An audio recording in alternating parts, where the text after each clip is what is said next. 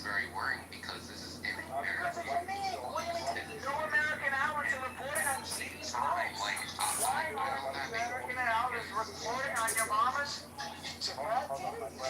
Wow, that's not nice. That's not nice. I don't have danger about Who's it. that guy that Hold posted on it? one second. I want to Who is that guy? what is the source information? It's the PTR that he has right there, Daniel. It's the picture. It's a picture from Twitter from this guy who posted it on Twitter. Let's see, his name is Jasper Nathaniel. I don't even know who that is. So we're gonna believe this guy Jasper Nathaniel? Look, at the same time, I also heard that Israel mostly Actually, just what is the source? Before you move on, can you tell me? Harry, the man who's known as Harry Balzac, just answered your question. Julian is on a trip right now for some reason, but Harry just answered your question. The source is... I'm asking Julian. I see. Yes. Okay. What is the source that this tweet has of this story ever happening? Since you take its face value, like I'm wondering, why do you focus some scrutiny on Israel, but you just believe anything that is written in this obviously biased tweet? What is the source of the information? Look, there's been arguments on Al Jazeera. I'm asking the source. You know the source? Hold on. Let me explain the source. One second. My friend, hold on 1 second. I'm asking for a source. The primary source, not when it was echoed, because as you know, I'm not asking in the reports, what is the source that they say that they got it from? Look, there's no source in this post, but at the same time, this has been reported on Al Jazeera, The Guardian, but American outlets have been reporting on this, so I'm really worried. Like, why is no outlets? Maybe you are so close, Julian, you are so close. Julian, you're so close to figure it out.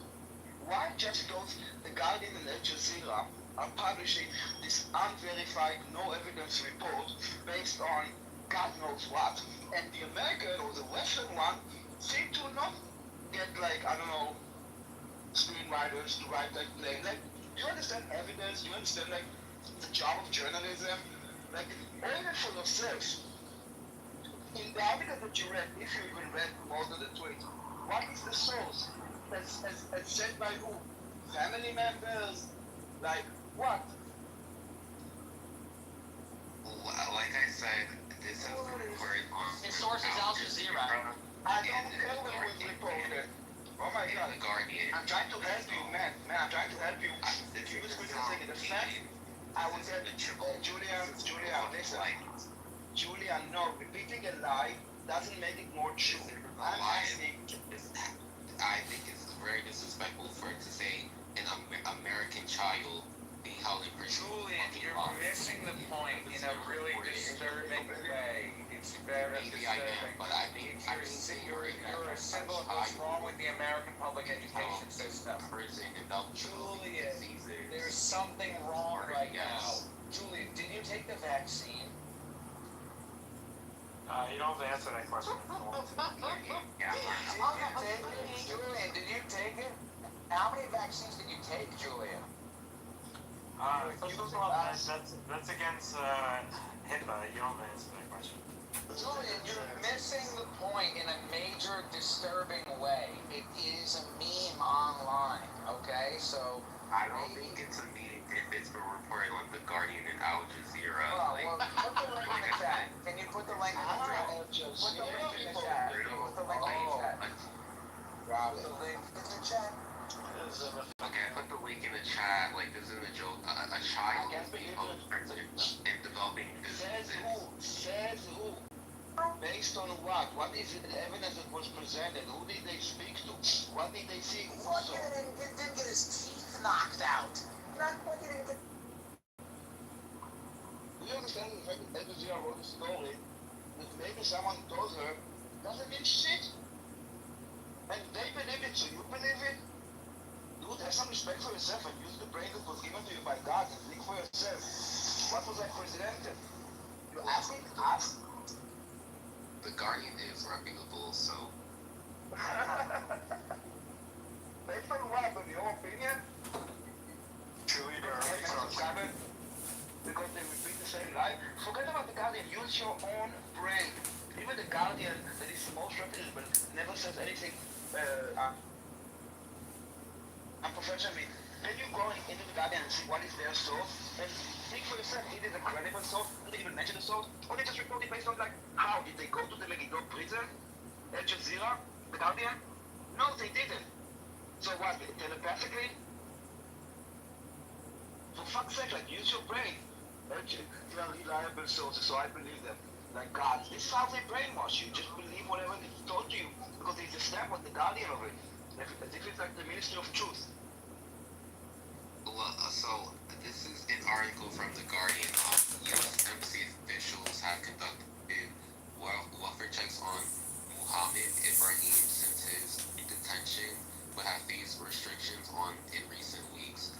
According to an email sent by a State Department official to the family, Zahir Mohammed's father said he was informed by the embassy after an early visit that his son appeared to have lost 12 kilograms, 26 pounds in the spring.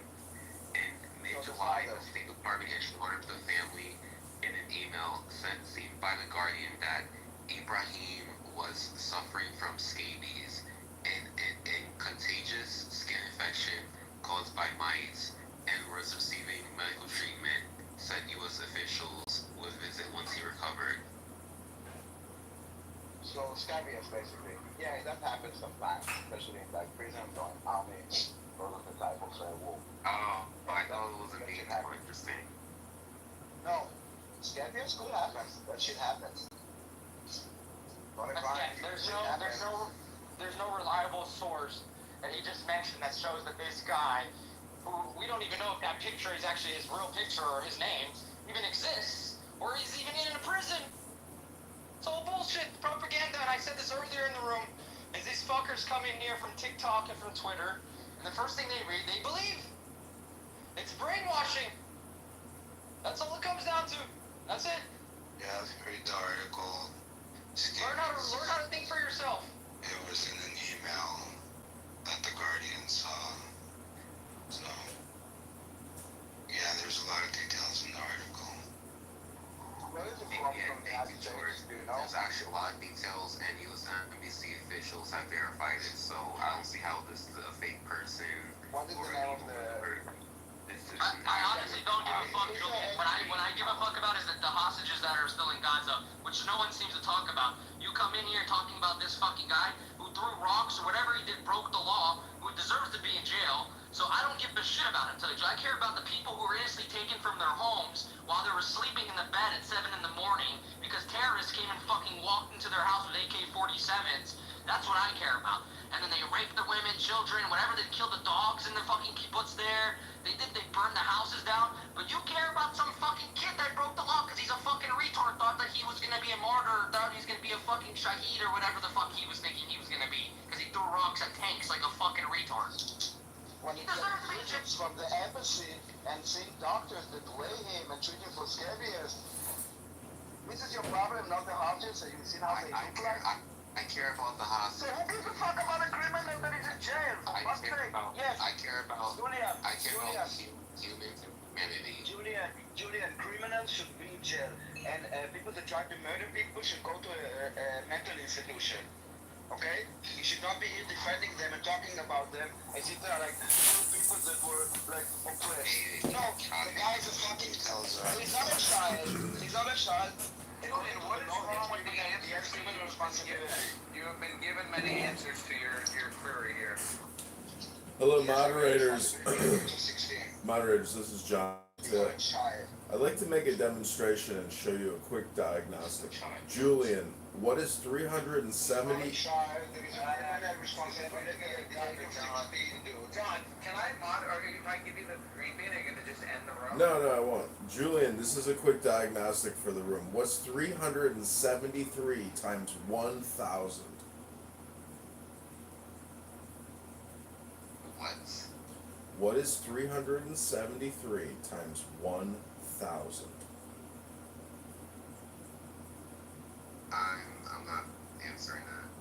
Okay, let me give you an easier version. What is 100 times 1,000? What is 100 times 1,000? Go ahead, Joe.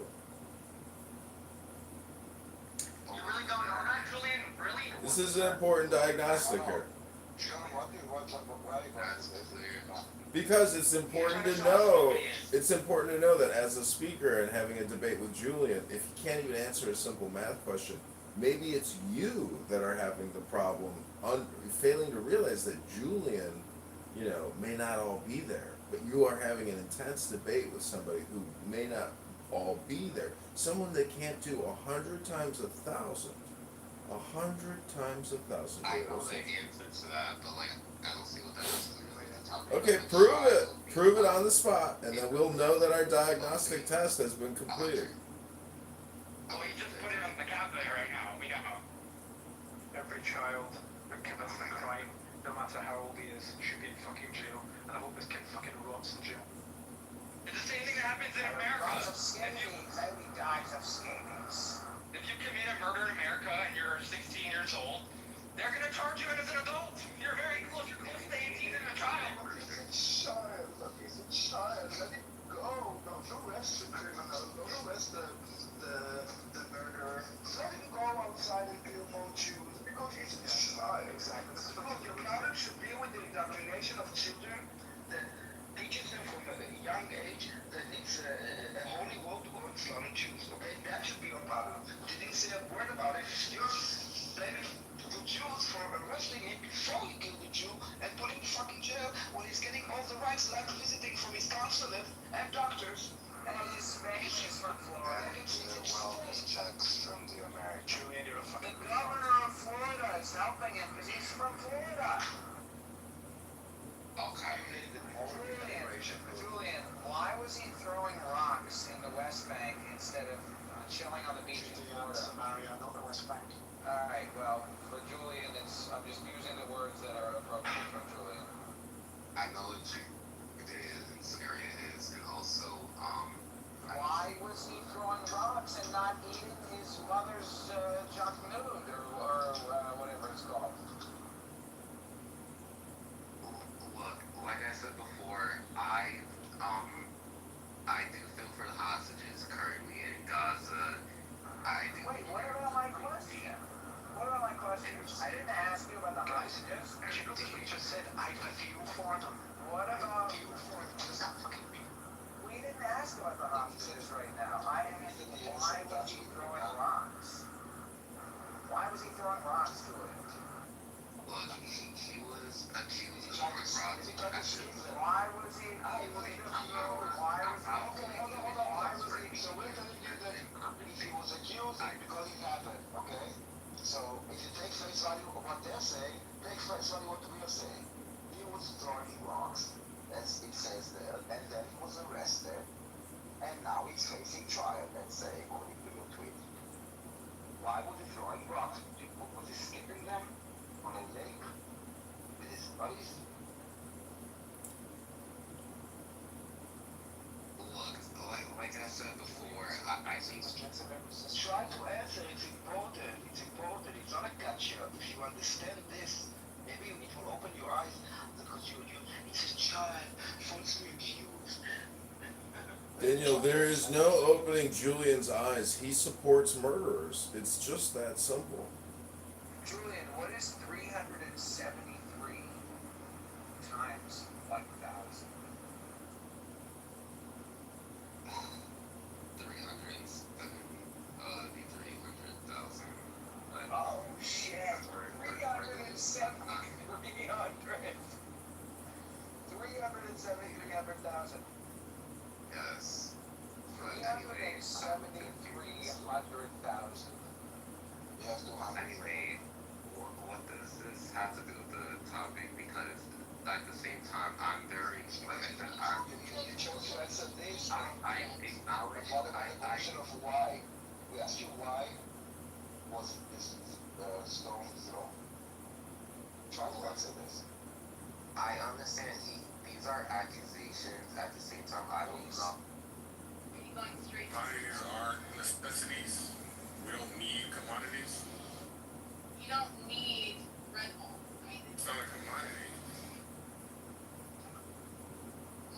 maybe I used the wrong word. Yeah, there's a lot of words here. He's using a lot of proprietary words that you have to know the specific definition of. Yeah, like colloquial definitions. She's not going to be familiar with the economic definitions of that. Oh my god, we just don't talk to people like they're idiots.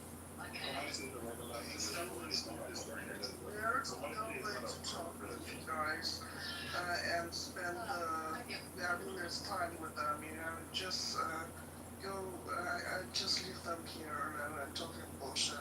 Okay. I really hope y'all change your approach, please. It's audio. I think you're making yourself. Something I hate to admit is that Mel Gibson makes some of the best movies in the game. Like, it pains me as a Jews.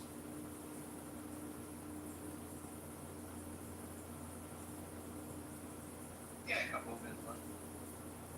Braveheart, Apocalypto, what else did he do that's really good? Patriot was fun, even though it's not a great movie, it's a fun movie.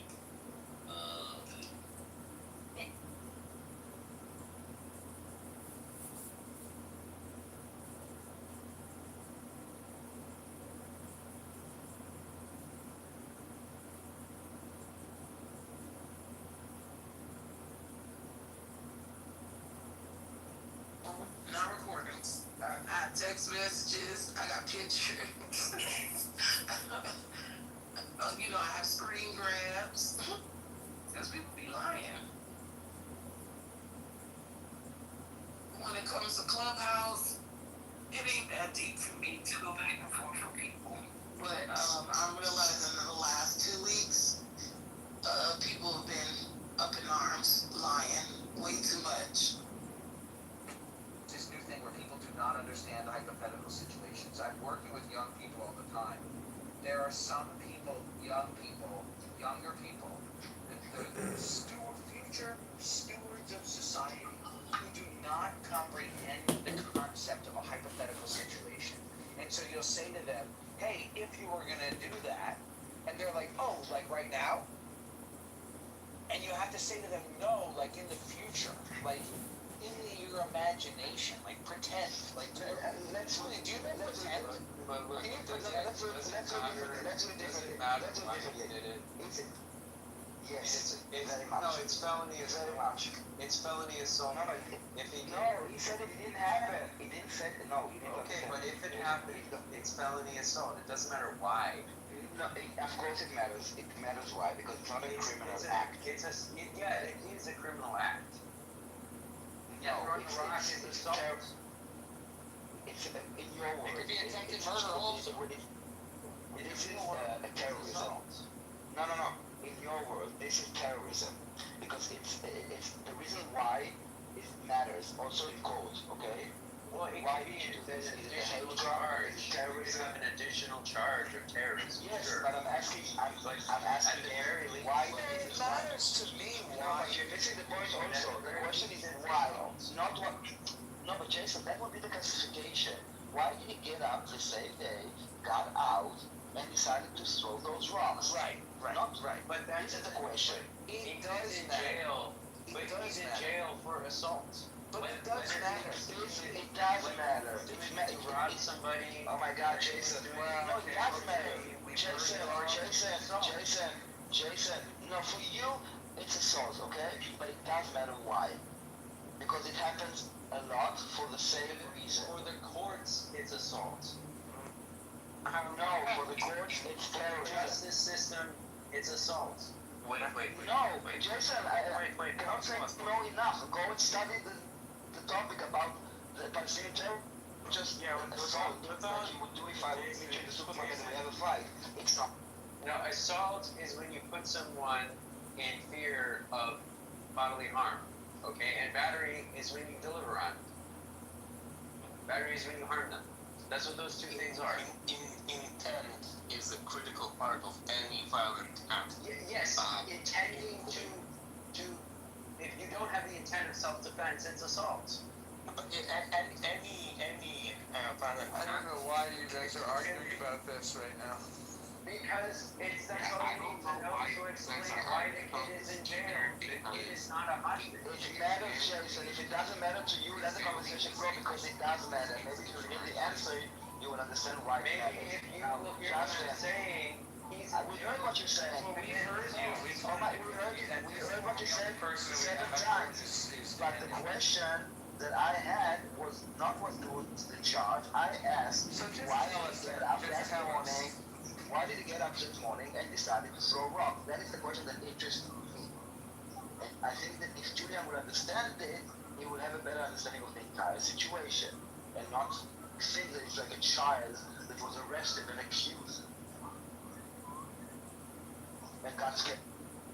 Look, I understand that, but at the same time, I'm reading the article, and I think they make it clear that his family does dispute the charges about Of course they do. They always do.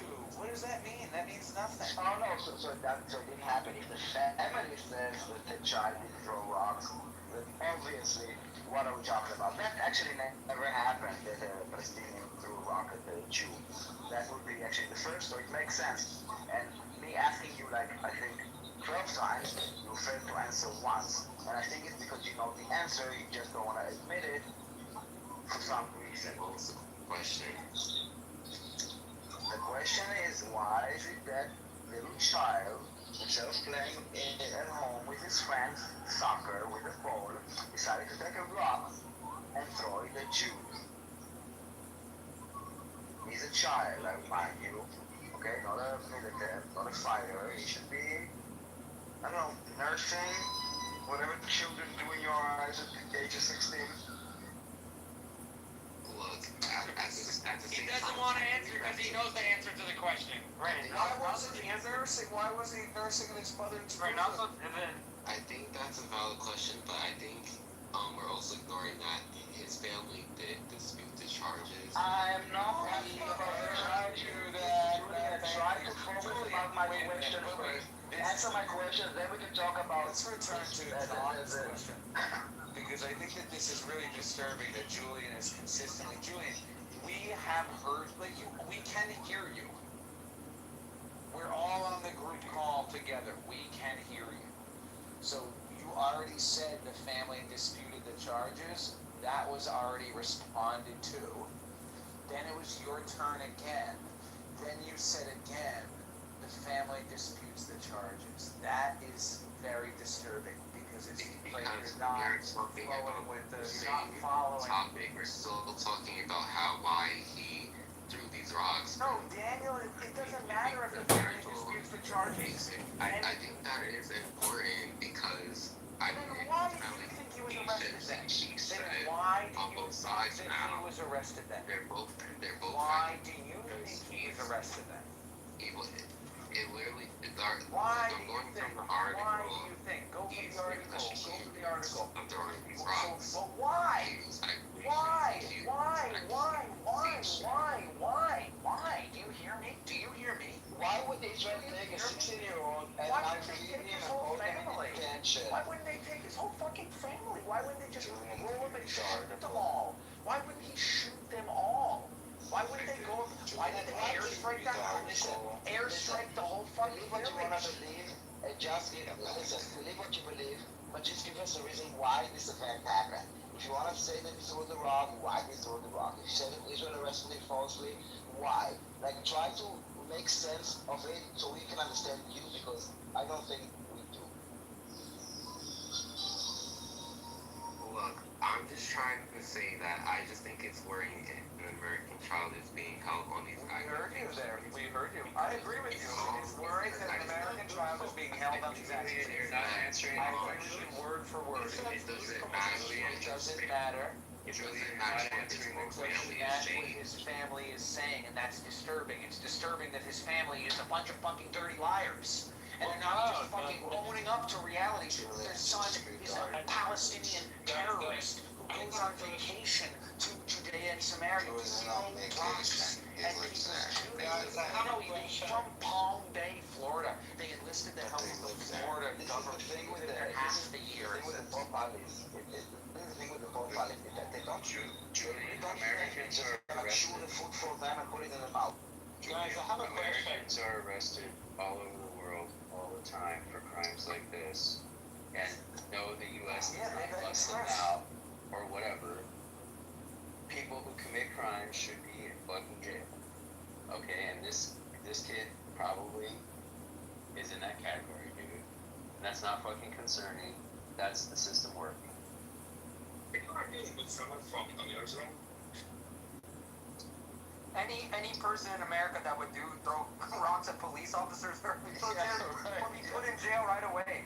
Like no questions about it. And it's amazing the way that he says American child. Like, dude, are you lying to yourself, trying to manipulate like the situation? Let's maybe call it a terrorist indoctrinate this child. The Julian. Child. Yes. Yes, so maybe your problem should be child indoctrination and recruitment of children. That should be your problem. Julian, my question remains unanswered. It is another hypothetical question, so you might have trouble with this one. But if he wasn't arrested for throwing rocks, Julian, you agree it's possible that he did not throw rocks? You agree? It's possible he did not throw rocks. Is this true? Well, so Dr. he's Julian. accused Dr. of Rainfall. throwing rocks. He's been accused of throwing rocks.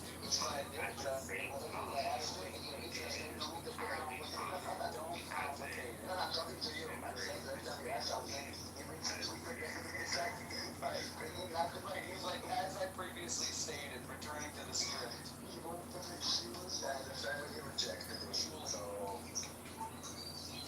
Julian, why do you believe that he was specifically targeted?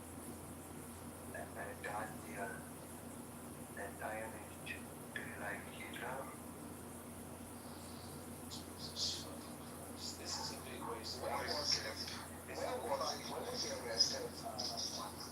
Was he arrested at the pool of the soccer field? Like, where was he arrested? Wait, let's.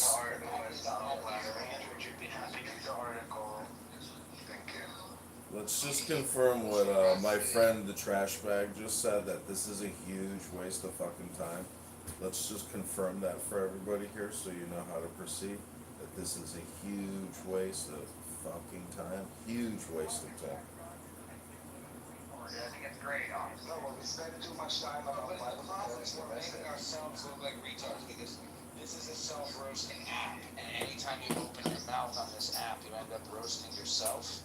And so I've actually done a bunch of shit today, like drove around and did a couple errands, but I think the entire time that I've been doing that, I've been halfway trying to focus on this fucking retarded gobbledygook that people are arguing about. I mean, no offense to anybody in particular, but it is a big waste of time, probably. So what do we want to talk about then? Well, we could potentially, first of all, let me just say, we could potentially waste less time if we had slightly more efficient communication. Like if we didn't have to go back and forth. You know, John has suggested in the past that we might have like a 1 minute hard limit for every speaker has 1 minute hard stop. And I think if we implemented that, well, yeah, I don't know, but I think that could make a lot of headway. And I think that people have to listen. I mean, you have to listen if you're being spoken to. You have to really, really, really listen. And that's a big ask, too, because sometimes I'm speaking to somebody, I'm like, hey, are you hearing me? I can't see their face. I'm trusting that they're hearing me, but then when it's their turn to speak, it sounds like they didn't really hear me fully, so. Because they don't give a shit about what you say. They care only about the agenda and the propaganda that they want to spread. I 100% agree with you. It's a waste of time. You want to hear what? You want to hear what you heard already a million times before? What new about what they say? It's never new. I want to see Julian or anybody motherfucker else in his private car get hit by a rock and tell me, oh, it's only a rock. Why you want to shoot him? Let's see what happened to you when you're driving and you get hit by a rock. That's surprising you. Have you ever seen those videos, Julian, of the people I don't driving? know how he thinks about a truck because he's a truck driver. No. Okay, whatever. No, that's not why, because that's what these fucking kids do. They throw rocks at trucks and cars. people, like innocent people, civilians driving to and from work. You know, they take cuts, they shoot. Driver, do you understand this stupidity? But you missed the point that he's a child and he's 77, it didn't happen. You missed that. Ah, okay. Yeah, we're missing all the points.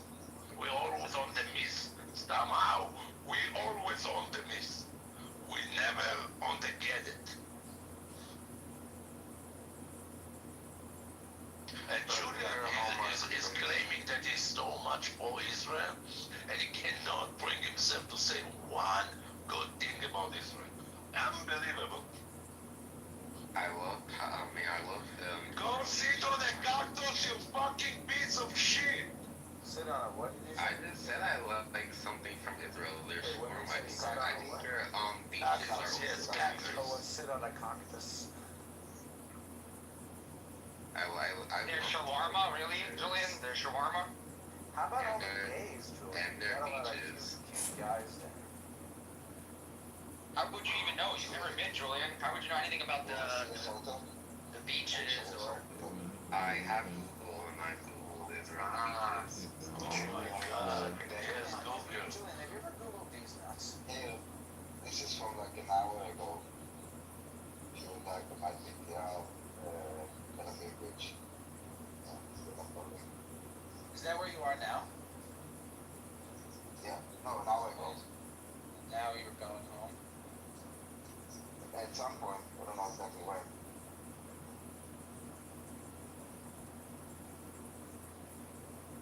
Nobody still answers It's the not too question. crowded. I would expect it to be much more crowded. 104,628. So not real. Okay, so maybe not peak time.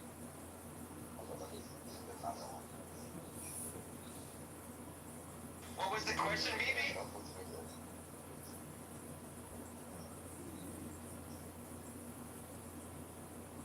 BB, what was the question that we're supposed to answer for somebody?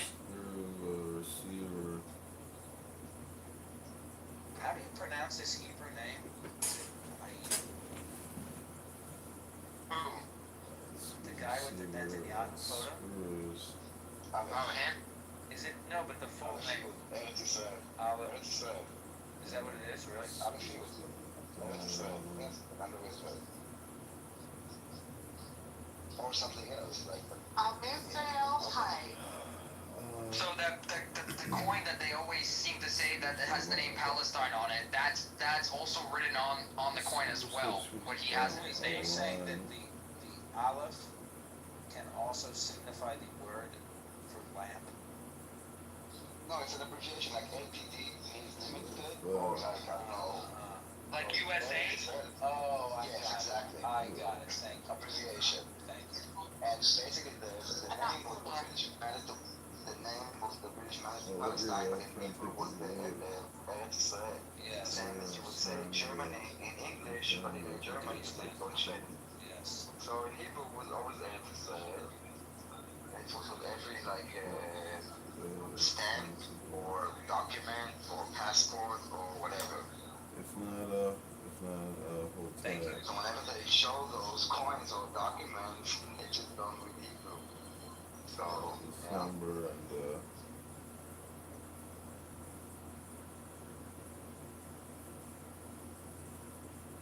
Does that make sense, Julian, about the rock thrower?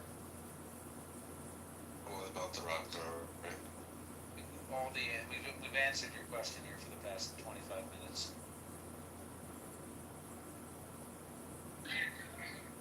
Okay. I mean, is my microphone working? Working out. No, your phone is working. I think he's just had a bit too much cannabinoid with products, maybe. I don't know. Julian sounds to me like one of the guys from Amir's room, no? Who's Amir? Huh? Who is Amir? The one that you're licking his butthole. Yeah, no, you like, this is the intellectual level of his rooms.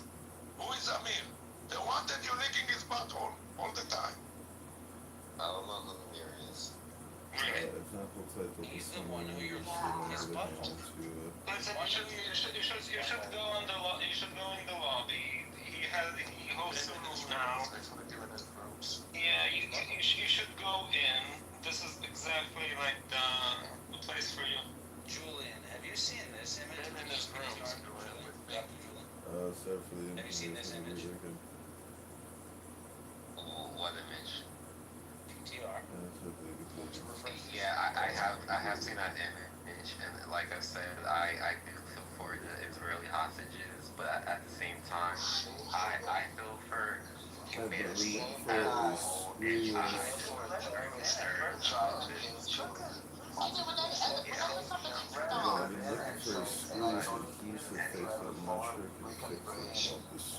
Whenever somebody says, I have a lot of empathy for something, and then they say the word but, what they're saying is, ignore everything I previously said, this is what I really feel. That's what the issue is. So when people say, oh, it's horrible what happened on October the 7th, but Hamas had no choice. Why is there a but though? We feel for humanity, but the point of this image is to illustrate the lie. What's most significant about this image, in my opinion, is that this is a major accident. That this, first of all, people, do you understand, Julian, what this is an image of? You don't. Yes, it's one of the Israeli hostages. And whose arms and what is being handed to him? I'm assuming that's Hamas. And what are they handing to him? You can assume it looks like water or food. Looks like a can of beans, basically, to me. Yeah. Some Arabic writing. Okay, so but this is an axe. This is a oops. This is a major slip up. This is a goof because they should have gotten a much more starving Hamas person to hand him the fucking can of beans. Because as I illustrated in the meme, I am the creator of this meme, by the way, which I think is a very nice meme. You can clearly see that the one guy is starving, and that the other guy is being treated very well. So what we're told all the time is that the hostages are being treated very well, and what we're told all the time is that the Palestinians are starving. We're told that all the time. No, they say that all the time. The hostages. I disagree. No, because beside the point. The point is, they goofed up and they showed that they're not actually starving. That the Hamas guys who are in the tunnel with the starving guy, the Hamas guys are not actually starving. And so the reason why I think this is irrelevant in response to your starving the Right. So the reason why this is a nice response to your image about the rock-throwing 16-year-old from Palm Bay, Florida, who went on vacation to Judea and Samaria and spent his time throwing rocks and passing cars for fun. The reason why this image is a nice response is because it illustrates how many lies there are in the Palestinian narrative. There are lies when they're talking about whether or not they're throwing rocks at cars. There are lies when they're talking about whether or not the hostages are being treated very well. There are lies when they're talking about whether or not the Palestinians themselves are starving. There are lies that you can see being disproven every day when you watch the videos. There are lies about the aid trucks and the aid distribution. And I saw a video the other day of one of the dropped aid packages that landed on a balcony. Did you see that one? Anybody? What is your question? Scaffolding. Landed at scaffolding. Yeah, did you see this video? Yeah, that landed and then they were like swarming it like a fucking... Yeah, not organized. Fell down. Oh my goodness. So Julian, they just lie all the time, and they probably were lying about this 16-year-old rock thrower as well. Oh, he's on. So my friend. Amazing. Resistance is calling him. No, Julian is a good guy. I mean, Resistance is a hateful piece of garbage. Julian is just young and dumb. Julian is no better than a resistant.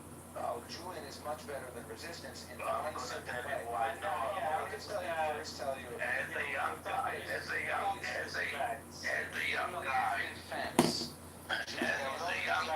sorry. As a young guy. All right, fine. His worst burnt people. As a young guy,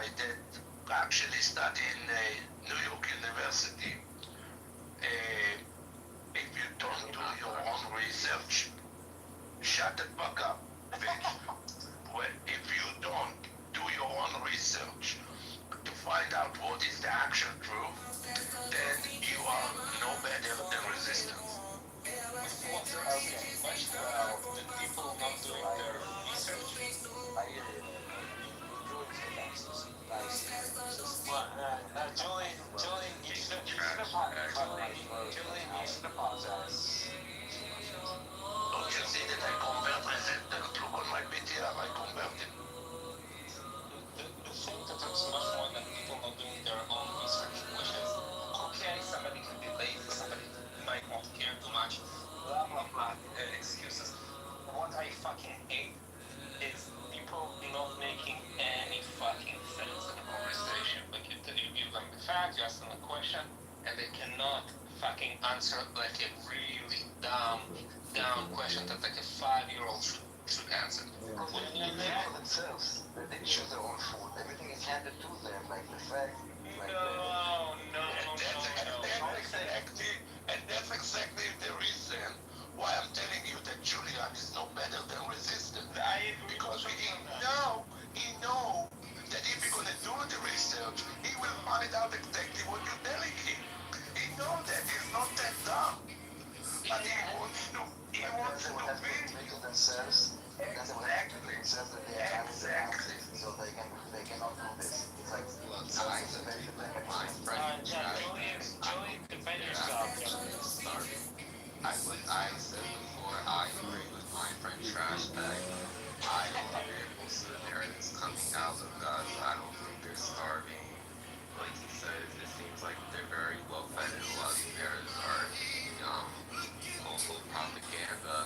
But at the same time, there are people on both sides who are suffering. I don't think it's like Julia.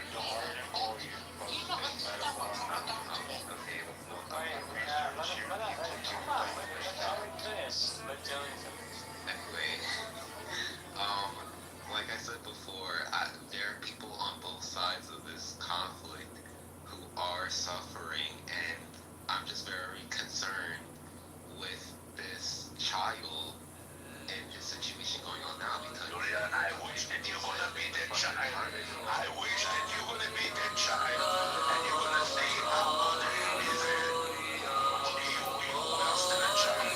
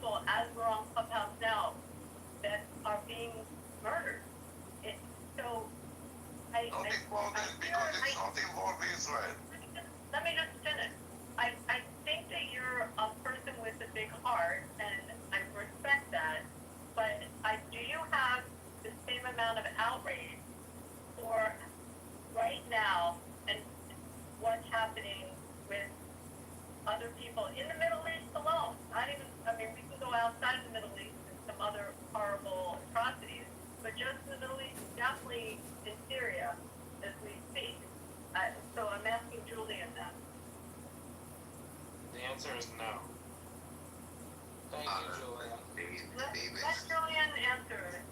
Damn, baby. So, anyway, I thank you for your sincere comments. So, about what you've been in Syria and the Hindu and Bangladesh, I think you mentioned.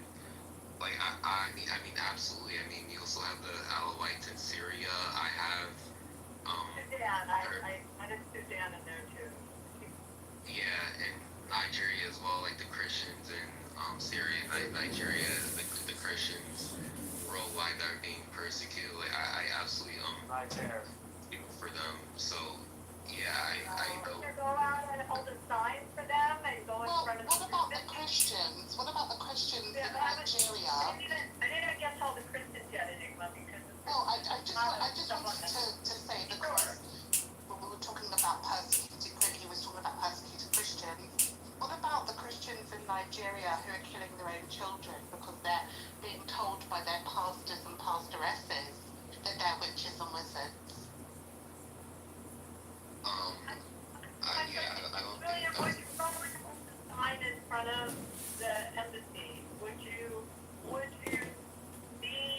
do something proactive to stop these other atrocities, or is it only the Gaza that you feel the outraging compulsion to take a stand? Yeah, I would agree with Abby, Julian's, not the pile on you, but, there's the Christians in southern Nigeria who are being persecuted.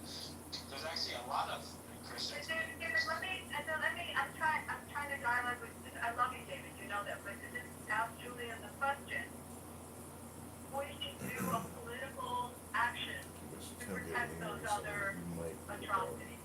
Or is it only the Gaza one that he would feel compulsion to take political action? So I never went out and protested for God. Even if everybody in the class does better, it doesn't matter. Only half the students can get those grades. So that would be a kind of treating of grades as a zero-sum game. No, I don't do that. I mean, there are classes like this one where the students are very good and well. The teacher that would show how socialism didn't work by doing grade assignment. Let me see how I can remember the story because I think it's relevant to this too. They said, the teacher said, okay, everyone gets what the top grade earner gets. So the A students got A's and everybody else got A's. Well, then the A students like, why am I busting my ass learning this material if everybody's gonna get the same grade that I get? But then they started slacking off. Well, then they got B's. And the other students said, hey, I didn't have to study at all. Instead of an F or a D, I got a B because of someone else's labor. I could do it too. And they got to C's. And then it ended up that everybody was failing the class because it didn't mean anything anymore to work and do the job. And that's socialism. All right. Lots of people get very high grades. There are classes where people are terrible. In fact, talk about instance of bad cooperation versus good cooperation. We have this program called FIGS, First Year Interest Groups. The advisors refer to the people in them as figlets, by the way. It is kind of cute. Anyway, the figlets, normally within those groups, cooperation is very good, and people in those perform better. But in the time I've been here, I did have one of these where it was bad cooperation. There were several people in there who were just terrible students, and they corrupted the others. They all co-opted. So, I think one person in that entire FIG group got a C. All the others got D's and F's. And I don't think it's, at the first, they didn't look like they were all terrible students, but it turned out the few really bad apples just spoiled the whole bunch and encouraged them all to have terrible work habits. So that kind of thing can happen. In any event, normally grading isn't like that, but it could be. So it doesn't have to be economic. Now, lots of games are mutually beneficial in the sense that the players can increase or decrease the total amount of utility. So normally we would think war is like that. Wars can be fought more or less destructively. And in fact, one of the hard questions in looking at 20th century military history is why were 20th century conflicts so unbelievably destructive? The First World War, the Second World War, the loss of life, of destruction of property, and so on, just dwarfs earlier wars. Partly that's just because people had more technology to do more efficient killing, but it wasn't just that. And so, you have to think, why were they such terrible wars? That was a case of people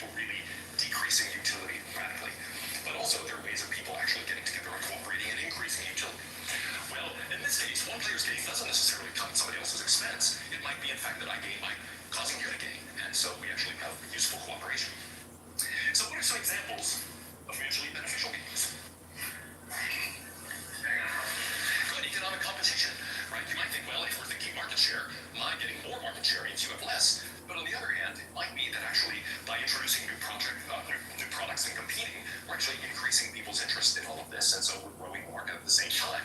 So maybe the competition is actually improving all of our situations. And similarly, I sell you some product, and you like it, it makes your life better. I'm improving your utility. Meanwhile, you're paying me, so I'm getting a benefit out of that. And so we're both benefiting. In fact, typically, helplessly Palestinians, and Hamas and Israel and Palestinians or and Islam. It's ending Hamas, obviously. I mean, duh, they're great now. Well, ending Islam would also do the trick. My friend, Yeah, but they're all Muslims. You're all my friend, with all due respect, I don't really like the way you said that question. That's not what I would. Which question? Well, maybe you want the question of the call. I don't like it. With all due respect. You can write your own poll and send it to me in the back channel. Well, that sounds like. I would make you a moderator, but you're not sober. No, I don't want to be moderator. If you were sober, maybe. But that's a lot of work. So. Yes, it is hard to do. I have trouble with it as well. I just have a different substance of choice. But you know that David did graduate and he's very bright. Let's go. Yes, well, I'm also an underwater basket weaver. I don't know what that means. What does it mean? What does it mean if you graduate? And David, were you Wharton or the college? I'm Wharton Business School. So let's layer on top of it, not just IMD. Also, not to flex, but, our boy, President of the United States, also graduates from Wharton. Let's go. David, you're supposed to sell the tequila, not drink all of the tequila. I actually have a friend who actually has a tequila business. I have a friend who has. Can we sing it? I have a friend. I actually have a friend who. No, I was just saying, my friend has a tequila business. I did hear you say that for the third time. But not me. Not me. He was selling only your Miranda. Wow. David, have you ever had a vodka Sprite with a splash of cranberry, David? Definitely not Fox. David, have you ever had a Miller High Life with a glass of orange juice? No, I don't know what that is. It's called a beer mosa. Fair. No, I don't do that. No offense to anybody who drink beer.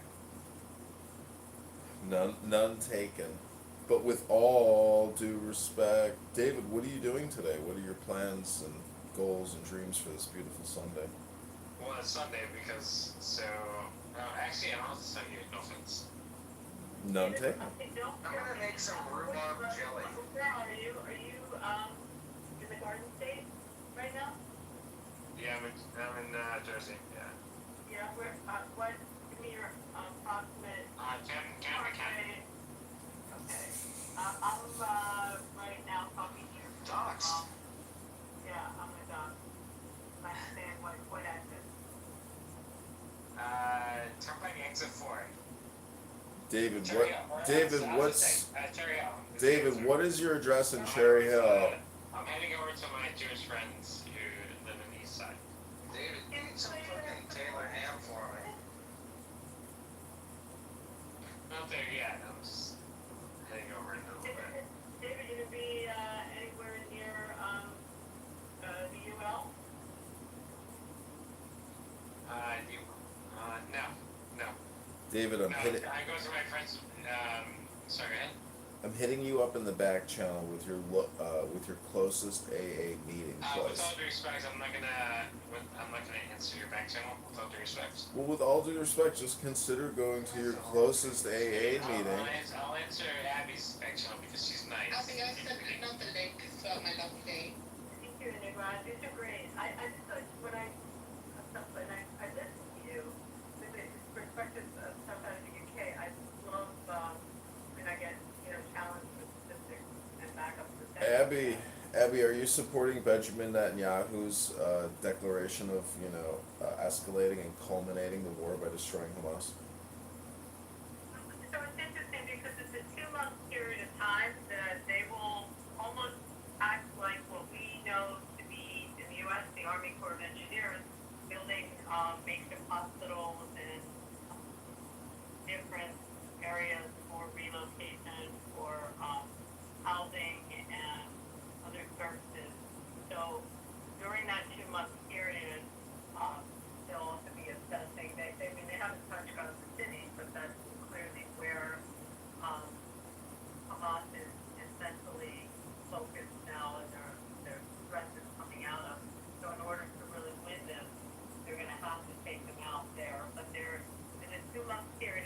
I really don't know if you could tell me another battle or war where there was a warning for 2 months. I mean, there's lots of wars for population shifts and moves and has to move because they're within a danger area. But this is a 2 month warning, so they, as well as the food distribution, everything will be arranged during those 2 months. So, I mean, they're not going in tomorrow. There's a buffer period of time. So I think that's kind of interesting, and I think it'll be interesting how that plays out.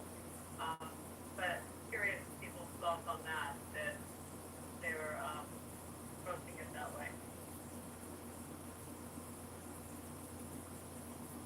I don't think people are talking about that. They think they're going in tomorrow. How do you know it's not just a bluff? Well, you don't. You really don't. And, you have the polling of the Israeli population where it's very funny. I said this in the room the other day. You've got, like 45% feeling one way, 45% feeling the opposite, and 10% saying they have no opinion, which none of us know Israelis that have no opinion, so it's kind of a funny poll.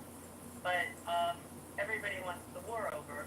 But you don't know if it's a bluff. But you do know that it's a 2 month period of time to build the hospitals and the areas for the relocation and the social services.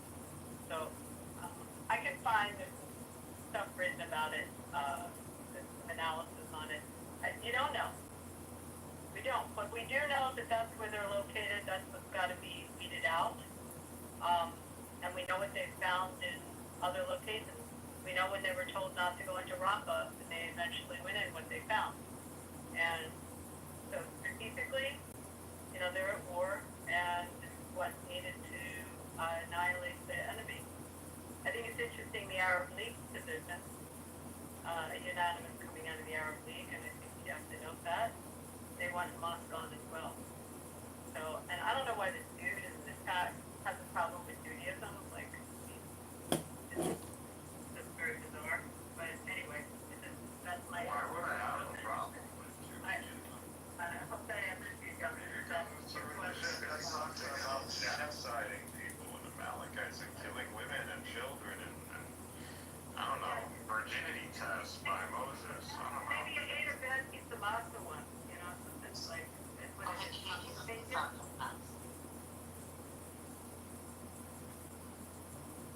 Isn't it funny that people, when they come into the room, when someone's talking, they just talk over them to troll because they want to put their propaganda and their narrative out there? It's quite sad, really, isn't it? Can you not wait your turn? Sorry, I was talking to Mikhail. Yes, Mikhail was in the Uncle Steve room just now, and then we realized there's something called Nation of Islam in US. It started in 1930. I think what we are seeing now is unfolding in what way Nation of Islam penetrating US. And so the Nation of Islam organization, their plan is to make the black American community emphasize that the white supremacy working on this. And so this group of people are called the black people. It's two different things. You said the NOI is Nation of Islam Farrakhan, which is different than the BHI. Is that you're talking about Farrakhan? Yeah, they're two different things, but the BHIs are being held to form through the Nation of Islam in US. I think somewhere Michigan, I think. So I just found it in the ChatGPT, but because he came to Uncle Steve's room, he just non-stop spreading all the information to question the legitimacy of Jewish in Israel. So I think it's good that I think we pretty much defeated most of the pro-Hamas, pro-Palestine arguments over the last 6 months. Now they have no more arguments, so they are mobilizing the black Hebrew Israelite to come here. And the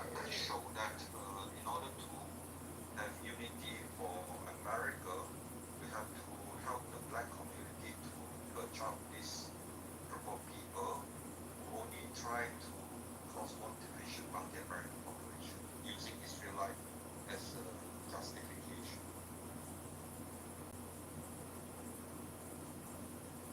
Well, there's basically two very dangerous groups. I would tell you to pull up if you're going on the internet, look at EPL's reports on NOI and Farrakhan. You read a lot about Farrakhan. As he decides to use it for my American find lots of video of his speeches. And the HI is like many different facts and components. I mean, they're on this app, they have rooms. Have you guys ever gone invisible smoke? I mean, it's like 700-800 people in a room at one time. Exactly, in the clubhouse, right? So they really do. John, do you go in this room to protest? I've been in there, Abby. I've been in Bimbo Smoke. I'm always amazed by the numbers they draw consistently. It's a little creepy. They don't really do back and forth. It's like they just have somebody reading scripture and interpreting it their way, I guess. But I do have a question for Gabe. Maybe I misunderstood. Were you saying that PHIs are anti-Israel? Did I hear that right? I think they basically want to raise question the legitimacy of Jewish identity. They call them Edomite. And I think that the best is to do the ChatGPT because I just started, right? And they just came, they just come in, they full blast. You Jewish are Edomite, and then you have to figure out, okay, why do they want to call Jewish people Edomite? On what basis?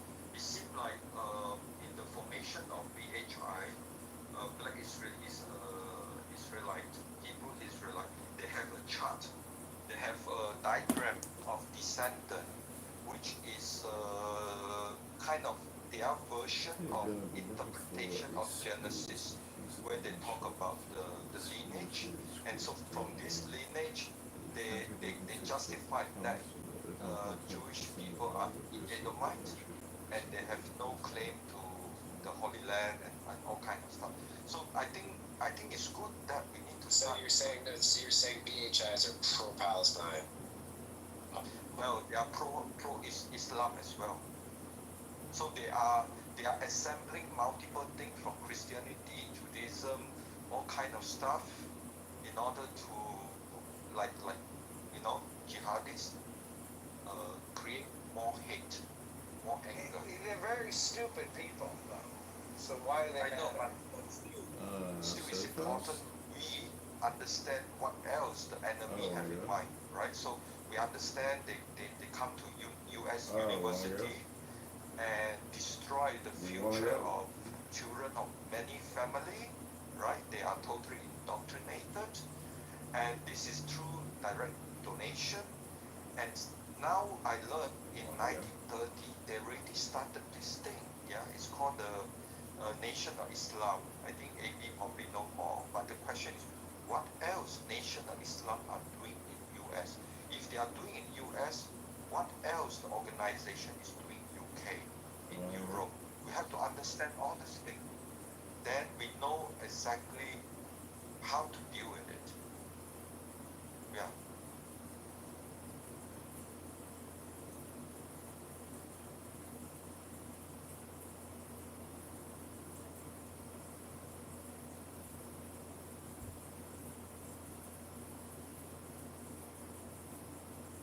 This again just show to what extent the enemy of Israel would go to weaponize the weapon. Hey Nima, why are you laughing? Sorry, Devin's put in the chat, aren't Edomites roasted soybeans? No, that's edamame. Edamame. Is that how you pronounce it? Yeah, just edamame. Delicious. Well, how do you say it then? I thought it was edamame.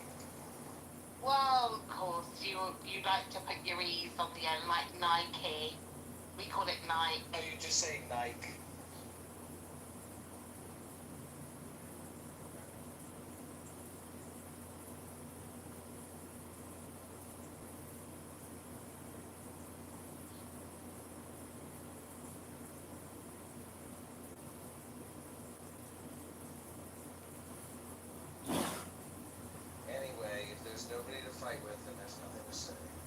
Here. Yeah, I was gonna say, my friend, it's very quiet. Fight. Oh, Shapeshifter is here. Shapeshifter. On the poll. Shapeshifter. Shape voted. That was a nice. Shapeshifter's not that bad. He voted correctly in the poll. Shapeshifter. Do you think Benjamin Netanyahu is all bluff and bluster, or do you think he's really going to send in the hardcore IDF soldiers to go in there, blast out those terrorist cocksuckers, and liberate those hostages? Whoa. What do you think, Shapeshifter? I think there is a chance there's bluff in there. Do you think? Are you still? Why would we be bluffed out? It's just strategic, David, so you can try to extract some type of negotiation. Hold on, I didn't ask you, I asked him. But he didn't ask you. He asked him. I'm asking Ken. David. Okay, with all due respect, my friend, I'm asking him. But what if somebody else wants to answer? Yeah, Are they David. not allowed to? Okay, well, we can do a poll. But David, right now, I'm asking him. David, if you're even dumber than Julian, what does that say about you? David, First of all, that's not funny. That's not funny, by the way. I feel insulted that you were laughing at me. David. David, what is 873 times 1,000? Accept your apology, it's okay. David. I prefer coffee before 5 p.m. You happy? It's a good choice. It's a smart choice, David. Coffee before 5 p.m. Don't forget the numbers there, David. You don't start drinking alcohol till after 5 p.m. So I think it could be a bluff, and it would actually be really smart if it was a bluff. Really good move if he's bluffing. Okay, so like me and her were having a conversation. You guys. Sorry, me and For some, her. yeah, right. Me Like, and we're having a her. conversation. And all these men, right? She and I. Huh. She and I. David, are you running? I put him in the audience real quickly. I want David to simmer just a minute, because if you're gonna pre-announce that you're gonna take the whole Gaza Strip, then that means you're going to, engage and defeat, guaranteed. So what I'm trying to say is, by making all or nothing statements or creating clickbait titles, you create that in order to see how, what the feedback is, what the response is. And so I think that, saying you're going to wipe your ass versus actually wiping your ass are two different things. I think it could be a bluffer.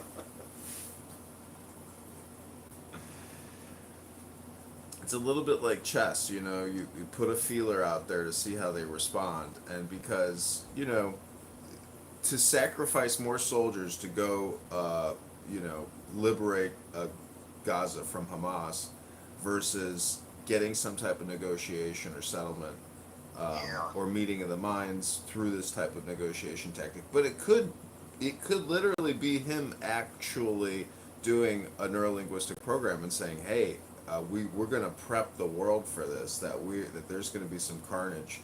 So, we told you 2 months ago, and now we're actually doing it, because that's most likely what's going to happen, where they're going to hope for the best, but plan for the worst. Nice. He's moving the pawn on the rook file. Somebody probably forgot that 12 days ago. And you think that BP now could advise everybody that he's going to do something? Really? Wait, so what are you saying, Shucky? I think that it's completely blocked, but we will see. There is no way that it's not a block, to my opinion. Like, since when you're going to let your enemy know when you're planning to do something? Well, Did he do that? Did he do that with Iran? Did he do it with Hezbollah? With who he did it? So now we decide to be the stupid to let the enemy know? Well, I mean, they're in kind of a cornered position, no? No. Why it's in corner? Do you see Trump saying anything against it? You see Trump stopping him from anywhere? He's in the best time of his life. 30 years in the political industry, never had so much support.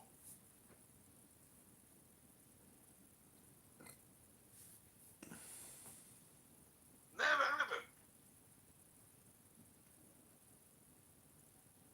Well, in terms of like how many enemy soldiers there are still, like what's the actual number? Any idea? Is it 10,000, 20,000? Is it 5,000? The problem with that, you're killing one, and they grabbing another two 14 years old kids, give them a weapon in their hand, and send them to either kill a soldier or get died by the soldier. So, for every one that falling, they have another two that they recruit immediately. IDF estimates are 40,000 as of May.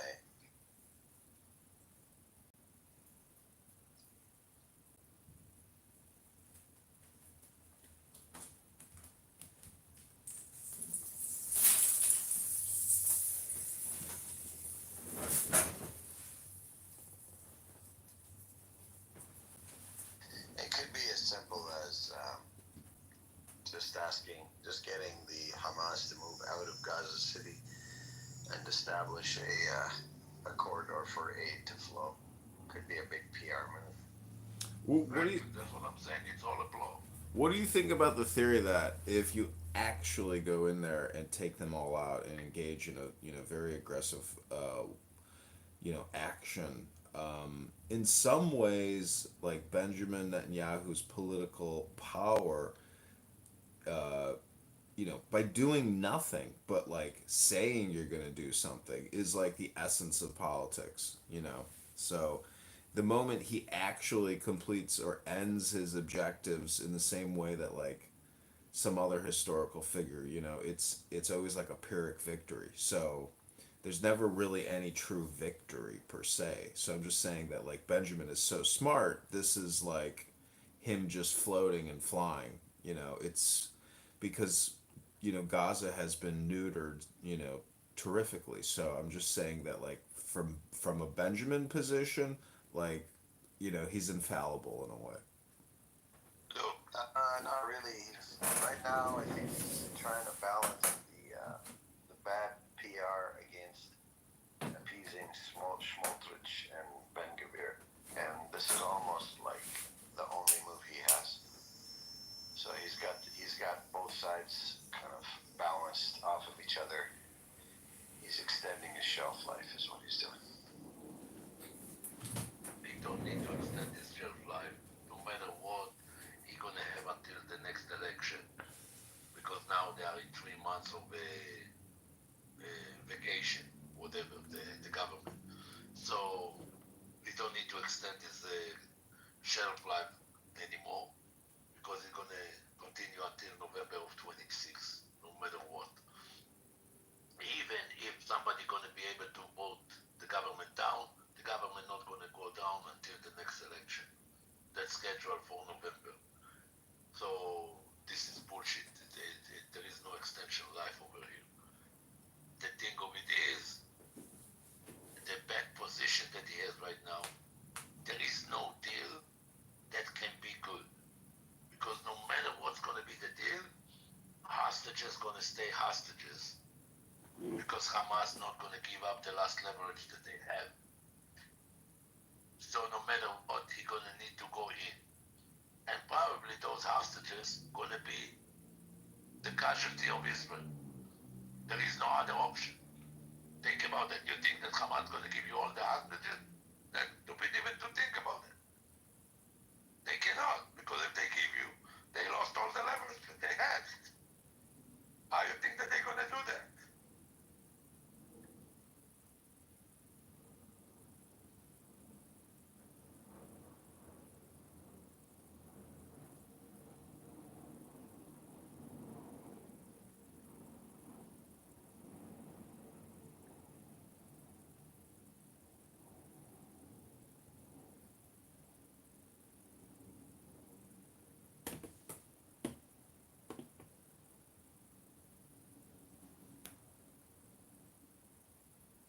Well, does anyone want me to play a clip of Benjamin Netanyahu discussing the Gaza operation? I watched that today. Yeah. Sure, go ahead. Are you going to include the reporters' questions and everything? We can. There's a couple clips. I mean, it's like a 28. Okay, let me just play some of it.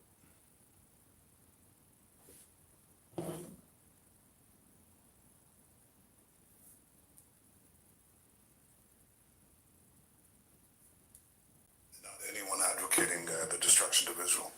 That's what we want to do. We want to liberate ourselves and liberate the people of Gaza from the awful terror of Hamas. And you were in the Gaza Strip today. You met Palestinians who are fighting Hamas because finally they see that they have a future. They can rid themselves of this awful tyranny that not only holds our hostages, but holds 2 million Palestinians in Gaza hostage. That's got to end.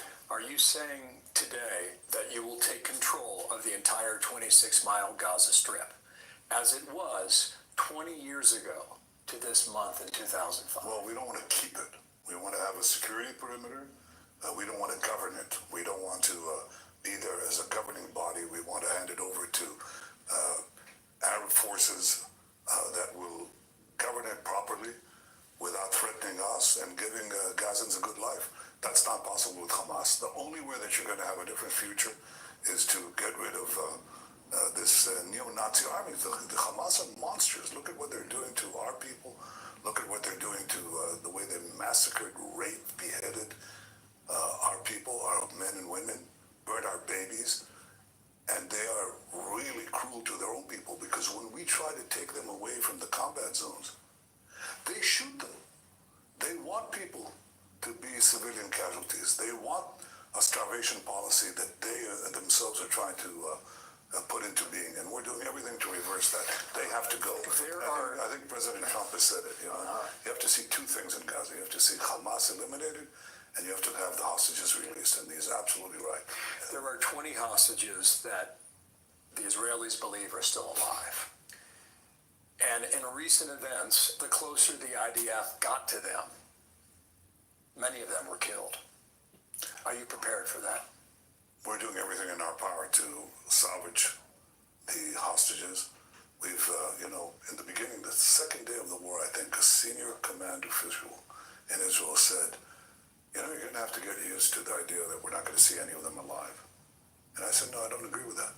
I think with a combination of the right military tactics and international pressure, we can get all of them, and certainly most of them, out. So far we got out of 255, we got 205 released, 148 of them are alive. Nobody believed that. And I believe we can get the others, but we have to combine the right tactics, military tactics. Without military pressure, nothing works. Yesterday I spoke with Laron Berman. He has two brothers. Yes. His family believes they are still alive. He said the following: my advice to you, speaking to the Prime Minister, by all means necessary, we need to bring them back for stability in the region, for the future of Israel. It's a tough decision, but we will handle everything, meaning Israel. What do you say to the families of the hostages? That's exactly what we're trying to do. People say you can't both release the hostages and eliminate Hamas, and I disagree. I think so far we've shown that we can, and I intend to complete the job, but we have three missions. One, to eliminate the Hamas as a governing and military power in Gaza, otherwise there's no future for anyone. And we'll have many more kidnappings and many more hostages. Second, achieve the liberation of all our hostages. And third, make sure that Gaza doesn't pose a threat to Israel again. And we're well on our way to achieve all three. Now, there are difficulties because there's so much vilification and misrepresentation in the press. There's an attempt to put blame on Israel for the interdiction of humanitarian supplies that Hamas is interdicting, and Israel is, the international community is delivering the blame to Israel. They're doing everything to rob these food trucks.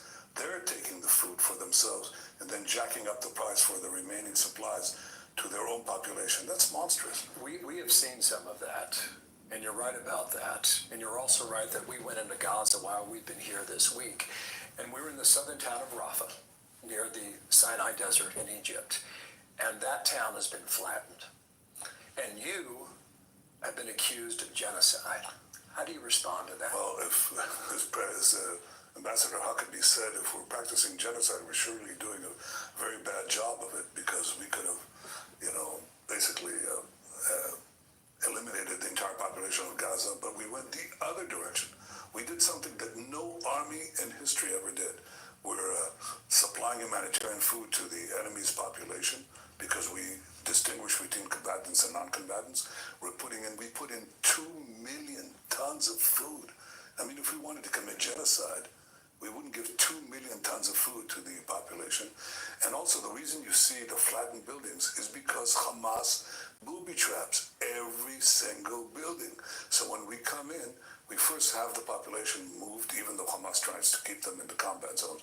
But after they move, and we start to move into the neighborhoods that are now populated only by terrorists, they ignite these booby traps. So what we do is we put in an APC, an armored personnel carrier, with a lot of explosives, detonate it.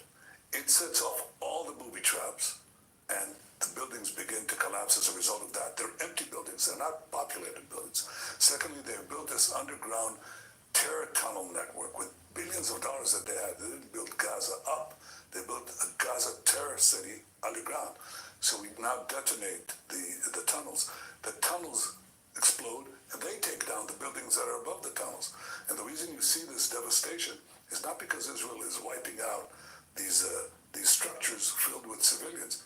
It's because they've been booby-trapped by Hamas, and that's the kind of warfare that we have to do. I'm hearing you say that you deny this charge of genocide. Totally. That's what you're saying. Totally. But last week, and you referred to it a few moments ago, President Trump mentioned the word starvation. And he pretty much said it is what it is, from his observation, looking at video and pictures. Were you surprised by that? No, look, I think President Trump has been terrific. He's supported us in so many ways. And he understands that we have to get rid of Hamas. He understands that Hamas is also using their own interdiction tactics to prevent humanitarian aid going. So there's been shortages, no question about that. There's been also suffering. And what I intend to do with President Trump, we talked about that and agreed upon that, is to overcome this with a humanitarian surge. So we're opening up safe routes through which aid trucks can go through. We're going to try to quadruple the distribution points that are manned by Americans. And they're doing a hell of a job distributing food to Gazans without Hamas taking over the food. And that's really what we're doing. And airdrops that we intend to do, we're already doing. And we invite other countries to join us. So it's Israel that's doing now, and has been doing for some time, an effort to give humanitarian aid to the population without letting the Hamas terrorists take it, steal it for themselves, and sell it at exorbitant prices. Has President Trump given the green light for your plan to take over the remaining 25% of Gaza and occupy all of it? Well, he understands that it's Israel who's going to do the fighting. It's not American soldiers. Did he give you a yes? Well, he just says, I know Israel will do what it has to do, and we haven't got into that kind of discussion. But we have gone into a discussion on two things. One, the humanitarian surge that we're going to do, which will precede our final military action, because I want the population to be in safe zones, to have food, water, sewage, electricity, medical help. I want to free 2 million Gazans from Hamas terrorism. The second thing that we agree on is that the day after has to have certain principles. I'm not talking about a detailed plan yet, because I think that'll be developed. But the 5 principles, the key principles are these. 1, Hamas has to lay down its arms. 2, Gaza has to be demilitarized. 3, all the hostages have to be released. And 4, Israel will be responsible for overall security. So if there's an attempt to have a resurgent Hamas or resurgent terrorism, we're the ones who are going to take care of it. And 5, let Gaza be governed by a civilian authority that is not Israel, because I don't want to occupy Gaza forever. I don't want to govern Gaza. I want to have a different governance there that basically is willing to live in peace with Israel and give Gazans a different future. That's entirely different from these unbelievable lies that are leveled against us, frankly against me too, by the international press that doesn't care to check the facts. It just takes Hamas statistics, Hamas arguments. It just swallows them hook, line, and sinker, and delivers this vilification of the one democracy, the one Jewish state that is fighting people who massacred. It's the equivalent of the massacre of thousands and thousands of Americans, the rocketing of American cities. Nobody would stand for that. Come back to my experience inside Gaza this week. We went to an aid distribution site, food distribution site. Your own soldiers have been accused of killing innocent Gazans who are in line for food. That's the accusation, almost on a daily basis. Can you defend that? Yeah, I could deny it because it's a Hamas accusation. They're the ones often who are doing the shooting and waiting for our soldiers to respond. And in fact, very often they don't respond. But all these stories are repeated ad nauseum. The people don't even bother to check the facts. We're doing everything that we can to avoid civilian casualties. And in fact, if you look at it, I mean, the town of Rafah that you saw all that, right? All of it. Right, okay. So I told you why there was devastation, because we moved the population out and then went to and dealt with the booby traps that were there. And we killed a lot of terrorists there. You know how many civilians we killed there? Practically none. Why? Because we told them, please leave. We showered them with leaflets. We called them millions of text messages and many other means to get them out, and they walked out. They walked out 2 miles to the coast. You know, people think it's hard to get to places like this, or this, but you can have all of this if you earn enough points. Well, we can take a break if you want. There's about 10 minutes left. But any thoughts, comments, questions, ideas, opinions? Where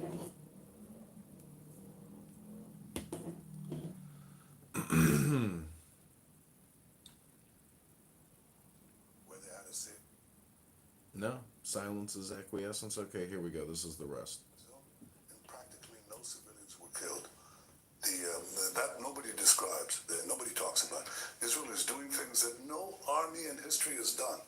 Colonel John Spencer, who's the head of urban warfare studies at West Point, he said that he scoured all of his modern history. He said no army in the world has done that. And yet Israel is, of course, accused again and again and again by fake reports, by Hamas statistics that are fake.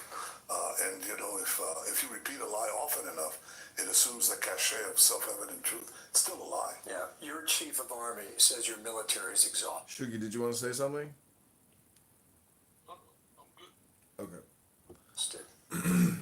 It's almost 2 years of war. And I mentioned 20 years ago this month, Ariel Sharon made the decision to get out of Gaza, bring the settlers out, and it's been that way ever since, and Hamas moved in. But you have 10 million people who live in this country. That's right. And they have a lot of opinions. Yeah, well, is it possible? It's a democracy, Is it possible for you to keep Israel unified almost 2 years into this war? Oh, I'm sure we can. I mean, there's an organized and systemic campaign against us. That's part of democracy. I accept it, although a lot of it is foreign funded by the same people who also encourage the demonstrations on your campuses and so on. But I'll tell you one thing, the people are united. Not every last one. This is not a dictatorship. But, when it's a Southern Front war, and look at what we did. We were attacked. We were on the verge. Everybody thought this is the end of Israel on October 7th, when Hamas cruelly invaded us and those monsters took the hostages and murdered the men and raped the women and beheaded. It's beyond belief. And burned babies, okay? And everybody said, oh, Israel is gone. And I said on the second day of the war, I said, we're going to change the face of the Middle East. And we went against Hamas, then we went against Hezbollah, the terror proxies of Iran. Then we had the downfall of the murderous Assad regime in Syria. And then we went after Iran, and President Trump joined us, which was a magnificent act of solidarity against a common enemy. Everybody said, oh, wow, Israel's not going to be together, but it is. Now we have to complete the job of eliminating basically the last proxy of Iran that's still standing. And this is your job to sell it to your people. Well, I don't have to, believe me, the people are selling it to me. I go into Gaza as you went in. You've been to Rafah? I've been to Rafah. Mm-hmm. Okay. Talk to the soldiers. Talk to the division commanders. You know what they tell me? They tell me, Prime Minister, don't bother with the press. Just press on with the mission of liberating Gaza from these murderers. And we can do the job. We can separate the civilians from the combatants. We can eliminate Hamas. We can liberate the remaining hostages.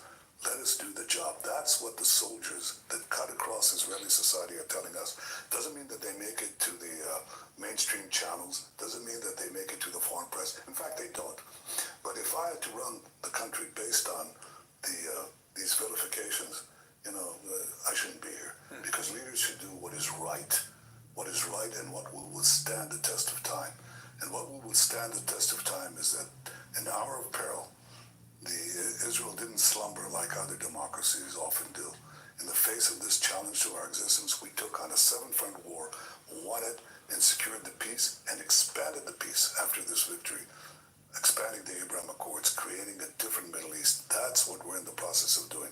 The last part is hard, but it's doable, and we'll do it. Let me come back to the Abraham Accords, because the president made news on that earlier today. In America, there has been a considerable rise in anti-Semitism, especially on American college campuses. Yeah. How did Israel, especially for Americans under the age of 30, young Americans, how did Israel lose this argument? Or maybe the better question would be, how do you win them back? Well, I think we will. First of all, you win by winning and shortening the war. And President Trump has given us the support to finish this war as quickly as possible. Of course, we have to contend with the campaign of vilification that is done by so-called reputable news media. I mean, the New York Times puts out a major story on the front page, a Palestinian mother holding a child, starved supposedly, and then it turns out that that child has cerebral palsy. It's a congenital disease. He has a brother who's well-fed, family is well-fed, but it's put out this thing, and then it corrects it with a denial the size of a postage stamp buried in the back pages. No, we can't work by lies. How do we win? Eventually, the truth gets out. It takes time. People will see the humanitarian surge. People will see our efforts to prevent civilian casualties. People will compare what has happened here to other urban warfare sites that were not nearly as dense, as difficult, without this, 50 meters below ground, these terror tunnels, and yet Israel will triumph, will succeed in this mission.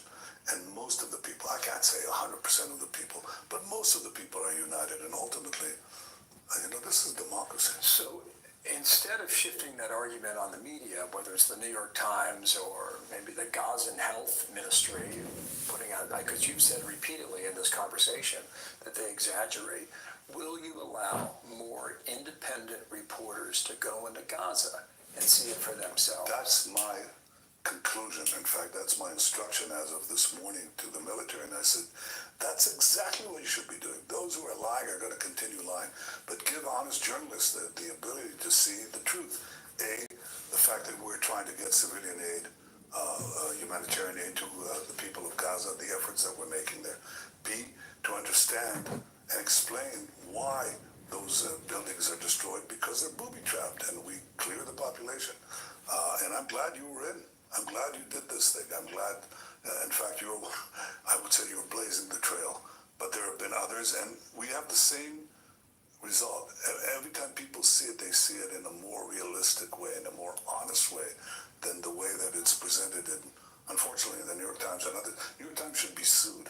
I'm actually looking at whether a country can sue the New York Times, and I'm looking into it right now, because I think it's such clear information. I mean, you put a picture of a child that's supposed to then represent all these supposedly starving children, yet they put in this picture of a child who has cerebral palsy, then they took another picture somewhere else in other media a child who had cystic fibrosis, got nothing to do with starvation.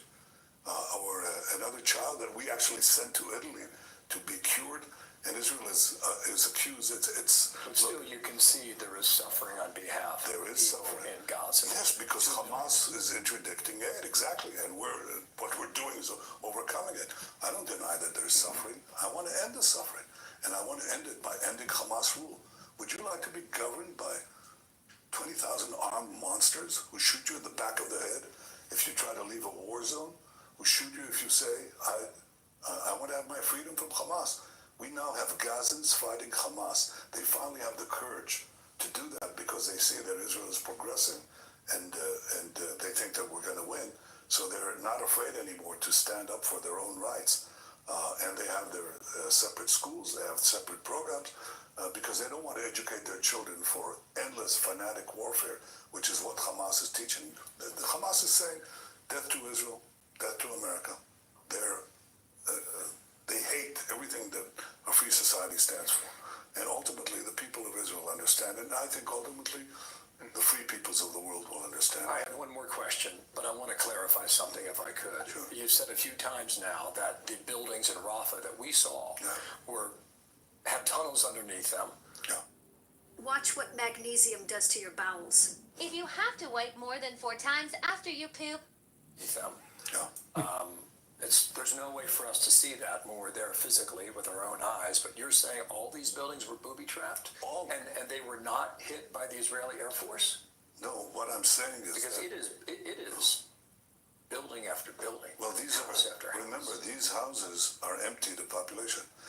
In the beginning of the war, I remember my visit to Washington, and I was told under the previous administration, they said, there are 1.4 million people in Gaza, in Rafah, because we moved the population away from war zones, and they all concentrated in Rafah.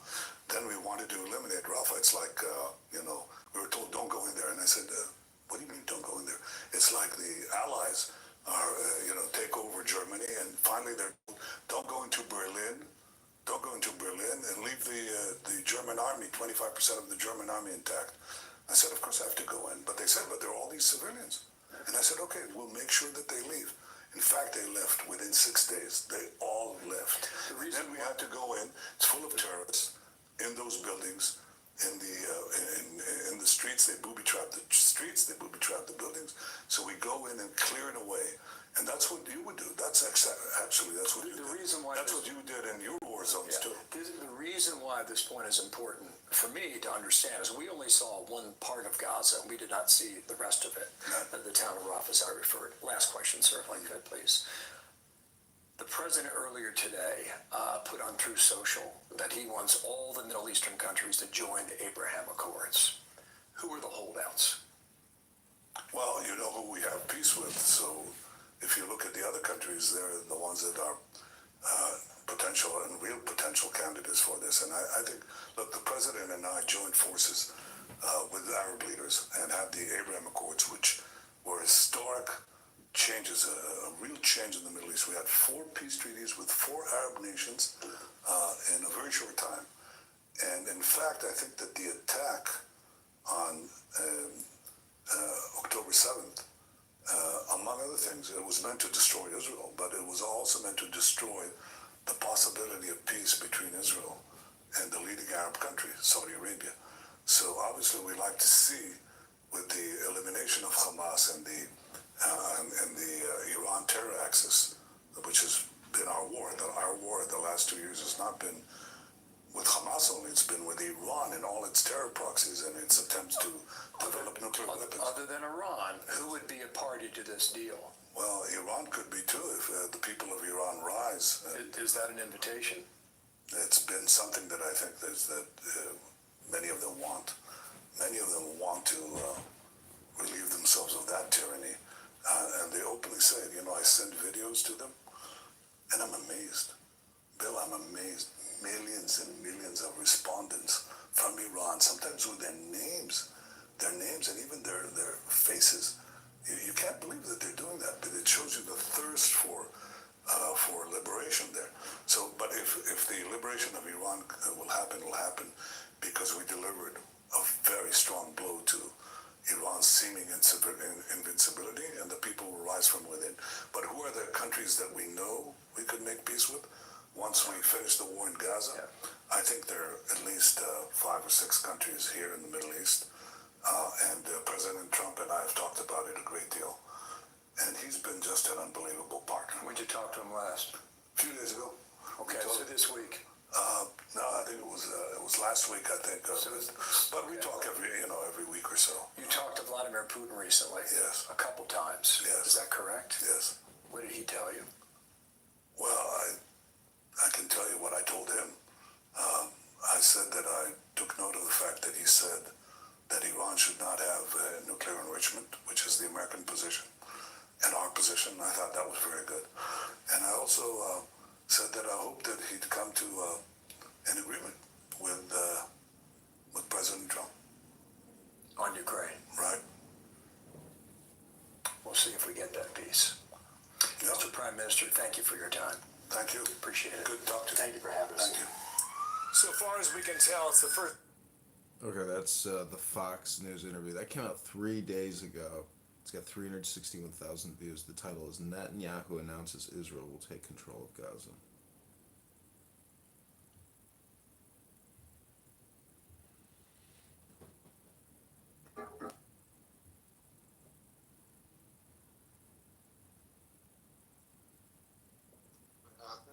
Have watched Tucker Carlson. Tucker Right, no, Carlson but is this not a interview- religious figure for me. Right. You hate This is Jesus. I don't hate Okay, anybody. stop. Why would I hate somebody I've never met? Why do we need to have these like? Why would I hate somebody I don't know? Why are you not focused and on why are you this being one? schizophrenic and trying to tell me how I feel? Oh my Do God. you hate people? Hang on, wait a second. I'm just So wondering, why did you say I hate Jesus? I never said that. I never said you did. I asked you if you Oh, I thought. Why would I hate somebody I know not? Do you hate confusion? Oh my God. Because many people think that he claims to Well, be the yeah, Messiah. well, That's already Okay. Nobody else. When did he claim? When did he claim that? You're waiting. When did Jesus claim Why to be the did you just Messiah? let Daniel? Are we listening to one of John's One at a time, guys. Yeah, but Yeah, that's just a brief sample of El Normo. Is that now? Yeah, that's now. I heard it from a distance. I thought he was in this room. I'm like, what the fuck's going on?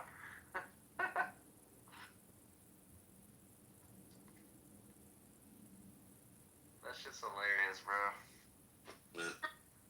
Here's a little Keep more. playing it. I like listening to it. Go. The guys are talking over each other. for Norm. And go ahead. So for Norm, this Tucker interview. Yeah.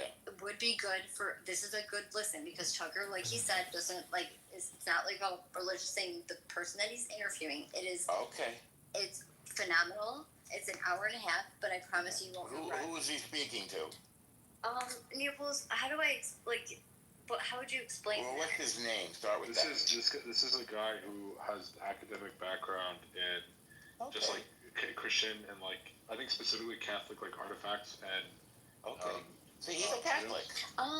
He is, but it's like he talks about like over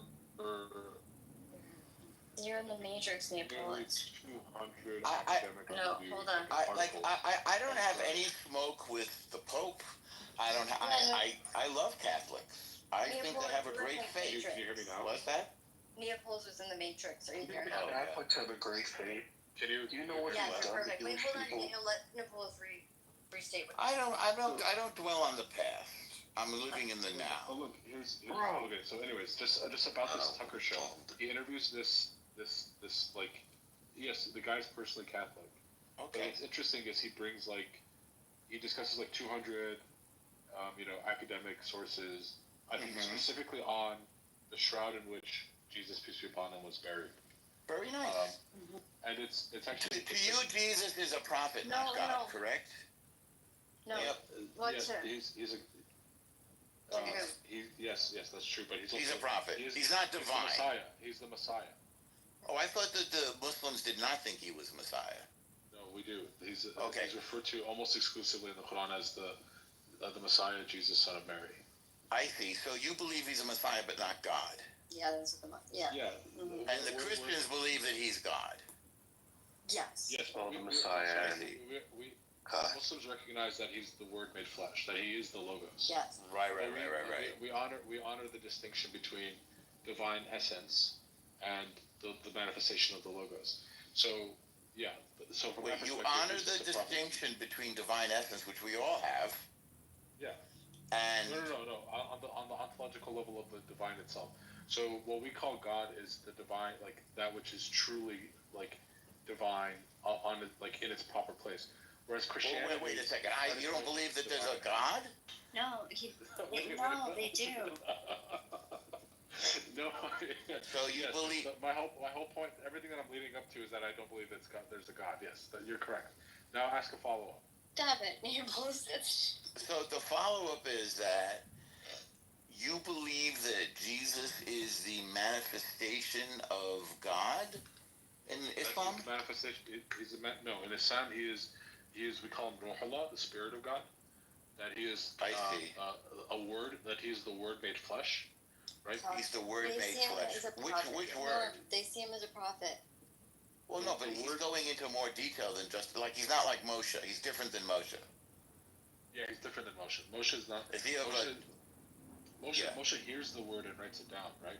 Jesus, right. Like Jesus is the word, right? Like every single thing that he uttered was like in perfect coordination and emanation from the divine. Yes. Don't you believe that of all the prophets? No.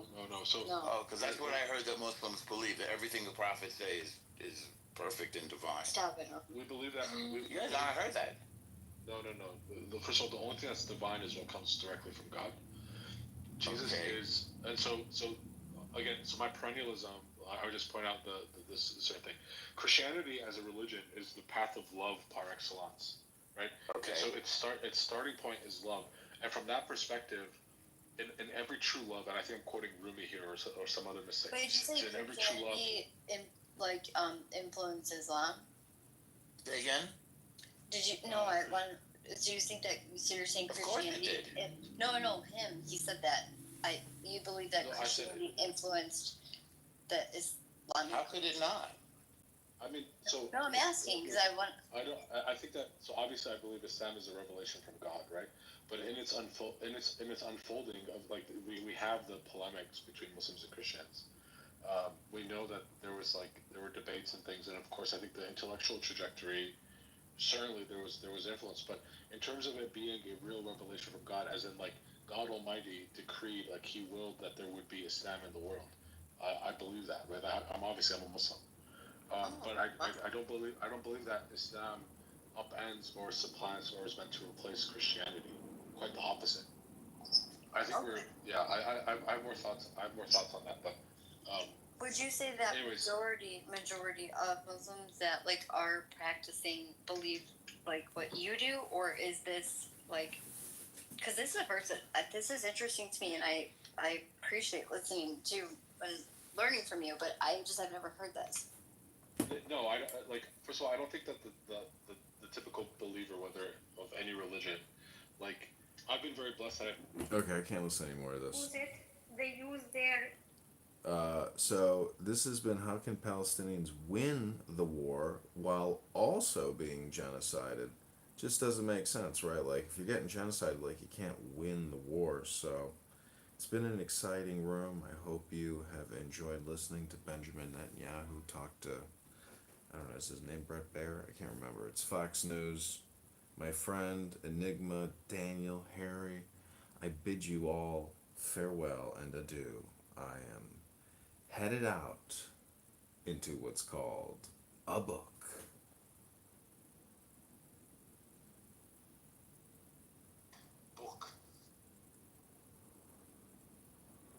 Alright, is anybody here? I guess I'm going to end the room here. We've all agreed that we have to end Hamas.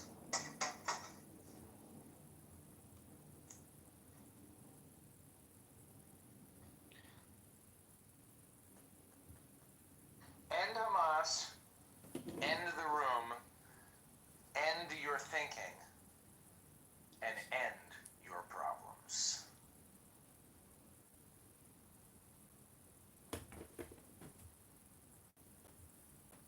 So something that like gripped my soul, and I talk about it in the law. Well. What do we have here? Three, like Sister Lucia, I've read all about her life. Prodigal daughter, but not really like, repentant. I'm constantly I don't. looking up like Catholic like YouTube channels. It was so weird. Oh, we can't talk about it now. The room's being recorded. It's not being recorded. Technically it's being recorded by Clubhouse, but it's being streamed, and then after the live stream, then a recording will remain. Slightly different concept, but I hear your point. They're gone now. What are you calling me, a social outcast? What the hell? I think you just proved it. I'm amazing. Everybody wants me in their group. All right. As usual, I'm gonna mod the women because it serves two purposes. It makes me look like I'm a bitch magnet, and it's also just more civilized. Women are less likely to move people to the goo, mute them unnecessarily, or kick them from the audience. So I appreciate the ladies. Thank you. You underestimate us. We kick hard. Okay, maybe I'll put an age limit on this. All right. I don't, because I don't like to hurt people's feelings. I do, bring it. I just want to let the room know that last night's Mojo experience netted a skyrocketing 4,000 viewers on the YouTube Live. Wow. Excellent. Congratulations, Mojo. What was the peak concurrent viewers? What did that get to? I think like 70 maybe. That's pretty good. What do you think opened up that portal? I'm not sure either, maybe somebody posted it or because I posted the link in the chat and then people from Clown House went in there, maybe, and then it triggered the algorithm to show more. You have to have momentum, I think. Yeah, well, something that it used to be true about the Clubhouse algorithm, and it makes sense that it would work for other platforms like a YouTube, is the velocity in which you open a room. Alex New York and I used to talk about it, and this is why, if you remember when he would open rooms, he'd open a room, and then if it didn't have 100 people within the first 5 minutes, he would just shut the room down. He'd reopen it, and he might do that 6 or 7 times, and then eventually you build momentum because you get the people that were in the room when it got closed down, but then when you start a new one, they jump in, but then also new people. That doesn't work anymore. Clubhouse just changed their algorithm, plus there's just not as many people on that, but I think velocity is important. So maybe what we should do is before you start the live stream, maybe we could talk about how do we just get people to go view it over there, and where we could share it, elsewhere, whether it's on, for the older people, they could share it on Facebook. I will say, Mojo, I do not consent. It's being recorded. Just to make it clear. Those words mean nothing. Make it clear. Well, I'm not an attorney, but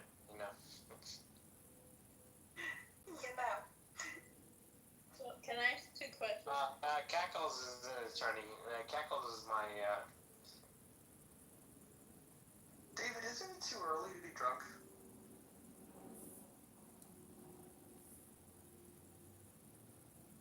What's going on with Alex New York? He used to be holding rooms all the time. I remember Alex in New York. I miss the guy. Not 3 times. You don't say the name 3 times. Beetlejuice! Okay, but whatever happened to him? Well, I'll tell you, if I knew information, I would probably withhold it, because it's not polite to share. I think what we could just say is that there was a place for him on this app, and I think some of his rooms were the dumbest rooms on here. I also think that why would you interrupt me, David? Why would you interrupt me? Sorry. What have you been drinking today? No, because. No, I want to know what you've been drinking. Don't even tell me how many, because that would be gossip. So there was a situation with Alex New York. No, but what are you drinking today? I'm not gonna answer that question. Okay, well then I'm gonna, until you want to participate in the room, I'm gonna move you down to the audience. We'll move you back up when you're ready to tell us what you've been drinking. You don't have to say how many, that would be too personal, but go ahead and put it in the chat what you've been drinking. That'd be great. Can I ask Kitover a question? Yeah, go ahead. Do you guys formally know each other? Have you guys met? No. I'm going to Chicago when the next festival is, so I wanted to know what is the next up and coming festival. Why don't you meet him at the campaign headquarters? Oh, I could do that and give him a little contribution. You could go to the Air and Water Show, or you could go to the Polish Fest, and then there's like another big one in Chicago, like downtown by Chicago Theater. You know, it's just That's what I thought. The Polish Fest. I go to all Polish things. I'm not a Polak, though. Thank you. Hello? This is Cackles calling in. What's up, guys? Long time listener, first time caller? That's about right. I got a bone to pick with you guys. What? I'm just kidding. No way. What happened, Cackles? What did we do? And how? Nothing. It was a long time listener, first time caller joke. No, keep on going. I'm feeling froggy. Let's go.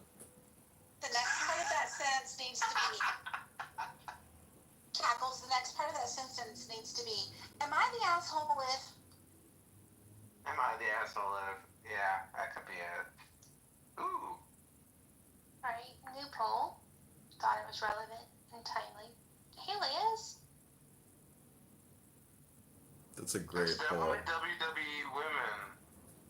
You know what I really like about the positive mojo vibration experience is the changing titles, the changing polls, the dynamic nature of the room. Your dynamic nature. Hello, Monica. Or Christopher. Who's Christopher? It's quite literally in his name. Christopher is an Antifa radical anarchist who flicks off cops and says, F you, cop! Oh no, John. Wait, hold on. My understanding of Christopher is that he's a small town boy, military family, Republican lineage, that just wants to help make his neighborhood better. Oh, wait, that like wasn't that. Monica? That's it. Oh, that was you, Serendipity? Hello, I'm sorry. Hello. Hello. You're right, Mojo. But John's he's not serious anymore. We have an understanding. So you're vouching for Christopher, so I should add him? Dude, Christopher was one of the most epic voices on this app. When everybody else was chasing, the big names that were off the app, he made a name for himself on this app. He literally made a house called Chris Sweat a Rant, and he would get on the stage by himself, rant for 15 to 20 minutes, and there'd be 100 people listening with no ability to interact with him whatsoever. They would just listen to him rant. It was probably the most interesting experience. I don't think it was necessarily the most engaging rooms. He would then bring people up after the rant, but it was fascinating to watch how he could captivate people. It was like a one-man Broadway show. Nice. Congratulations, Christopher. I guess no replays because this looks like a new-ish account, huh? Oh, this was years ago. That's funny. Thought it was Christian Lamar. I don't think Christian Lamar ever got 100 people in his rooms. True, Monica. Christopher, if there was one thing that you wish Clownhouse users knew or read in a book, what is it? Oh, I don't know. I honestly only come up here to fucking catch up with you guys once in a while. I don't think I've been on here for like 10 months or something, but this app sucks. Isn't that projection though? Because like, doesn't the app actually suck if you suck? But like, what if other people on the app don't suck? No, some people don't suck. The app sucks. Do does the app bite? It's a conference call. It's just people. Like the app is, basically a non-existent thing. It's a fucking conference call. No, they've ruined the app, and it sucks. Well, what is the app doesn't other used than to speakers having a It just conversation? sucks now. So, my interpretation of the app is it's your own choose your own adventure game. So, if you're unhappy with the content, you have the freedom to create your own.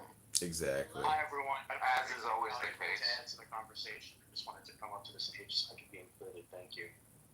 Dylan, Thanks, Dylan. Dylan, Well, welcome to the Dylan. Self Adventure Club, Dylan. Congratulations on making your first step in your new self adventure. But yeah, it's group calls, okay? That's all it is. Just a big old group call. Yeah. You're a big old group call. With a picture. Whoa, what the violence, Jackals? Sorry, I'm feeling violent I now. don't think any of you are real. I think you're all just dots on a screen making noises. Hold on, do we move him down for outing us, or what? Well, hold on. Maybe what we need to do is read the rules of the house to Dylan. Exactly what. Oh, let me put him on my PCR. Dylan, we have rules. We're a real inclusive bunch, too. What? I just read the rules for the first time in my life. Do you agree to abide by them? I have so far. Hold on. Would you like me to read them to you? Just for us to hear more of your voice, we will answer yes. In the mouse. Okay, In the so mouth? violence, no problem. No doxing, no problem. Stay on topic. I'm gonna try. Keep your shares brief, okay? Don't interrupt speakers. I'm pretty good at that. Okay, so we didn't say read them out loud. We said Monica's gonna read them out loud. Yeah, but don't forget the last few. Okay. In the Muff now has 1,029 members. This house, the rooms, and the chat are for entertainment purposes. So where did he stop? Number 5. Do not interrupt. Just start from the beginning. We want to hear as much Monica as we can. I'm so lost. Where are we starting? The rules? This is Number 1. No. Bye. No threats of violence. No doxing. Stay on topic. Keep your shares brief. Do not interrupt speakers, especially mods. Mods may interject when appropriate. The N-word is forbidden on stage and in chat. Don't spam the chat. Do not bring drama here from other rooms, and English only.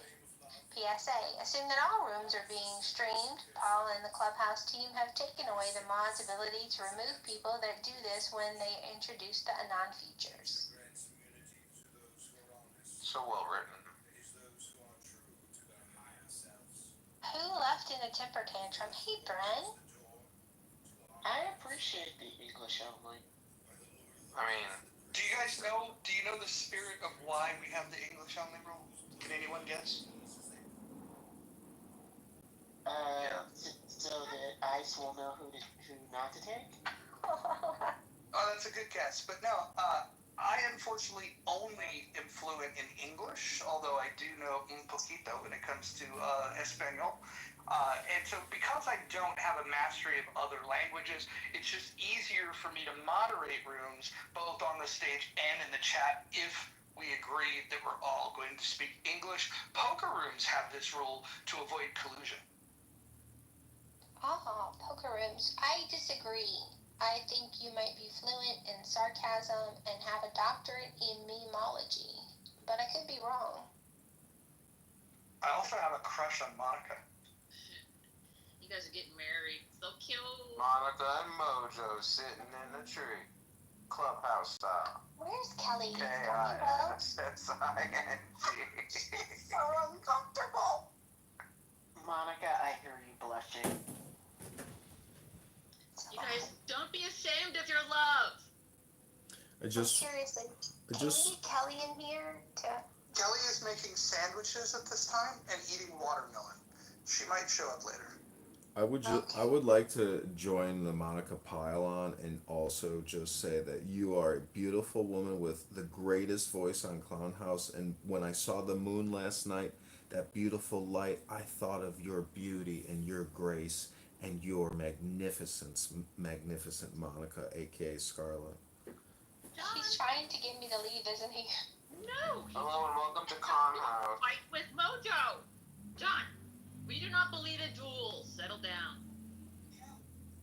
Well, when I hear flattery and compliments, Hold on, I just want to say that if we believe what the Bible says about love, it's okay because love is not jealous. So there could be plenty of admirers of Monica. Oh, good. Can we just throw me in the mix, too?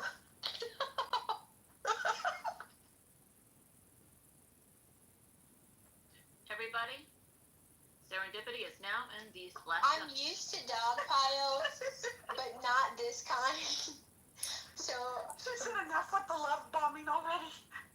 I think you can only get great compliments if you truly like anonymize yourself and remain, anonymous.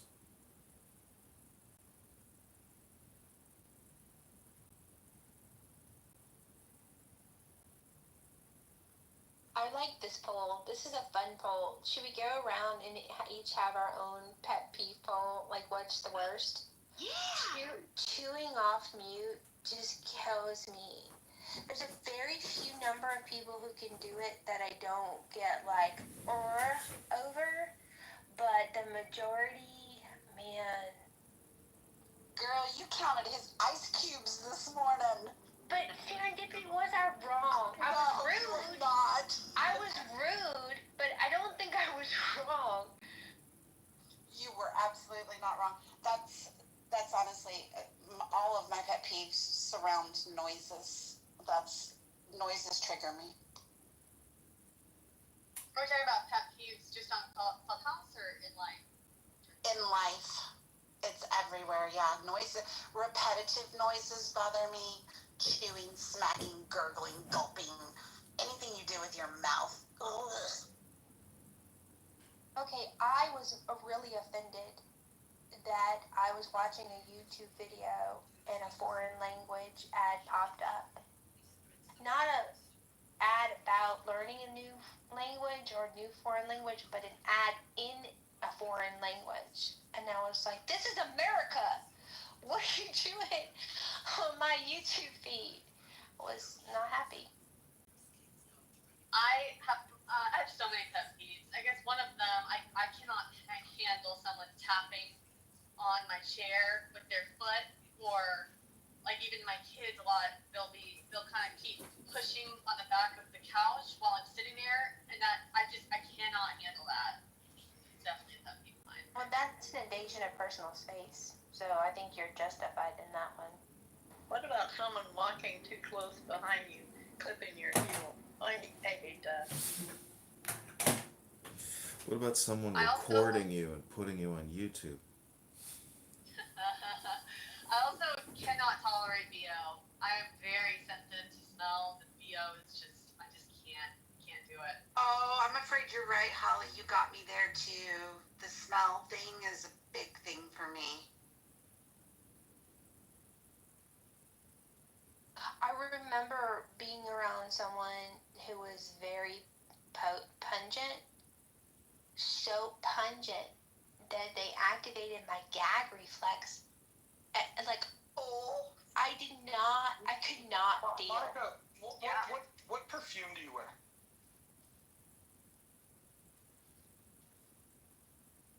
Can you answer that? Is that too personal? No, it's not that it's personal. It's that I really there's the Michael Kors original was my favorite, and then it just continued. Oh. So. Well, the reason I ask is that I'm thinking of getting your favorite scent and spraying it on my pillow. Oh my! What? Is the world turning? It could be a carcinogen, so sleeping in it might not be the best idea. Yeah. I wanted to sing Doobie Doobie Doo. Yeah, I've definitely been in really awkward situations. I was on a plane. It was an international long plane ride. But before we did the park, whatever, I was sandwiched between these two very, very large men, and they were really nice, very talkative, but very bad smelling. I mean, it was pungent, and I was like sweating because I was like, what am I gonna do? What am I gonna do? Like, I can't. I was literally sitting there thinking, like, I think I have to get off this plane, and it was a really full. Like, the plane was full. It was filling up. I'm like, I honestly think I have to get off.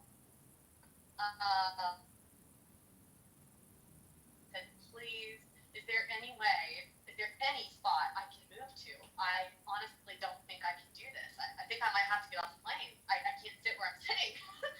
And she was like, let me see, you know, and she's like, just go back, let me see what I can do. I was like, okay, I'm praying. So thank God she came and grabbed me, and when I got up, those guys said, they made a comment like, it's okay, we're used to it. And I was like, damn, it was so awkward. But so is it a natural scent? Is it a food scent? Is it bad hygiene?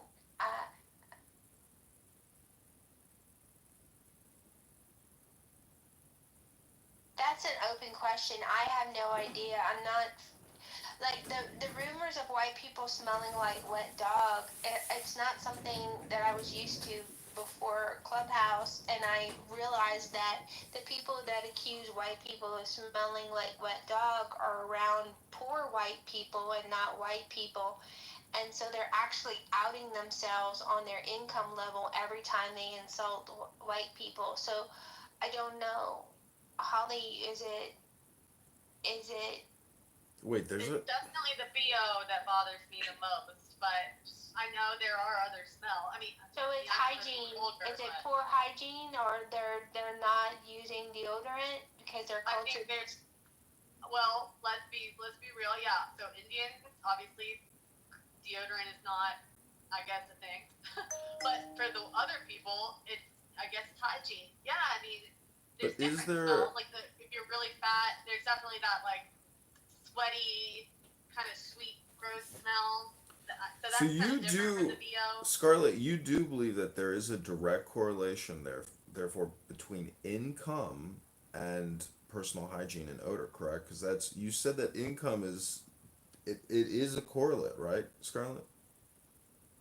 Oh, I don't think it's an absolute, but if you have to pick between eating and soap, many people will pick food. Well, let me ask you something, Scarlett, since you're talking about personal hygiene. Axed away. Let me ask you, do you use a water pick to brush your teeth with? And do you also use baby wipes to wipe your ass?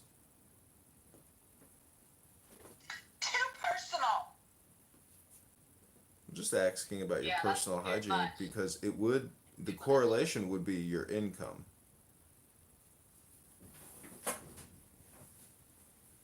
Well, some of this is just culture also. Like we you know, there's differences in the way we clean based on. Do you guys clean your mouth out with coconut oil and oregano? That's a thing? I use safflower oil. Is that what do you mean? Why do we want to do that? Oil pulling? Because if you use the over-the-counter mouthwashes, they actually kill the bacteria in your mouth that's actually good for you. It actually makes you less healthy. So I highly recommend a combination of oregano with coconut oil. I have oregano oil and coconut oil. Do I mix those together? And what do? You just put it in your mouth and then rinse it out? Listen, you gotta. You gargle it the same. You gargle it the same way you would semen.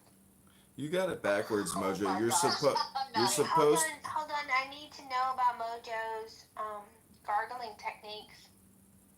Oh no. What did I just walk into? We are talking about how you can use balsamic vinaigrette as a mouth detergent, essentially. Balsamic vinaigrette? No. Was that one of the options? I heard Yeah. it was coconut oil. You gargle with balsamic vinaigrette as opposed to mouthwash because mouthwash is an alcohol and a carcinogen and it kills the bad bacteria, the good bacteria in your oral hygiene.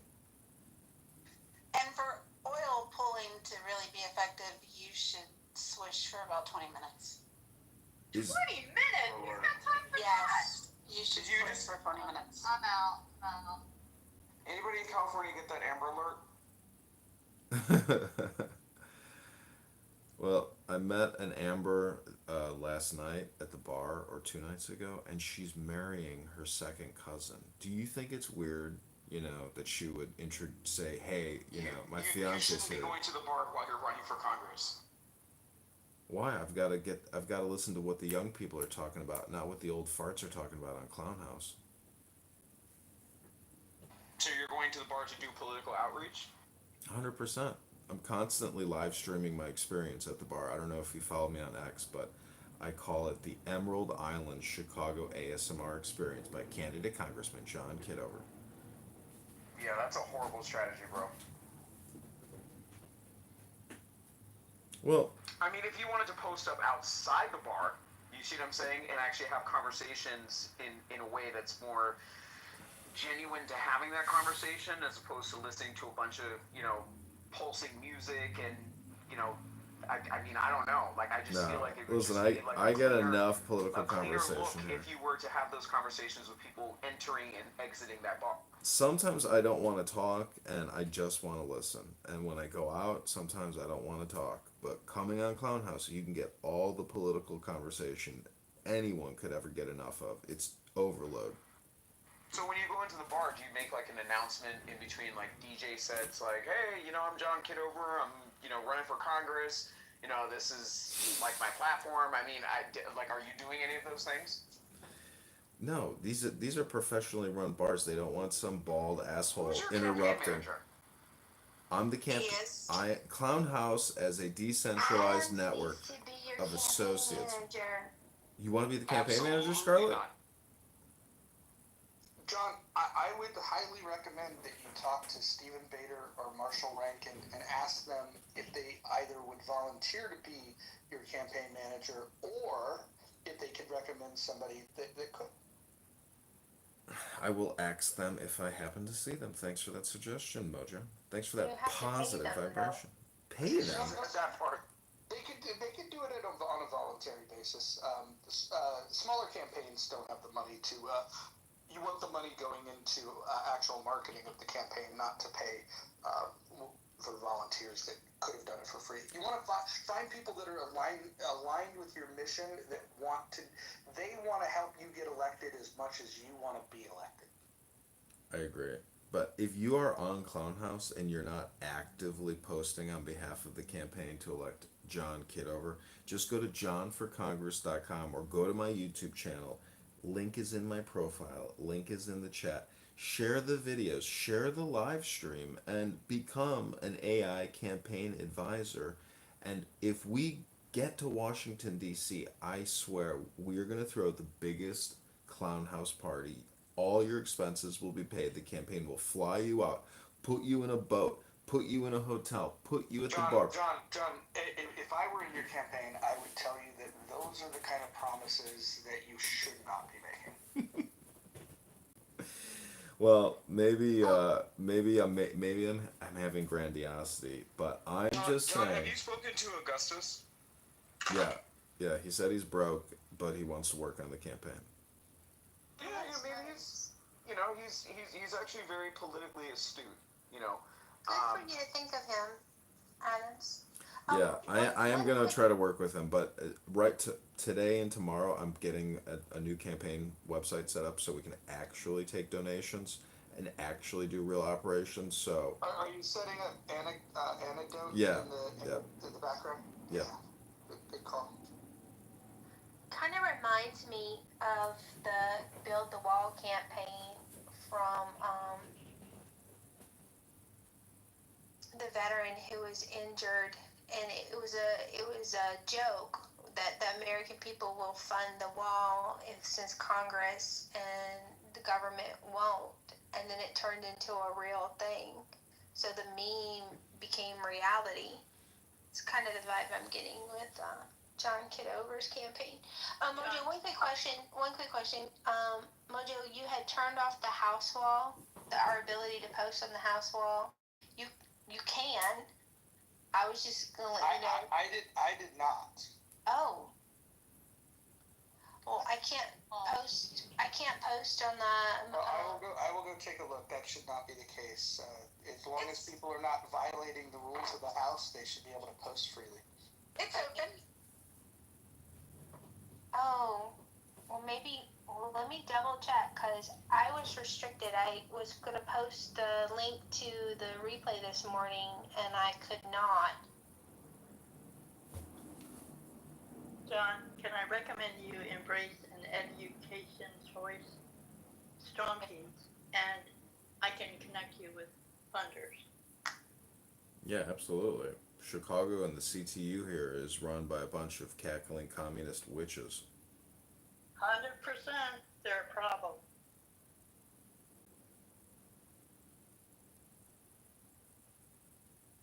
So the guy's name is Paul DiPerna, DiPerna. Google him and tell him I sent you if you embrace the net choice agenda. Well, we have a gentleman, maybe I can get him to come on Clown House. His name is Governor candidate Joe Severino, and he is getting attacked by the Illinois GOP in a way that you can't believe. But he's getting a lot of views, and he is the only Republican who has any visibility running for governor. The Illinois GOP doesn't field anyone. They have no candidates in any election cycle for judges, for committee people, for Congress people, for senators. They field nobody. None of the other positions in Illinois state government do they ever field, not for commissioners, not for Secretary of State. They field no candidates at all, and they have only $5,000 in their bank account. That's it. That's all the entire Republican political party has in their bank account. $5,000. That's it. Have you guys seen KB on the app? Serendipity? No, I haven't seen him in a couple days. No, I'm talking about the female KB. Oh no. Oh no. She goes on X Spaces with Andrew Meyer a lot. I haven't, Adams.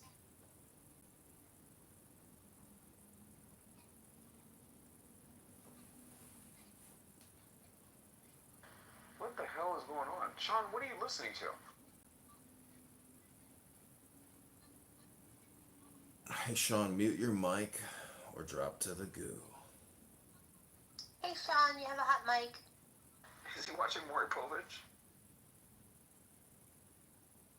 So the one thing about launching a campaign and using a platform like Clown House is because there really kind of is this force multiplier effect of having like what you could call a networked brain or a positive group think to a certain extent, or utilizing Clown House as your rocket pad. There's just a lot of benefits to launching a political campaign and doing communication with individuals, in this type of social audio dynamic. And, because almost all organizations constantly have meetings, to me, Clown House is the perfect place to conduct business and use it as a conference call, a teleplatform like Zoom. So, to me, Clown House, can be revolutionary and create real change. It's just a question of the users and whether or not they're able to successfully work together to actually do anything other than just like have casual entertainment conversations. Yeah, you have to show up prepared. I ran 3 successful and 1. It's work, but you have to be very targeted. You also have to define success on your own terms. If winning an election is not the only strategy. Sometimes it's an awareness thing. Sometimes it's a learning thing. There's a lot of things that you can do. Libertarians love talking about Joseph Overton and the Overton window, but you got to be intentional about that. What is your goal? And if you have exit criteria of like, man, if I do this, that will be, I can hang my head, very well. Those are the things you should think about. Is winning is for the people that are going to throw a lot of money into it, right? But you can also define success in your campaign without winning the election. If you were to cause doubt or at least introduce into the conversation an issue that you care about, like if you think about Ron Paul's biggest contribution, he certainly didn't win the presidency, and when he was in Congress, most people didn't even know who the fuck he was. But once he ran for president and it was on the debate stage, he started talking about things that said, I wonder why the rest of them don't care about these things. And so what you need is more people like Ron Paul. And I think that when you do it on a local level, you can have a lot more impact. Yeah, I mean, even putting out videos about property taxes in the top towns in the district, income taxes in the top town, like the current congressman, probably if I were to do a quick Grok search about how many times and give me the content where he has talked about lowering your property taxes, income taxes, gas, plastic garbage bag taxes at the grocery store, everything. I mean, there's ways to create content which cause doubt and bring up relevant topics that are priorities. I would like to have more people like Ross Perot. Ross Perot, I can't remember the lady from Texas, but just more people who had a different political and economic viewpoint. I think what America suffers from is the agree with me because I say so crowd. I think we got to have several different conversations, and of course let the people decide. Well, you know what I kind of wish we had was more long-form debate structure. I don't like the way that the debates are structured. Itself had formed a committee to choose the rules, and those rules, the first big rule that they make is how to exclude third parties from those debates. And so the good news is, to throw a name at you, you should look up the Free to Choose Network and look up the chairman, Chris Rufer. He's the guy that he founded the Morning Star Company. He's the wealthiest pure liberty donor that you're going to find. And if you were to message him, and all you have to do is go to the website freetochoosenetwork.org, send a message, put in the title of your message, principle of human. Oh God, how does he word it? Hold on, I want to make sure I don't bastardize what he says. Hold on, I want to make sure I get this exact. Hold on, bear with me. I apologize. I just don't want to fuck it up because this is important. These are his words, so if you put them in his words, it'll go a long way. This is somebody that was by far the biggest donor to the Libertarian Party and a lot of libertarian campaigns, but I will tell you, hold on, let me find the email from him.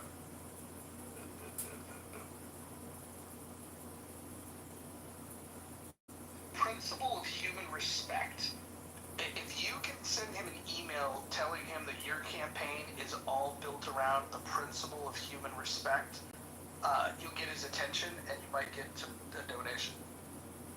So for the people who say that, parties need to have a different structure. Mojo's correct. A lot of those ones that we see are structured a certain way, but you do have the opportunity as regular Americans to bond with some people who may be having a similar conversation with people who are not part of the structure. I think the sad thing is that when people who are not aligned with how the Democrats want the Republicans do their thing, Green Party, Colored Party, Forward Party, the people who want a different structure are not paying those things attention as you should.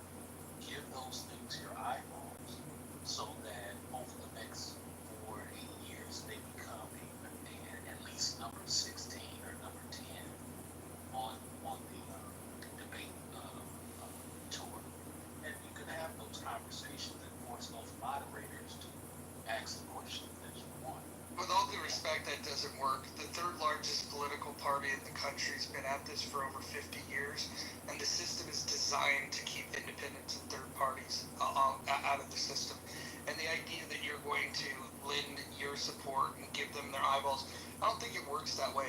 I think a better idea is you take your ideas, you organize, and then you look at the way that the game is set up. You have to play within the rules. If you break the rules, they'll kick you out. So what you do, if you have to bow down to the fact that there are two parties, and then you have to push your idea into one of the two major parties. I think that's a different premise. I don't disagree with that premise. But I think that what they were talking about was hearing different conversation structure. But what you're talking about is not different.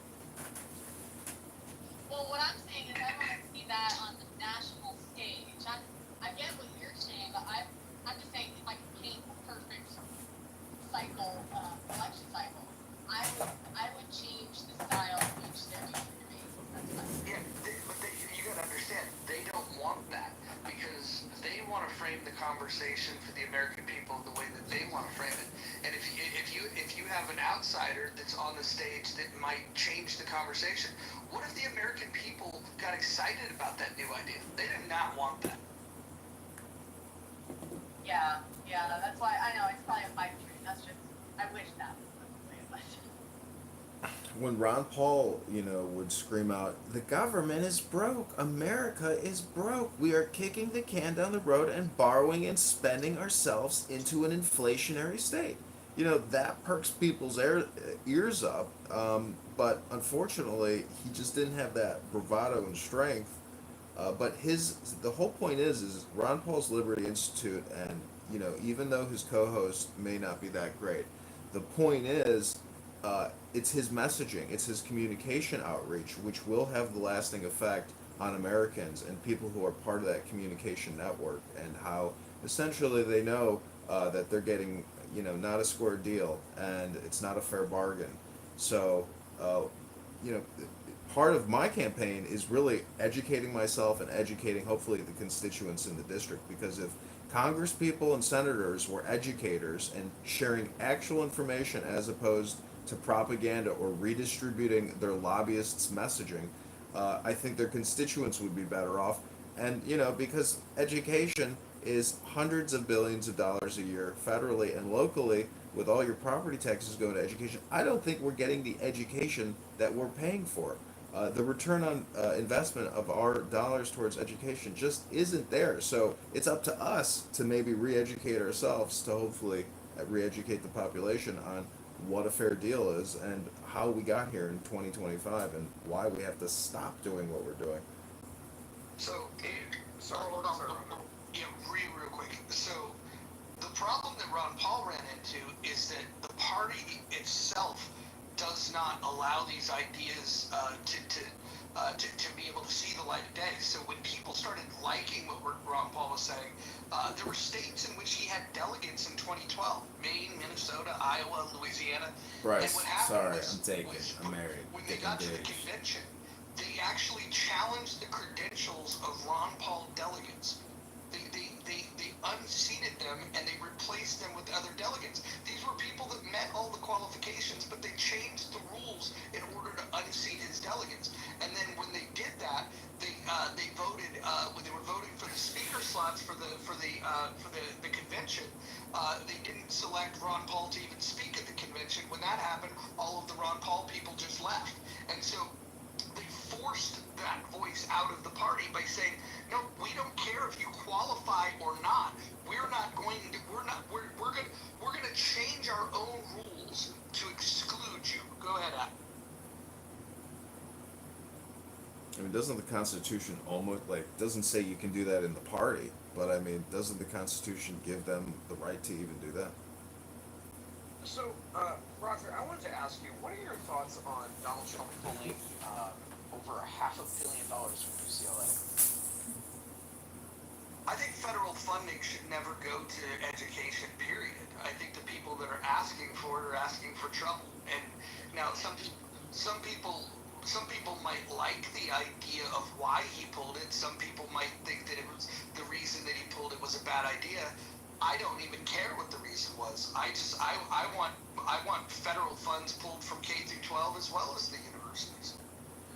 I would agree with you, but I also want to introduce the context that the student population at UCLA is 2/3 foreign students. So, I mean, the fact that we're even funding on a federal basis, you know, a campus that doesn't actually have attendance from, you know, United States citizens, like that to me is my main point of contention with UCLA. It's disgusting. Like back in the 70s, like UCLA used to be free. Like, Roger, what people have to go through, you know, to get their kids into schools in Southern California is disgusting. Like, I'm all for Becky from Full House. Like, I think that every parent that does have those means and their kids are able to academically qualify, I definitely think that they should be utilizing that pathway. So this kind of happened when, in my view, it kind of happened when people tried to make a degree as the benchmark for a job, you know, and so we took it away from the GED people. We took it away from the people who may have 8th grade education, but they did way better than the college degree person. And we kind of put ourselves in this little conundrum of, well, we're just gonna, out of the blue, glorify this thing. Well, in doing that, now you start to weaponize against many of the Americans. So it may not seem that way, but from my point of view, in my culture structure, the way we see it, the minute you start saying, okay, this is okay, but now we're going to create something, policy, right to work. Now it's not okay. And then 20, 30 years later, you see the ramifications for all of it. If you had just left it alone, let it live and die organically, it would have been okay. But we tend to, here in America, weaponize for one group or another and not realize that you're basically getting the outcome that you just spoke of a moment ago. So, do you believe that in certain concentrations of study in college, it's to have you recite information, or is the whole concept to teach you how to think? I'm an honor roll student. It is to recite information.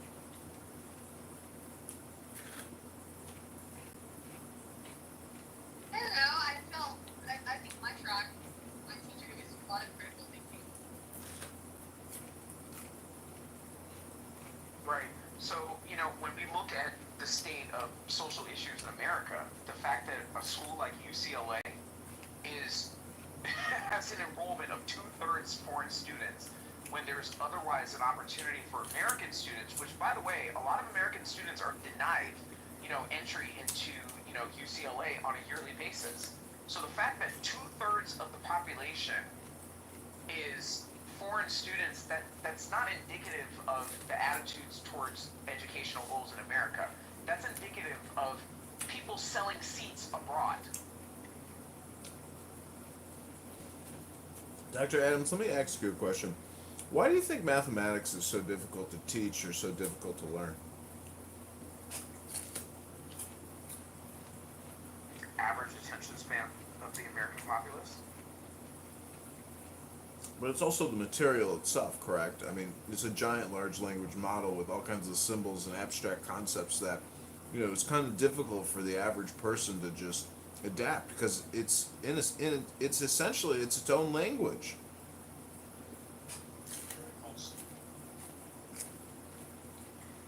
You know, there's a reason why they don't allow you to have programmable scientific calculators when you take your SATs.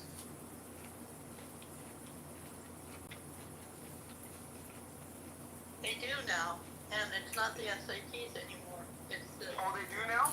Yeah. I'm about to say, what is he talking about? Let me finish. And the test now is ASVAB, which is aligned with career tech. They don't take SATs and ACTs anymore? No, 80% of the country has moved away from that, and they're moving towards a company called ASVAB. That's the test. You know, I asked I asked this Indian gentleman, a guy who had a master's degree in computer science and was a software developer working on apps for Walgreens and Boeing and other major Fortune 500 corporations. I said, why are there so many Indian H-1B visa software developers? And he goes, John, there's 1.4 billion people in India. That's a lot of engineers. You know, they pulled the nice scam during the automobile situation where they weaponized that. It was actually genius on their part. They weaponized that, and they had these little call centers in certain parts of the country. Pakistan did it too, where they would teach people how to pass interviews. And what's so amazing is they weaponized the way for the people who trampoline is called trampoline off of the automobile industry into these other certain areas, and they would pull their people in by getting this type of scenario where those people who came from the centers would get interviews from people who were placed in certain areas. So I speak a little bit of the Gujarati. And what's so funny is I remember a lady in the HR department tell somebody, hey, just get here, I'll guarantee that you get an interview. So it isn't that these industries necessarily need it, it's just they did a very smart thing. They said, hey, here are some people who want to get cheaper labor, and they don't really want to pay the American-born IT guy. Let's... Wait, hold on. What you're saying doesn't make a bit of sense, and it tells me that you don't know how these visas are issued. You have to first exhaust all of your options here domestically before you can even create the conditions for opening a job rec for bringing someone from abroad. I mean, like, this is an example of Clubhouse where people just say words and they don't know what they're talking about. Okay, you interrupted me, so let me ask you a question. What happens here in Silicon Valley? Well, considering I worked in Silicon Valley for 30 years, what exactly do you want to know about it? And it sounds like there's a lot of things that you don't understand about it. I just asked you a question and you're avoiding. I don't understand your question because what you said was gibberish, but go ahead. You interrupted me, which is your right. Then I asked you a question about how does it work. You asked me or asked me? Oh, well, let's use the Oxford Dictionary. OSC is the correct pronunciation, but we all got different dialects here in America. So you can play that game if you want to. The correct pronunciation is OSC. Even you're not pronouncing it correctly. So I disagree. I would pronounce it axe. Again, you have an American. I'm gonna start asking questions. I'm not gonna get you upset. And now here comes like somebody trying to help you. Wait, Celia, are you sure that the Oxford Dictionary says I'm os? trying to help you. I'm talking to the one guy who interrupted me. Hold on for a second. So can you answer my question for a third time? How does the process work here in Silicon Valley? Which process are you referring to? You're talking about the one you interrupted on. Oh, so you want to explain how pieces work? It's perfect. Thank you. So if you're hiring, let's say for an engineer, for example, the first thing that you must do is you must open the job rec for domestic applicants. You cannot open the applicant pool to foreign workers. You're forbidden from doing that until you've exhausted all options. And once the job rec's been open for a reasonable amount of time and you don't find qualified applicants, then what you do is you have to get approval from HR to be able to create a job application that would allow you to take on people that come from elsewhere. Now, do you want to disagree with what I just said? Yes, and allow me 60 seconds and you can have 5 words. You can have 90 seconds because I prefer to give more time for you to interrupt. I know you're going to interrupt me. No, I won't. I'm going to give you 90 uninterrupted. So I have been in software since the days of this American Megatrends, Earthlink, or Mindspring before Earthlink. I've been around for quite a while. People have jumped past the process that you just claimed is in existence, which it is, but they've jumped past it with these contracts through temp agencies. So you're saying they have truth, and that's why when you interrupted to try to be obtuse, you actually failed. They've been doing this for over 2 decades, jumping all that entire process that you're talking about, getting people in through the temp agency. But you got the last word, sir. It was a great conversation. You got the last word. Yeah, let me ask you this: Are you a hiring manager? In the field that I'm in now, yes. Great. And so you have hired people. You have hired foreign workers. No, I personally refuse. Gotcha. Okay. So you haven't seen the protest through, then that's kind of what we're saying. No more questions. Yeah, and I think the restriction, Roger, is they have to have that applicant pool open to domestic employees for a year. And a 1 year period is seen as a reasonable amount of time to try to find an applicant. And only then can you say, hey, I want to hire somebody who's a non-citizen. Let me try to get some paperwork here. And then you have to establish that, okay, you're bringing in that foreign worker. Are they just a migrant worker, or is this a long-term thing? If it's a long-term thing, then you have to demonstrate like a 10-year period or a 4-year period. There's all sorts of restrictions like that, at least in biotech or for trying to find talent. So, Seeley, Trey, the thing you said about the temp agencies, that's only one exploit. So I'm not sure. No, I agree with you, sir. It's just that he's talking in absolutes and that these things don't happen. So thank you for acknowledging that it is one aspect. And I acknowledge that he spoke half-truth also. But when he interrupted as if what he was saying was a superior thing. And it's only half-truth. Typically what I say is a superior thing, but carry on. It's just good to have good competition. I mean, hey, you may be right on some days. It's all good. But respectfully, this conversation has many layers, and the way people outside of the country, and I think Dr. Adams might appreciate this, weaponize the loopholes that you may not know exist. That's where the problem really lies, and that's why people like Dr. Adams get frustrated, because there's a lot of loopholes that Americans have not closed because they're unaware that it even exists. but the loopholes help Americans because they're American business owners. So it's weird to say like Americans versus Americans. I think you should specify the special interests and what the loopholes are. So I hope before we go down the rabbit hole, the way that this conversation started was I asked Roger what his personal opinions were as far as Donald Trump and his administration pulling $500 million of funding away from UCLA. Roger gave his opinion. I gave my opinion in saying that in greater context, people should also understand 2/3 of their population are international students. And I feel that it's inherently unfair that even $500 million funding goes to a public school, okay, to basically have an enrollment that is 2/3 international students. Yeah, that is weird. And they're also, they're paying like double, right? I mean, international tuition is typically significantly lower. Yeah, but what I think Dr. Adams is talking about that money for some way, somehow, the Americans are not at the forefront of the benefit. And even kind of that's my whole point. And I also mentioned the fact that in the 70s, UCLA used to be damn near free.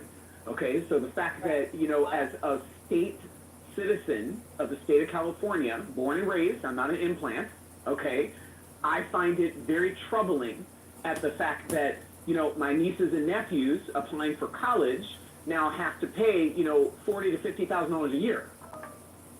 Yeah, that is troubling. Anyway, I'm just saying they're raking it in, right? If they're getting sizable. Oh yeah, they're getting it from both ends. Yeah. Yeah.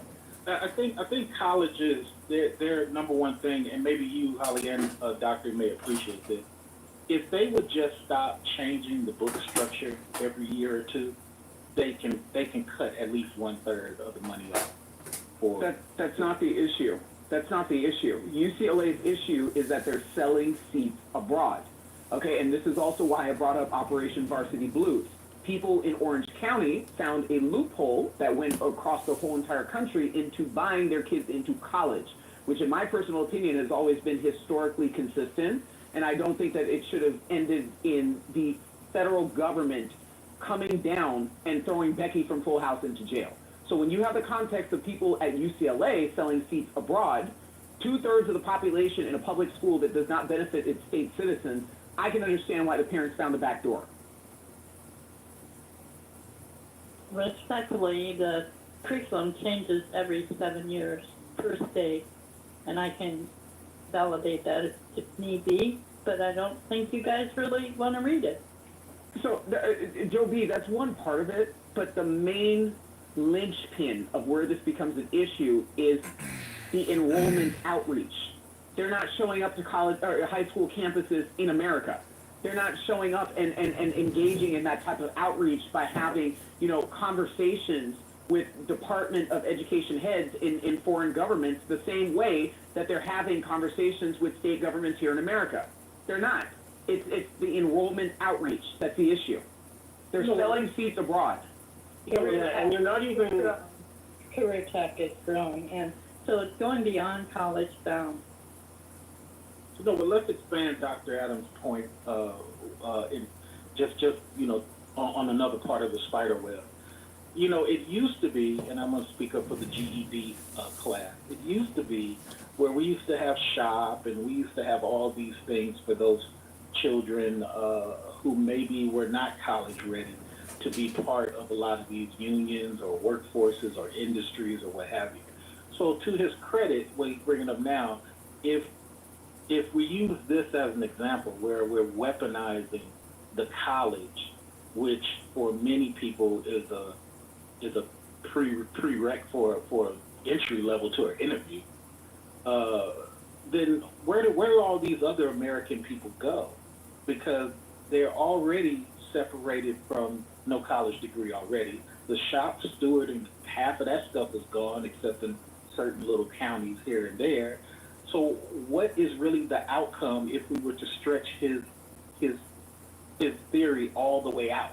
Well, that means that a lot of Americans are going to go without, and people on the outside of America who can financially pay for people to exist in these colleges will be the supreme people in 2040. But it's not individual people that are sponsoring those F1 visas from kids outside the country. It's foreign governments. Let's be very clear. Yeah, that's what I meant. The donors put up like a token quota, right? So they're like, hey, we need this many or whatever. It's interesting because I think this is coupled in with the problem of like low birth rate and competition. Something like India has more children in an honor roll, like meaning they do well in school or higher than we have people. And so I think there's something to be said about abandoning the children of America in the face of scouting for talent elsewhere. So maybe it makes sense at a like national level, but at a local level, it's very vicious and unfair.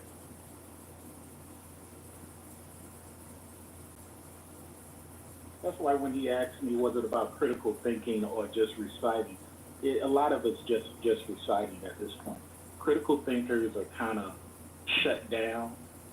It's not, if you want to compete against something someone said in the class or have a different rule set that you created in your mind, it can't even get flushed out because the way these things are moving now, it's just like, okay, recite what you want me to recite and let me move on.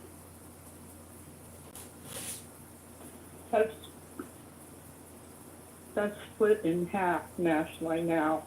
Literally, career tech taking 50% and college bound the other 50%. And what's happening is it's choking colleges, some need to be choked, and building career focus.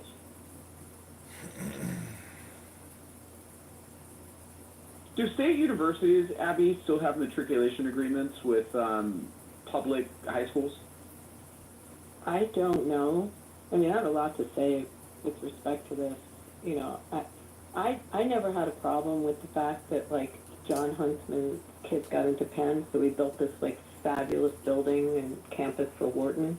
Like, there's no skin off the university's back to take a couple kids in, and they got this massive donation from Huntsman.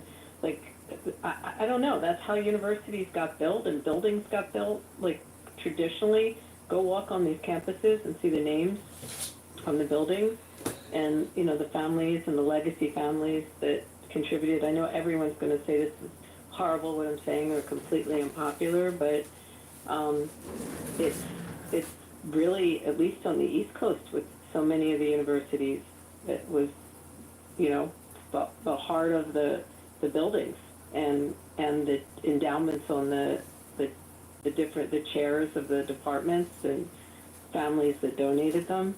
I think there is a difference with foreign governments, and what we're seeing and what like Virginia Fox's committee has been able to sort of unravel. And there's, I forget the bill in the House. I think it became law. Someone can correct me with respect to the disclosures from foreign governments into universities and how much they can contribute. And there's like some kind of threshold where a certain amount of money contributed in has to be disclosed as where its sources are from. But yeah, I don't know. Did that become law? I know I saw the proposed legislation. I don't know if it happened. That's true for lobbyists. I don't know if that's true for donors of universities. Right? It was put together through, you know, Virginia Fox's committee, which is Louise Stefanik is on that was doing a lot of the hearings with the university presidents on the anti-Semitism. They were also pushing to find out, and a lot had to do with the Qatari money that was coming in and the sources of the money. I have to check if it actually got signed into law. But I think that's important. But I don't know. I mean, you can all jump on me for this, but I really never had a problem with the donations from legacy families onto campuses and building buildings there. I don't have a problem with that either, Abby. My whole thing was like the whole Mark Singer case. You know, the fact that, you know, Becky from Full House. Yes. You know what I mean? Like, this is, it's ridiculous. Okay, the fact that became like an institute, like what he was doing, he made a whole business out of it, right? Okay. Yeah, and recently the judge allowed him to return back to his business practices as long as he discloses his, you know, past, you know, criminal history over the course of his business practices. So I feel like it was just fake outrage. I feel like people who have the money to be able to find a back door, given a system that has a thumb on the scale against American students, I don't find a problem with it. So, well, I mean, hold on, Abby. The legacy admission thing, I remember hearing a lot of people, you know, complaining about this and saying how it's unfair. I think if a university wants to set up rules where their admission standards are for high grades, or if they want their admission standards to be based on, you know, your ability to take a standardized test, or your ability to pay or be accepted, it comes from, you know, legacy members, or you found a loan to get in. The only thing that I would like to see applied is that if they can't pass whatever standardized application process you have, for example, if you're going to let the legacy student in and they couldn't pass the exam, I think that's a fucking big problem. I think that level of nepotism is a problem, but you have to balance that with the fact that if you made a hard and fast rule, where are you going to get the funding? Because first and foremost, my goal would be to make sure that the government doesn't fund these universities at all. And if the government, and if I get my way and the government doesn't fund it, the universities are going to have to fund it somehow, some way. And I don't think that if the government's not backing these loans, then you're probably going to have to rely more on legacy. And so I wouldn't want to send my kid to a school that practices nepotism to that level. If they would allow students in that couldn't get in on their own, I think that that's a huge fucking problem. But I also think that's a problem for me. But I don't think that they should be disallowed from setting their own rules. I 100% agree with it. So I know with legacy, I mean, they still have, like, definitely with the Ivies, I mean, they still have to reach a very high minimum on their SAT scores and their cumulative averages. I mean, there is a very high bar. There's, by the way, a high bar for athletes at the Ivy level. You know, like they can't take a dumb athlete in there. And by the way, they have to survive the university. So they still, you know, they're getting into Princeton, they got to stay in and get through those classes. And these, you know, yeah, of course, a lot of these schools have like classes that are the easy ones to take, but they still have to matriculate through for 4 years. So I 100% agree with you, but, you know, these like sports centers and, you know, like the what do you call it, the aquatic centers, the swimming pools and these different facilities on campuses, especially on the sports, get built by alumni. It gets built by alumni money. I mean, it's not, except maybe if you're at, I don't know, I mean, maybe a really rich school has it, but most of these campuses, especially stuff like sports, so you're going to have to rely on that, and you're going to have to rely on the goodwill of the alumni, and I 100% agree with you. But if there's, you know, there's got to be a minimum, and I think there is. I mean, at least I know with, you know, the one Ivy where my kid was, and my kid was, you know, had family legacy, but also, and by the way, got in because of, you know, her own merits in sports also, but had to have a very high, it had to be extremely high. They wouldn't even look at it if it wasn't. So I think it does exist. I mean, I can't speak for all the schools, but I know with some of them, at least at that level. I think it's unfair to introduce what happens after they get in. I think it's unfair to introduce a particular building that's, you know, a quarter of a mile away that somebody built for lacrosse. The thing is, if you're promoting, hey, this is what the rule is while we use taxpayer money. Your money, my money, her money, they money. This is what the rule is. So what happens after can't be the argument. The lacrosse thing that somebody built can't be the argument, because all this really started when people start saying, nah, you're this and I'm that. And then people start saying, okay, well, let's dig into that. Oh, you're not really this. You bought your way in. Oh, yeah. And now people go to their political connections and they say, okay, let's make this a little bit stronger, because the people who are talking about and have gotten caught. So in that particular case, you did, and we're talking about the tennis guy, I think he was in tennis, who leapfrogged a lot of people in. He was in either tennis, lacrosse, something like that, or was it swimming, maybe. But he got a bunch of people in through athletics, and some of them didn't have the scores. So it's like, it's the same thing the Asians are going through now. The Asians said, hey, we don't want this policy and that policy. Well, now, many of the Chinese, not all, are suing some of these institutions because they can no longer get in.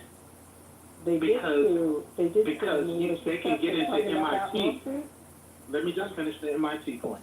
They can get into MIT, but some of the other ones, they have lawsuits against them because it's more than just your scores, and they weren't thinking about that. Wait, but I'm confused. Are you talking about the lawsuit that they won? Because they sued Harvard in North Carolina, a Supreme Court case, and they won it. So it is now the law in the country that exactly what you're talking about, that the Asians have to be considered on their merit, because it was exactly what was happening to them at all universities now. They have to be viewed that way. Is that what you're talking about? Because they won that case. So, enlighten me. They won the case that states you only get to be considered for your academics only. The Asian Association, someone help me with the name of the plaintiff, with the Asian something association, sued Harvard and University of North Carolina. against the affirmative action program, claiming that there was discrimination and they were not getting accepted into those schools, even though their test scores and their cumulative averages and their academic credentials were greater than those that were getting in. And the schools were relying on affirmative action, which was a case, decided by the Supreme Court 25 years ago, or someone helped me also on the dates, that set out affirmative action, and it only was supposed to have a shelf life of about 25 years. That was Justice O'Connor's opinion when they passed when they ruled on affirmative action way back.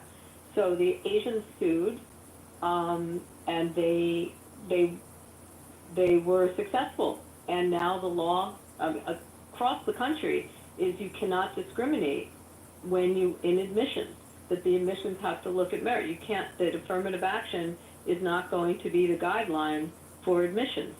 So let me try to find I'll put the case in front. I'm going to look at it also, but I think we're talking about two different things. So what happened was a lot of the Asian students, they have to get judged for other things like volunteering. They have to get judged for things they did during the summer. They didn't calculate all that. They were only going off of scores. Only. I'm not even talking about the affirmative action thing, because that's up and down. They were benefiting off of affirmative action. You're wrong. No, let me just finish. It's hard to finish. Let me just finish. You'll get the microphone. But they were complaining about, because they were benefiting from it. So most of their complaint with Harvard was that, hey, we have these scores. And their rebuttal was, well, you don't have all these other things that regular students get vetted on. And so what you're saying is, and I'm going to look it up while I mute myself, but what you're saying is now we're not talking about affirmative action. What you're saying is now they only get to have merit-only conversations, and I find that interesting, but I'll go research it. Yeah. Hold on.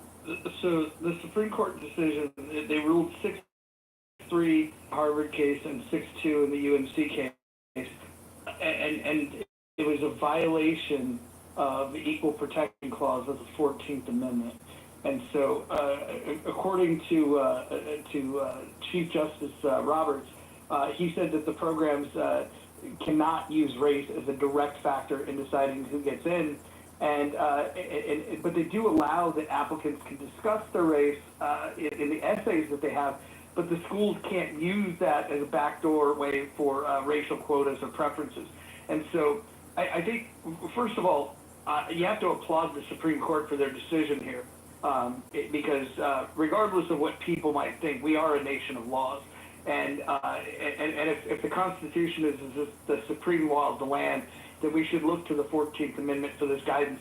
It's a sad thing that it took this long for the Supreme Court to step in and overturn those wacky rules that were ignoring equal protection under the law.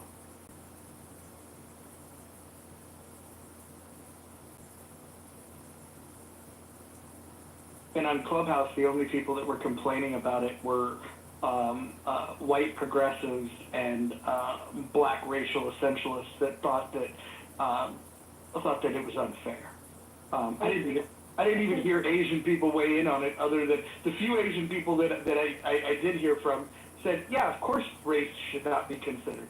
In fact, by considering race, what it did was it discriminated against Asians, and it's amazing how white liberals are always in favor of putting their hand on the scale to make things racially unjust.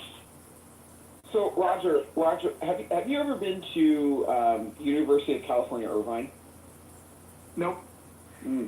Abby, have you ever been to UCI? Never on the campus, no. Oh, okay. Mr. went there. I've been there. I've been there many a time. Spent a lot of time there. If you go onto campus, Roger, I'm telling you, it looks like Hong Kong. Okay, there's very little American representation that exists on that campus. Like, there's very little. So when we talk about the discriminatory practices that exists in the collegiate system in America, yeah, I believe that there is a discriminatory practice that's taking place. It's putting Americans last. Putting Americans absolutely last. And it's really, really, really disgusting, you know, to grow up in California in the 90s in Orange County. You know, I played many soccer tournaments over at UCI. One of my favorite restaurants is over at UCI Village, right next to the In-N-Out headquarters. You know, my whole point and my grievance, it is slowly turned into an ecosystem that is just un-American. It's simply just un-American. You know, look at the housing situation there. Like, it's crazy. Like, nobody actually talks about the whole UCI situation, which, again, Katie Porter actually was bred by UCI. And, you know, Abby, to your point about, you know, the benefactors of universities in ecosystems that give representation, Donald Bren. Donald Bren is the biggest benefactor to UCI. Donald Bren's kids did not go there. Donald Bren did not go there. You know, it's a game. It's a game. He continues to donate money to UCI to benefit the real estate development that's taking place in southern Orange County and in central Orange County. If you go up to some of the developments in the Irvine Ranch, it's all Chinese decor in $5-6 million homes, in model homes, all Chinese decor. They're making people comfortable to replace Americans. That's I mean, you know, I may sound crazy, but this is just my personal opinion. Can I go back to something Sheila said just a minute ago? I'm confused why the Asians that you described, whether they were Chinese or Japanese, I don't know, but that they were troubled that they focused all on the academics and not on the extracurriculars or volunteering, et cetera, and so forth. I mean, when I was growing up, there was no secret that extracurriculars, volunteer work all helped you not only in getting scholarship money, but also just to get accepted, as well as the academics. So I'm a little confused why didn't they know that? So I think you know, in my world it's a little bit different because, you know, we as Americans don't talk enough to experience each other's world. So from the black perspective, what we saw a lot was people would weaponize appearances, weaponize things that may have happened with civil rights or affirmative action to get their particular situation, right? You even had Indian guys. One guy wrote a book about it, how he couldn't get into school to get his schooling paid for what he wanted to do in medical. So he pretended to be a black man so he can get access to the Negro College Fund. That's a real thing. So I'm answering your question in a linear way. I think what happened is many of our Asian population, whether they're Japanese, Laos, whatever, Vietnamese, I think they were getting benefits from a lot of these things and were unknowingly thinking, oh, well, we're only really getting this off of these scores. Well, no. Many of the people in administration, not all, have been letting you in because your predecessor or previous predecessors fought to bring up the point that there's not a lot of Laotian representation at this particular college, or not a lot of Vietnamese representation, and then you cattail that off of some affirmative action thing. Well, they're like oblivious to it. So when a lot of this went away, and I just looked up the thing that Abby was talking about, there's still no change in the policy, which is my point. You're still getting vetted off the extracurriculars. So I don't even know what you won because it states in the opinion that they would have to prove individual damages, which they opted not to do any money thing. They just wanted a symbolic win. Okay, you got a symbolic win, but you still got to go through the vetting process the way everybody else does. So that's what we see it in my culture. Sheila, one of the arguments in the Harvard case, because I think we were actually in clubhouse rooms listening to the oral argument. I think, Roger, I don't know if you remember that, but one of the arguments was that they were painting the Asians as the character of the Asian applicant as having no personality and no extracurricular. So it's interesting what Holly was asking. They were being lumped in as just academics and there was a negative view towards the personality of the Asian, and that came up in the oral arguments, believe it or not, in this case, in the Harvard. You mean Indian or Asian? Asian. Asian. And some Indian people do weaponize the category of Asian. But this was a Chinese. I mean, that's how it came out in those oral arguments in front of the Supreme Court. That when they started to investigate Harvard's admission process, that they were openly discriminating against the Asian students for not having, and it was. I'll have to read the opinion again and see if it's in there, but it had something to do with characterizing their personality in such a way that they didn't. But let's be honest, they don't participate in a lot of extracurricular. Yeah, they don't participate, Abby. They're really boring. Don't they don't really do here, guys. I'm just telling you what came out. What do Asian people really do for fun? I mean, just to be fair, Abby, even if they argued it, they never solved it. It's still as this other lady, I'm sorry for interrupting you, lady, as this other lady is demonstrating, they don't participate. Are they talking about that specifically to that case, or as a group as a whole? Because nationwide. No. Well, that is dead wrong. That is absolutely wrong. Okay, the question I think is what kind of extracurriculars do they do? Because we have this issue in New York City with our specialized high schools. They dominate, and it's not just scores and grades, even though the tests weigh heavily. Okay, I've seen this in white suburban areas. Oh, they're either getting affirmative action or, but the bottom line is, listen, as a community, and I've seen, like I said, I've seen this in white suburbans, they prioritize the wrong extracurricular, and they don't prioritize education. There are communities and cultures in America that don't. White people? I'm talking about white people, but I'm saying, like, I don't think I'm black, but I know white kids, they play baseball like our kids, football, shit. What if they're in the chess club? And what if they're in the chemistry club and they're not playing football? Like, I guess, is that what you're saying, Christine? Music is huge. Music, orchestras, music. Academic clubs are extracurricular. There's models, UN, debate teams. They're just not sports. No, we're not saying they're sports. I think you misunderstood. Even if it's chess club, let's use chess club. Let's use spelling bee, even easier. A large percentage of our Asian friends are not participating. But when they apply, you're looking at, hey, were you doing this? Yeah, you got a 3-point whatever, or 4 whatever. But what else were you doing? Were you on somebody's ping pong club? Were you on somebody's a Go championship, a Pokemon, something? And a lot of them don't. So when people were getting in, which is my argument, many of them, not all, they were getting in based strictly on, hey, it's not many of you Thailand people here. Your grades are outstanding. Come on in. Well, and I'm using Dr. Adams' talking point and just weaponizing his talking point. To people who are really Americanized, well, we got that plus a 3.2.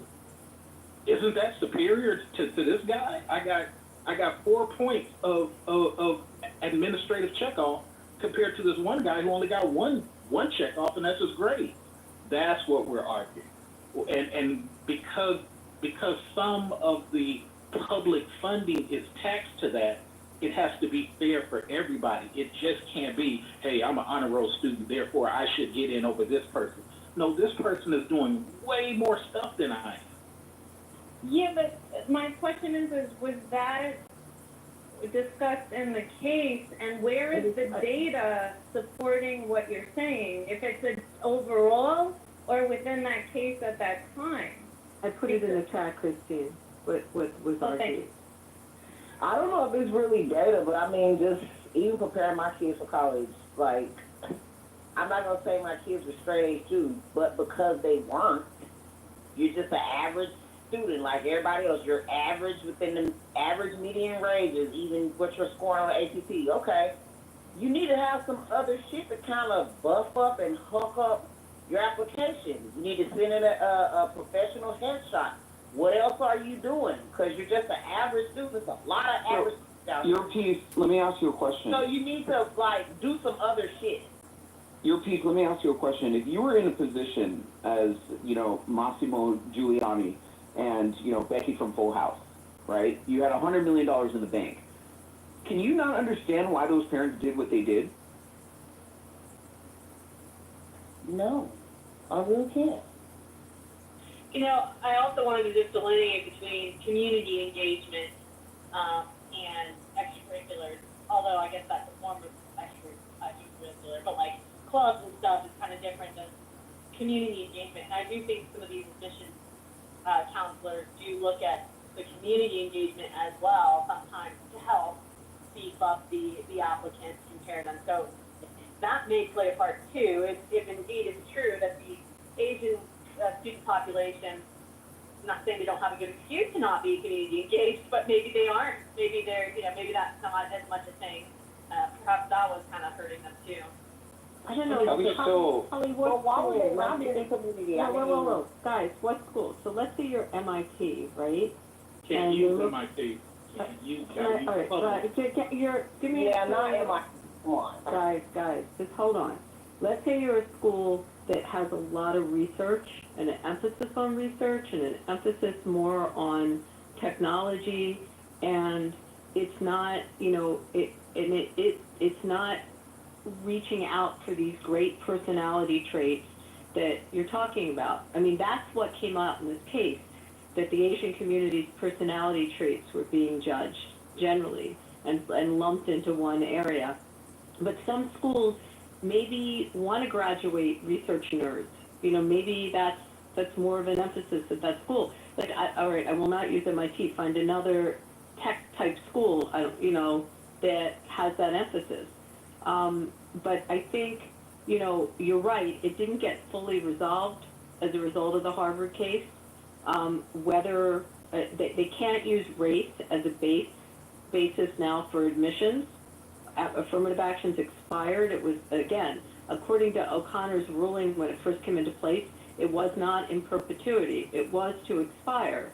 And she guesstimated at the time of her ruling 25 years to correct society. However, this personality issue is interesting that you all bring up because it's totally subjective. So imagine all of you are sitting on an admissions committee for a university, and one of you is sitting on admissions at a school that's got, like a big sports school and a big social school, and the other is sitting on admissions at a school that is more research and tech based. So, like, where do you go with that? I mean, it's subjective, right? So it's not so much tech-based.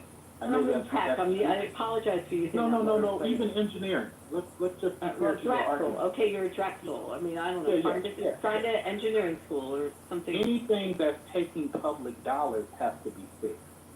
So if you're MIT and you're getting a lot of your funding from military, if you're MIT and you're getting a lot of your funding from some secondary science department that's connected to government, then yeah, you get to do what you want to do. If you're super private and you're taking no public funding, no tax dollars whatsoever, you get to do what you want to. St. Mary's of Graces of on the Hill, whatever. You get to do what you want to. But the minute you start taking funding, public dollars from all of us, then there needs to be a different conversation about that particular school. And we don't mind, like I'm speaking for my community, because many people give us black people hell. We don't mind things being merit only, okay?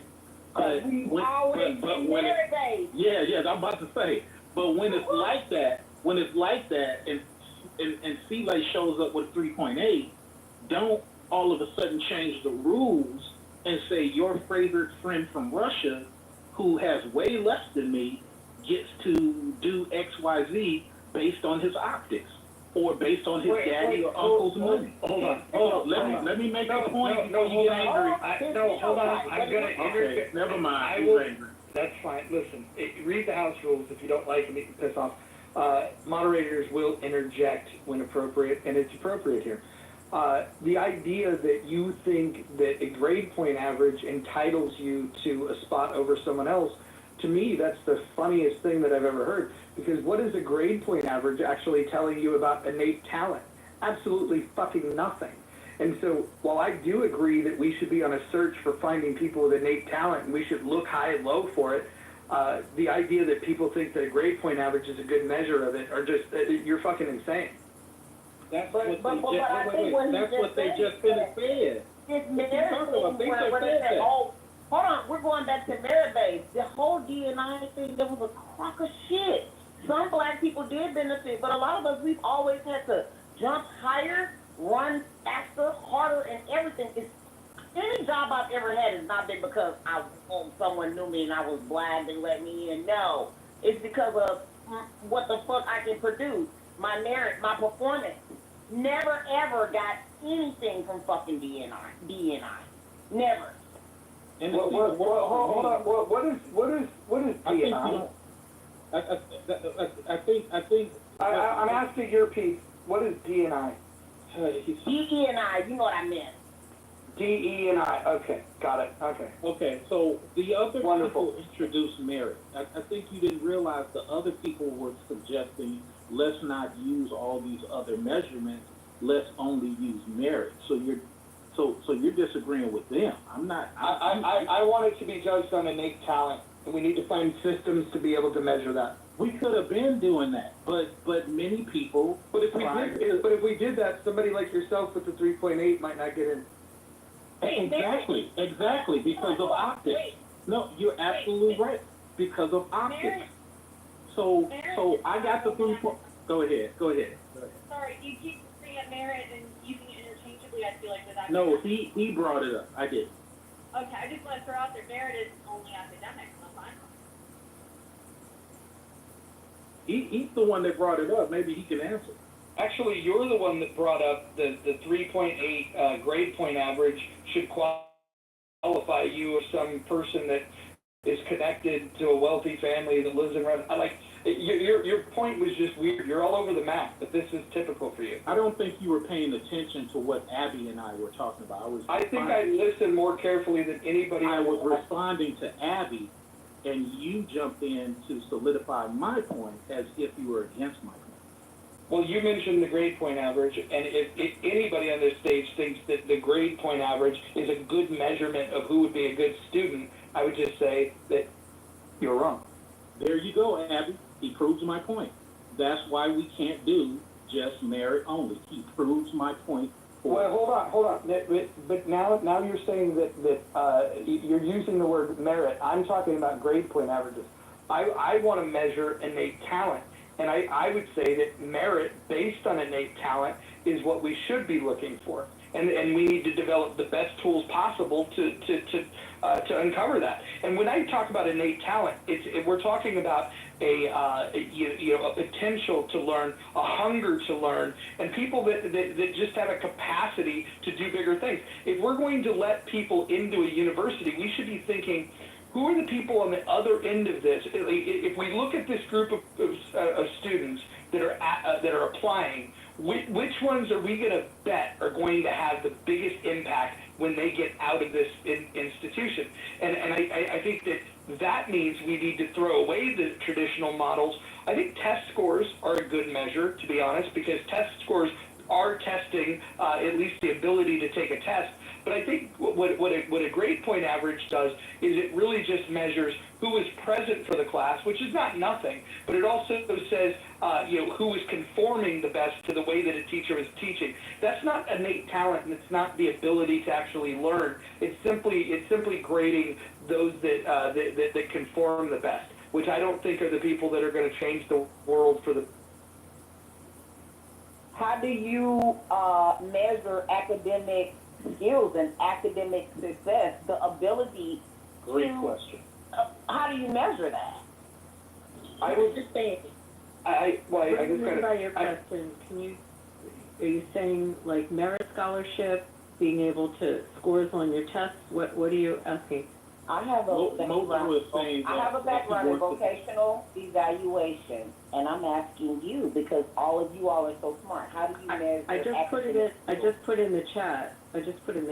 If you look at some of the ways they were measuring them, they were looking at scores at National Merit Scholarship programs. They were looking at Intel Science Talent Search, various national awards that they give for high school students. I mean, in my profession, you'd be looking at people that won mock trial, debate, awards. I mean, you're going to look at people that have assumed high levels nationally, and definitely in scoring. I also put in the chat something that came out of the Harvard case. Look at the differentials on what Asians had to score based on the old SAT out of 1600, how much they had to make up of a difference in their SAT scores in order to get admitted at these schools. And the differential. You keep saying scores, but Roger said he didn't want to do the scores. No, you're not listening. Sheila, you're not listening. I don't want grade point averages factored in because I think that that's a measure of conformity. I think test scores are definitely something that we should look at. I don't think that we should weigh it completely on that, but we should absolutely be looking of who has the most innate talent, who has the most grit. Those are the things that we should be rewarding. Grade point average, I would actually say the 4.0 grade point average student is probably not going to be the best person to contribute to the world, once they get out of university. Because what they've already proven is that they conform to the systems that already exist. They're not going to be challenging the systems that exist. Well, grade equivalency is taken into consideration when they're determining if a person has a learning disability, like where they stand. I think we, especially in these days, we need to go back to career interest. What do the kids really like to fucking do?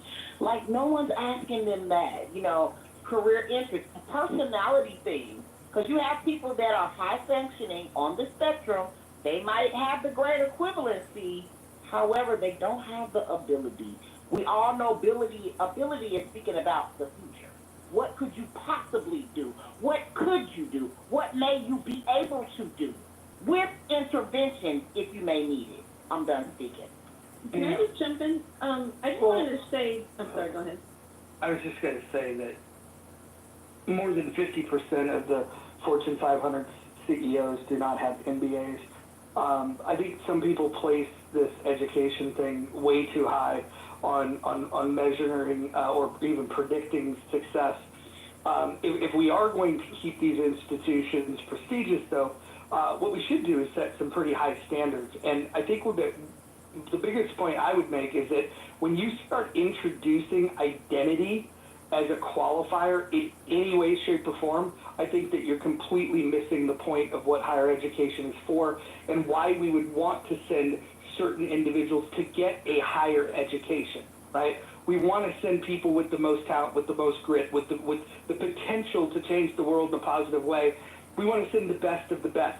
And I would say that if we were searching for innate talent, if that ended up meaning that an entire race of people, whether it's white people, black people, Asian people, Hispanic people, even if an entire identity group found themselves that they didn't have a single student in a university, as long as they were indexing for innate talent, I would be totally okay with that. I think that identity is 100% irrelevant when you start thinking about who should we deem worthy to get into these prestigious universities.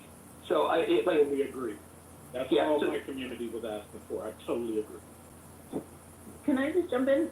So I just want to say one thing. Number one, for those people that know me, my background, I can honestly say, unless your high school can kick anybody out and not worry about funding, the grades are inflated massively. Everybody just wants to hold their job. So I don't hold any GPA coming out of high school, even if it's over 100, as a marker, which is why these colleges went back to, whether it's a perfect system or not, SATs or an ACT, because they see what happens. I don't know, I never looked at Ivy League, I'm in the arts. I do say one good admission to kind of hit on a couple of points people made. If you look at, and it's hard to get access to this, if you look at Cooper Union, which is in New York City, that used to be free, and it's still one of the most difficult architecture and art programs to get into. If you look at their admission... With all due respect, this is Pat. Go ahead, so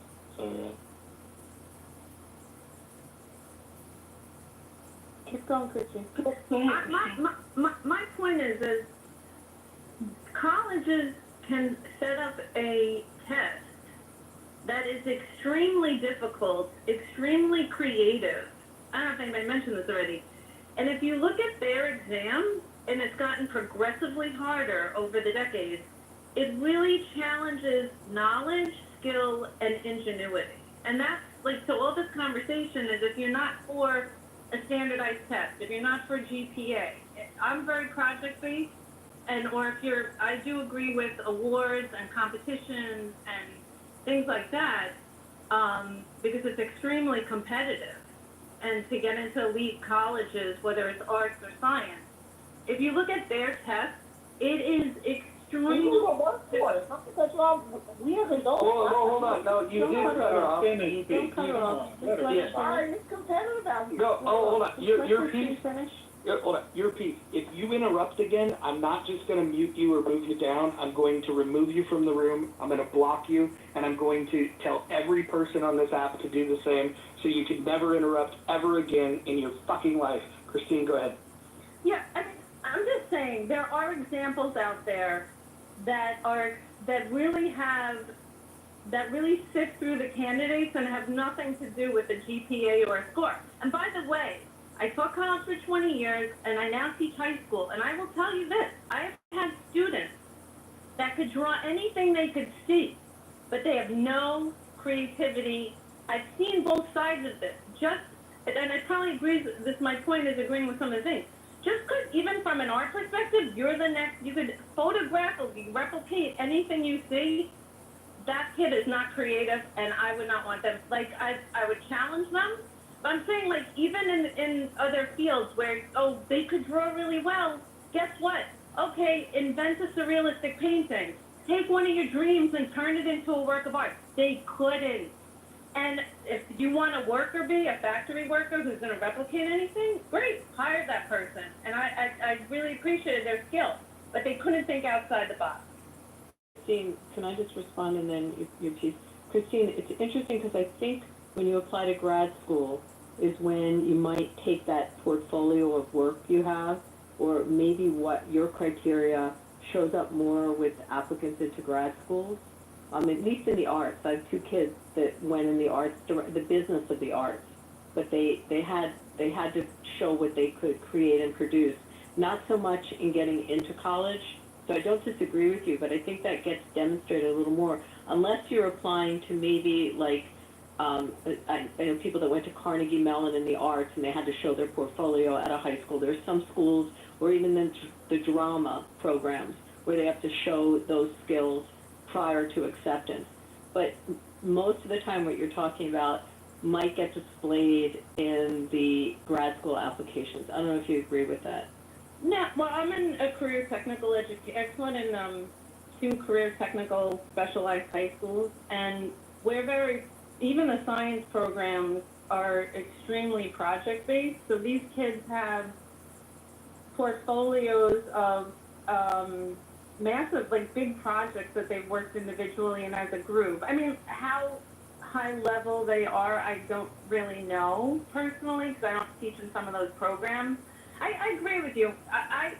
Well, that's for me, where I am, there's a huge shift in changing whether the colleges are up to that or not. There's a huge shift in getting beyond, like, grades and scores to produce a resume on the high school level that is not just, oh, I was in the, I played an instrument, or I'm on a team, or I played chess. They actually have, it looks like an entry-level job to land my plane. That's what it is. So here's something that happened yesterday, and I think Roger and Dr. Adam may find it interesting. I totally agree with it, but it goes to something that Roger was kind of suggesting, even though Dr. Adams might not like it. So yesterday, there was a lawsuit that went in. It initiated in Washington U, but it's other, probably like 30 or 25 other elite universities. Basically, what they're doing is they're saying, hey, we're going to treat you and your scores like an athlete. As long as you sign a binding contract, Dr. Adams, get this, binding contract, that you will forego other people that you're considering, will guarantee your spot. So now the alleged thing is it violates antitrust laws and so on and so forth. But look what's happening in reverse of what Dr. Adams complained about with the whole, going against Americans. Here's a structure where somebody came up. They said, hey, we're going to pick and choose based on talent. Okay, using Roger's talking point, talent. But I'm going to make sure you get a seat, pre-admission. And as long as you sign a contract, then you're good. And this flies in the face of what somebody else brought up about they still have to do the work. They're under contract at this point. So they're almost guaranteed at least half a darn degree. All they got to do is not mess it up. So I find this really interesting, but I'm okay with it because as long, and I'm landing here, as long as we know what the rules are, everybody will play. But I find it unfortunate, all this flip-flopping. So now that these people have got busted with this, who's the next person that's going to say, hey, we're from a particular community.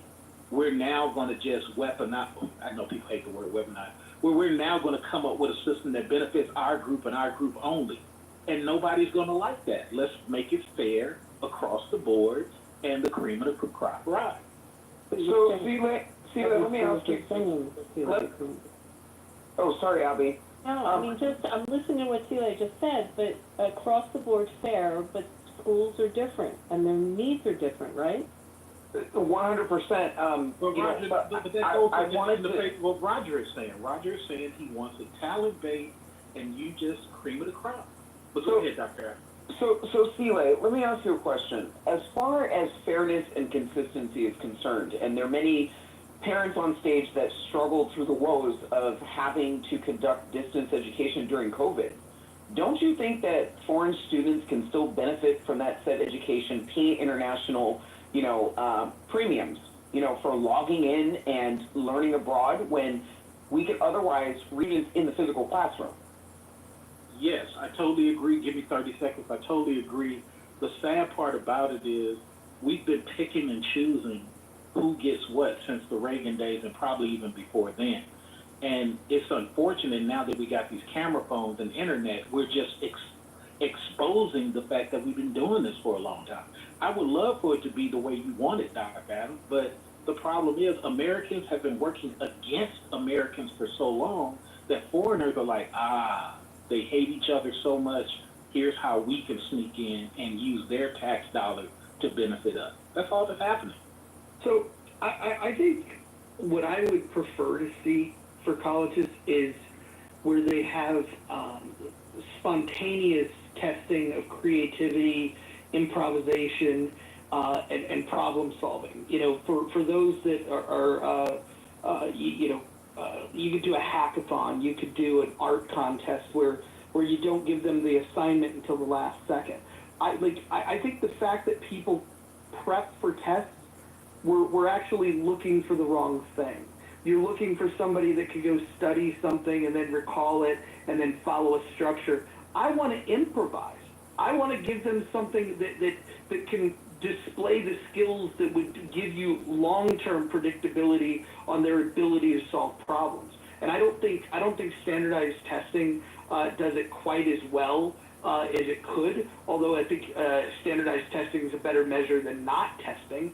But ultimately, we need to put people to the test. We need to stress test them. We need to give them complex questions and give them a time constraint to see what they can do with it. This is where innate talent comes up. Like you can teach people. This is going to sound controversial. Stupid people can recite shit by memory. You could give them skills to have a better memory and to be able to recall information, and you can give them repetition. You can get a child to memorize their timetables. Most kids in America, even though they suck at math, could recite things, from a timetable, multiplying numbers that are 1 through 10, for example. But if you start asking them questions for math problems that are not on a multiplication table that they stared at in the 3rd grade every day, all of a sudden you realize that they don't know how to answer a math question. They don't know how to solve for it. They don't know. And again, you can memorize a formula, but when you introduce them to a new concept, do they have the ability to think through it for themselves? Those are the types of people we should identify, because those are the people that are special, and the people that aren't special, we should have jobs for them too. There's always going to be a need to put bottle caps on a bottle. Oh, that's right, we've already replaced that too with machines, because we could do that better with machines. So uplift your skills if you can, but we should absolutely reward people with innate talent. And the workforce should reward those people, right, Roger? The workforce should put those people at the forefront of their interview and not at the last. So we got an HR problem too, where the HR people are not rewarding the person you just described. They're rewarding somebody based on identity, based on, hey, we're from the same Delta sorority. So yes, I agree with you, Roger. I agree with you, but we have to reward them in the workforce for taking those risks and being that type of student. This is why you have to throw DEI out the door. This is why you have to make sure that identity is not even considered. Your identity should not even be considered when it comes to getting a job. But you do get reward. So first of all, I put this in the chat. What Roger's describing, there are schools and you see it more with the engineering schools, like Drexel. You do work study when you go there. So you go to school and then you work and you do an internship in an engineering firm, and then you go back to school and then you work again, and it's work study. I think it's like 5 years when you finally get the engineering degree, but you've had all kinds of work experience, and you've had to perform, and you've had to do exactly what Roger is describing, and that's at some universities. But I will tell you, Celia, that when you go to law school, the people that excel, that make law review, that are the great writers, or the great orators that win all the moot court competitions, they do get the better jobs, and they do make more money when they get out of school, because they've excelled and they've showed that they can excel in school. I mean, there's a reason you try really hard to make law review, because you're going to make more money when you get out. You will get rewarded for that. So I don't think that it goes without notice. When you achieve, if you graduate summa cum laude and you've gotten great grades and you've been in national honor societies, when you're in college, you will get a better chance to either get a job at the better firm in the field that you're going into, or your grad school. You'll get into a better grad school with those achievements. So I don't see where that's not happening. Here's my final word to Roger and to what Abby just said. I'm going to go hit the gym. But here's the final word. A lot of us did not really want DEI, but here's what was happening to us based on optics. Hey, your appearance is more important than all these great accolades that you have on your CV. Wow, really? Or the optics of you is more important than the fact that you have a certification that none of us have in this whole department. Cool. I even got told, it was so funny, just to put in one anecdotal thing. I got told one time, because I've had a lot of discrimination because I'm dark-skinned, and no matter what I had, because I had certifications that a lot of people didn't have, right? And what was so funny is one person told me, and this was an HR person, right? You're too dark-skinned to be in front. Literally. Okay? And I didn't respond to it because I'm so used to hearing it at that point in time, from 18 up until that period, that I think DEI came around because there was a subset of people going through stuff that many other people had no clue that they were going through. There was a lady, great lady. She happened to be a Caucasian lady, great lady. She wanted me to be in her department. We interviewed, everything was great. Well, the HR representative falsely told her that I didn't want the job. And I'm up here waiting and everything like that. And finally go to the lady and I'm like, what happened? Well, she told me you didn't want it. So see, stuff like that happened prior to DEI. And I just want you to understand, Roger, that it would have been great for us to be a little bit like England, to where it's not so much about optics, a little bit like France. I only came about because so many of us was experiencing this nonsense, and all we really want is a fair shake. So if we want to go back to just, hey, things are merit only, Cele got 5 certifications, great. He should be at the top of the interview list. Doesn't mean he get it, but at least be at top of the interview list. And that's all we want many a time as Black Americans. But go ahead, I'm going to fall back and listen as I go to the gym.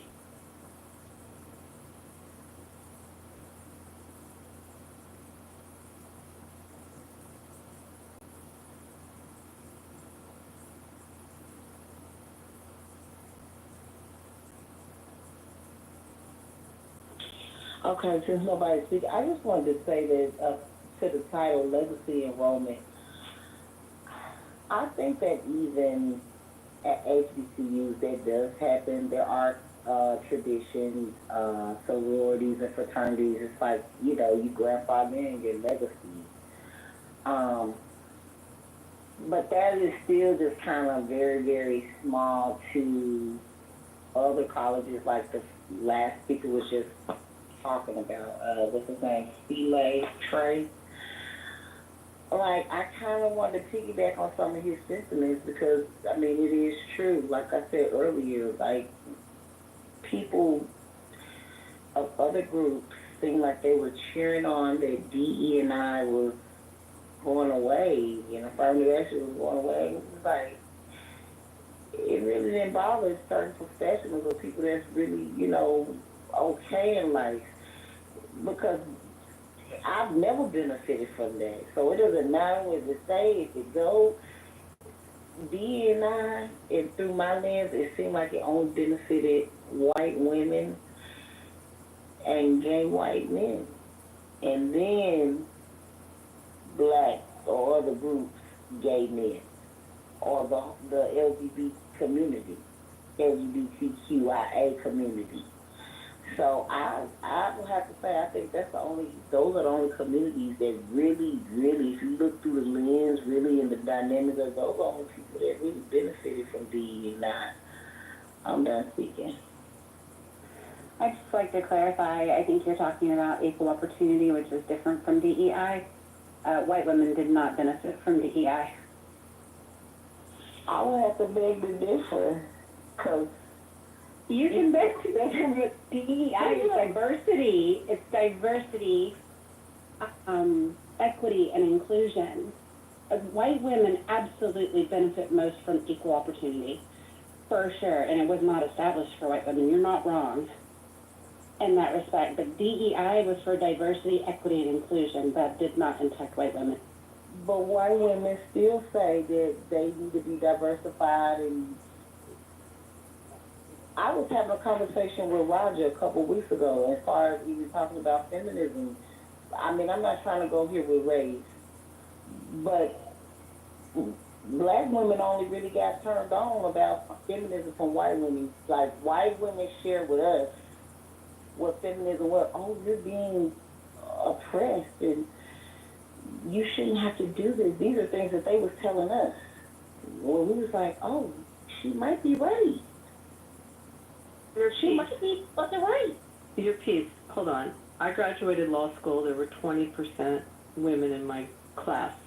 What we're talking about with equal opportunity, was the change that women started getting jobs and we started getting accepted into professional schools.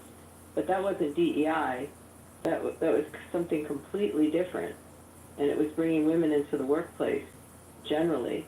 It was benefiting all women that were coming in. And the percentages now, I think law schools have more women than they have men.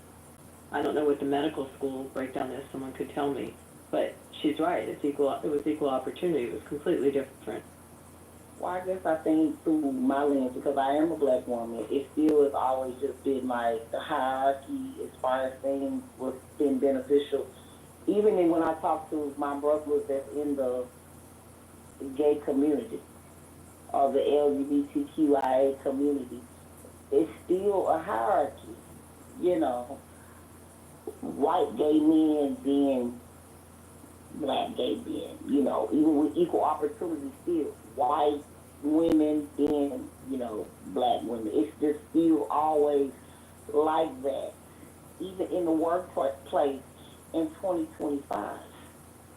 So do you think, so your piece question, do you believe that the workforce is looking at, let's say, an identity such as gender or race, let's say black women in this case, and they classify you and they label you based on your identity? You believe that happens? Not in my workplace, because majority of the people in my workplace look like me. Okay, where do you work? A nail salon? No, I don't. You've heard me have conversations. I'm not going to dox myself. No, that's fine. But here's the thing. I work with. Here's the point that I'm making. Youth, and I assist them becoming rehabilitated vocationally. Wow. Your ability to listen is crazy. So the point is that you have society is going to make their own labels and try to put people into buckets. This does happen. Typically, it happens for simplification of things and to just better understand, okay, these are men, these are women, we divide up sports that way, or at least we traditionally did, till the wacky white progressives decided that men can be women and vice versa.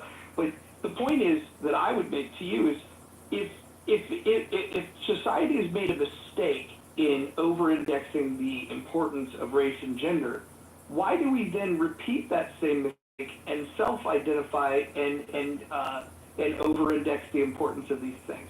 For example, if it was wrong in the creation of the United States to emphasize special rights for white male Protestants and minimize the rights of people that don't fall into those groups, and if we could recognize now, 250 years later, that that was a bad idea, why would we fall into this trap of now saying that, perhaps if we set up rules that gave favor to people based on gender and race, why do we now think that's a good idea if we've spent 250 years unpacking the idea that it's not a good way to organize? Because I'm going to tell you what it is. It's called, it's an illusion of an inclusion. That's exactly what it is. It's kind of like, it sells. The illusion of inclusion, that shit sells, Roger. Yeah, just because but that don't mean that it's just because what you said rhyme doesn't make it make sense. My question for you is why do you want to? Because the ideology of placing a huge importance and decision-making criteria based on race and gender is precisely how we got things like war, genocide, and slavery. And I'm just curious why you want to continue down this path. No, I do not want to continue down that path. I'm not sure why are you even making that assumption? Is that something that I'm displaying? Do you think that race and gender should be prioritized? It depends on the situation. Well, that's exactly what the founders of the U.S. said, and we after like the all-white town in Arkansas. I'm not mad at that.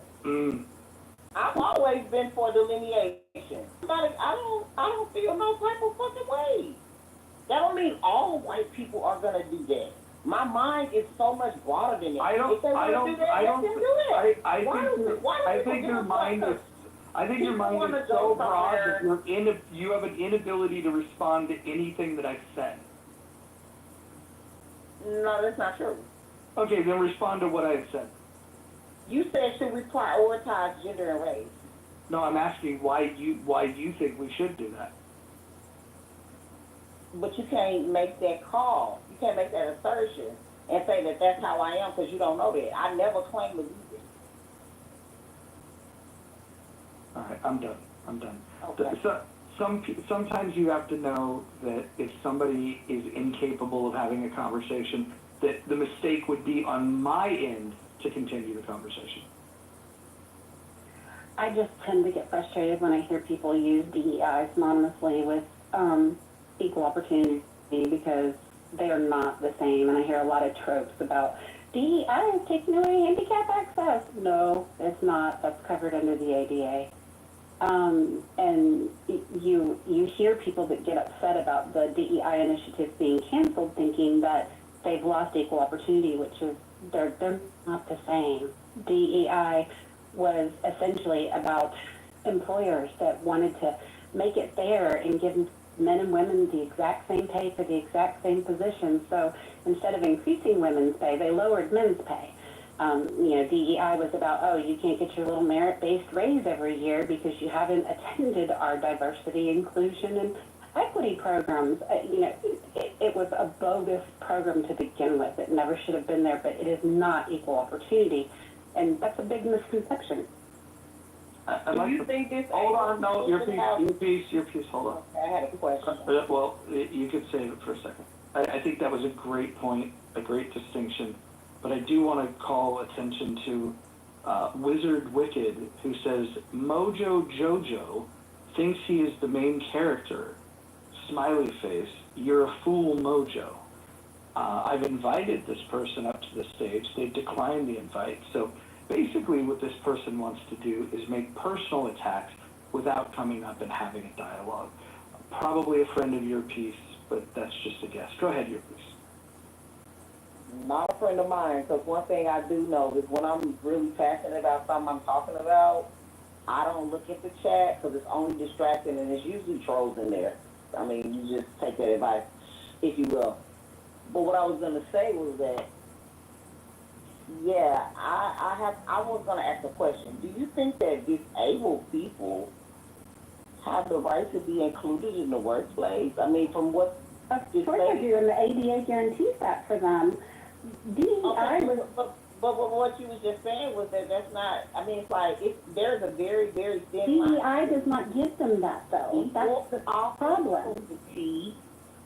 Equal opportunity is not DEI. Equal opportunity is not DEI. Diversity, equity, and inclusion it's a very fine term. No, diversity, equity, and inclusion is essentially trying to preach morality in the workplace.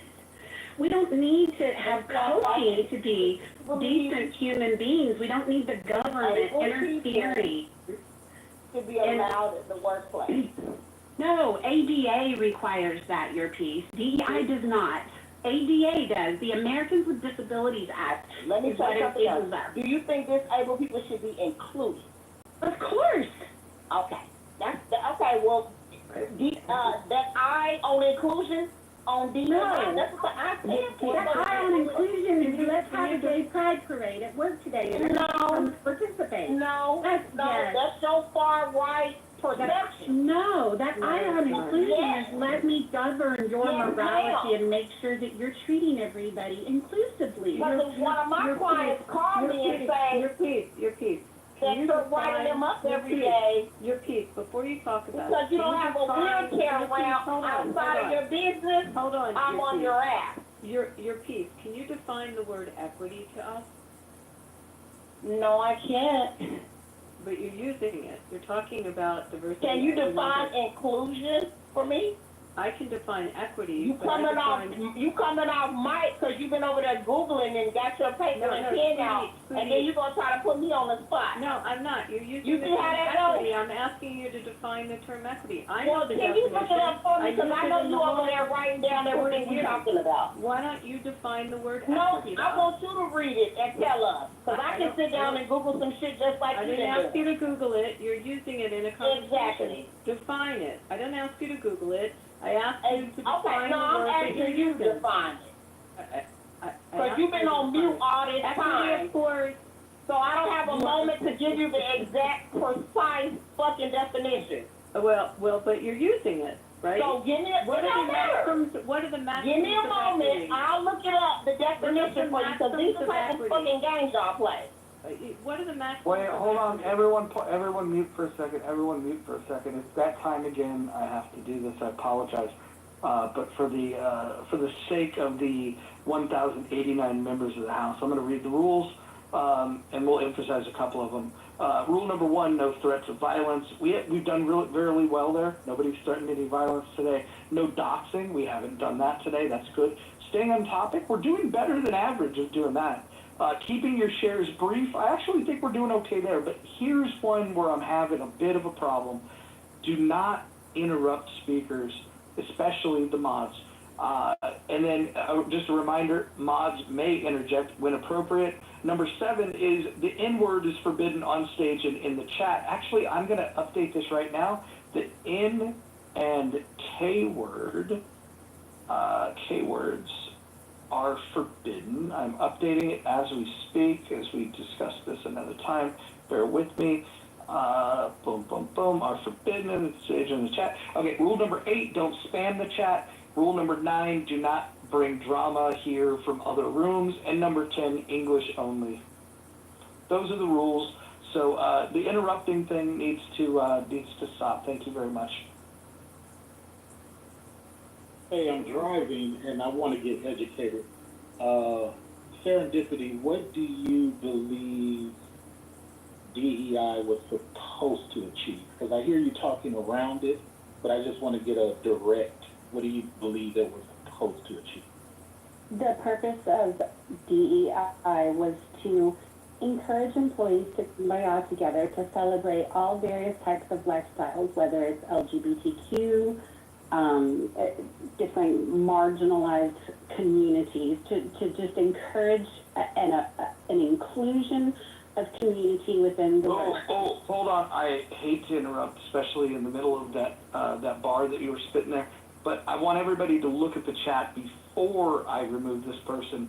But Shodu is talking about some very hateful things. We're going to all go ahead and click on that profile. We're going to click. We're going to hit the word report, and then we're going to report this person, and we're going to get this person kicked off the app.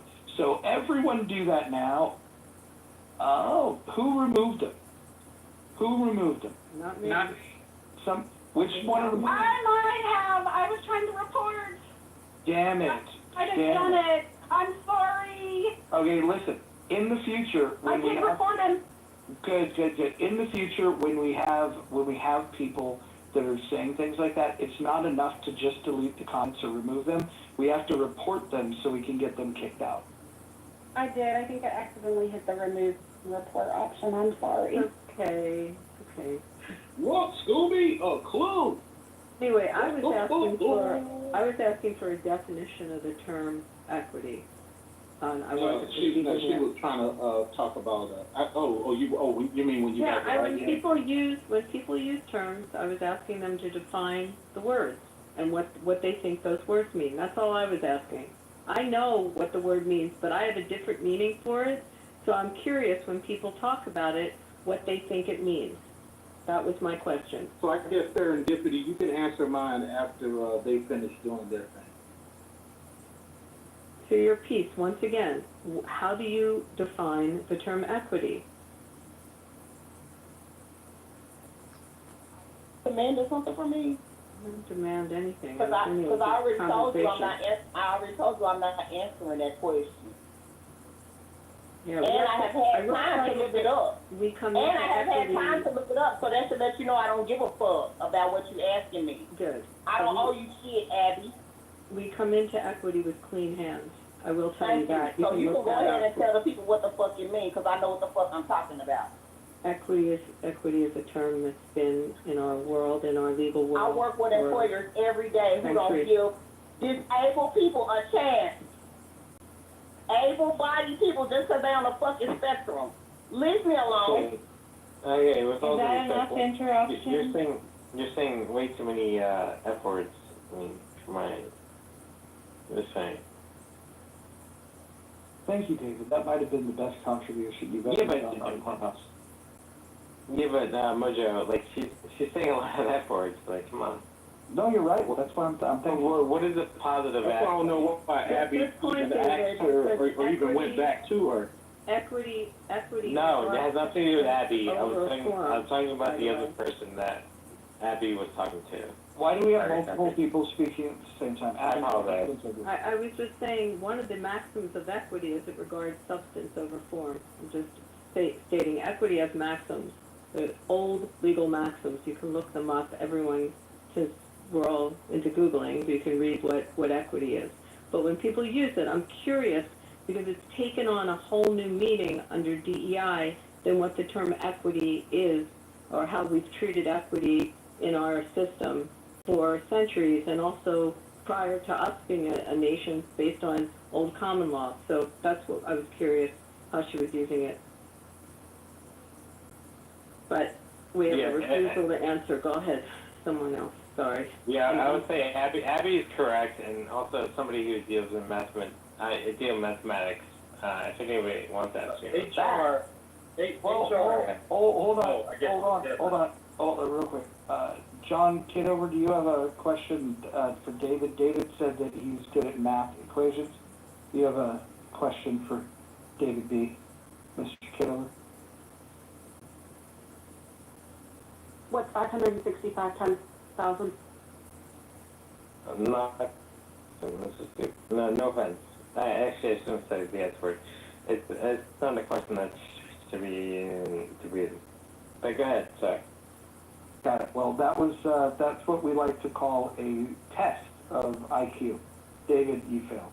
Yeah, but Mango, like when I was at my college, like they said that you should never say the S word. And so I try very hard on Clubhouse to never say the S word. David, please, what are you doing? Oh my gosh. David, I always wonder. No, but my professor said, like, don't, whatever happens, don't ever. Can somebody please, anyone that knows David, give him a list of local AA meetups so he can get the help that he needs? Thank you.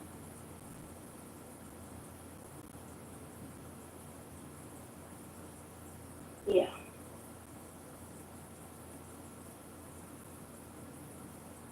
Earpiece, do you think employers should be forced to hire people that are neurodivergent?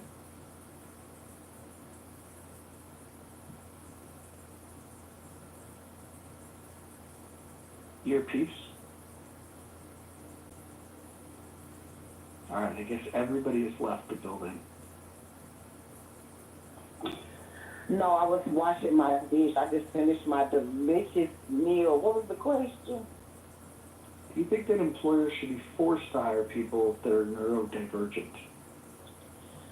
I don't think they should be forced to, because in real life, they are not forced to. But one thing I do notice about some of these big wigs, these big employees that I come in contact with, these business relationship representatives that they send before me, you know. These motherfuckers make a big deal about it. They want everybody to know when they do hire somebody that is able, when they do partner with a non-profit for kids with autism, they want it on the television. But when they don't want nobody to know about that. What do you think about that? I have no idea what your point was.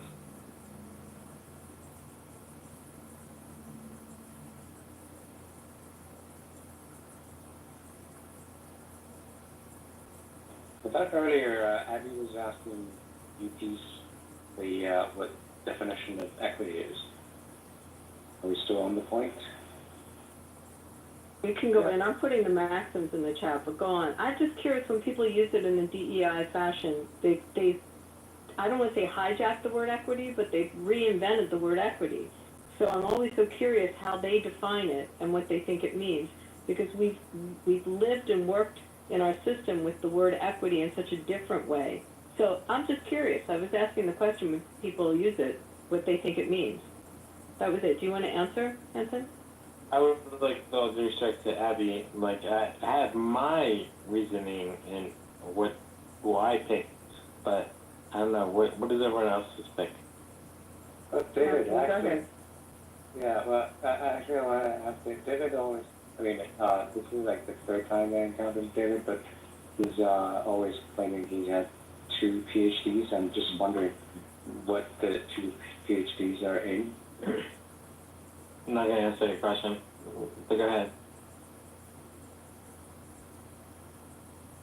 No, I just wanted somebody to answer the question. When a company refuses or bullshits and goes, like a rehabilitation company that are trying to get disabled people jobs, when they back off the deal, you don't think we should put that on the news or put it in You don't say disabled people. You don't say that. Well, people with impairments. Yes. Exceptional people. Thank you. I have a long list of fucking words I can use. This is what I do. Special people. I have a question, your piece. Like, if I'm an employer, should I be required to hire retards? Whoa, you don't say the R word. Yeah, that's highly disrespectful. No, it's actually a term. I mean, there's, look. Yeah, they haven't used that term since probably 1954. Listen, do you know what the word retard means? That's not even utilizing any norms of assessments that we use. Do you know what the word? Do you know what the term? David, do not interrupt me. This is why you spend more time in the audience. Your piece. Do you know what the word retard means? From my understanding, it could possibly mean someone that may have an intellectual or learning disability.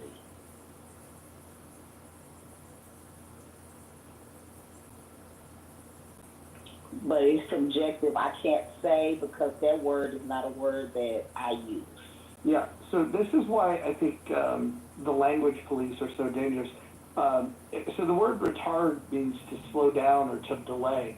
And so I think that if you have someone that's mentally retarded, if their mental development has slowed down or been delayed, impaired in some way, we could say that they're mentally retarded. Now, you could say that you find that term offensive. You could say you don't want to use that term. Textbooks can choose different words, but I think it's very descriptive. And the question really stands, even if you want to replace it with a different word. Do you think I should be required to hire people that are mentally retarded? No, but I think that the community that you serve, any community, any business that you, I just think that they should know that you know you're not willing to do business or even you know, do any type of volunteer, or maybe it might just be you might just want them to come in and just do a view of your establishment, do a tour. You have some of these businesses is very shady when it comes to people who are disabled, and that's why I said it's a fine hair with equity, inclusion, and what have you. So hold on, your piece. Do you want disabled people there or not? Your piece. Can the guy in the wheelchair get in the picture or not? Hold on. And a lot of times the answer is no. Hey, shut your fucking mouth while I'm speaking. How about that? Did you understand those words? Sometimes when I talk about mentally retarded people, I'm referring to people like you. I shouldn't have to hire somebody that doesn't know when to shut their fucking mouth. You can't even obey the simple rules of conversation. Why would I hire you to speak to customers for me? Absolutely not. You don't know when to shut the fuck up. So here's my answer to this. If I have somebody that's mentally retarded versus somebody that's not mentally retarded, and they're applying for a job, we could I mean, you just give me a job at random. I would just ask you, what job could a mentally retarded person do better than somebody that's not mentally retarded? And I think you're uniquely qualified to answer this, considering you're on one side of that spectrum. Go ahead. Well, the abilities. That's the biggest thing. I think a lot of people automatically assume that if a person is deemed mentally retarded, that they don't know anything and that they don't have the ability. Remember, ability is future speaking, futuristic, not futuristic like what you're thinking, but the ability. What could you possibly do? And a lot of times we can possibly do a lot of shit with a job coach, with training, someone taking out the time to show us how to do the fucking shit. The ability is very high.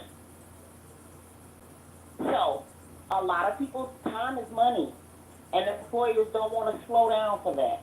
Maybe one or two people so they can take a few pictures and be on the internet that they fuck with disabled people too, but not really. You don't gotta do it, but when you don't do it, why can't that be on the front page too? That's all I'm saying.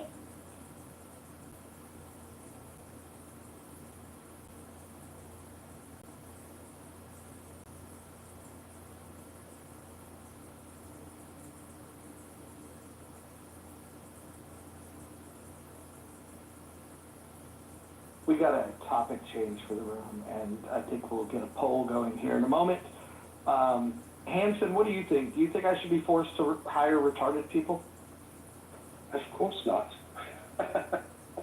You should be able to, should be allowed to hire whoever you want, whether retarded or genius or whoever, the midgets,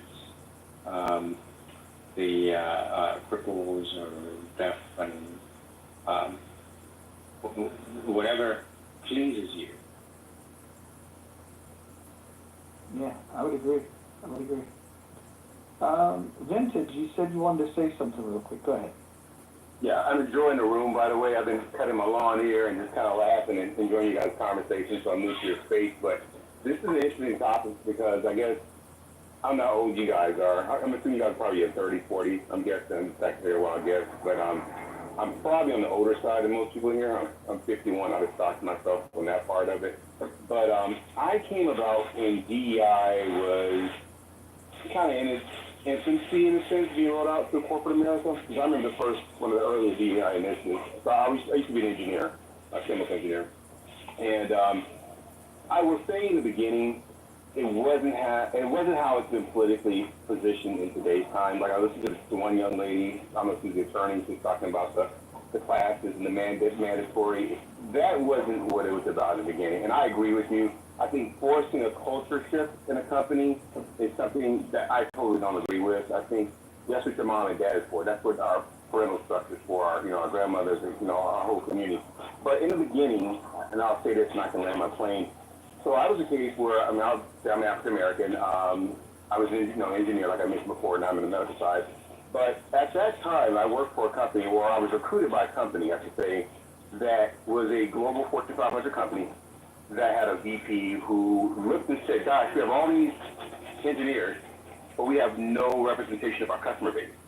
And he said, we should really do a better job of having at least representation on the inside for what our customer base is on the outside. So imagine you're going to your customers, and your customer base is different ethnicities, groups, et cetera, Hispanic, Black, Latin American, et cetera.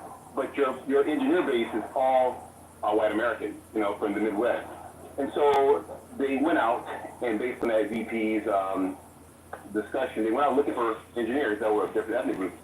And they came back and they said, we can't find any. We can't find any engineers that are non-Caucasian based, blah, blah, blah. So the next question was asked was, well, where are you guys looking? And they went to, and this kind of goes back to something I said earlier, people tend to go to what they know, right? So if I went to Purdue, if I went to UW, if I went to Notre Dame, you're going to go to your alumni. Because, I naturally do myself. I know my program, I know my school, I'm going to go get where I know where people are, I know the professors, et cetera. And that's what was happening. So they challenged that group to say, hey, you got to go outside of your norm, and he did that. So that's how I was recruited with that Fortune 500 company in '98, and I literally was one of the first 80 black engineers they brought in, with the purpose of diversifying. It was a successful program. You know, some people say, some people left, but what it did do, and this is the part we don't talk about a lot, is it gave people opportunity. It gave me an opportunity because I wouldn't have been recruited by that organization. No telling what would have happened, but at that time in '98, it was about opportunity. And the thing that people leave out is equal opportunity. I was just as qualified, and I ended up going, just so you know, I got my master's from PWI. I'm a doctor, but I got from a PWI to the northeastern part of the country. And again, with the undergrad engineering, chemical master's, it still took something like that just to give me a chance to get my stuff looked at. And from there, my efforts and all my merit kind of spoke for itself. So I just will say that in the beginning, it wasn't about what it became, and unfortunately I agree with what the one lady said, but in the beginning it really was trying to take people who were truly qualified, but who just didn't get a chance because they were not at those institutions where normal people were going back to recruit.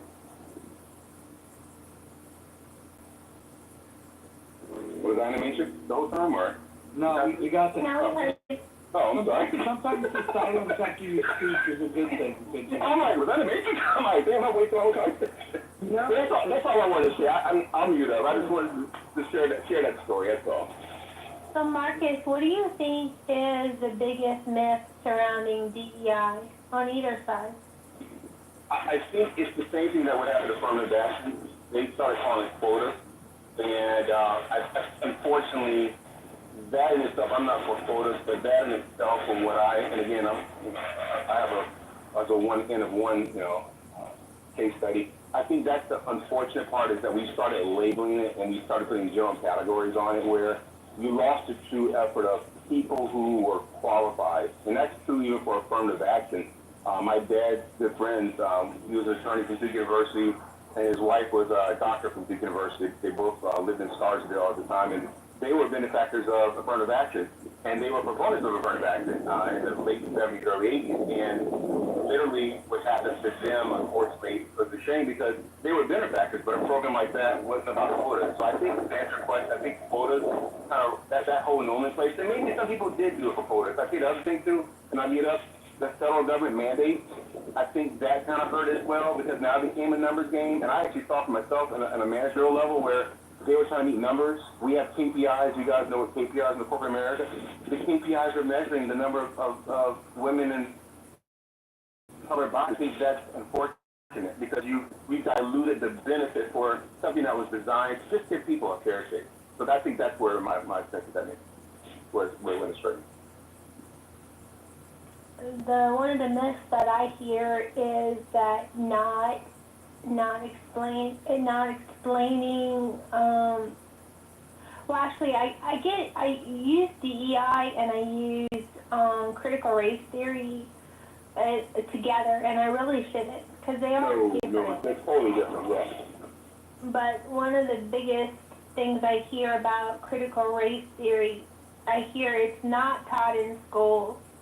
And that we are denying people access to history by not teaching it in schools. Like either they're denying it or that we're not doing enough of it. Right. That's a great point. I'm from the South. And for me, in the school system, I never was taught my history in schools. That was part of it. But I think, how can I say? I do understand some people's argument with it. We should put certain things in the programs because we are taught Christopher Columbus, we are taught Abraham Lincoln, etc. But for me, in my standpoint, I was always taught at my home. My father had a whole encyclopedia of things from our culture, so he made sure that we understood. And I have no different from friends of mine who are Indian. They know their culture, and my other friends who are Hispanic, they know their culture, and that's taught at a family home level. But the unfortunate part is everybody doesn't have that benefit of having a stable home where that can be taught. So I see both sides of that argument, honestly, but I don't know. I'm not too stuck on it. So, Mojo, I would answer the poll, but I'm a little conflicted. I almost need a fourth choice to say I don't like that word when used to discuss intellectual disabilities. I have no problem calling stupid people hear that word. Just pick the choice that best suits your response to this. All right. Well, let me.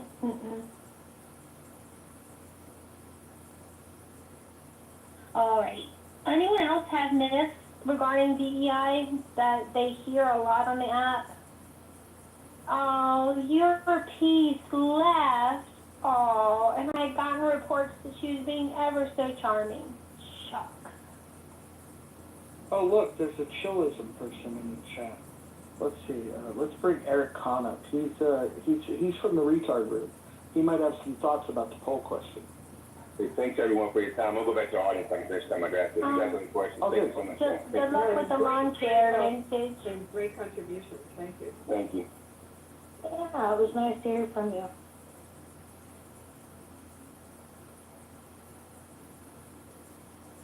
I guess the retard Eric Kahn does not want to come up and speak to the title of the room or the poll that we have.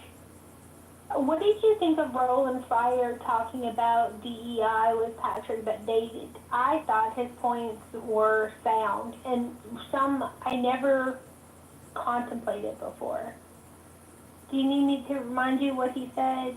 No, I'm very familiar with the arguments. His thought is that if you're going to use DEI as a way to gift jobs to unqualified people based on their identity, that it's a terrible idea. And I think most rational human beings agree with that, but he does support the idea of looking in the highways and the byways to find people that have innate talent and giving them opportunities should their talent justify it. And so it's like a national or maybe even global talent search. And if that's what you mean by DEI, then great. The idea of equity, though, I would throw that out. I don't think equality is a thing. I don't think it's real. And if equality is not real, then why are we worried about giving equity? No, equality of outcome is horrible. It's just. I think equality of opportunity is horrible too. Equal protection under the law is what we should be striving for. That's the only thing that we should be looking at. So can we dig into that a little bit? Because if there's limited resources in a community, there's little chance that the people in that community will rise above. There's generational wealth, but it is far outpaced by generational poverty. And if we don't provide extra resources or access to resources or even information regarding resources, it's like road to Wigan Pier. Monica, but I think the problem is the flip side of it, people taking advantage. When you do provide resources, people will game the system on those resources. I also think with respect, and this is going to be really unpopular comment, but I'm just going to say it, as much as I think, as we talk about, as equal opportunity laws came in, and I definitely was a recipient of being able to get jobs as a woman, I also watched a generation after mine take advantage of it and litigate and overly litigate on, so you go back to on the basis of sex, and we can talk about, as Ginsburg, if you ever saw the film where you saw the fight to get equality for women, and then we put the laws in place, and we see a lot of people over litigious when they lose their jobs. And that's a big issue. And Dolly made a funny comment in the chat, but, I was laughing at it because the problem isn't hiring of the women, it's the firing when someone doesn't perform their job. And some people just don't work well, and they shouldn't have the job because they fail at the job. And when you go to terminate them, you end up with a lot of these issues that have nothing to do with anything but job performance. And it's become a roadblock for employers. And I think, I don't know, you guys can totally disagree with me, but if you're an employer and you're looking at a situation, are you looking down the road, if the person doesn't work out, will they sue you for some type of discrimination? And I think it's been a hindrance, and we're overly litigious under those laws. So that's just my opinion, and I'm sure it's unpopular. No, actually, Dave Ramsey talks about this. He said the solution is don't hire them in the first place. So when you go to apply for Dave Ramsey's thing, it is a long, involved onboarding process. And I think they have six months or maybe even a year of probation and like high expectations of all of their staff. So they cut that off in the beginning. And they're like, you're just not a fit for the culture of the company. Well, and that's brilliant. What's different now is the advent of the internet and what you can do with respect to researching a prospective employee. And if you see a hostile work environment in their last 6 jobs, you're going to take pause as to whether, that would be a good fit for you if the person doesn't work out, what your risk factor is with litigation. And you wouldn't have known that necessarily before, but now it's a pretty easy search. And that knowledge, that's an interesting factor of how that knowledge plays in the hiring process, kind of what you're saying. Well, that's the thing. I mean, these litigation, the laws should not be placed in the first place, and then the employer should, the at-will employment is the key. But Hanson, we needed them. Hanson, we needed them initially. So yes, the at-will is.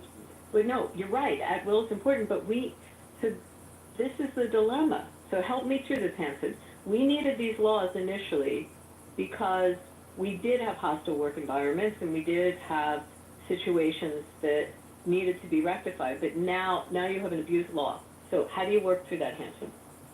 Yeah, so, I mean, I'm not sure initially what's the need. I mean, the boss, if let's say, Mojo hires somebody and if you have an environment, the bullying or whatever, that affects the productivity of the company, I think Mojo, it is in his interest to fire whoever that instigate that the environment. And if you don't like the environment, you should be able to quit anytime. I mean, there's always the market provides just supply and demand. So I don't see why the government should extend its claw into the subtle relationship environment in the company or any place. Do you know how easy it is to, I'm going to say easy, I'm going to take back that word, the ability to create in a litigation posture a hostile work environment is an environment that I would tell you 30 years ago was a very normal work environment for a lot of people. And things that you may have in your work environment that seem perfectly acceptable and perfectly acceptable social behavior could be couched as a hostile work environment. So I guess my point is, how do you keep the laws there to protect those who really need them without having them so so taken advantage of? I don't. It's a problem.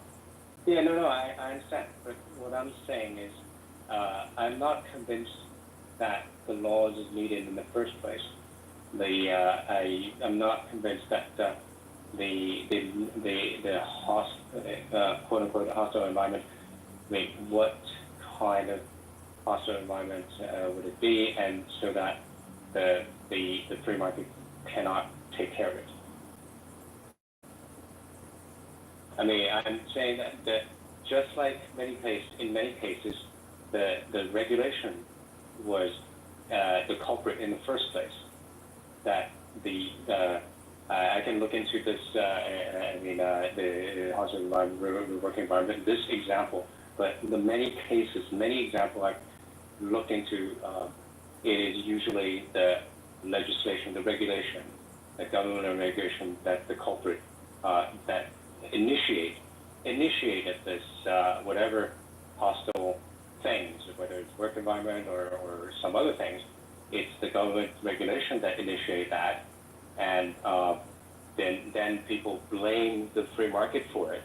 But once the regulation is lifted and let the free market actually come into work, the thing would have, I mean, the troubles would have vanished in the first place.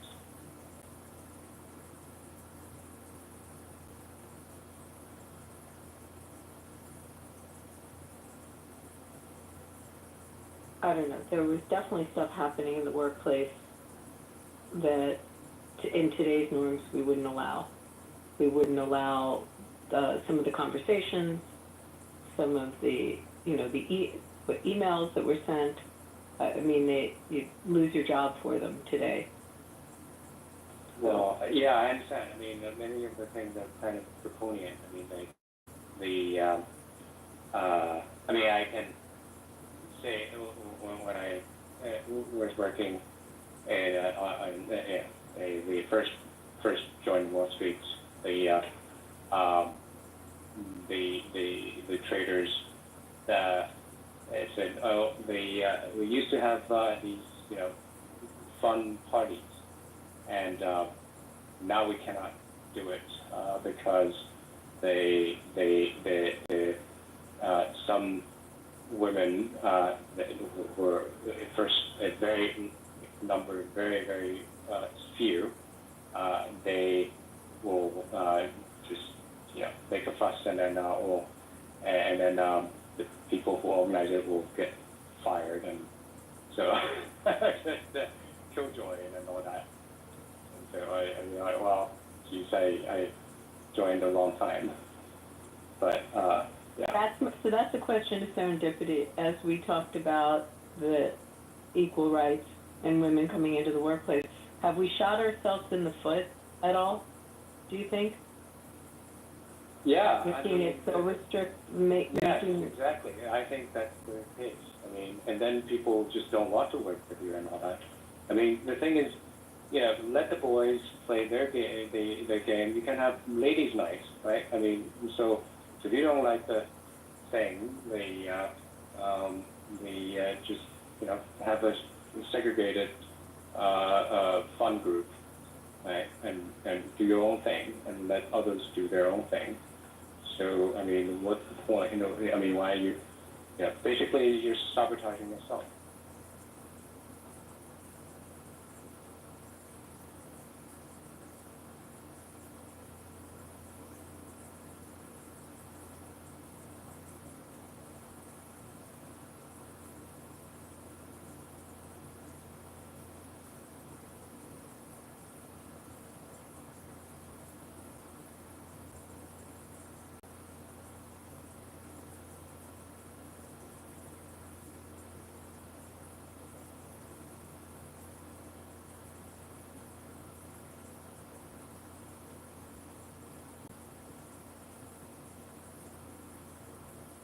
I mean, that's the whole point of free market. I mean, you find people who want to trade with you, who want to be associated with you, and then you exclude other people who don't want you, who you don't want, and others don't want you, and we go on your separate merry ways. That's the whole point of free market capitalism.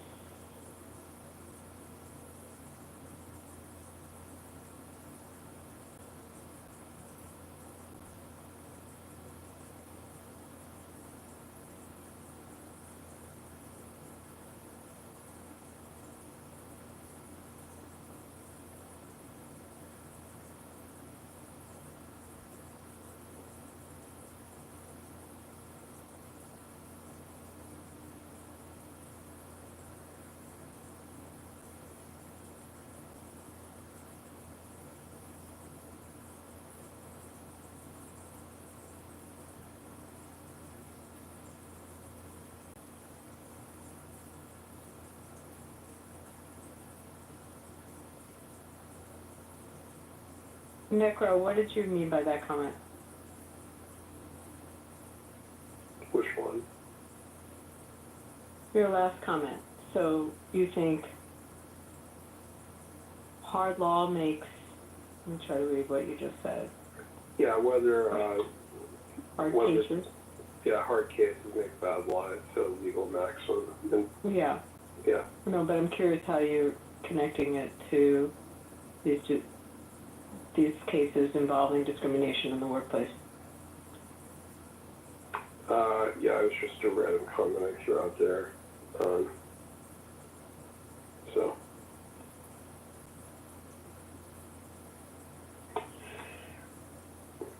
I would like to know what your thoughts are on the ADA mojo.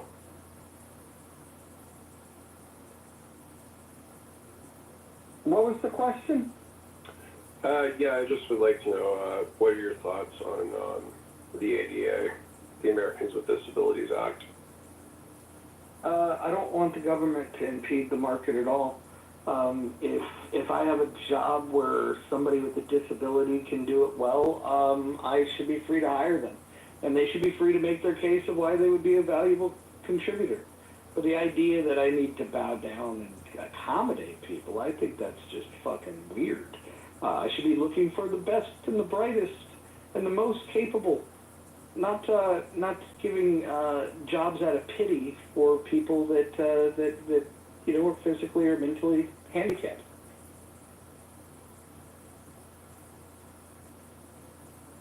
But employers, like there's studies that show that employers, especially in certain occupations where they have high turnover rates, like you're claiming that, oh, well, it's probably going to be a turnover because this person is disabled mentally. Is it your theory that that retention rates would go up if I hired retards? I don't know. What's the definition of a retard, first of all? Because I don't even know. I don't go by that. Okay. Well, just say incompetent.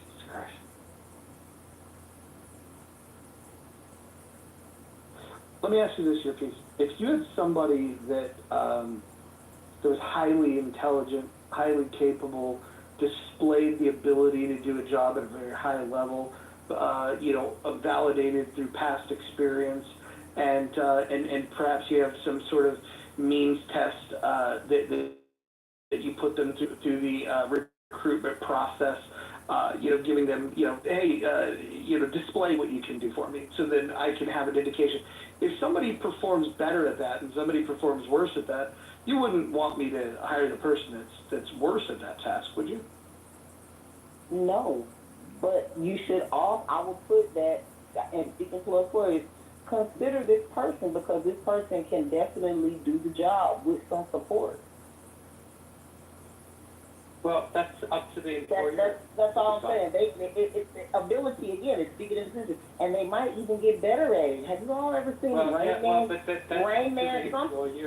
Some artistic people are way more high functioning. Just give them a fucking chance. So let me get this straight. So your argument of why I should consider hiring a retard is because you enjoyed a film with Dustin Hoffman and Tom Cruise. Is that correct? Absolutely. Absolutely. Okay. Well, look, when it comes to retard movies, The Other Sister is my favorite.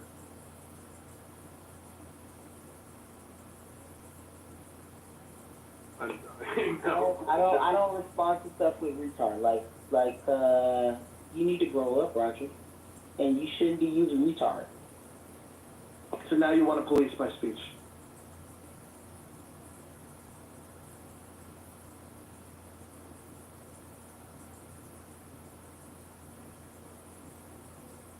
Why does the word retard offend you?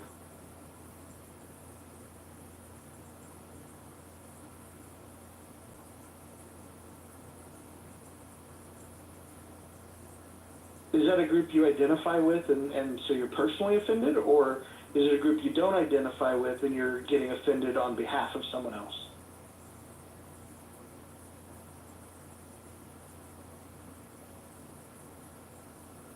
All right, back to Necro. Necro, you were saying. I just was wanting It's about, I feel like you pretty much answered. I guess really the only thing I would ask is like, do you think employers should be allowed to fire people if they become disabled? Well, let me qualify this. So let's say I hired somebody to be a warehouse worker, and one of the job requirements is to be able to lift packages, that weigh 50 pounds.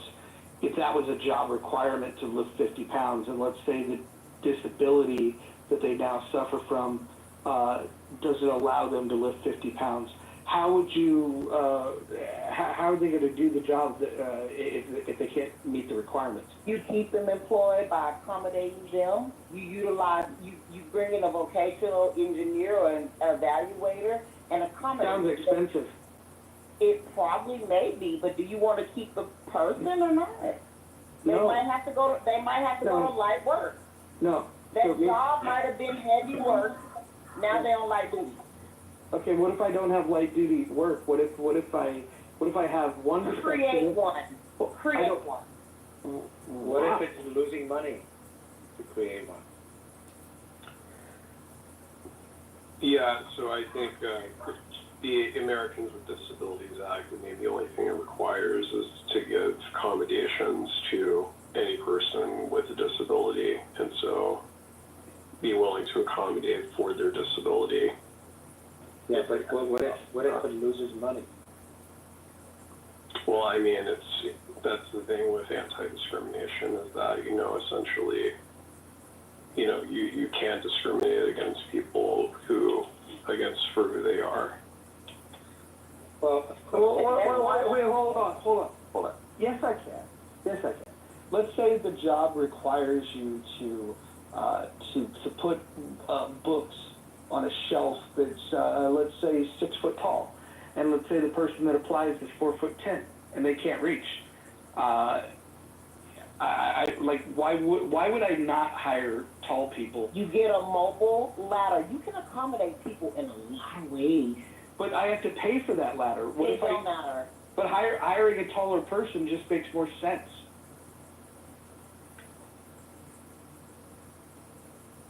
Yeah, I don't think necessarily hiring someone is necessarily the same as anti-discrimination. I put in the chat about. You're talking about firing them. Like, what if someone gets pregnant and they're in a job that that's problematic for someone who's pregnant? Are we calling pregnancy a disability now? It's a condition. Is it a disability? I wouldn't call it a disability. It is a condition, though. It would be covered under the act. I mean, the other part of this that you're missing is what about customers? I mean, it costs businesses money to put in a wheelchair ramp to their businesses. It costs businesses money to kind of accommodate for that. I think that's probably also a good thing, that we cost businesses money to accommodate for people who can't walk, et cetera, in our society. So let me ask you this: if I open a restaurant, let's say I open a Greasy Spoon restaurant that's off a highway that doesn't have a ton of traffic, and it's like hundreds of miles away from a major city, but there's a few town folks, and then there's the people that are traveling the road that might be hungry.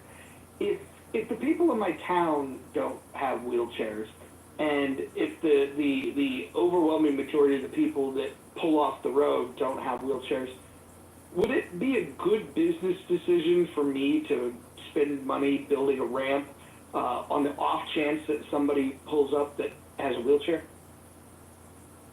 I mean, a business decision, this is not a business decision, this is a decision that a society decided we're going to be accommodating to people that have disabilities and enforce uniform standards based on that. So you're asking the wrong question. And that's where people like me come in, and I'm on your ass. I'm writing your ass up. Hey, y'all, I'm back real quick. So I feel this is a great discussion again, this new one. The problem is I have a real estate license. I've been licensed since like 2001, 2002. And I get it because I'm a real estate investor, and I don't have most units. Most of my stuff is like 4 units or less. I have buddies that have 10 investors and so forth, and they have to abide by because they're now 4 units or more. They are now considered commercial property. The problem is, I get it as an individual business person. You're looking at it as it doesn't meet my needs, but the reality is they're fairly protected classes, and you have to abide by federal law. So even though you may not ever see a wheelchair person come to your little diner, you know, when I worked with builders back in the day, we used to do like projects like do flips. Some of this stuff, when you look at what they're doing, is based on what the rules that were written, and unfortunately, it may not be beneficial to you, but it's designed to benefit the whole. Right. But Vincent, here's my point. Right? I'm not arguing that these laws exist, and I'm not arguing that because they exist that it may behoove you to follow the law. What I'm arguing is philosophically that I don't believe that the government should intrude in the market in this way. I think that if somebody decides to go into business, it's because they want to meet a particular need. They want to provide a product or a service, and they want to invest their money or raise money to be able to build this business. And if they want to do so, I don't think that this is me personally. My philosophical leanings is that the government should not put their hand on the scale. We should let entrepreneurs do what they do. And I think if there's a market for people that are in wheelchairs to eat, then I think that restaurant owners then should accommodate that. But if you're going to lose money to do that, I don't think the government should make decisions that's going to cause you to lose money. I think that's where just philosophically, I 100% disagree.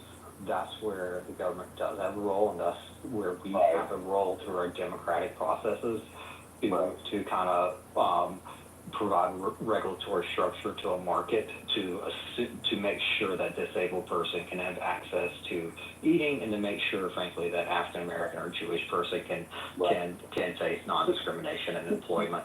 But keep in mind, there's a reason why these. You do acknowledge there are some jobs that would have. You might have a justification for discriminating if you're the spearmint rhino and you're hiring the girls. Absolutely. She better have a thin waist and big titties. Did you ever guys work UPS in college, just for the guys? I never did. I had buddies working UPS in college. You know, UPS, they had a requirement before automation now, where they were lifting boxes to go on trucks. You had to have a certain physique, or you had to have lifting capacity. Otherwise, you wouldn't get a job. So you can discriminate based on job functionality. Hold on. I'm going to go a step further. Go for it. If I want to have the authenticity of a Japanese restaurant that is making sushi rolls, I'm not going to hire a Mexican to be the one that's that's different. Listen, he might be fantastic at making sushi rolls, but the authenticity of the restaurant is going to be shot. I need somebody that's going to fucking just nod his head, sit there and look extremely Japanese. I might hire a Korean if they can pull off looking Japanese, but I need the authenticity to be there, because that's what I think people are going for. Conversely, I don't want to go to a Mexican restaurant and see the Japanese person making burritos. I think that that's perfectly acceptable, because in a restaurant setting, authenticity is a big part of what you're trying to sell to the public. Yeah, I was going to say. Mexicans are frying chicken now. They're working. Mexicans are doing everything. I got friends of mine who are Ethiopian. They're doing Ethiopian food too. Yeah. I was going to say this real quick though. The reason why, so every year I have to go get my, for my real estate license, I have to do my license requirement, and we have to do fair housing and all that stuff. And the reason why, no lie, and I'm like, why do we have to do this every freaking year? And when you listen to these instructors, because every freaking time somebody's being violated for these rules. So the reason why we have the Disabilities Act, when it comes to religion, race, sex, people with AIDS, the reason why these things came about, because I agree with you, you would think a rational American would do right by people, but unfortunately, there's some assholes out there, and they have proven that they don't do right by people. So you have to now put borders in place to protect those who unfortunately don't have the ability to fight against. Vincent, the asshole creates a business opportunity for the guy that's not an asshole. If you want to go and discriminate against people, then here's a perfect market opportunity for somebody that doesn't discriminate against people. So, go ahead, sir. Look, this is like, look, I want to talk about like things like cigarette smoking, right? You had a push back in the 90s where hey, it's unhealthy for the workers. Some of the consumers were like, I should be able to go into a place where they're not smoking. And they even imposed this in bars. It's like, you're going into a place to consume alcoholic beverages, which is a carcinogen, but we're worried about cigarette smoke because it's a carcinogen. Smoking and drinking kind of go hand in hand. I would have rather allowed the marketplace of ideas to prevail, and if the market really decided that I would prefer to go into a place that's not a smoke-filled room. Abby could probably talk about smoke-filled casinos versus non-smoking casinos, but if we just look at the bar example, I would prefer to be in a world where you have a non-smoking bar sitting next to a smoking bar, and then let consumers decide which one they want to go to. Let employees decide if they want to apply at the job that allows smoking and being exposed to that during their shift. I think that we should allow choices, and people like Brent are anti-choice. They want the government to put their hand on the scale. They don't believe in individual freedom, period. But you believe, though, fundamentally that there's an equal balance market, and we know that markets aren't equally balanced, right? So if I'm the guy who has the best, let's say, restaurant in town of fried chicken, or makes, let's say, the best Sammy, and I like people who are, non-wheelchair, we got steps, too bad, but I'm the only guy, even though you have, quote-unquote, say, an opportunity, if I'm the guy who's cornered the market, this is why we have monopolies and all these other oligopolies, you really can't just say, oh, I'm going to open up a system that's going to pretty much allow competition, because we know that in certain free markets, people have a dominating effect. It just is not always, it sounds good, it doesn't happen. It reminds me of like a Greenspan in the early 2000s, where Greenspan had this philosophy of equal markets and fair markets, and we saw that worked out, right? It didn't work out. So it sounds good every time. That's like almost like trickle-down economics, so it doesn't always play out in terms of reality, I guess, in a sense. So Vintage, here's the issue, right? Let's say I want to open a restaurant, and let's say I don't want to invest in putting a wheelchair ramp, right? The specifications, the grade of it, how long it has to be. I mean, you're talking about a lot of time and material that it takes to build this ramp. And it's an expense that I should, as a business owner, be able to calculate, is this going to be a net loss or is it going to be a net gain? And what we're saying is that the government should come along, and even if a business is going to suffer a loss, we're going to do it because it might help one person.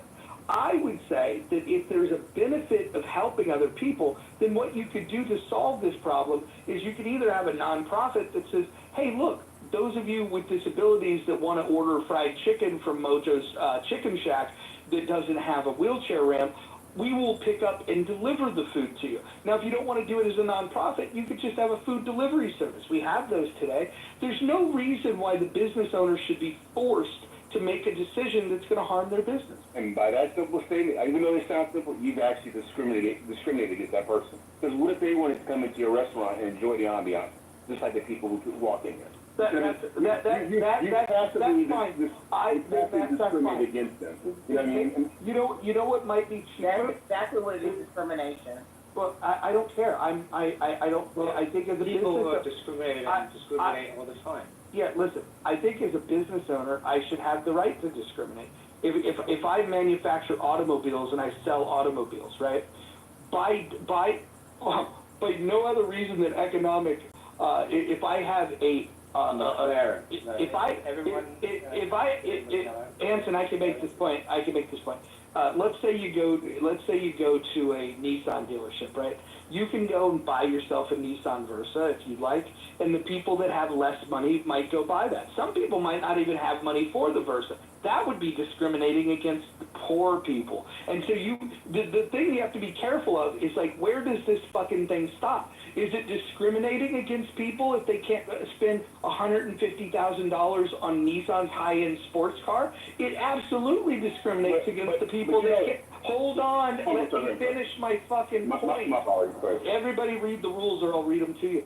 The point is there's this slippery slope of when you give the government the ability to interfere in the market, you're creating signals and distortions that harm the market, and you discourage investment, and you discourage people from taking the risk of doing this because you're saying that the government can come along and make a rule that makes your business unprofitable. And so I reject all of the government intervention that would impede my ability to make a profit.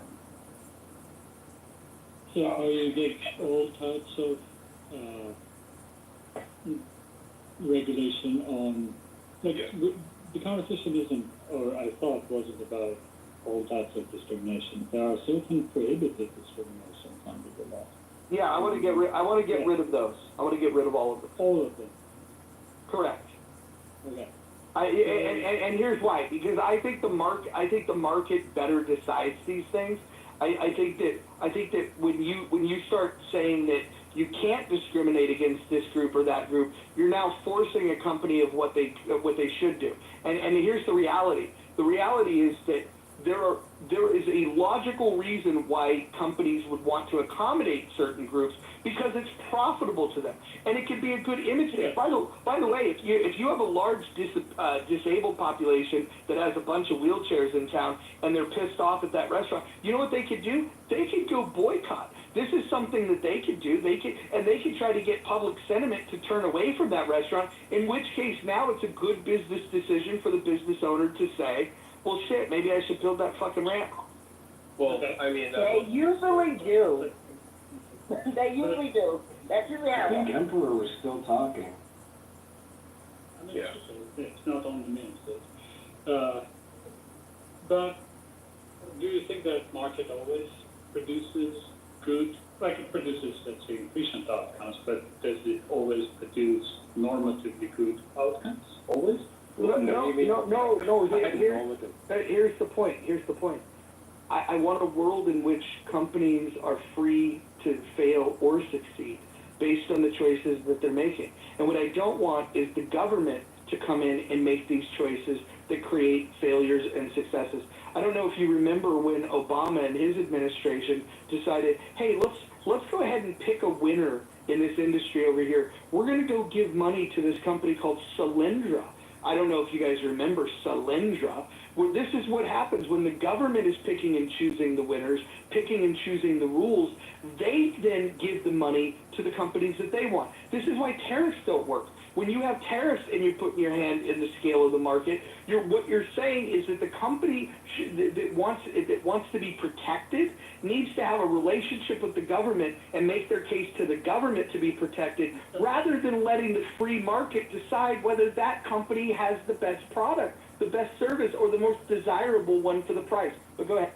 Yeah, Am I saying- agree oh, wait, on sorry. some parts that I dislike excessive regulations as well, so there's some agreement there. But companies left to their own devices, right, may employ child labor or other types of repugnant activities. Yeah. Can I respond to that then? So let's take it one by one. Yeah. Let's take it one by one. So yeah, let's get one. You mentioned child labor. Let's talk about child labor. Yeah, let's talk about child labor. Here's the issue. If society finds child labor to be abhorrent, then what happens is the consumers can say, I'm not going to buy their product or service. They employ child labor. And then that's a much more efficient way to correct this market than to rely on the government to do it. And also, depends on the, what do you mean by child labor?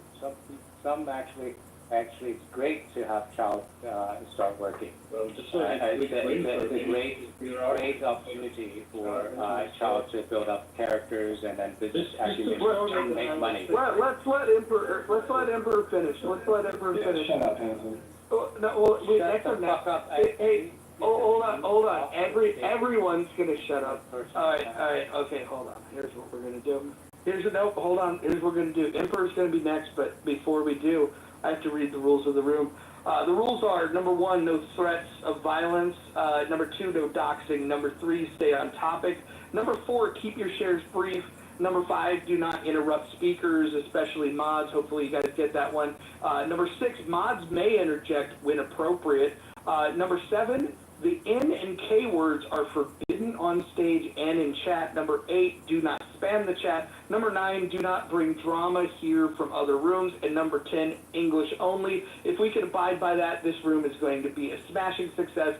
So we're going to go to Emperor. He's going to finish his point. I'm going to remain on mute. Everyone else will remain on mute, and we'll have what's called a conversation. Go ahead, Emperor. Thank you. Yeah, I'm going to make a standard Carl Polanyi argument that people are not only market participants, but they're also social beings. And social beings have also morality, right? And certain things are beyond morality, and those things are much more efficiently regulated through systems like representative democracy rather than consumer choices, right? And in their own countries, they should be free to make those changes through those vehicles.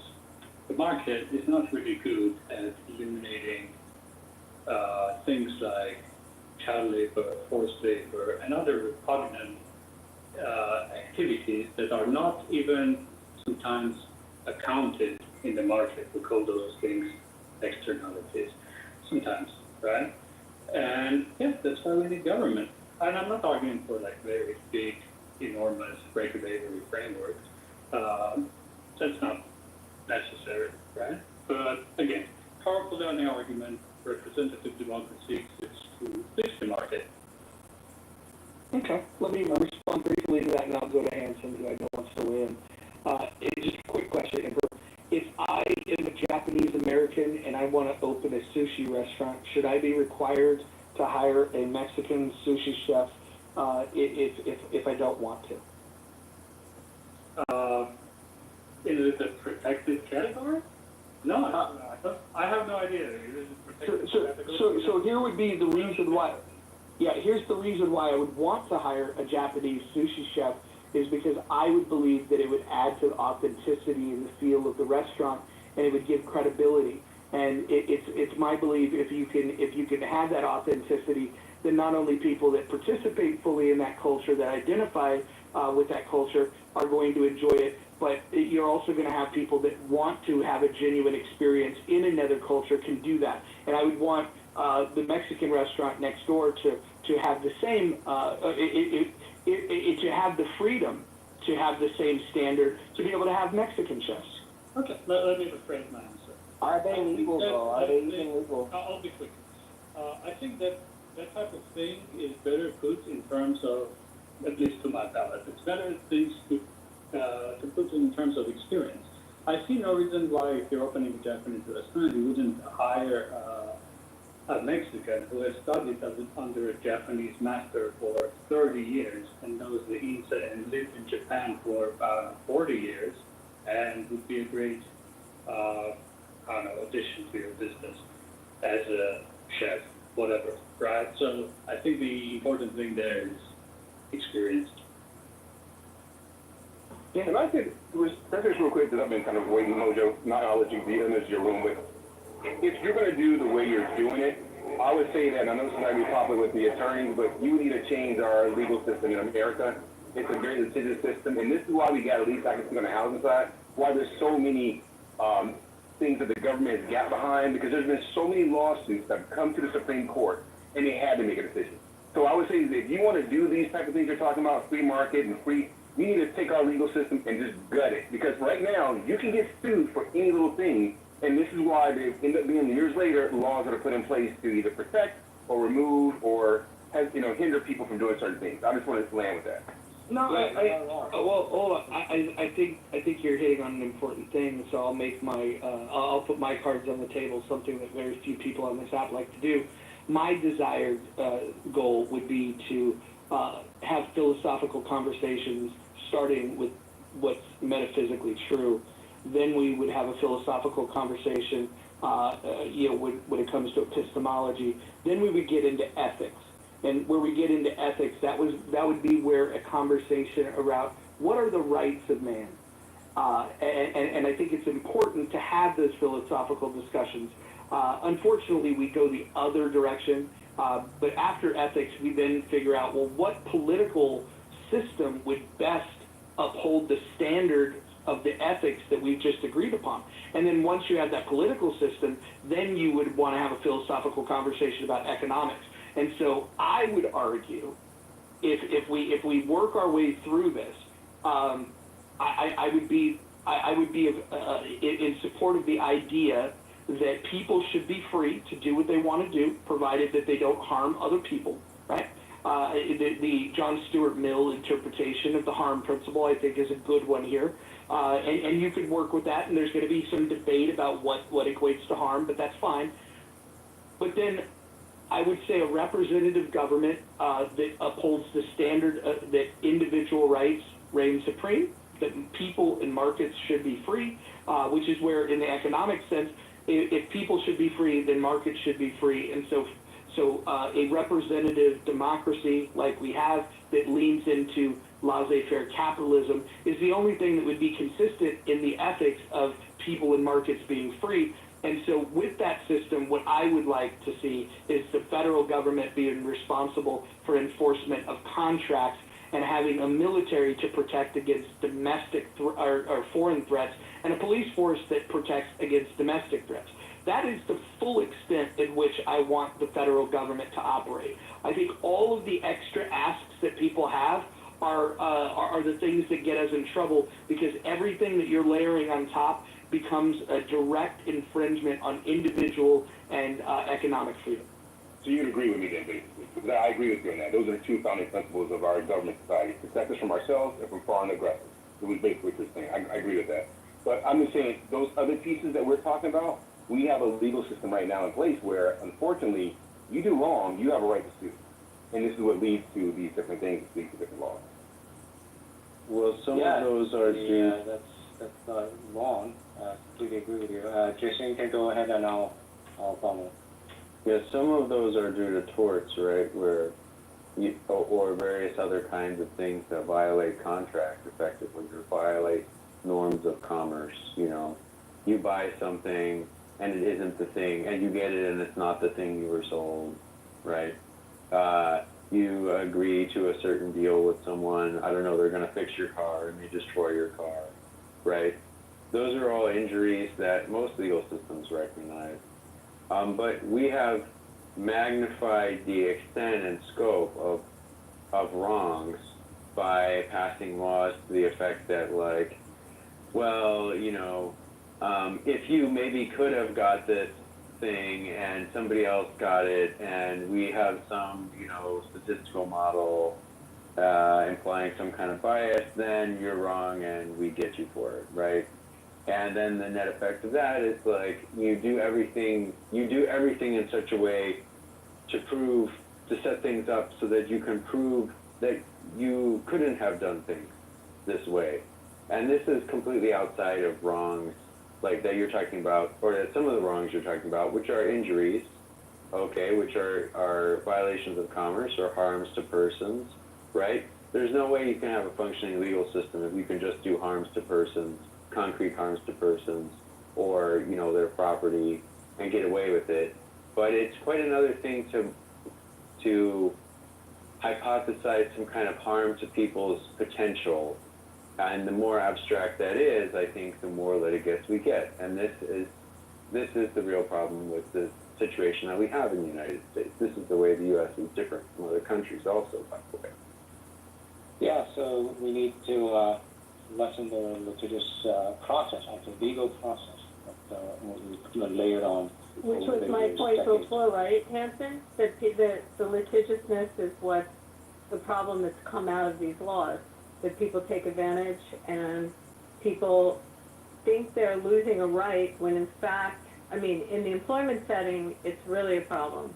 I hear what Jason's saying, and I hear the weighing of the risk, but there are circumstances, just like the Japanese chefs, as I brought up the strip club, or the cocktail waitresses, or, you know, the same with whether you have smoking or you don't have smoking, and whether that will affect revenue. Yeah, I have a question for your piece on this topic. Your piece, do you think that it would be wise for an airline to hire fat stewardesses? Did you say cost effective? Do you think it would be wise, was the thing? No, I do not. But you know, again, going back to this whole inclusion thing that we have now, they do that now. It's in a lot of their clauses that they, going back to this illusion and inclusion, right? They say that they support that, they don't discriminate, they don't do that anymore. But you don't see any fat stewardess. Yeah, well, hold on. Let me explain why. Hold on. Hold on. I want to respond. Mito, thank you. The reason why it's not wise to hire fat stewardesses is every bit of weight that you put on a plane causes you to burn more fuel. So you're going to increase the fuel cost. The other thing that you're going to do is you have an unpleasant sight for the consumers. If you have different airlines and one airline, let's say, has fit, attractive stewardesses, and another airline which has fat stewardesses, it's less attractive. It's a less pleasurable experience for most people. There's people like Necro that appreciate a more rotund woman, but for the most part, most of us prefer a more petite woman. They're prettier, typically, that our standard of beauty. But the practical reason, aside from the fact that of branding and consumer awareness, is the simple fact that you're going to raise the cost of tickets for consumers by hiring fat stewardesses because you're going to have to burn more fuel. Yeah. It's also dangerous, right? Like, how do these people get other people out? I didn't know that people took flights, solely just to have a good view of a stewardess. I thought people were really It was a thing from the 60s or piece, and I will say that he's like right. trying to get to where the fuck they're going. So historically, stewardesses and airlines, if you go back to the CWA era, they looked at beauty. You had to be that Twiggy-based model, and it's changed a little bit. But that was a thing that was born out of it. Because remember, airlines were for the wealthy. It was for the privileged. It wasn't for the everyday consumer. People took Greyhounds and Trailways, but that's where that is my point. They have to get weighed in. Right, that part has changed, but the way. It's still like that. You get in It's relaxed a little bit. It's not as bad as Yeah, but you get an emergency on an airplane, that person better be fit to help. Yeah, that's the other factor, right? Yeah, and also, exactly. I mean, the thing is that it's because of the regulation that you have to hire fat, ugly, old stewardesses. And also, to answer, continue the conversation I had with Abby, the legislation is also, it's taken advantage of the law that's regulation that's put in place. Not just because if you have no laws to hang your hat on, there's nothing to hang on, and then there will be no lawsuits. And so it's too bad that Emperor has disappeared. And so, but anyway, I can answer his question. He was talking about the morality, and morality is a subtle thing. There's no better tools to adjust and then tune the morality than the markets, because you have your skin in the game, you have your dollar that cents and dollars and cents to execute your morality, and you speak with your dollars. There's no better weapons to speak for your morality than dollars, rather than the legislative or so-called democratic process, which is a very blunt tool, and usually it's at best is the 51% imposing their morality on the 49%, and worse, usually it is the 30% that's most interested that the vote laws into place to serve their interests and their so-called morality, and at the expense of all others, rather than using, actually worse is using your dollar to impose their morality. That is the worst thing that you can extend your morality, or express your morality rather. And so, and then we can talk about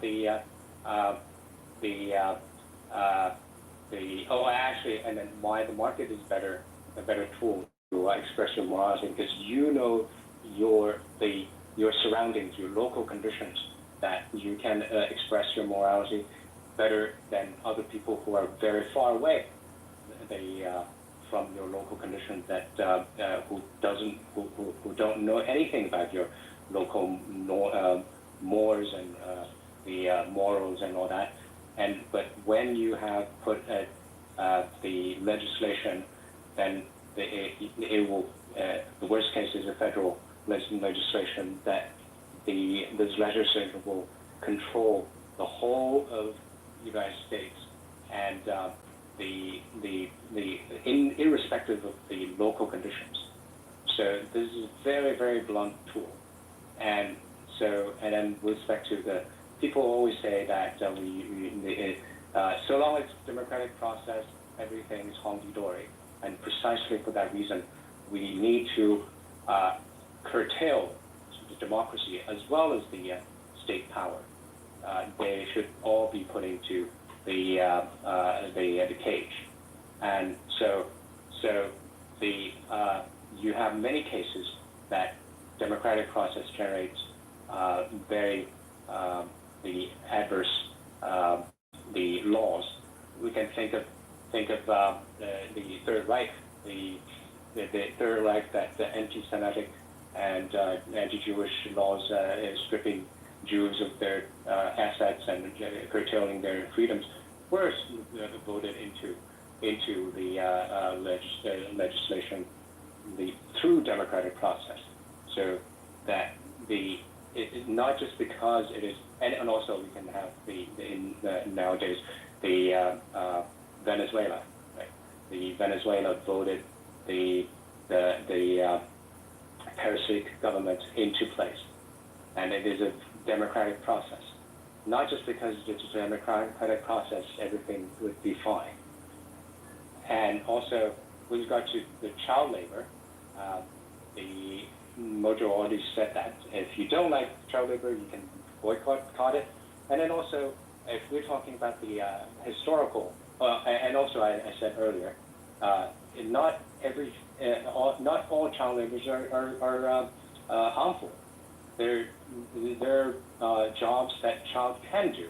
Actually, I have always been advocating that children can start working, should start working at an early age, rather than go to useless public schools. And a lot of the jobs nowadays with AIs and computer technologies, a lot of jobs are doing better jobs actually than the adults who are illiterate of computers and AIs, and they can earn money, great money. We can see that actually a lot of Doge employees are teenagers, and they're computer geniuses. And also in the historical context, the child labor is a better outcome for the parents and the children. Then working in factory is a better work environment than in their farm, on their farms and toiling away at the farms. So just saying that it's child labor, it's a misconception. Okay, I'm done speaking. Can I just point to the poll here that not everybody's responded to yet, but the poll is, should companies be forced to hire mentally retarded people? And option one is must hire retards. Number two is no requirement to hire retards. And number three is I don't like that word. I want to point out that 37%, over a third of the people that responded, were led by their feelings on this rather than taking a stand on the question about whether you should be required to hire a retard or not. And so the virtue signalers that chose the purple option, the I don't like that word, I see you. The only people that have a problem with that could arguably be said to be retards for that reason. I will say this though. Good point. Hold on one second. I want to just emphasize that I think we should look to define the terms. Like, what is a retard? Some people would say that those that are neurodivergent are retarded. I would say that depending on what they do with their neurodivergency, it could retard them, and it could be a superpower for them. There are some people that take neurodivergence and they weaponize it in such a positive way that they have unfair advantages over other people because they see the world and they navigate in the world in a much different way. And so you need to be able to optimize the skill set that you have. And I would say that the people that I know that are on the spectrum, they either they start with, oh, poor me, I'm a victim, or they say, oh, wow, I'm unique. Let me see how I could take advantage of that. And I think that's the key difference. Can I go quickly, Mojo? Yes, I prefer quick shares. Go ahead. Okay, cool. So my thought about the original question of should companies be forced to hire certain people and the poll and everything, I mean, if you look at, like, I don't know, for example, one sort of thing like meritocracy, like, you know, you want meritocracy to a certain point, right? If you get rid of meritocracy, all of it gets thrown out. But if you kind of balance meritocracy, maybe a bit of representation of, like, the people that live in the country, because I mean, imagine a country where it's hardcore meritocracy, it's extreme meritocracy, so, like, everybody has to do, like, blind CVs, and, you know, I mean, it's not the worst idea, but I feel like it could go bad at some point. And then Ewan, can I just share my observation that the people that tend to have objections to meritocracy tend to be the people that that don't get quite as much pussy as the rest. So, like, let's say if you're charming, let's say if you're handsome, let's say if you're fit, you really appreciate the idea of meritocracy because women are awarding the fact that, you know, that you're blessed with these certain attributes by throwing you the cookie, right? And then the people that are not blessed in those areas and don't have those attributes, they're always looking for a distortion of the marketplace of sexual proclivity. And the reason they want to do that is because they know that if there wasn't some other story to tell, if we didn't have the social norm of monogamy, you would have like 1% of the people fucking all the women. Like, that's the way it used to work. And I think the whole creation and the enforcement of monogamy, which, by the way, I'm a monogamist, and because it's self-discipline for me, I believe in monogamy, but usually the arguments that I hear around this anti-meritocracy is because there's an inferiority complex somewhere baked into it. And so I'm just curious, where does your inferiority complex come from with your criticism of meritocracy? I actually don't have, I actually think meritocracy is the best way to deal with it. I wanted to hash my whole point out, which is like, I think that you could very, very loosely base sort of, you know, a healthy maybe equalization of all of it together, where you have, like, in one circle meritocracy, so the best of the best, and then you also have relative representation of the country, but then at the same time you have like another section that is focused on the market and what people want in the market when it comes to, I don't know, representation in jobs or like within. So if you looked at like all three and then you made like, you know, 3 circles and you tried to like find the best in the middle, I feel like that would actually be almost a better way, and it's not forcing. So what you just advocated for, Ewan, is you said, okay, we should find the most efficient way to do things, the least efficient way, and some middle ground, and then rather than, we'll ignore doing it the most efficient way, what we'll do is, you know, because of some odd definition of fairness, we want to have a blend of these 3 things, despite knowing that doing that is making the choice to be less efficient. No, that's a fair point. I mean, I actually would personally advocate for meritocracy. I actually like meritocracy the most. I think if you're the best at what you do, you should absolutely excel. Doesn't matter what your background is. That's not what I'm saying.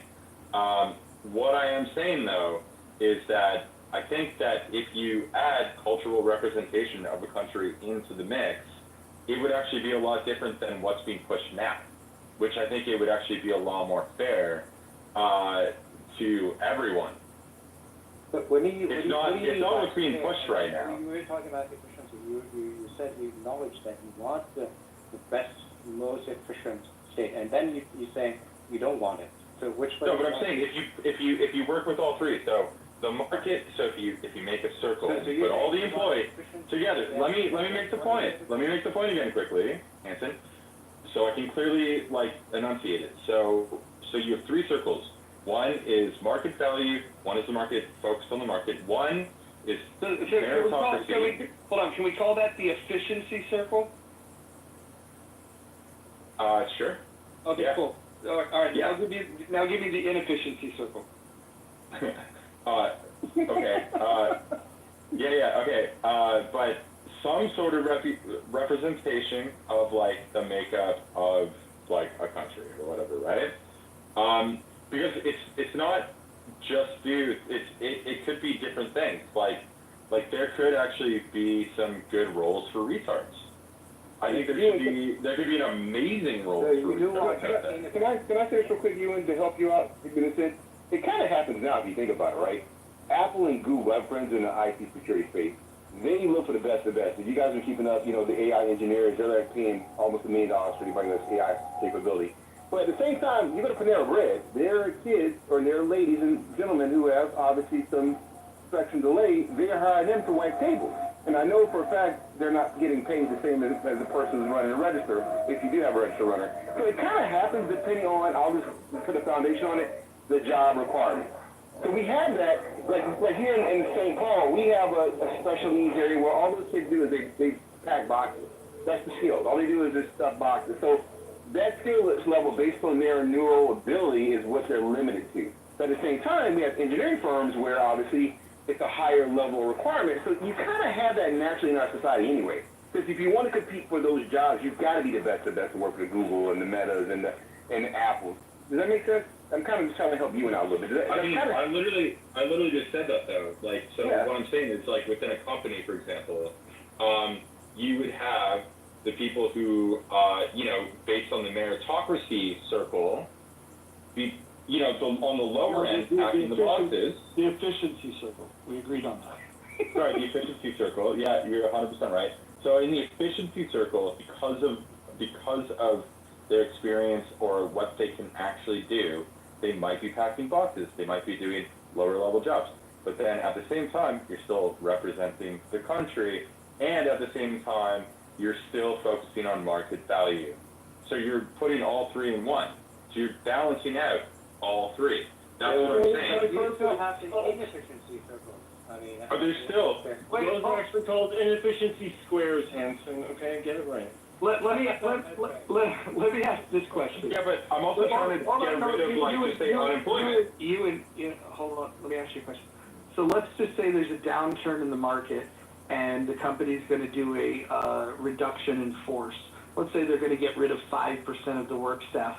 If I have these three circles, the efficiency circle, the inefficiency circle, and the hybrid the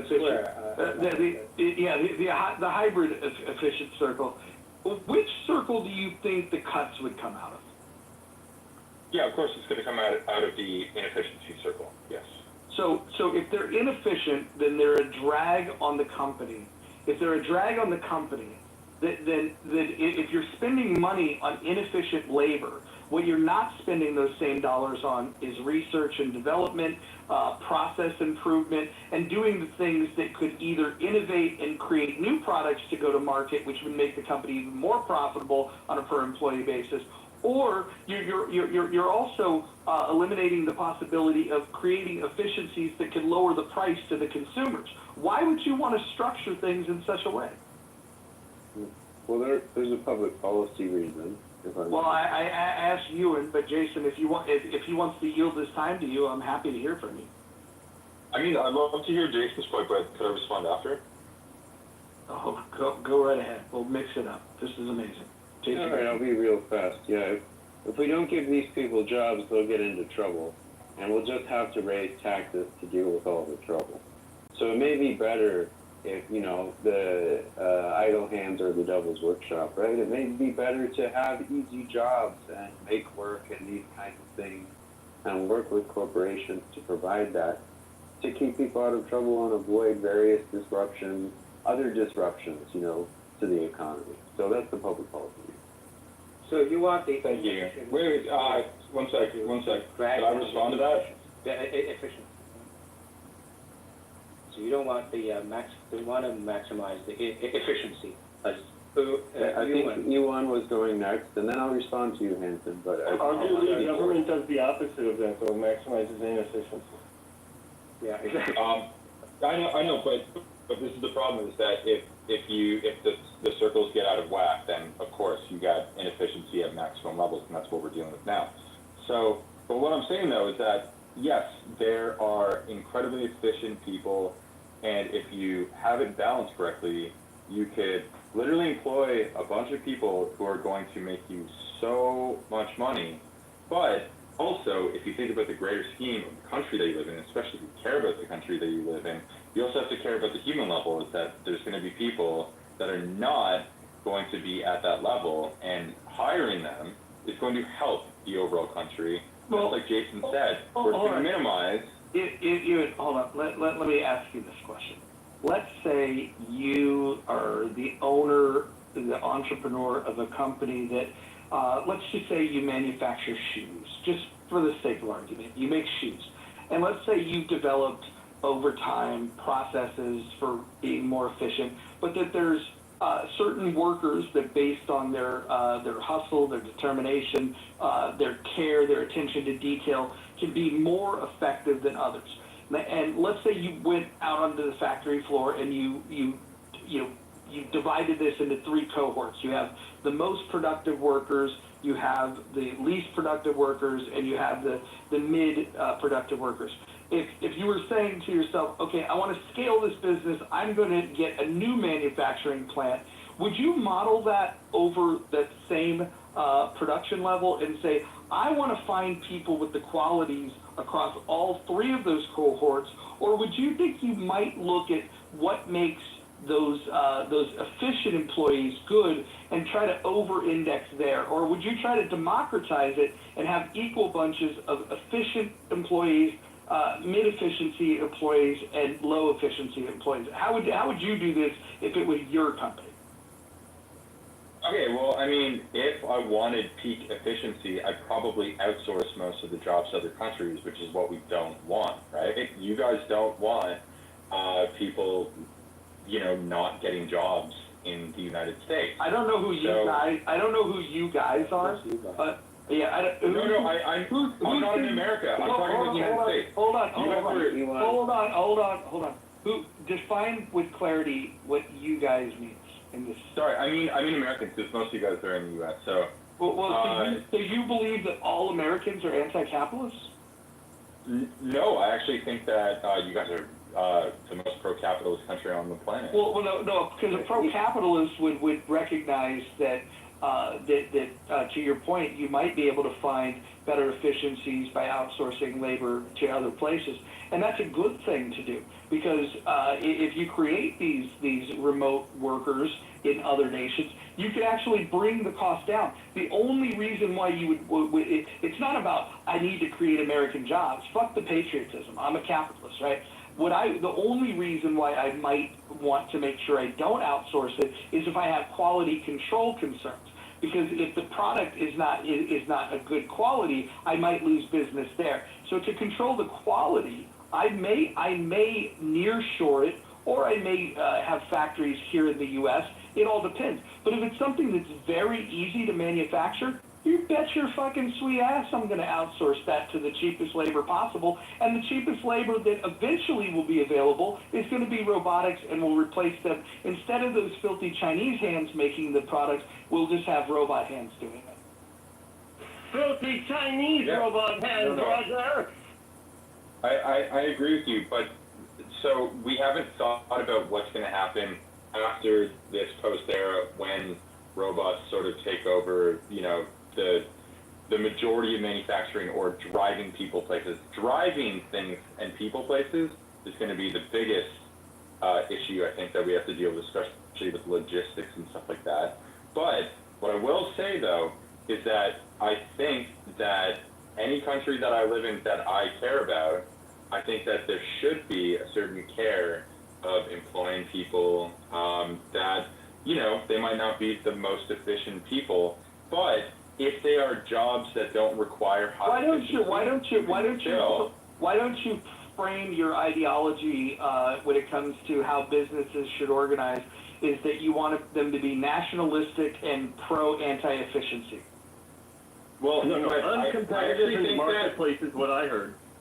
No, but what I actually think that you're looking at like very short-term gains, where I think Jason earlier made a point that I really agreed with, and that's sort of what I wanted to talk about, was the fact that if you get people maybe out of poverty in certain regions, you could actually make those regions like more economically efficient. You can get more efficiency out of people over maybe 20 years.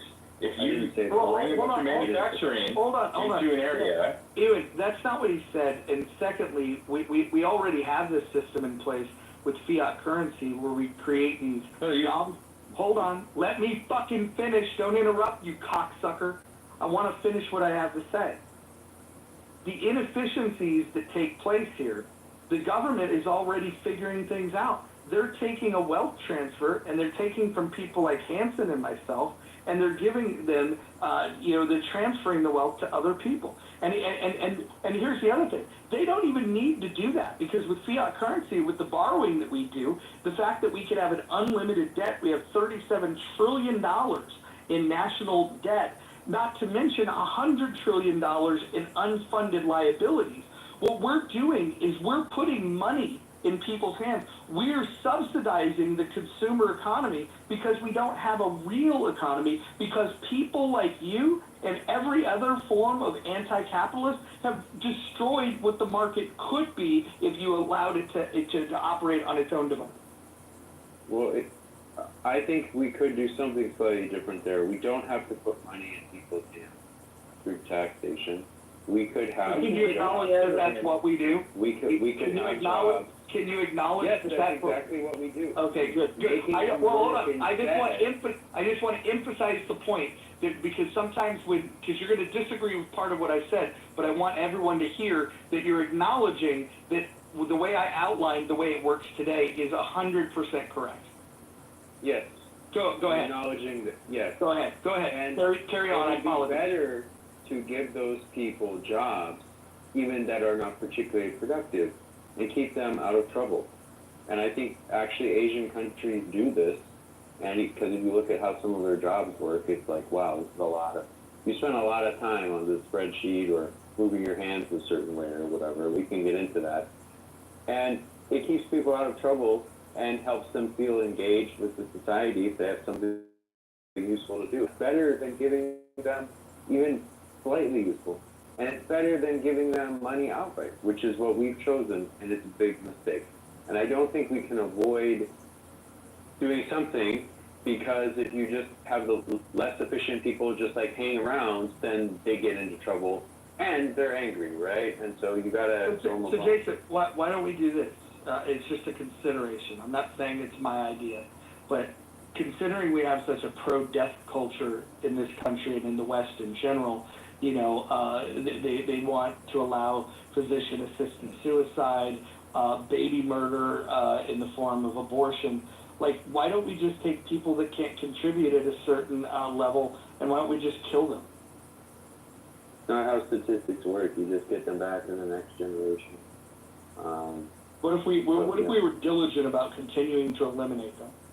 There would always be a rebellion, Roger, because genetic drift means that will always happen, even if you have a clone army. But it will be such a small number. It will be such a. But it'll be enough to start a rebellion. No, Roger is correct. Listen, hold on. I want to walk this back, because some people are going to say that they heard me advocating for this, and with IO's contribution of how it wouldn't work anyways, I just want to take that option off the table, so nobody that's listening to this that thinks, oh, that was a really good idea, maybe we should kill people that don't have skills.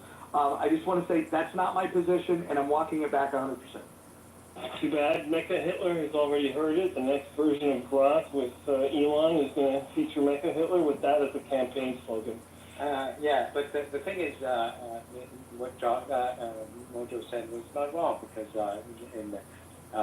going down with the same rationale Jason was advocating, we might as well just take Mojo's path.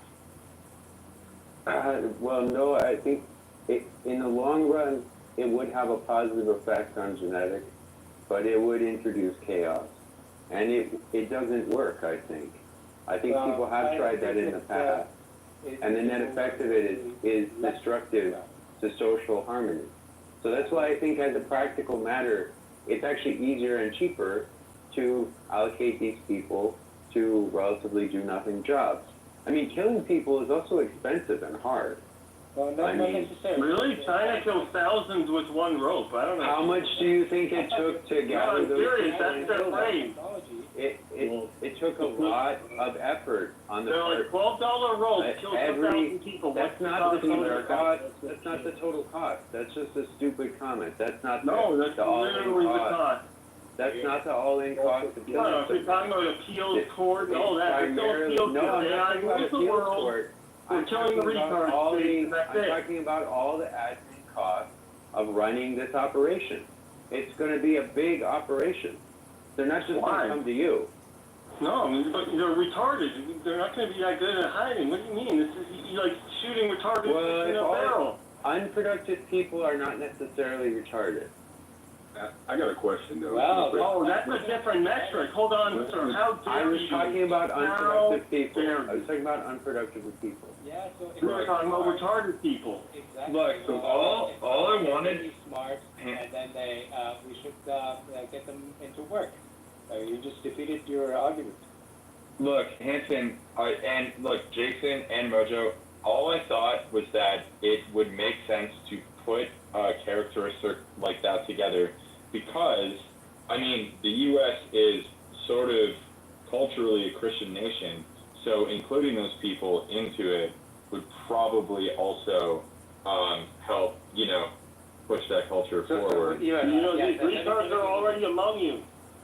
Yeah, let me deal with you. In fact, you could be one. Look,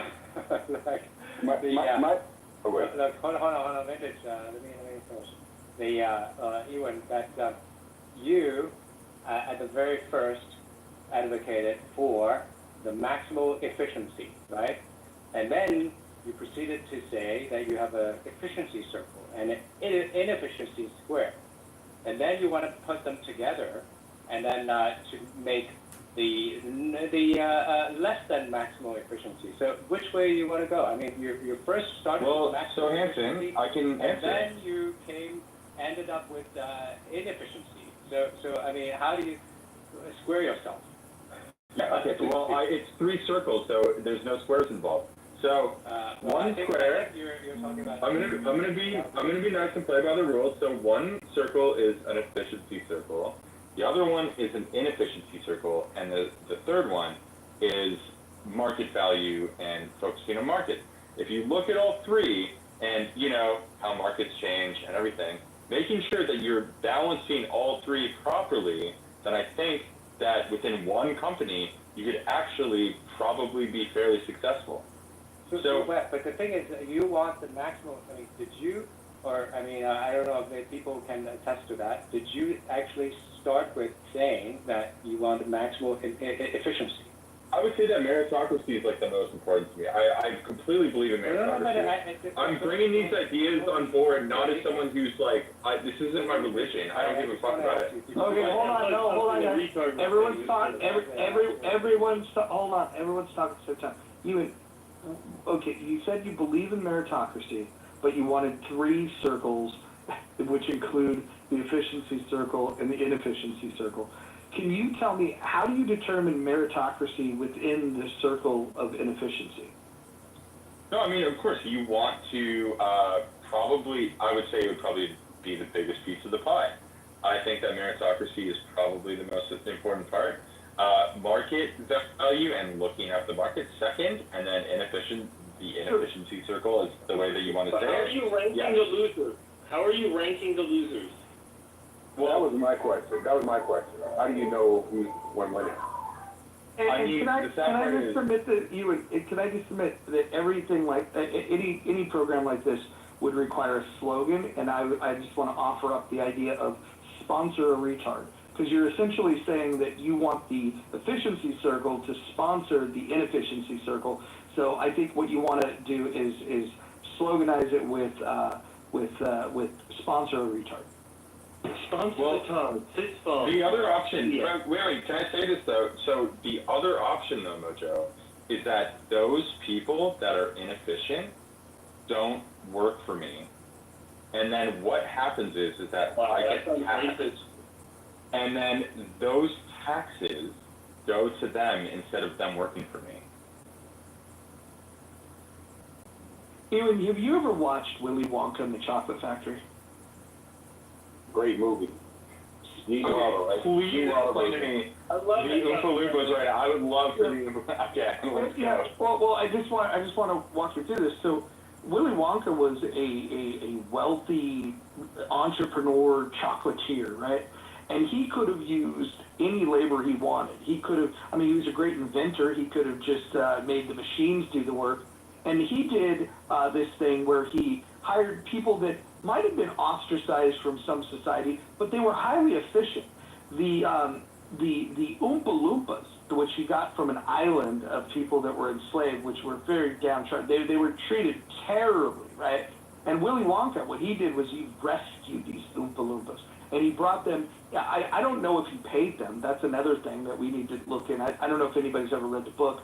I've only seen the movie with Gene Wilder, but I love the movie. But I'm just wondering, do you think that that's the way that these inefficiency circles may or may not work, where you just take the inefficient people and you send them off to some eccentric chocolatier and you have them sing songs in between making chocolate? No, because Mojo, wait, let me answer. So I didn't come up with the inefficiency circle, you did.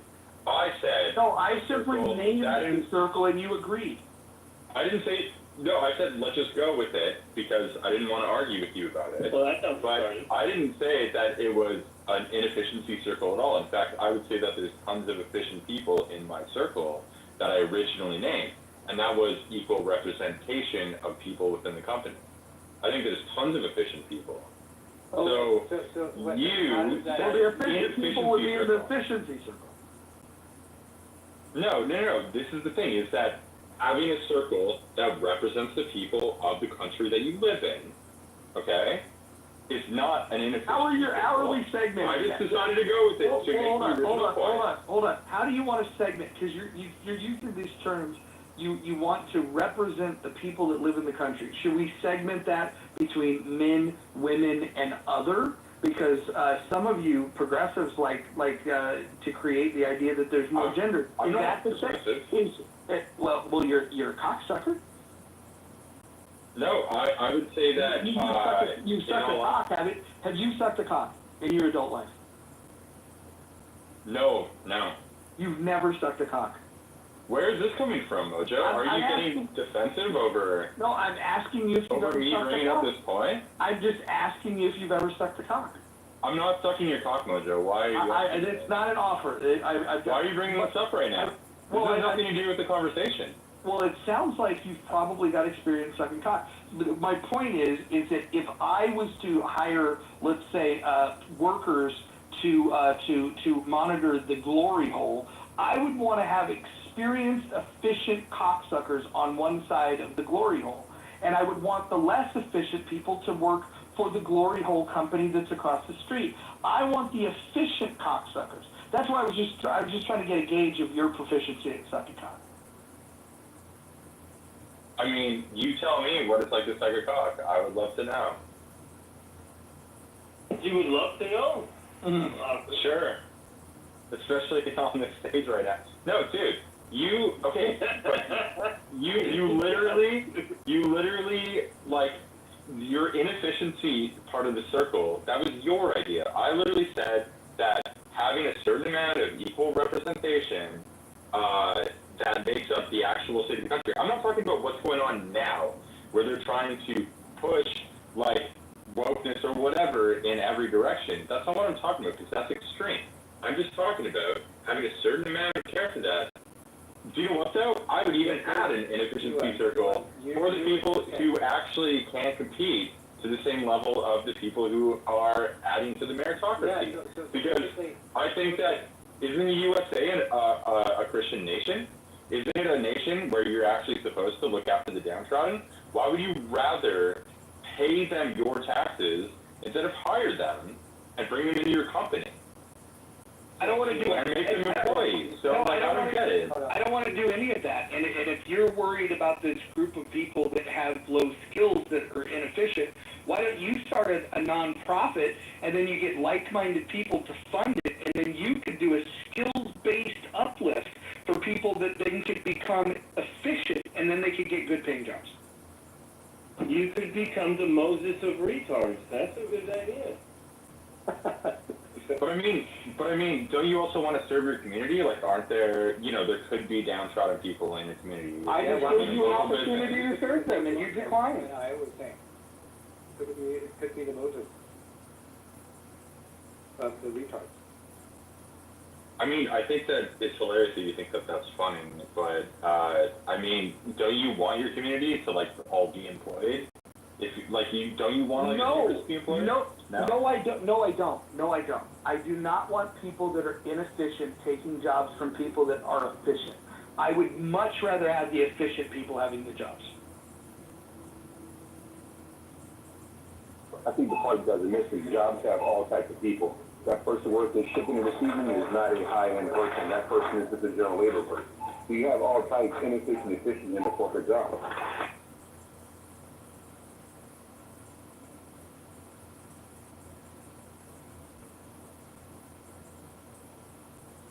And by the way, there's logical problem, right? When you said it was an efficiency circle, efficient circle, then outside, and then the other two circles are outside the efficiency circle. Is that right?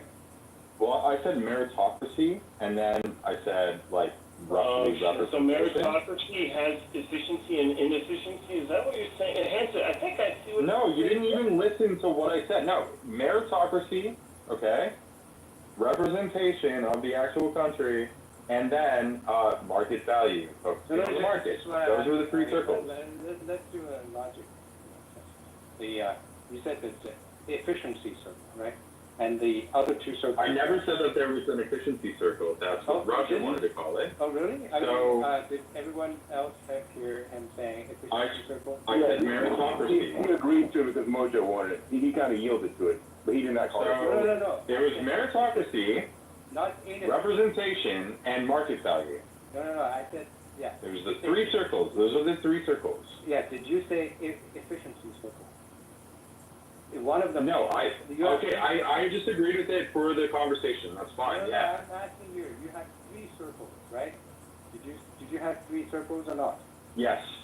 Meritocracy. Okay. So one of them is efficiency circle. No. Correct. Meritocracy. Okay. So you didn't say the efficiency. second one. All this time. Representation. All this time. We're talking about efficiency circles, and then your representation. Well, I just went along with it because Roger wanted to change the name to this, so it's fine. So, I went with originally 3 different circles. And I think if you balance them out well, I think you actually have a good company. 1 is meritocracy, okay? 2 is representation, and 3 is the market. Those are the 3 that I thought would be a good 3 circles to talk about when it comes to the modern market and how it works in the United States. And so those were the 3 that I wanted to focus on at the beginning of this conversation. Okay, fine. Meritocracy circle. So all the 2 other circles are outside the meritocracy circle. Is that correct? I mean, yeah, they're literally all different circles. So these 2 other circles are dis-meritocracy circles. But they all intertwine. You realize that, right? No, outside of it. Of course. Outside. No, wait, no, they're not outside. No. No, they intertwine with each other. How does the market and meritocracy not interact? Is the what's the two circles you said? Okay, meritocracy, like, and then representation of the country, and then the market. They all intertwine. Why is the market? Why is the market outside the meritocracy circle? They're not outside. They all intertwine. So it's a subset of the meritocracy circle. What are you doing, Hanson? Like, this makes no sense. You're saying. It's a simple question, right? Can you look at three circles and You have poorly defined your algebra, and your diagram is not Venn appropriate. You have been dismissed. Yeah, I mean, let's do a simple logic question. I mean, just like I was saying. Go for it. Venn diagram, right? You have meritocracy circle, and then I just want to now we don't have a whiteboard or blackboard. So where does the market circle situate? Is it a subset of the meritocracy? No, I would say put them equally and then figure out what matters the most within all three. No, I'm asking you. I'm just and asking. adjust all three. Okay, so fine. You have you have three circles, and then they have the meritocracy circle and the representation circle. You said have an non-empty intersection, right? Right? Did you so all three interact equally. No, I'm There's a asking middle ground. one thing at a time. They all interact. One thing at a time. Yeah. So the meritocracy circle and the representation circle, you said they had a non-empty intersection, right? They all intersect equally. Yes. Okay. Fine. I just said yes, right? They all intersect equally. Yeah, there's three circles that intersect equally. Wait a second. Listen. The meritocracy circle and the representation circle have a non-empty intersection. Yes or no? Yeah. Cool. And then, so the representation circle minus the meritocracy circle is also non-empty, right? Do you realize that Hanson, it's not just when it comes to, for example, I could bring up a great point that you might agree with me with, I don't know, but maybe the meritocracy circle and the representation circle could be someone who is incredibly intelligent coming from an incredibly working class background, right? And they've gotten a very high GPA. They graduated from a very high. I'm talking about people within these intersections. Yeah. I'm not talking about quality. It's obvious. That's fine. I mean, you don't have to. You said yes, right? Okay. So my question is are there things that is in the representation circle that is not in the meritocracy circle? That's a good point. I mean, so what I'm talking about is the actual cultural makeup of entire countries. Now, entire countries are different. I'm asking you. No. Are there things in the representation circle that is not in the meritocracy circle? Like what?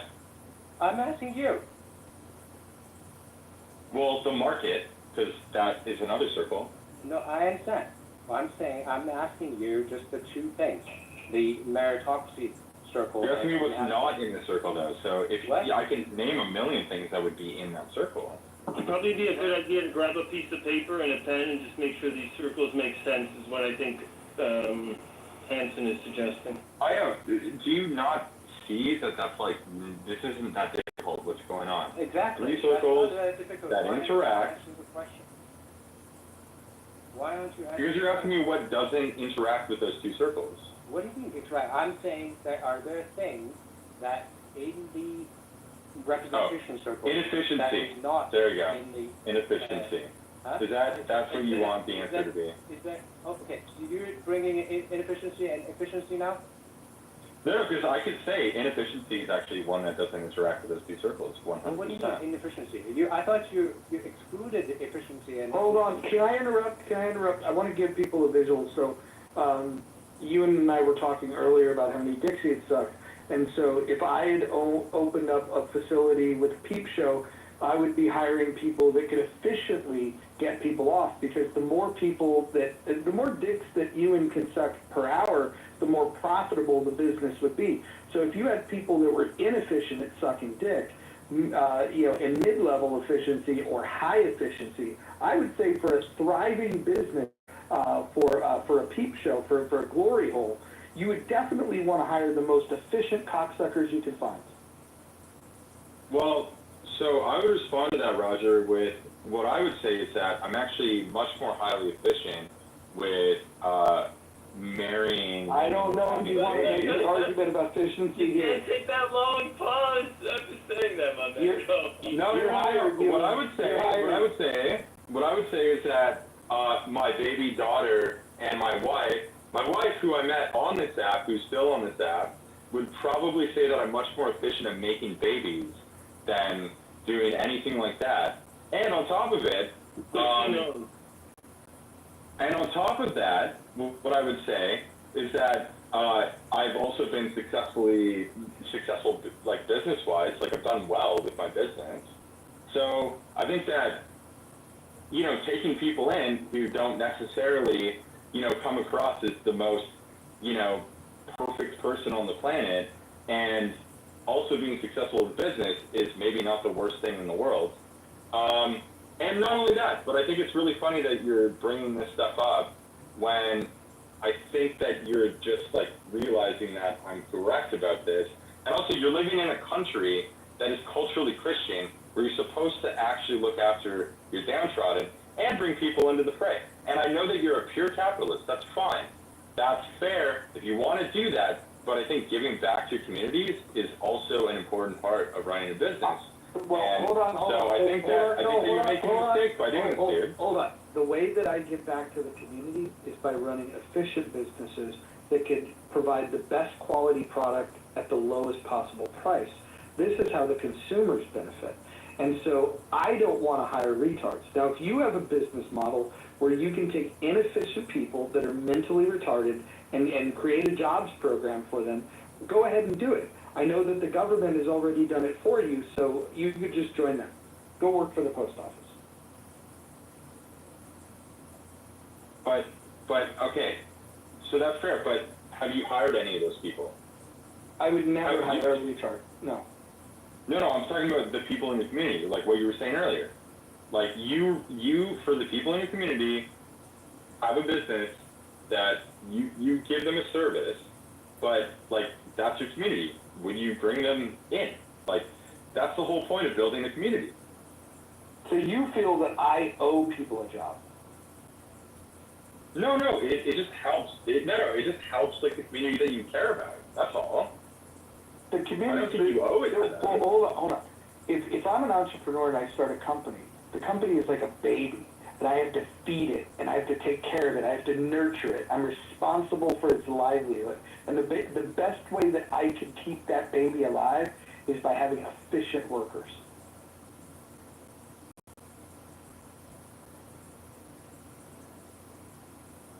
But you realize that you could like run an incredibly efficient company and also hire less efficient people, right? I would not have any incentive of doing so. But why not? Like, why wouldn't you do that? Like, just say you opened up. Okay, because I'm not stupid. That's why. Because then you're going to fire them, and when you fire them for inefficiency, you're going to get sued, which is the whole point we were talking about. Ewan, hold on. It was what we were talking about before you came in the room. That's the problem. That you end up being forced to hire a workforce and people that do not necessarily meet the standards of what you want, and then when you let them go because you have a bottom line problem, you end up with a very litigious society because you enacted a lot of laws that they're able to hold on to. We even have people on this app, they make a living out of suing based on those laws. And sometimes they're important to have, but often they're abused with just people that are just not good at their job. Litigious behavior from people that were fired is not even in the spectrum of the cost of running a government or a company.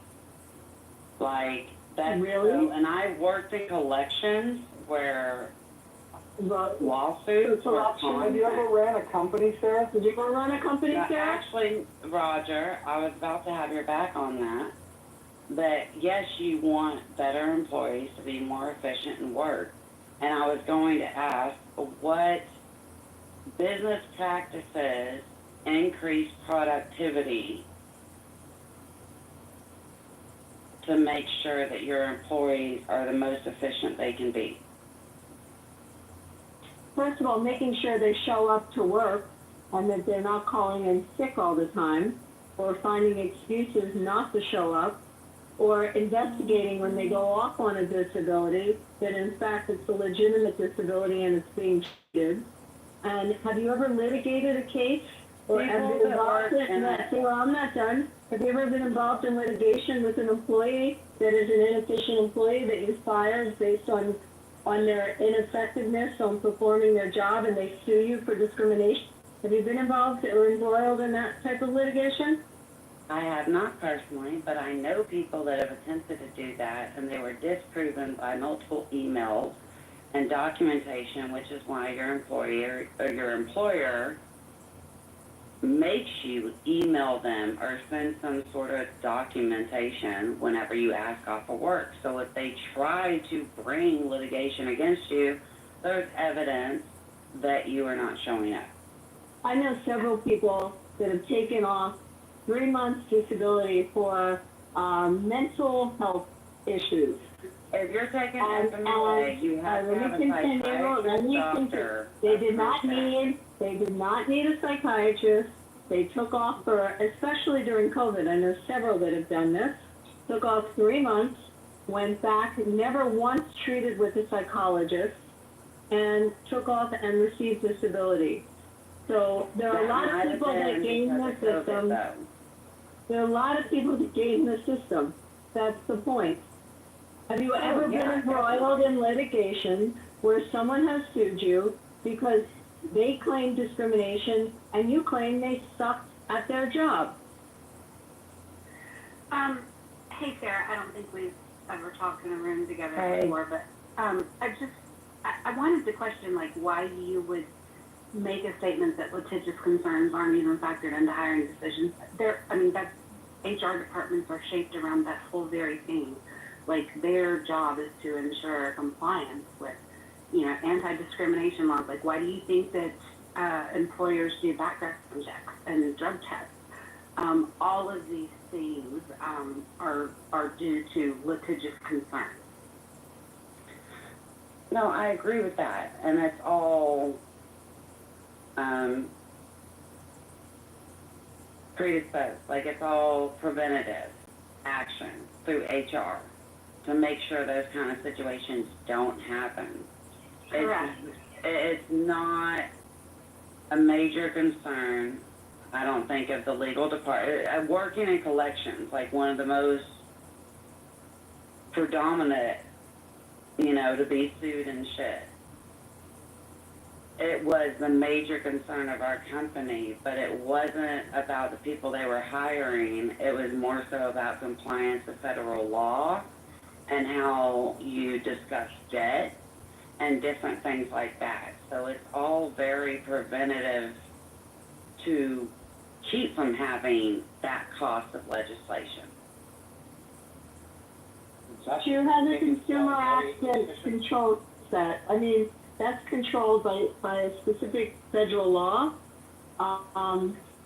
in the Truth to Lending Act, as well as Consumer Act that would control that. But what we're talking about is something completely different. Sorry for the noise, guys, behind me. Completely different. It's when you hire someone that is ineffective in their job and you fire them and they sue you because they fit one of these molds, either somewhere within either disability, minority, but in fact, they were just a lousy employee. How do you protect for that? It's like you're I think that you guys that should doesn't have. actually exist. The biggest fucking financial struggle of hiring employees and growing a local business or entrepreneurship is the cost of training. The cost of training this person to accomplish a job, and then they leave you and go and use that fucking investment to work for another company. And then you have to hire someone else and you have to train them. That is the biggest cost of hiring employees, not the threat of legislation. Like, if the threat of being sued is your main concern, you're doing something wrong. Do you know what the average cost to hire an employee is for an employer? Like 10 years ago was like 4,000 or 5,000. It's probably more than that now, obviously. Yeah, I mean, it can be upwards of 10 to 20,000 depending on the specialization of the position that they're trying to fill. But just, you know, for even just the average entry level worker, you know, you're still talking $3,000 to $4,000. Even as a waitress or something at a restaurant, that still costs them money just to train you and get you licensed for the food and handling and all that shit. That costs the corporation money. And you had a lot of people back in 2008 and like the whole crisis, and I watched it in the restaurant industry. People were showing up, working their 2 weeks to get a paycheck, and then leaving because they just wanted a paycheck.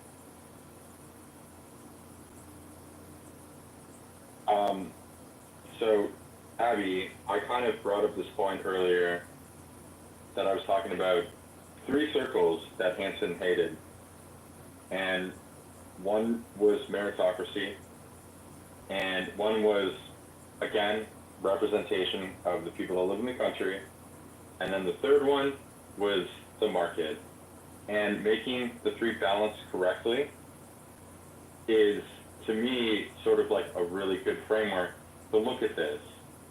And I think that investing in, you know, I actually think that, for example, you know, representing everybody, that might not work all the time, but you also have to make money. You have to work with the market, you have to work with meritocracy, you have to get the best people into your roles, like, throughout your entire company, right? But with that being said, I think that I like actually paying attention to hiring and not hiring people on Indeed is probably the best bet. Like, no, I agree with you, Ewan, but I'm gonna use, my industry's unique. Hold on, guys. Hanson, hold on. Hanson, hold on. Hanson, hold on. I have a unique industry. So in my industry, we hire dealers. There are people that don't want Asian dealers. There are people that only want Asian dealers. There are people that want sexy cocktail waitresses. There are people that don't want to get drinks from big, pregnant cocktail waitresses. I mean, we have a very specific industry, and we cater to our players. And what is efficient and what makes us money, and you can have a good player walk away and not stay at your property or not be at your property because you decided to hire, in your hiring practices, a bunch of dealers that are not what they're comfortable with. So, I mean, my industry is very, very specific, and it's customer driven, if that makes any sense. So, you know, I'm coming from, maybe it's a bit unique. I don't know if it's unique, but it is, we can lose really large amounts of business by making bad judgments on hiring. I hope that makes sense what I'm saying. Yeah, optics are hugely important in a casino environment, specifically against those that are spending the most. The high rollers have high demands when it comes to what their gaming experience is going to be like. And then for the people that are not high rollers, there's a lot of science that points to things that they could do that will make people have a better experience. The hospitality that you receive in a casino is really second to none. And they have to. You have to think about what the business is. They have to make you Sir, may we cup your balls, sir? They have to make you feel so good about losing your money that you're going to want to come back again and again and again. Think about it. They have a business model where they have a house edge where you're going to lose your money, and they're going to make you feel so good about losing your money. And if they don't, imagine if you had a bad experience and you lost your money. That would be a terrible, terrible experience. The hospitality industry is very, very specific with this, but if you get into the casino industry, you have to make people feel great. And not only that, it's the weakest link. The least trained, maybe the lowest person on the lowest rung on the Don't do that. Don't go there. Yeah, no, David knows, Sarah, you don't understand. David really knows this. No, Sarah, let David finish. Sarah, David was speaking about this, and David's somebody that is much more knowledgeable about this topic than you ever could be. So why don't you just do this? Listen to what David has to say. David, go ahead. We found out when we ran grocery stores that the box boy spent 8 minutes with the customer walking outside in their car and talking to them. This was the youngest person, and he wasn't on board with what we were doing and happy. The customer believed him much more than anybody else on the food chain, okay? I'm just saying that everyone in the organization has to buy into that experience and make sure, because if someone brings a drink in the hospitality area and it's not right or they don't fix it, it's just as much of a problem as if they can't get comps from their manager. So it's the concept. David, don't you think they walk? They walk, I have right? a valid question. It's the concept that this person is lower on the food chain. No, that's not what it they says. need to serve you. No, they That's need to not be what on it board says, with Sarah. what the company wants to portray. I'm not talking about anybody serving. But I get more that, than but it's anyone else. hospitality. I'm not being like. Sarah, you don't understand what he's saying.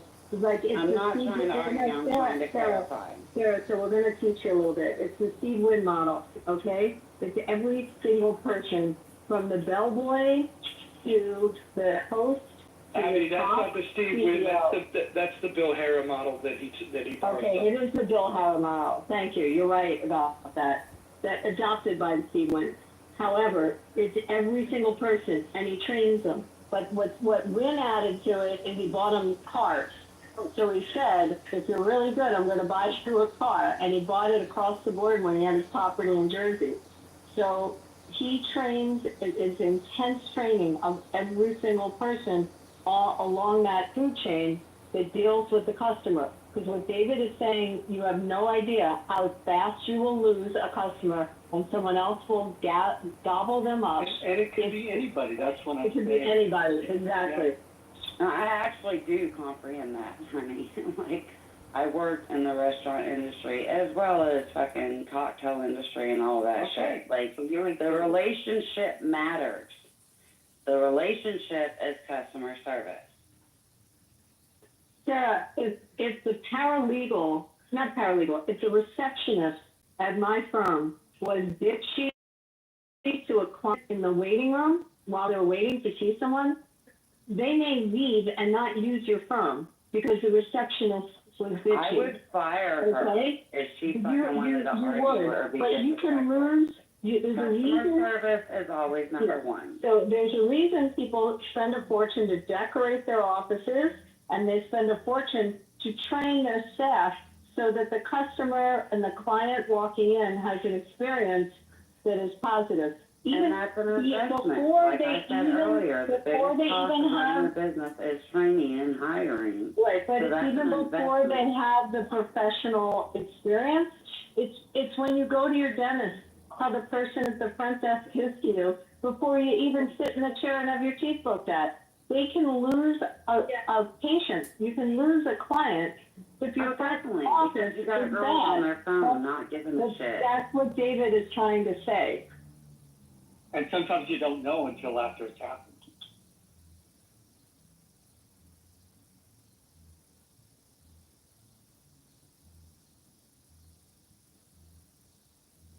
It sounds like we're all kind of agreeing with each other. I think so. But then go to fire them and watch what happens. I need a link to statistics to prove that that's actually like a major issue. Because I've never seen that in 30 years in the workforce plus. If you have a union, it's different. I know, well, unions are fucking different. That's a whole other story. Like, part of Vegas issues tonight, I unionized, I believe. We're right. Well, that's It's culinary, it's the culinary. I just came up to tell Abby, listen, I could tell by the way you're talking, you had a bad experience, so sorry for that. No bad experience. I'm in the industry. No bad experience. I love the industry. I think it's great. But I have had bad support staff. So yes, I definitely had bad support staff that have not dealt properly with clients and have turned clients off. And I've watched people walk away from professionals that are good professionals because the front office has screwed up.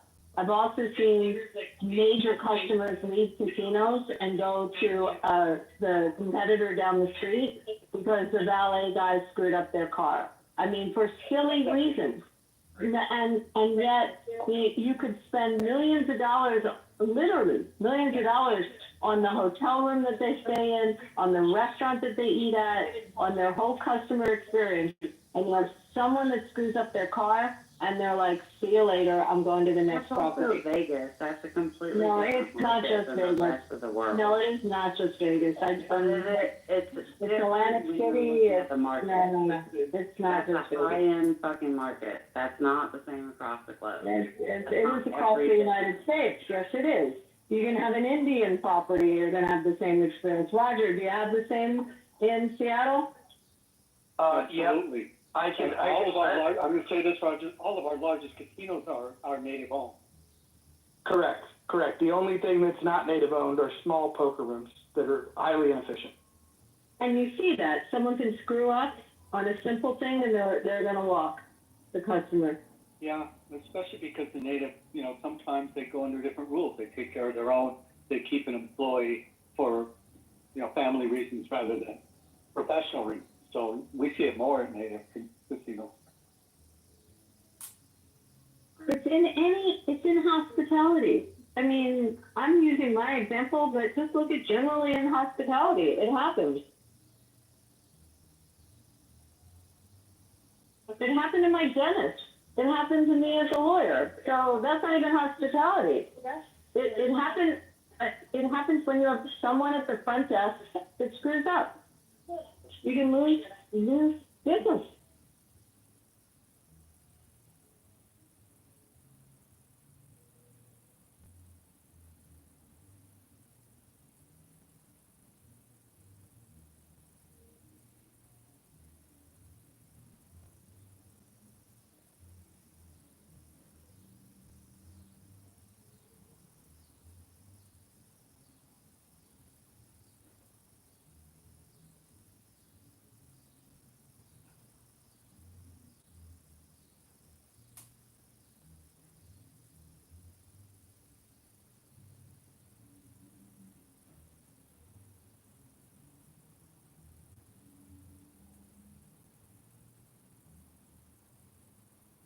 And the hiring part's so important because you can only train a person to like people so far. They need to like people from the day they were born and want to take care of them and that's what we call giver's gain. The more you give, the more you get back. And so those are the people we seek out.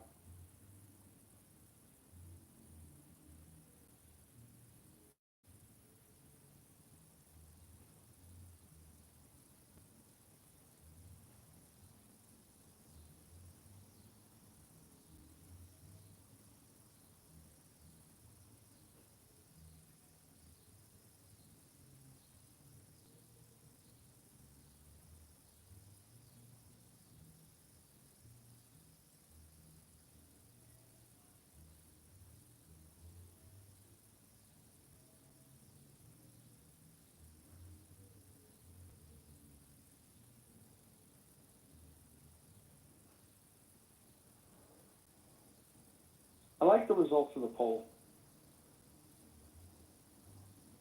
That's the first one of its kind. 100%. Yeah, well, usually it adds up to 102%, but that's a clubhouse glitch. Also with mail-in voting.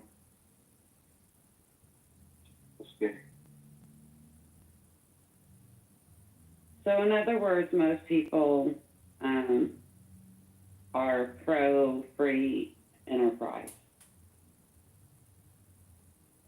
I would say increasingly not across the country. You have anti-capitalist MAGA Republicans that have, even though they say they oppose the policies of the progressives, they definitely want to interfere with the market. So we've got a lot of problems. I completely agree with you, Roger. You know that. However, the way people view capitalism and how they define capitalism is more so corporatism and the amount of money that is funding the controlled production as we see in the current administration. So if we actually think about free enterprise, which means zero tariffs, and let people produce how they can produce and people buy what they want to buy and have an informed choice, then the free market would work.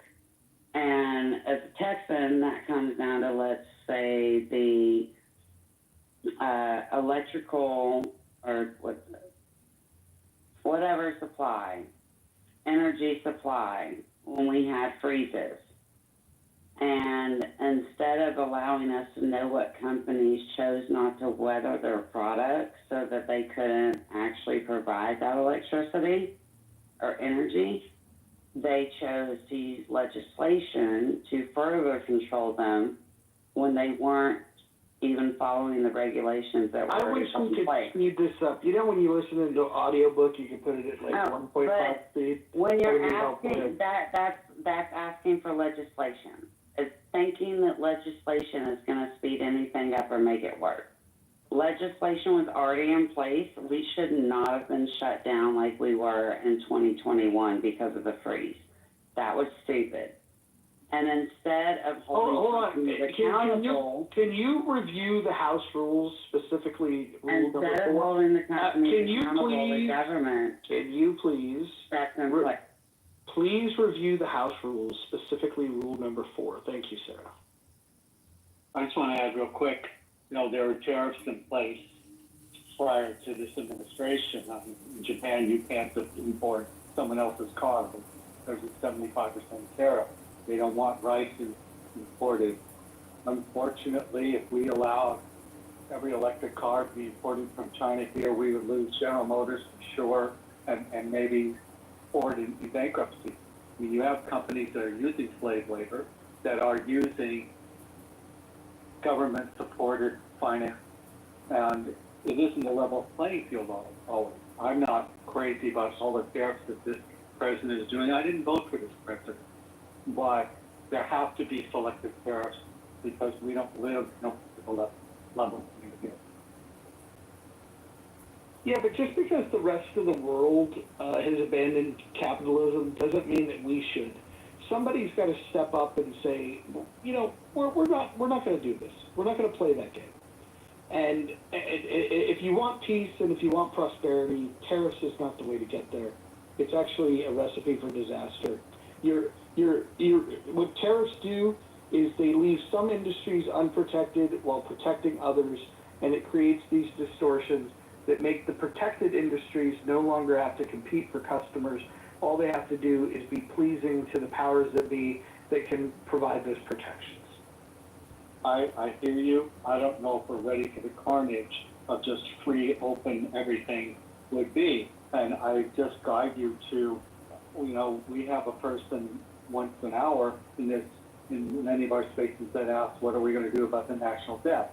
Well, when we try and work on it, what it looks like in reality is people lose jobs, and it's painful. And so the reality is a lot of people don't like it when it happens in real terms. then we have a big bill that actually adds to the national debt.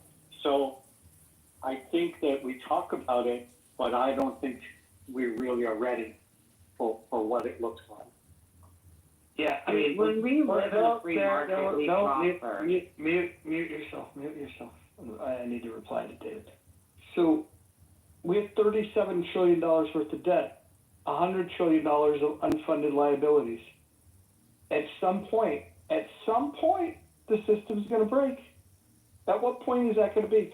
Should we wait until the national debt is 150 trillion, and the unfunded liabilities are $250 billion? Like, at what point are we supposed to say, hey, this doesn't make any fucking sense? I hear you. When the U.S. was actually living in a somewhat free market, capitalist society, that was the... Hold on, pause this here. Are you under the impression that the term free market and capitalism are the same thing?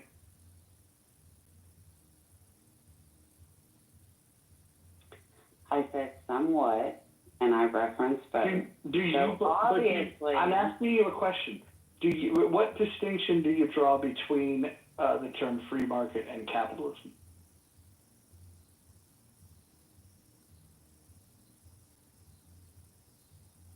Capitalism is more perceptive. Sorry, I'm trying to find the right word. It's okay to say you don't know. It's okay to say you don't know. It's okay to say you more don't know. susceptible, and let me speak, to manipulation. It's okay to say you don't know.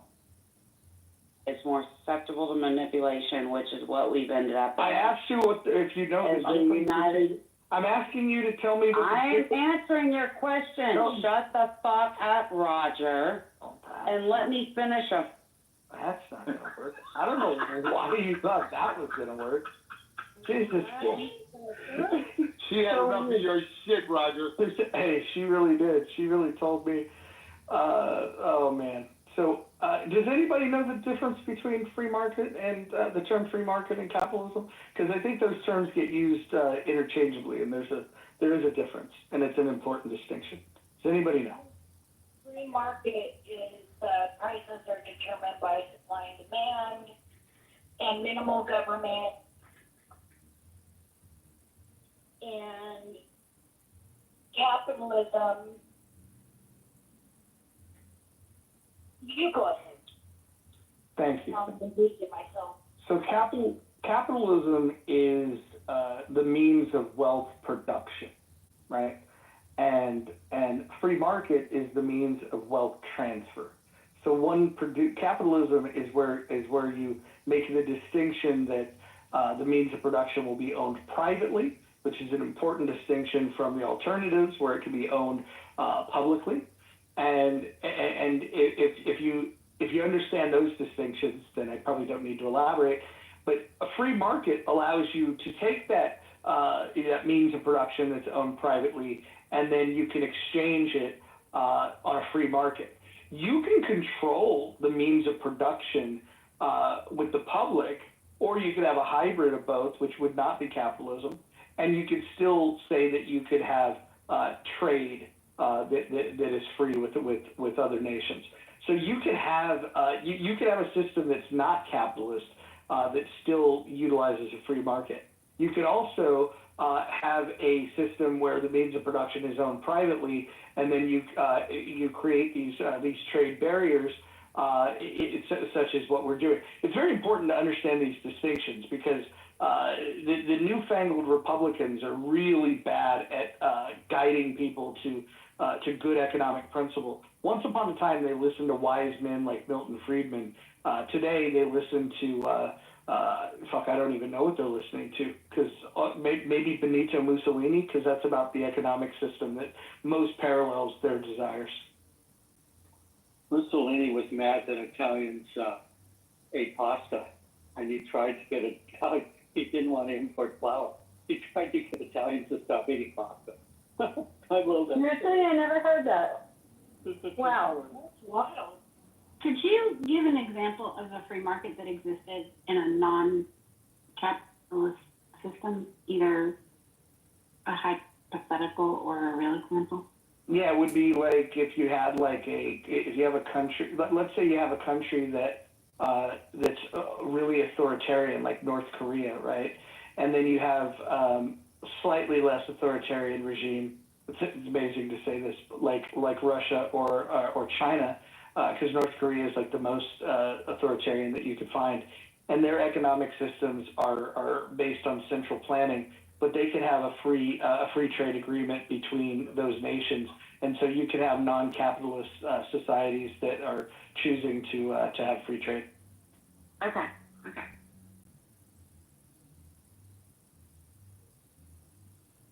By the way, it doesn't work very well because the inefficiencies in their programs will.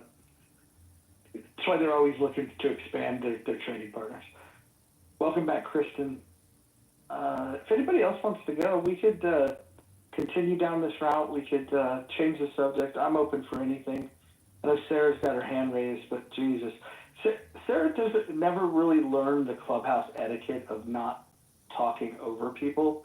And if a moderator is trying to provide an interjection, she just completely blows through that. And then she wants to curse out the mod as if that's going to help her case in some way. I'll bring her back up, but she's going to have to learn how to do better. It's good you bring back up. I was getting a little scared.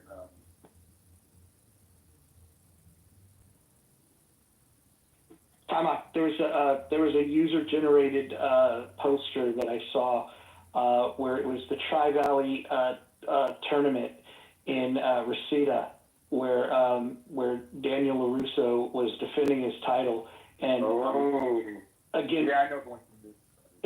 against Bruce Leroy. And it was funny listening to people go, oh man, I don't know. Like everybody was divided on who they thought would win. No, everybody was telling me, come on. I've seen thousands. I'm gonna send you a link to the group that I'm referring to, and it was very, very divided on who would win.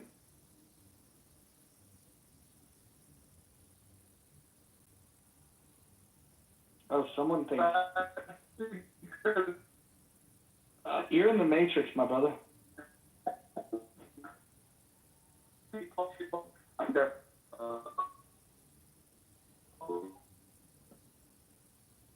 He's in the Matrix, seriously.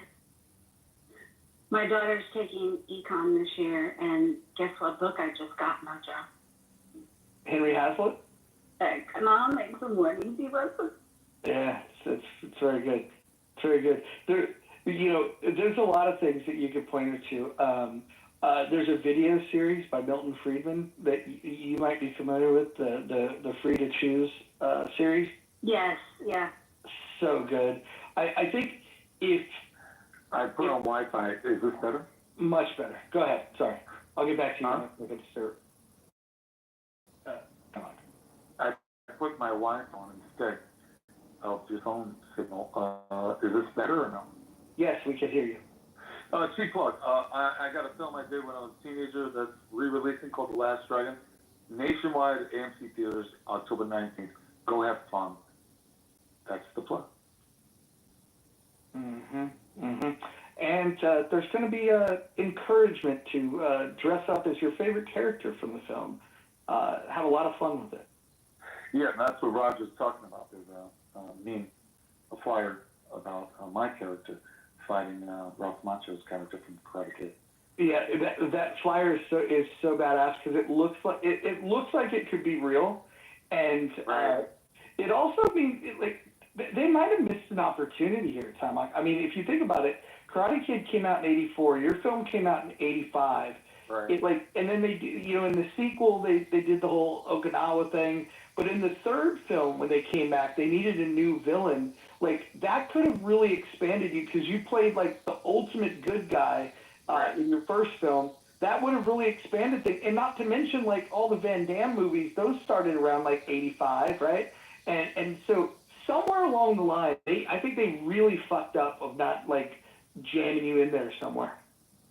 Yeah, I've been dealing with people's opinions about these things for so many years now, I've resigned to the fact that things happen at the perfect time for, so I'm in a perfect place now and things seem to be going really well for me. So, maybe this is the best time, right? Rather than years ago. You know what I mean? That's how I'm seeing it. That could be. What about hooking up with Paul Thomas Anderson's team? They've got that series that they're going to do, which is, I think it's a series, maybe it's a movie, but they're partnering with Netflix to bring a sequel to Once Upon a Time in Hollywood, where they're going to follow Cliff Booth, the Brad Pitt character from that film. Yeah. I think that's another one. That's a universe that you might What's be able. interesting about you, Mojo, is you're pretty knowledgeable in the entertainment space, even more than me, because when I pulled away from Hollywood many years ago, I said, okay, I've got to get my head together. Hollywood was not so healthy for me mentally, so now my head's together, and I could deal with a lot of that stuff. So I stopped watching a lot of stuff. You've been watching a lot of stuff, so you're more in tune with what's happening, so thank you. You can definitely, these ideas, let me know. I'm always open. Yeah, I think there's a trend that's happening too of taking IP from the 80s and repurposing it. I think Cobra Kai is probably the best example of that, of what they did. That was supposed to be a small little project. It was originally released on YouTube Red, and then the public response to it was so huge that's when Netflix got involved, and they moved from season 2 and beyond Cobra Kai to that. And so now they're looking back at like all this 80s stuff of like, hey, what if we went and got a glimpse of where these people are at today? And it's a popular thing. There's a lot of movies from that era that are about to get rebooted, or more importantly, they're going to get the "Where Are They Now" treatment. And I think the "Where Are They Now" treatment of Bruce Leroy could be really, really interesting. Well, where are we now? Where am I now? Is I'm on Clubhouse with the freaks, the weirdos, and all. Because I'm a freaking weirdo. This is true. This is true. You remember when Hakima didn't like you until he found out that you were a movie star? Yeah, where's that son of a bitch? So there we go. the one that never puts up his picture. Hakima, you're not as volatile as Mojo. You have nothing to hide. Mojo calls the guy that sucks. I've had my real picture. I have a picture of me and my 3 daughters and grandkids in my bio right now. No, I wouldn't go that far because, keep the family. No, I'm saying it's in there right now. I mean, you can check it. I have a picture of me. Wow. Yeah. I don't know.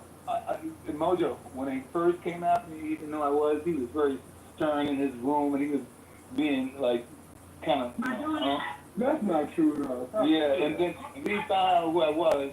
Well, yeah. Well, once he said, "Wait a minute, this is Bruce Leroy," and then he's like, "Oh, time out, Bob Ben, you're in." Yeah, y'all confused me for what's her name the other day, and she didn't know who you were. She was actually Ben Pizza. Yeah, then Mojo. Then as soon as he turned on that character that knew who I was from the movie, right? He fell in love. He was like, "Oh man, I love you," and I saw all that other character leave, and I said, "Wow, this guy's really cool now," and I really believed it, and it's true. There's a side of Akima I really like, but the other character was like militant. He was really militant, and all of a sudden when you turn on the other character, I saw this guy with, I don't know if he does have like Jamaican braids. He's real, like he's got that, smoke a spliff, mom. Would you like a shake? I'll make a great shake. Like I thought he was a healthy that kind of character. That's my imagination. Okay. Yeah, definitely imagination. You make some stuff up. I never talk crazy. Yeah, he said you're a villain from a Steven Seagal movie called Marked for Death. Talking about Two-Face. Two-Face have 2 heads and 4 eyes. Hey, so question time. When do you think you'll learn, like, if there's going to be Yeah. you know, travel? Like when your schedule for promoting these things? What cities? Yeah. So my agent's talking to, Sony, and, that's the thing with studios, their thing is usually self-interest, right? But it's not always, that's what's strange about Hollywood. It's not always logical, right? It's, you understand what I mean? It's like it could be that they're just trying to upgrade somebody at the studio and they give them a shot to start doing certain movies and financing. It's not always logical. It's not always in the best interest of fans.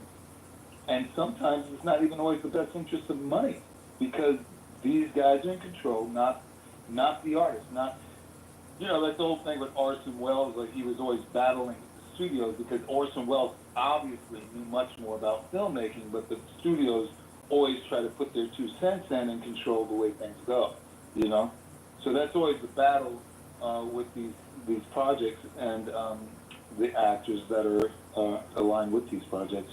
So here's an interesting thing. Like, obviously, if you come to Seattle, I got you. If you're on the West Coast, LA, I would make that trip. But if you show up in Chicago, Akima's in Chicago, John Kitover's in Chicago, you got Nye in Chicago. If we were to do a big thing, I would even make that trip. Chicago could be the spot to go. Well, this is the thing. It's a really interesting thing that's going on. I can't talk about too much now, but it's around the release of the re-release, October 19th, full week. I'm definitely going to be making some stops. I'll let you know, Roger. It's interesting. I can't really say exactly what's going to go down, but I'll know very, very soon. And I definitely would like to come to quite a few cities. I like to come to LA, I like to come to Seattle, up there where you. Definitely Chicago, Atlanta, New York, But the thing is also, it's not limited to just the re-release. I can organize some screenings that they're always they always sell out, So I can get with a booking agent and just start having some screenings in the future. But I'm working on what I told you in private, Mojo.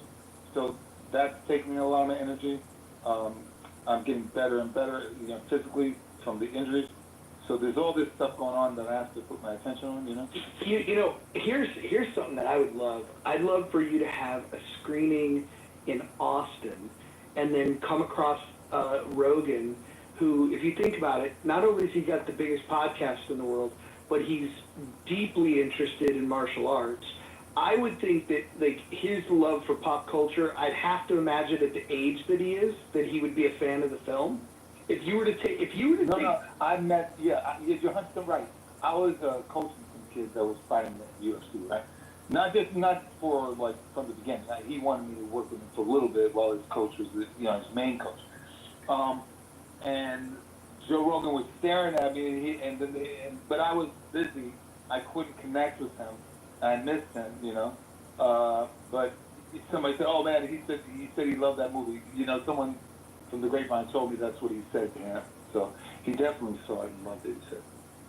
That's really cool. The one thing that you can't do with Rogan is, like, when people pitch, "Hey, this guy should be on the show," it's almost a turnoff to him because he wants to curate it himself. But if somehow it could become his idea, I think you guys would have a good conversation, because I'm sure he would want to know a lot about your experience as a young actor, your experience as a martial artist, and then the shit that you're doing now, and, like, in the rise and fall, and, like, just the treatment of how success and all that stuff works. And, like, I think he would be really fascinating to talk to, and it would hit such a huge audience that I would imagine that instantly you would see the people watching it on Amazon Prime would go up dramatically just from an appearance on the show. Yeah, I could see that he talks about so many very different subjects, but he's definitely interested in the mystics, the unknown, for everything from ayahuasca, meditation, the Himalayan mountain monks, and he's all into that stuff, and then he's into politics. So there's all these things. I don't know anything about politics. I'm here and I'm learning some from you, like tariffs, all these kind of things. So you could definitely be on the show talk about politics. But me, I'll be talking to Joe Rogan and I'll be like, look, that's not my world. So I don't know. We'll see. It would be a pleasure to do it, and it would definitely help my career. So I'm open. I'm open. Yeah, I think that would be awesome. I think that. Last thing is I'm committed to having young people have a different direction rather than the same old thing from the past. A fresh new look on life, all races, all cultures. I actually can see a time when there are no more wars. I'm not saying it's utopia. I'm not saying we're in heaven, but I could see that. I could feel that. I can see the path to that. And that's where a lot of my energy is going to go as well. So any project that I'm involved with, I would like to have some way of that project, if it's acting especially, impact young people. It doesn't have to be a children's film. It could be. It doesn't have to be a children's TV series. It could be.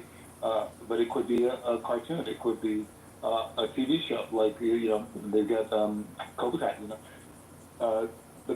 the main point I'm trying to say is that there are ways of thinking and feeling and approaching life that is a world different to the way people go about life now. And people that are religious, that's fine. This way is also inclusive to people that are religious.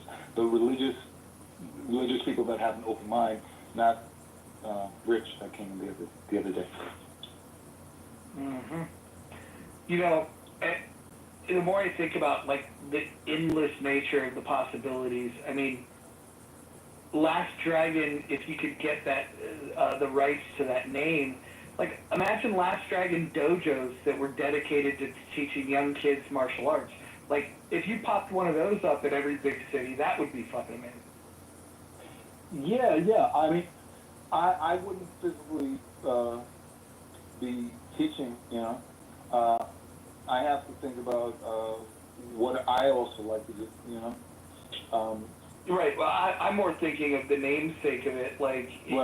The imagery that it would conjure up. I think people that haven't seen the film they probably don't get the just the positive vibe of it and yeah. the way that it sticks with people because of that. Because even though it's silly as shit, there's such a positive message there that that it sinks in whether you want it to or not. Yeah, there could be a format that is universal to martial arts schools around the country. It's just that, let's say John has a school right now, and everything's going well, and he's turned on by this format, the way of dealing with the approach, this specific approach of dealing with the mind, the subconscious mind, the conscious mind, past thoughts, how to be present, all these kind of things, right? These are the things that, in fact, the CIA knows these things, right? However, it's not something that's everybody knows how to lose weight. That's the fitness phase. The fitness phase change happened in the 80s with Jane Fonda and aerobics, and then you had aerobic studios opening up all over the place, and fitness. It became a big thing in the 80s. Now, what I'm talking about is a certain way to think and how to deal with the brain, and it's also incorporates science and data. I think it's good to go by data. Some young people that are doing really bad in school, as far as whether it be math and science, or also behavior and all these things, and then you implement a different way of approach that has data to show young people's improvement, then they incorporate that. They see that these young people are thinking better, healthier, more harmonious with each other, more excited about what they're doing in their lives. This is the kind of approach that I'd like to have in school systems around the country. You know, where parents still have the freedom to have their religion or whatever else they're practicing, but this is data and science that shows success.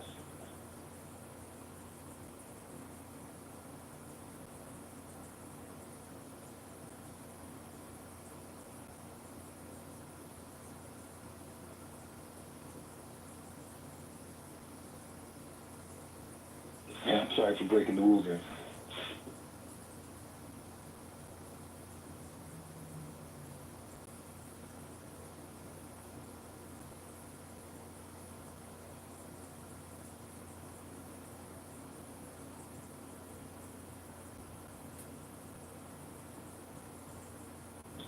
Hakima, I like a ginger and pineapple and throw in some Kool-Aid, you know. What do you think, Hakima? Oh, we can't do the Kool-Aid, man. You're okay with the ginger and pineapple. No Kool-Aid. I knew you were going to respond to that. I knew it.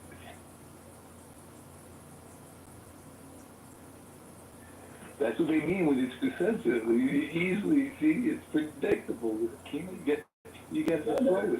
No, that wasn't, that's not stupid. I just, you kind of touched on something I'm passionate about, which is nutrition, health, and eating. I was okay with this one. I just pointed out the clue. I threw in a little bullshit just to see if you respond. You did exactly right. I know, I was going to respond regardless. You mentioned my name, I was going to respond regardless. Oh, okay. Yeah, it's so good.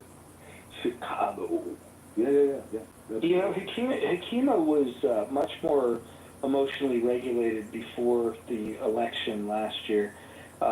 He was quietly supportive of RFK, and then when RFK dropped out and endorsed Trump, he lost Hakima. That was the breaking point. This is where the man lost his mind, and so then he went in. He ran into the arms of Harris, who I know he doesn't fucking agree with on a lot of shit, but he did that because he hates Trump so much, and when his guy RFK endorsed Trump, Hakima just lost his mind, and now Hakima is politically homeless. That makes two of us that's politically homeless there, right? There's a lot more than the two of us, my friend.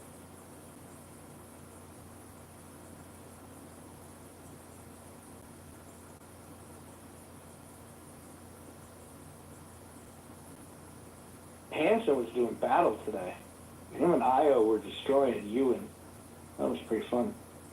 I haven't started yet. I mean, I just gave up because he didn't know logic. I mean, he didn't even know the Venn diagram.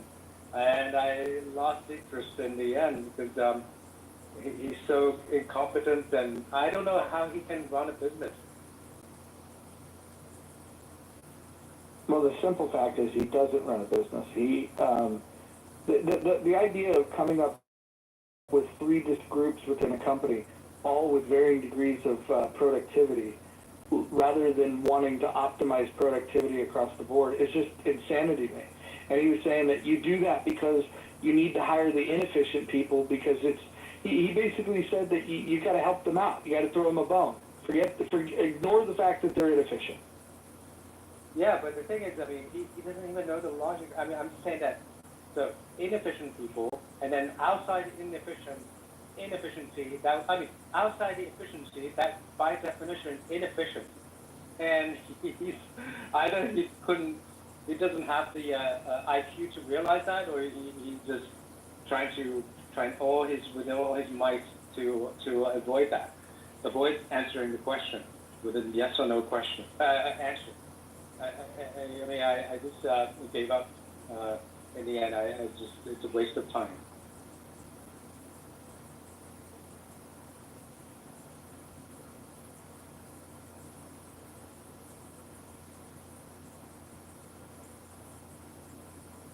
I mean, I couldn't understand. I mean, how can anyone with, a kind of IQ 100 could have or even lower, could have not realized that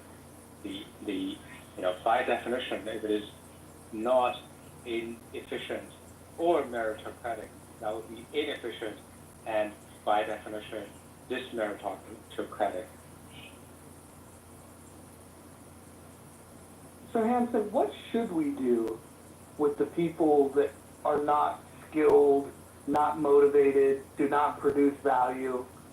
What should we do with those people? Well, we have charity organizations, right? I mean, one thing is earlier, the reason why Jason was saying because we have to take care of them, because what are they doing, whether they're gonna be do damage. Well, then, and then eventually I'll corner him into saying that they're not all stupid. Okay, I said, well, you just defeated your argument because they're not stupid, they're smart because they're gaming the system, they're exploiting the system. Then as a society, we give them the incentive to work, and then if we don't, then these smart people are going to exploit and game the system, and then that's what we want to avoid. And then he's basically saying that we're going to give the bones to those smart and gamers, the exploiters, the bones, and instead of getting the bones, we have to give them the incentive, the carrots. Now should come the sticks. We should put them in either in jail or let them rot. That's the way, because they are the smart people and gaming the system. Yeah. So I mean, I didn't pursue Jason on that point. I just said, well, that you just proved my point. There are many different types of people with mental health issues. They're not all in one big category, right? There's some people with mental issues that are highly efficient in certain things, and that are not dangerous to society, that should be doing those, those things. So the Jason's point, hold on one second. Jason's point is they are a danger to the society. That because they're a danger to the society, then we should just back down and throw them a bone. Right? I mean, that's his point. I don't think that's what he was saying. He's saying that. Am I wrong? No, he said that because they're going to be, without. Yeah. Well, the argument that Jason made was that idle hands, are going to create problems, and so if you find people in society that are not productive, he was saying that some sort of subsidy for them, or at least something that keeps them busy, which those can be two different things. You can keep them busy without subsidizing them, I suppose. But that was his concern, was you don't want to have a larger portion of the population that is completely unemployed and broke because he's worried about the crimes that they might commit. Which I don't think that's an illegitimate concern. I just think that his solution to that was not well thought out. Yeah, exactly. So Hanson, hold on a second. Okay, let me just. So you cut me off in this. Clarify. Hold on. Yeah, because you were asking my question. I mean, I want to clarify what I was saying. Yeah. Shut the fuck up. Hare Krishna. Fuck you. Fuck. Boy. Yeah. Hey, you win, Hanson. You did. You asked. Hands up. Shut me up.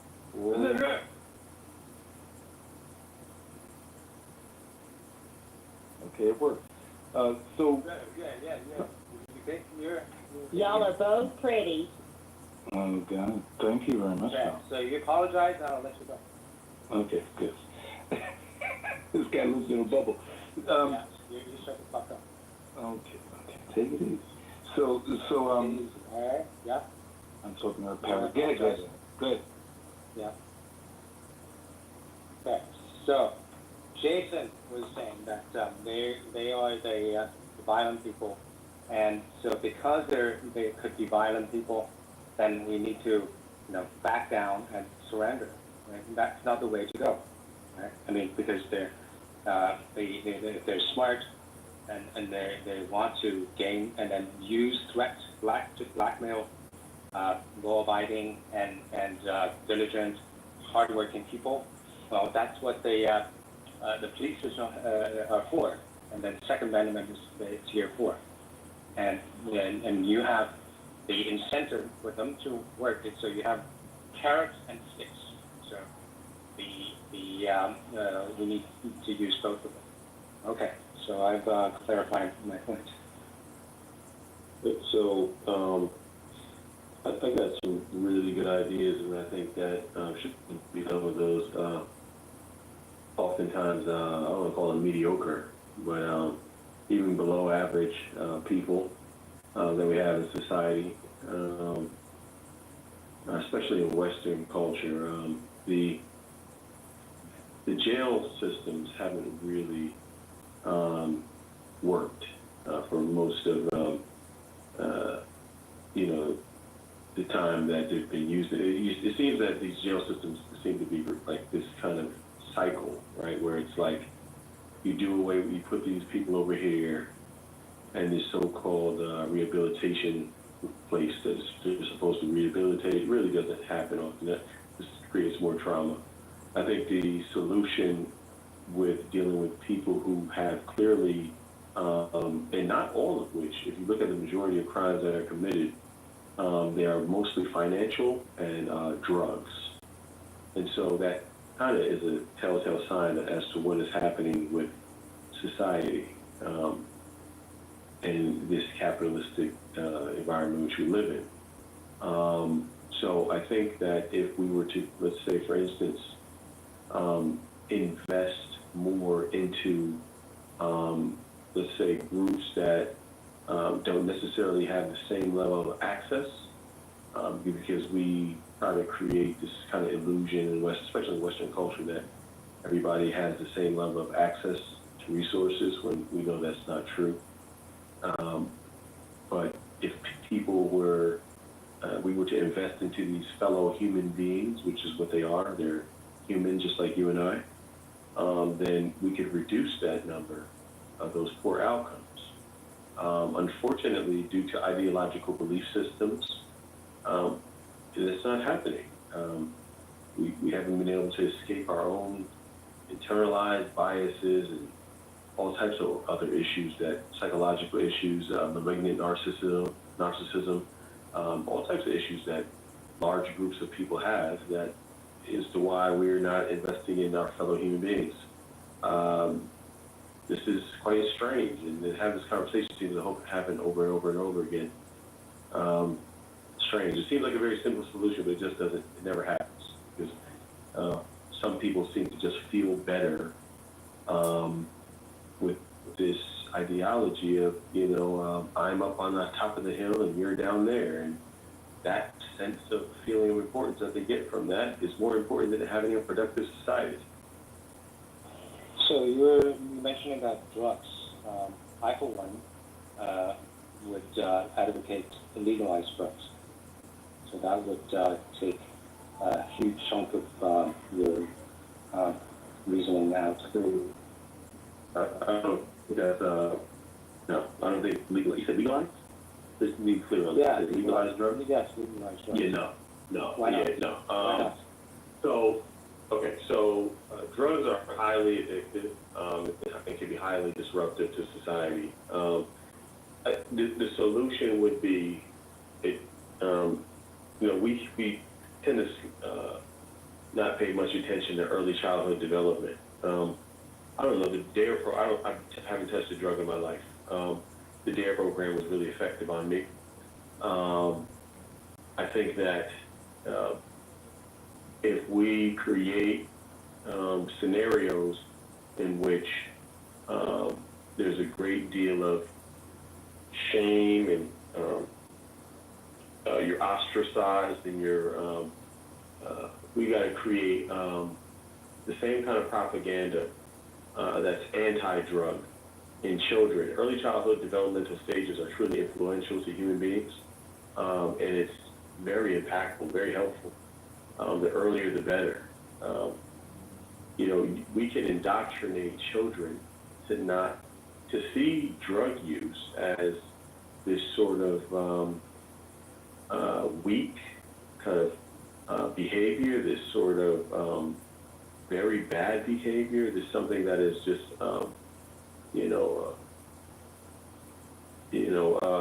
whatever you want to call it, discouraging. Propaganda can be used for many things. And people are easily influenced by propaganda, as you can see. You know, all you got to do is sit back and listen to people for a while and insert this and insert that, and you can kind of tell what their scroll, what their feed looks like. But that's something that you can't really escape, man. If you really look at, looking at early childhood development, you can really impact the life of a human being the more that you put into them early on. I don't know if you have kids. But why? He said legalizing drugs. You're not really making a case for. In other words, can you debate with him a little bit about why you think it shouldn't be legalized? I mean, that's how you feel. I just went around it. I'm just curious if you're willing. I mean, I could bring up, what, past historical events. I mean, look what opiates did to China. There's drugs, can, and I'm talking about certain types of recreational drugs. I'm not saying all drugs. I'm just saying there's certain types of recreational drugs that can cause disruptions in society and then disruptions in productivity. It can cause disruptions in effectiveness and efficiency, right? So I don't think the proper solution would be to go towards legalizing it. Well, you have some control of it. Right now, there's no control of it. You know what I'm saying? So we know that drugs are, especially some are much worse than others, but there's no control over them. That's why some people think legalizing it is much more effective than the Wild Wild West. It's interesting. It seems like China doesn't really have this problem. You just deal drugs, you die. Very interesting. Well, hold on. There's different approaches to this, and so when you start looking at it, Singapore has the best authoritarian answer to it, which is very, very strict rules. Specifically in China, you say that if you do them, you die. There's populations, hundreds of thousands of people that are go to opium dens and get high all day long. So like China has a drug problem. Singapore is the one in Asia that's really figured it out in an authoritarian way. But I don't want to nitpick about it, because I think your point is that if you crack down, that you can lessen it. There's no doubt about that. But if you do crack down, you are going to impact individual liberty. The question is there a way to reduce drug use in a way that allows people to still be free? There's another example in Portugal where they did legalize everything and they destigmatized it. And what they're finding after a long time of doing these policies is that long-term drug use has gone down dramatically. And I just said that earlier. I don't know if anyone was. I said that early childhood development. I think people don't hear me when I say that. When you stigmatize, I didn't use the word stigmatize, but I said you created. I said the DARE program worked on me. I said that. I said that literally. If you impact early childhood development, you make it something that's looked down upon, which is essentially stigmatizing. That's what I mean. That's what I'm talking about. The only time I eventually went to the extreme measure was when the gentleman who can't keep his finger off the mute button, Kamak, was looking for an argument. He's looking to see me debate somebody and get in. That's kind of weird. You didn't listen to the full spectrum. I'd like to go after timer, please. You are. You're looking for drama. You started earlier. You can go with the other gentleman. I've been paying. Oh, boy. This is what I was saying about Clubhouse. So Joe made a comment in chat that I thought was kind of interesting, and I thought I saw data on it, but I don't have it. Joe, would you be able to get a link or a source for us that the DARE program actually increased drug use in America? Sorry, I can't. I don't have the data, and I didn't look it up. I just remember reading the data, and that was I actually heard that somewhere too. Yeah. Let me No, actually, there's a Monica? data set. It's not Yes. just service, yeah. So the There was a- expectation was is that people that are exposed to just the idea of it was actually one of the impetus, is kind of that curiosity thing.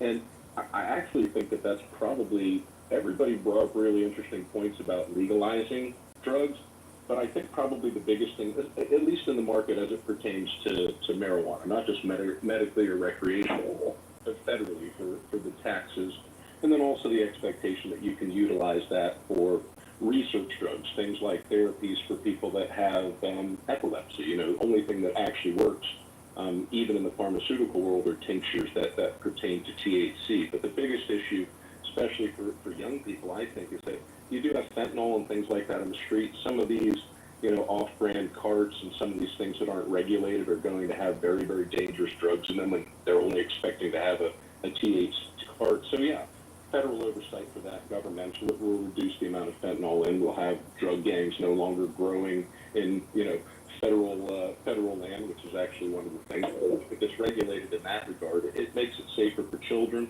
but then it also gives us the opportunity to allow the DEA and ICE and police to focus on, that fentanyl stream that does come from China through the southern border. So, no, I mean, yeah, legalization, at least in that, it's a smart move. Or maybe people should just stop doing drugs, and then we wouldn't have a fentanyl problem.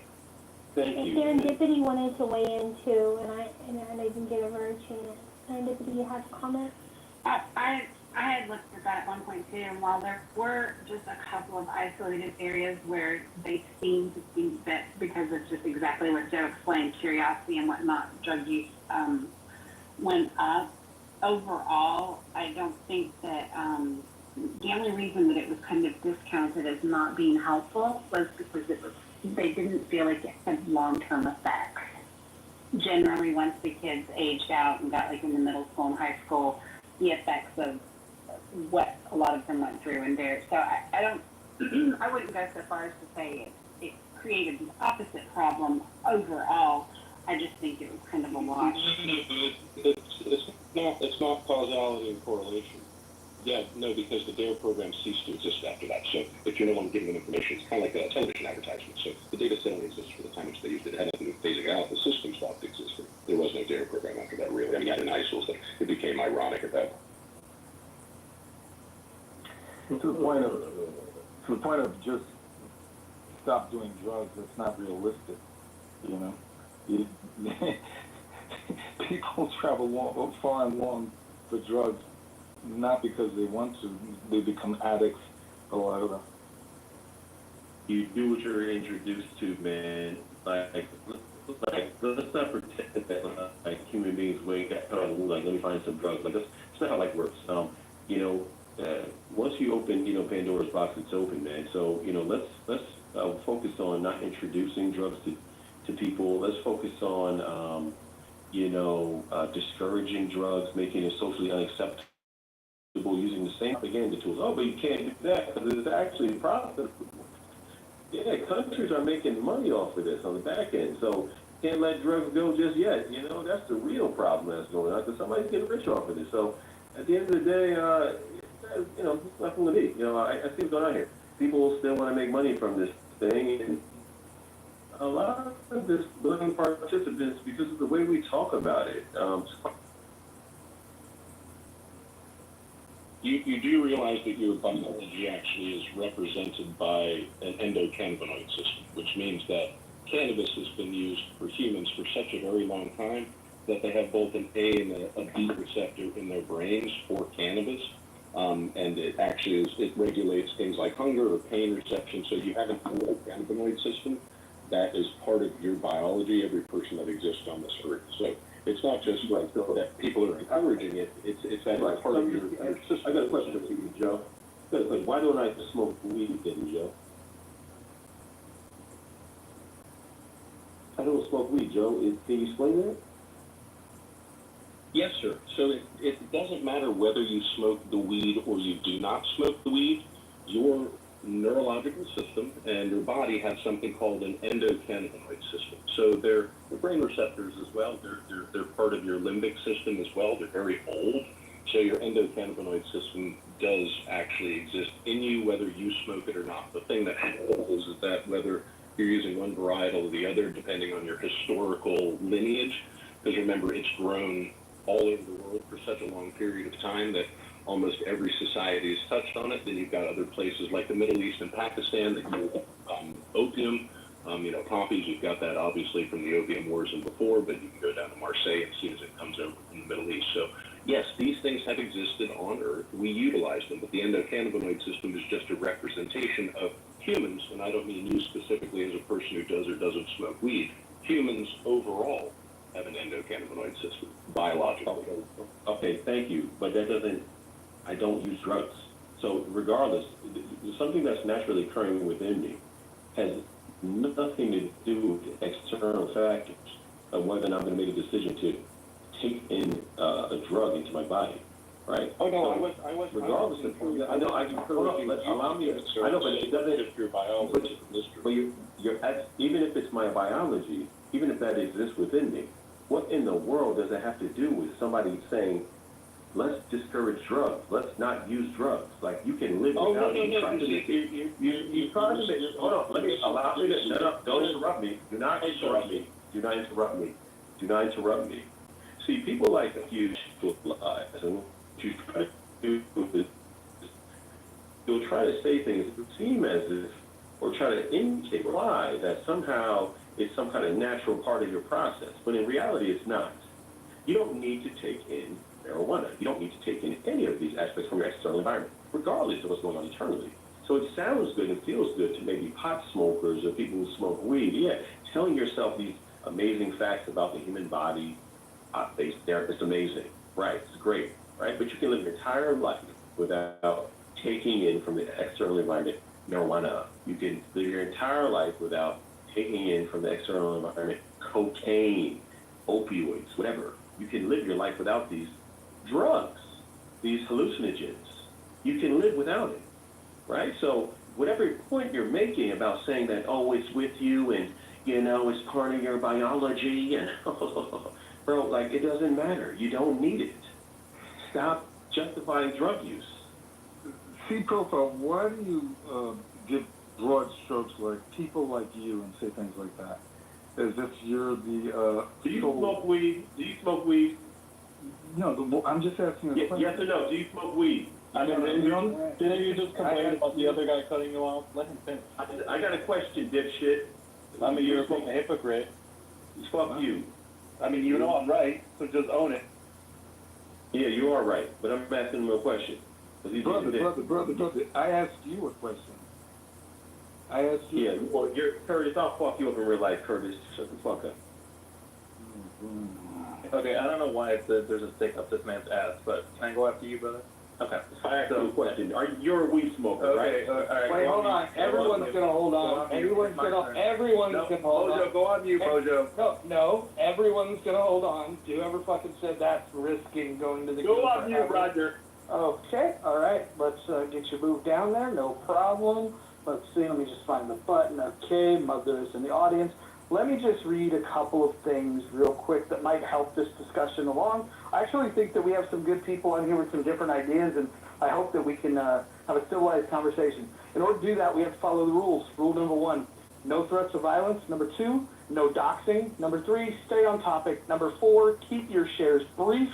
That's an important one. Number 5, probably the most important one here, is do not interrupt speakers, especially mods. Number 6, mods may interject when appropriate. Number 7, the N and K words are forbidden on stage and in chat. Number 8, do not spam the chat. Number 9, do not bring drama here from other rooms. And number 10, English only. Thank you. So we'll go back to the conversation. My question was, do you smoke weed? K-Mac.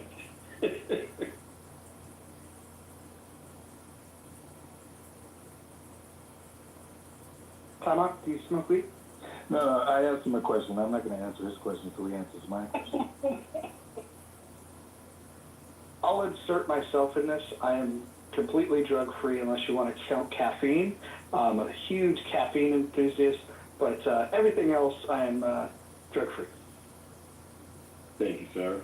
What about sugar? The caffeine and sugar are both drugs. Sugar's not a drug, dude.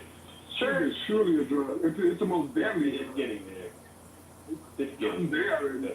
It kills more people than anything. It kills more people than anything on the planet. All right, so I use sugar. Okay.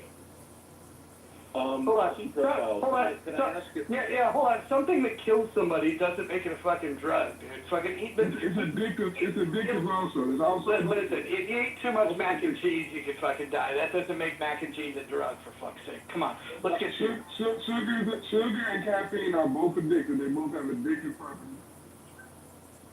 Maybe fat kids like you. What C profile? I'm trying to make sure that I know that we're coming from the same perspective. What is the difference between a drug and medicine, at least as you would define it? There's no difference.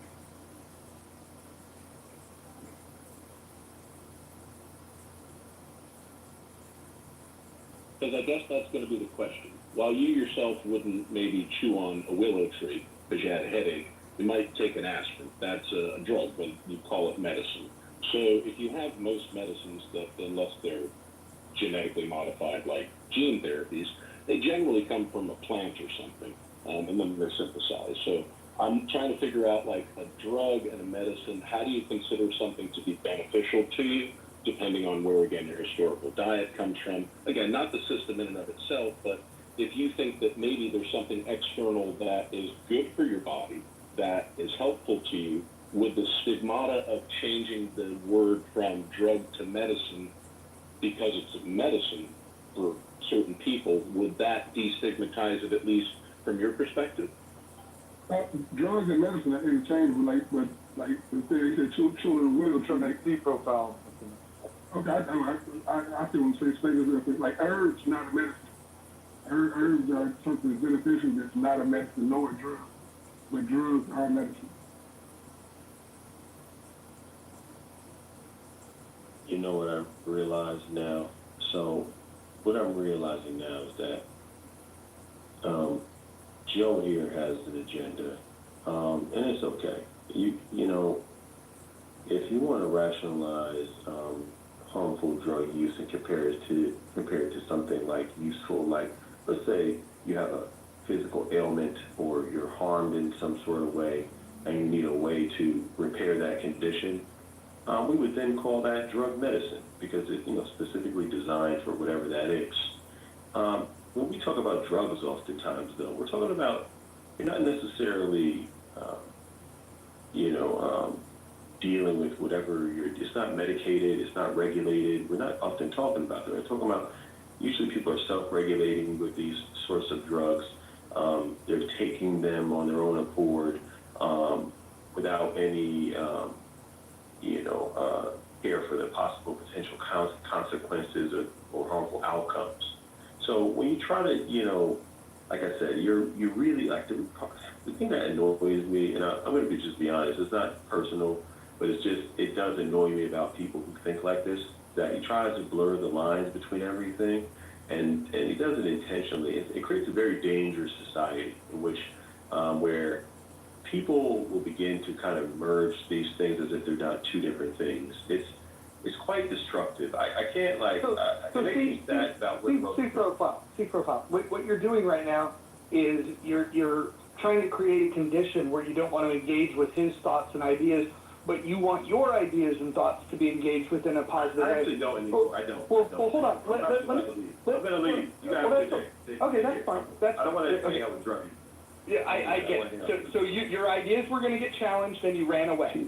Amazing. No. Amazing. You're a great example for children. You're a quitter. Go ahead. So that's what we call ad hominem, and actually probably a lot of people on the stage C profile who I've interacted with in the past understand that, yes, I do. I have an agenda. I have opinions.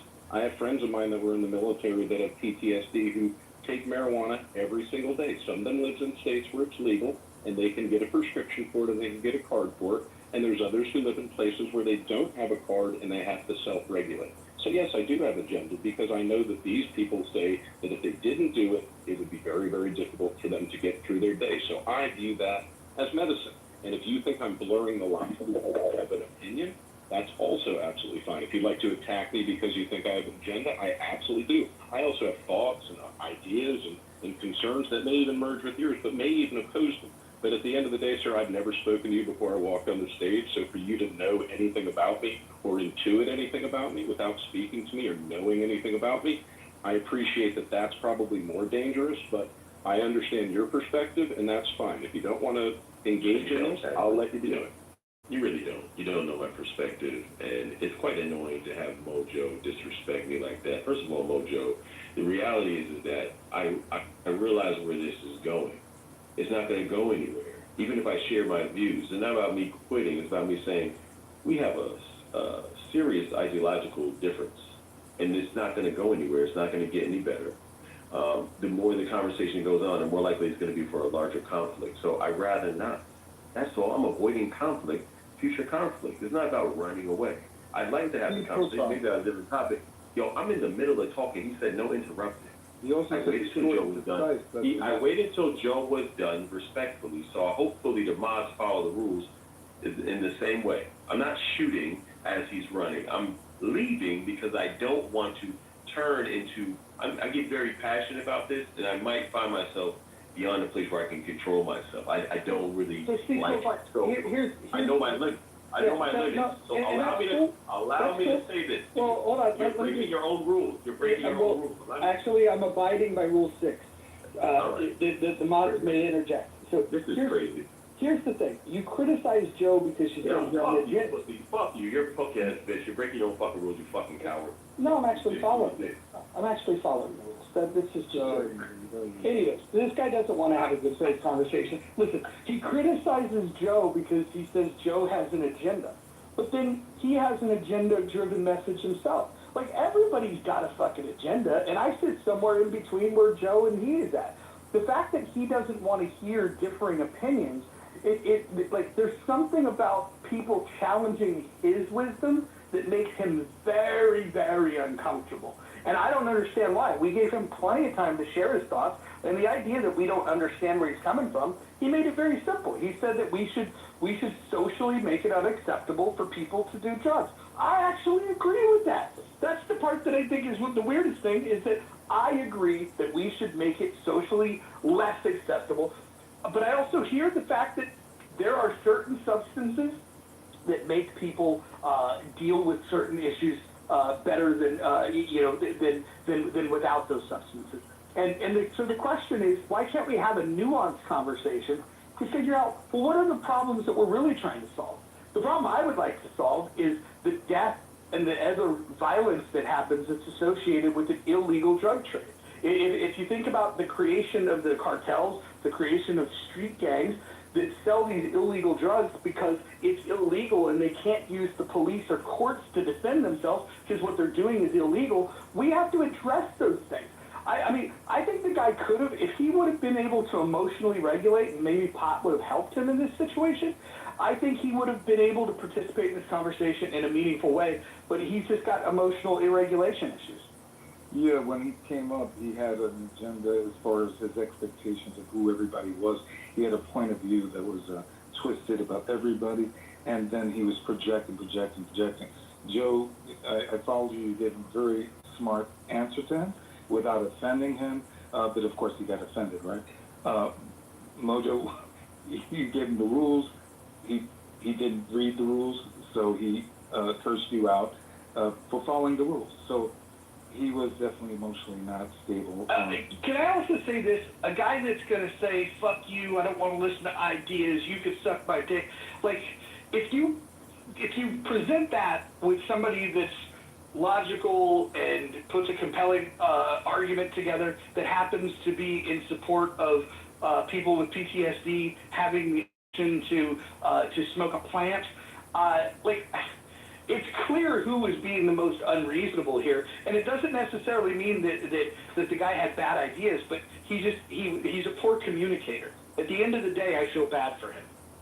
Well, I just asked him, because originally, the gentleman that was here, Hanson, right? He supported legalizing drugs. And this profile, he had a thing about drugs that was, I don't think very realistic, you know? Like, so he had no argument. He was in his head. Yeah. And I'm very sorry that he did threaten you with violence, because it seemed like we made him a little bit upset. And again, I did love The Last Dragon. You were awesome in that, so I just wanted to say. Thank you, Joe. You can take you there. That's right. Well, that was the other thing. I was like, I think he saw your picture and he's like, oh, this is just some dude on the street corner, without realizing that you actually have literally like a lifetime in martial arts. So Yeah. that was why I kind of thought it was a little funny. But I think probably if he probably shared with us, you're probably going to find out that there's somebody in his family that had, and all of us have somebody in our family that had, you know, some terrible thing, or contrarily wise, he may be on prescription medications that he does not consider to be, you know, like drugs, if that makes any sense. And for him, No, my bad, Joe. I thought you know. I said, go ahead and finish up. My bad.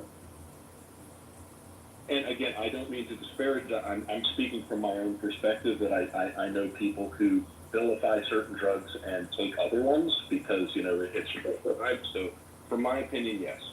The thing that happened in Oregon is obviously shows us that we can't just wholesale legalize drugs in America. It's wanton disregard, and it just has negative consequences for everybody in that society. But I think a wholesale reevaluation of at least marijuana and the fact that you could utilize it for so many healthful medications that are aligned with things like not being addictive and like selective serotonin reuptake inhibitors that change the brain's chemistry. Again, I'm speaking from friends of mine that literally the answers was, if I don't smoke this today and I have to go out and deal with the world, you know, it's going to be a problem. Because these are people who, like Timac, are trained, you know, to deal with things consequentially with violence. They don't have that mindedness, that centeredness. They're still in that PTSD. So your system or any meditation system or yogic system would help, but this drug, for whatever reason, because of our endocannabinoid system, seems to be the only thing that these hyper-aggressive PTSD guys,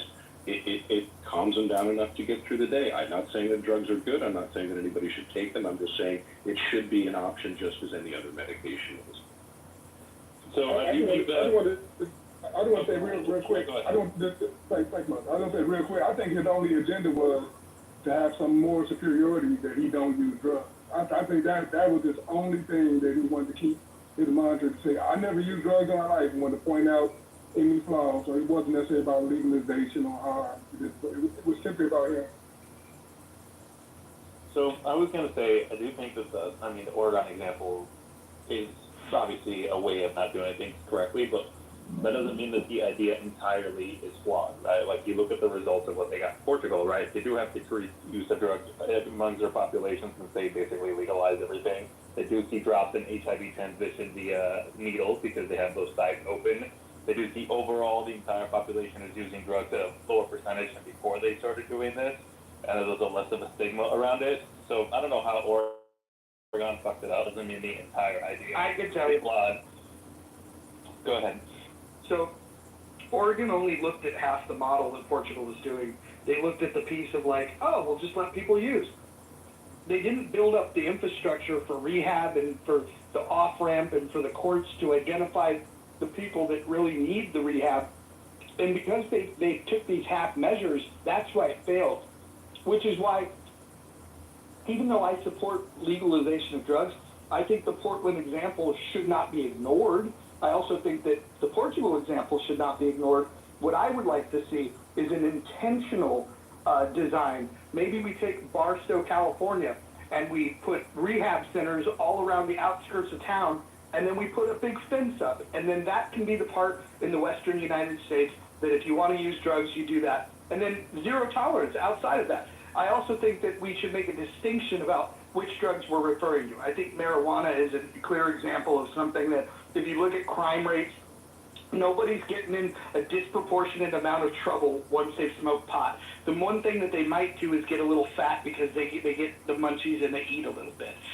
You don't see violence associated with an increase in use in marijuana.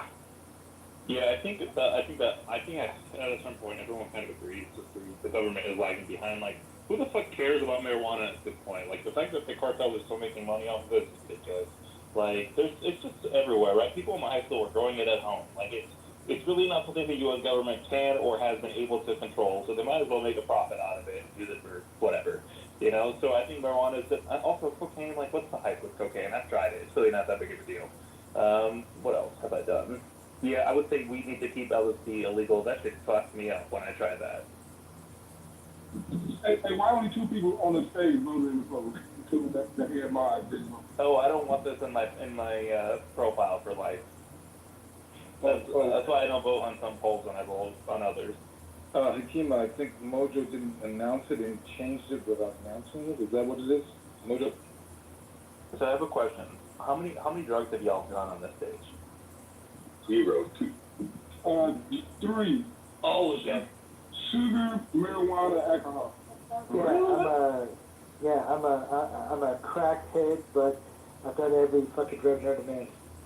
I've done cocaine, LSD, shrooms, ketamine, marijuana, and now I don't do any, but that was like when I was dumb and young, but I haven't done any drugs in like 5 years. Well, I tried shrooms, but it had 0 effect, so I didn't count. Oh my, dude, shrooms, I didn't really like because I kind of, like, I just don't like how I felt. And then LSD got me fucked up. LSD had me, like, raving the night away. I was like, I mean, it wasn't good, but it was kind of scary. I felt like I had taken, like, 17 shots of espresso. Cocaine, I think, is highly overrated. So with the different examples of like Oregon and Portugal and stuff like that, so like what do we do? Like it's one of those things where it's like if you crossing the border, like they'll allow a certain amount of medication, you know, this and that, but if you have over the amount, they'll bust you or whatever. So do we go to that type of system where if you have a little bit of it, oh, okay, no big deal, but if you're over a certain amount, you know, hey, you know, you're in jail for 20 years or whatever, you know.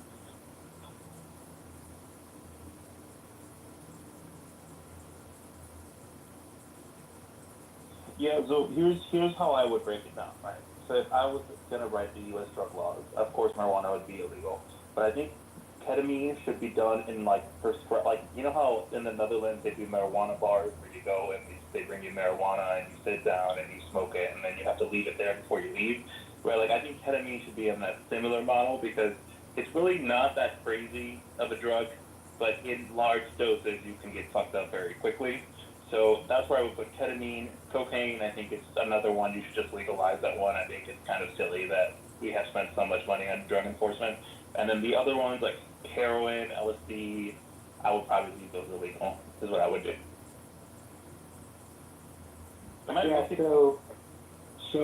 Cocaine's my drug, but I tried heroin once and I just that shit made me shake so much. I didn't like the high at all, and so I would definitely put that on the illegal list big time. Yes. So Yeah, hold on. So you make something illegal because you had a bad experience with it? Exactly. Well, no, it's not just me, but I mean, obviously, if it makes me shake and everything else, well, what about the other guy? You know what I mean? I mean, what is it going to do to the other guy? It's going to make him shake and hallucinate and everything else, just like these people on the street. You know, it does the same shit. You know. Oh, crystal meth. That's one I forgot. I did crystal meth one time. That was not fun. That was not fun. I was wild when I was young, guys. Can you tell? All the gays tried meth. Yeah, crystal meth was not a fun time. That was not enjoyable. I couldn't sleep for like 2 days. Mother, what you doing trying crystal meth? Come on, you gotta be better. So I got it handed to me like at a party. I thought it was like a pipe, like a weed pipe, And then they're like, oh, just, do it. And I was like, oh, it's probably just like weed or whatever. And then it ended up being crystal meth, and I was like, why does this taste weird? So that was the first time something was off. And then I was just drunk and dumb. I didn't go out and buy it. Someone hated it to me. But then when I got home and couldn't sleep, that's when I realized it was crystal meth, because that's like the number one thing.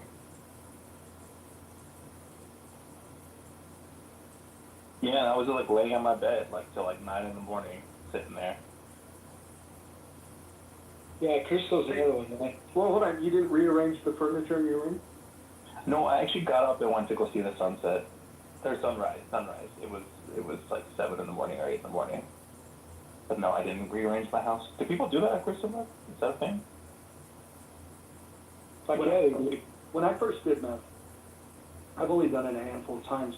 I had a bunch of like rock and roll posters. It was like the little pictures that you would get pulled out of a magazine, thumbtacked to the wall. And I remember the first time I was just like, I'm going to rearrange it. And like, I rearranged it, and then I didn't like it, and I rearranged it again.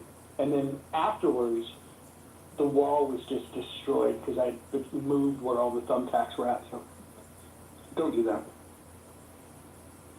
Oh, I never tried to clean well on drugs. Maybe I'll do like an edible and start cleaning the house. That's a true tweaker there, right? But also, here's another thing. I'm not a huge fan of marijuana. It puts me to sleep every time. I know people are like, oh, try different strains. My body just reacts like knocking me out every time I do any type of marijuana, regardless of if it's sativa or the other one or whatever. I smoked some weed before I went to the bars, and I fell asleep in the middle of the bar at a table because it just knocked me out for some reason. It's just how my body responds. Well, me too, by the way, Mother. The last time I smoked pot, it was at a fantasy football league draft, and they were passing around. They know that I don't smoke, and so they were passing it around me, and I was like, why are you doing that? And they're like, well, you don't smoke. So then I just like ignorantly grabbed it and took a hit off of it. When it got passed around, I did it again. So I took 2 hits. I fell asleep before the draft started. I woke up as the draft was ending. They picked me a decent team, though. So I'm not the only one. Okay, so this is a common response. People just knocked out. Well, the other thing about weed, too, is it actually has the THC oil inside of it. Gets extracted and turns into oil and is a very good cancer treatment. So that's also another good thing about weed. So there was that massage oil. Have you ever been to those massage parlors, like where they do the THC massages or whatever, or the THC oil massage? It actually feels pretty decent on your body. Is that the CBD or the? Oh, CBD. Yes. Yeah. Okay, the CBD massage or whatever. I don't know if does your body ingest? Probably not. Like, you're not really. How does that work? Like, why does that relax your muscles? All you need to do is just put it on your skin, and you're tight and shit. So. Yeah. It goes into the body through the pores. The pores. Your skin is an organ, right? So certain oils, like castor oil, will easily through the skin. Most more than many oils. Maybe all oils. Castor oil goes directly in. You gotta remember, your skin is your largest and most important organ. I had an instructor. He was a former Marine when I was a very young martial artist, and he had a way about sparring that was very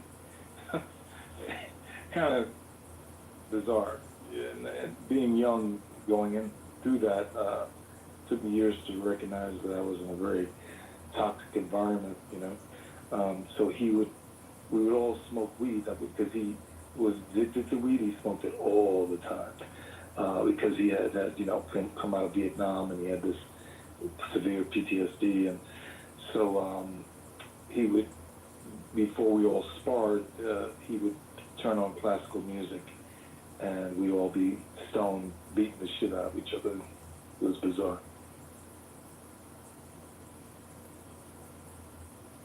that is actually the best short film in black and white that you could ever think of. Could you imagine people beating the shit out of each other to classical music? I think that's actually epic. Yeah, he was bizarre. Yeah, he would be he was in a real, like, he would get in a fun mood, like, all right, let's go, you know, who wants to go first, you know, and there was certain people that he knew he wanted to beat their ass, so, so it was a pretty tough.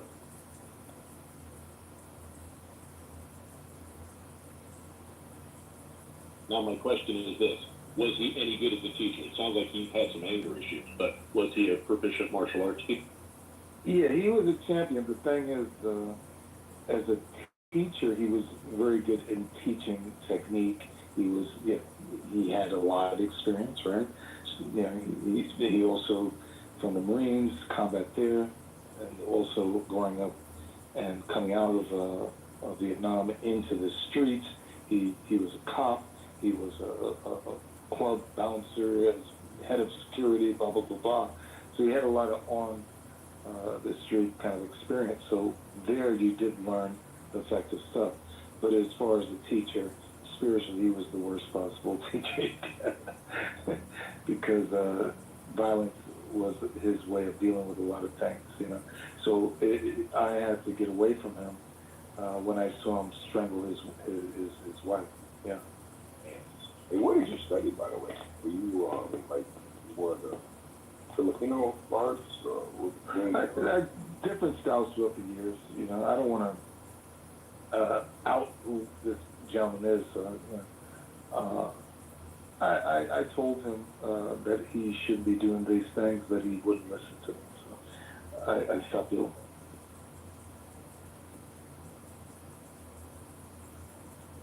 So he was your best spiritual teacher in the fact that he described to you a life and a lifestyle that you didn't want to live. So he was your spiritual shono.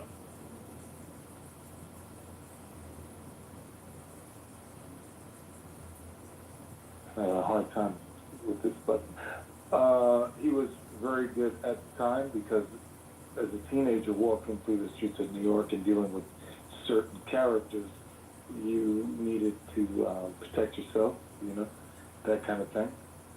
You had to, you know, and also young guy going around meeting girls and stuff. And there's certain ways you had to be in for areas with certain guys because they'll try you, you know.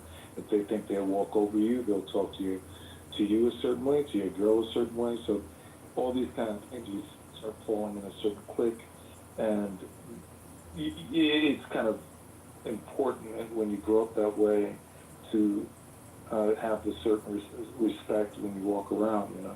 So in that way, he was great.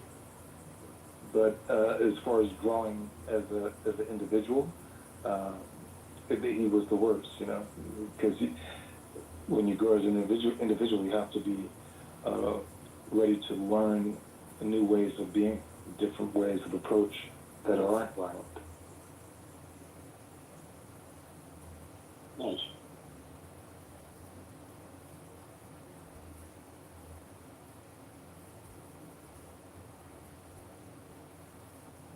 So do you think that, at least from a philosophical point of view, and this is one of the things that I was a teacher for a lot of years and always liked to have sports and stuff in school, and always noticed, you know, even if somebody wasn't good in a particular sport, at least it gave them an opportunity to maybe find something that they would like, that they would carry on, you know, kind of keep them healthy or kind of, you know, enjoy it for the rest of their life. I'm trying to think of mutually assured destruction type of idea, at least from a perspective of self-defense. Do you think if every kid that went to a public school was taught hand-to-hand combat and meditation, and if everybody knew that everybody knew it, would that be a beneficial program for schools in America? Do you think that that would actually reduce violence, or do you think it would increase violence? Yeah, I think there should be martial arts training in school, and even more meditation, but well, how can I say this? Meditation is a great way for an individual to become aware of themselves and aware of their, and also how to elevate themselves beyond their reptilian self, the self that is, like the gentleman that came in the room. Reptilian? The gentleman that came in the room, he didn't know, maybe he does, I don't know, but it didn't appear like he knew his behavior, right? And part of the training and meditation is to become aware of your thoughts, right? So if you know how you're thinking, you know the things that are in your mind, you know that it affects your behavior. So you start shifting those thoughts to something much more healthy. So that's why that is, to me, the most important, because if you just give them martial arts training, right, and they've got this kind of bad day, and somebody just taps them on the shoulder, say, hey, don't, you stepped on my shoe. The guy might beat the hell out of the other guy because he has a training, right? But if the person does the meditation and understands this kind of thing, they'll become aware of themselves and make themselves, and they'll be self-sufficient to better themselves and their surroundings. So that would be like, so I know like some of the problems that I ran into, depending on where I was in the world, was like you don't have equipment for schools and stuff. And I know they're cutting funding and stuff. I mean, they're getting rid of like music and art and things in school. But I mean, if you taught literally meditation and martial arts, apart from like some bow staffs and some, depending on which style you use, ultimately it doesn't take any resources. I mean, you don't need a field. You can do, those things anywhere. So I mean, that kind of the gentleman that was in here before talking about the no drugs and talking about early intervention for children, in schools, I'm just thinking from a philosophical and a health standpoint, that would be an excellent, opportunity for someone like yourself, obviously, to, kind of, promote that and see if that would be something that would be functionally advisable for PE programs, especially like in places that don't have a lot of teachers or can't afford a PE teacher. The program could literally be rolled out to anyone who wanted it. Yeah, I've got a huge meeting here in New York City with some high-level teachers, principals in the New York City area, in the tri-state areas, actually, and some leaders in the work of the subconscious mind, the conscious mind, and this kind of thing, and meditation, and yeah. So it's a pilot program right now. So the adults will learn it first, and then they'll give their feedback. Usually they really enjoy it and really see the benefit for young people. So that's where we're starting there, and then maybe later on we can discuss self-defense and that kind of thing. That's actually brilliant. Well, I haven't lived in New York in a couple of years, so I understand some of the problems that you have with the school system. But I mean, New York has really, really, really good resources. So this really could be a cool opportunity if the pilot program works to roll it out elsewhere. That's great. Yeah. They're doing it in Mexico with prisoners and their families, and having some success there.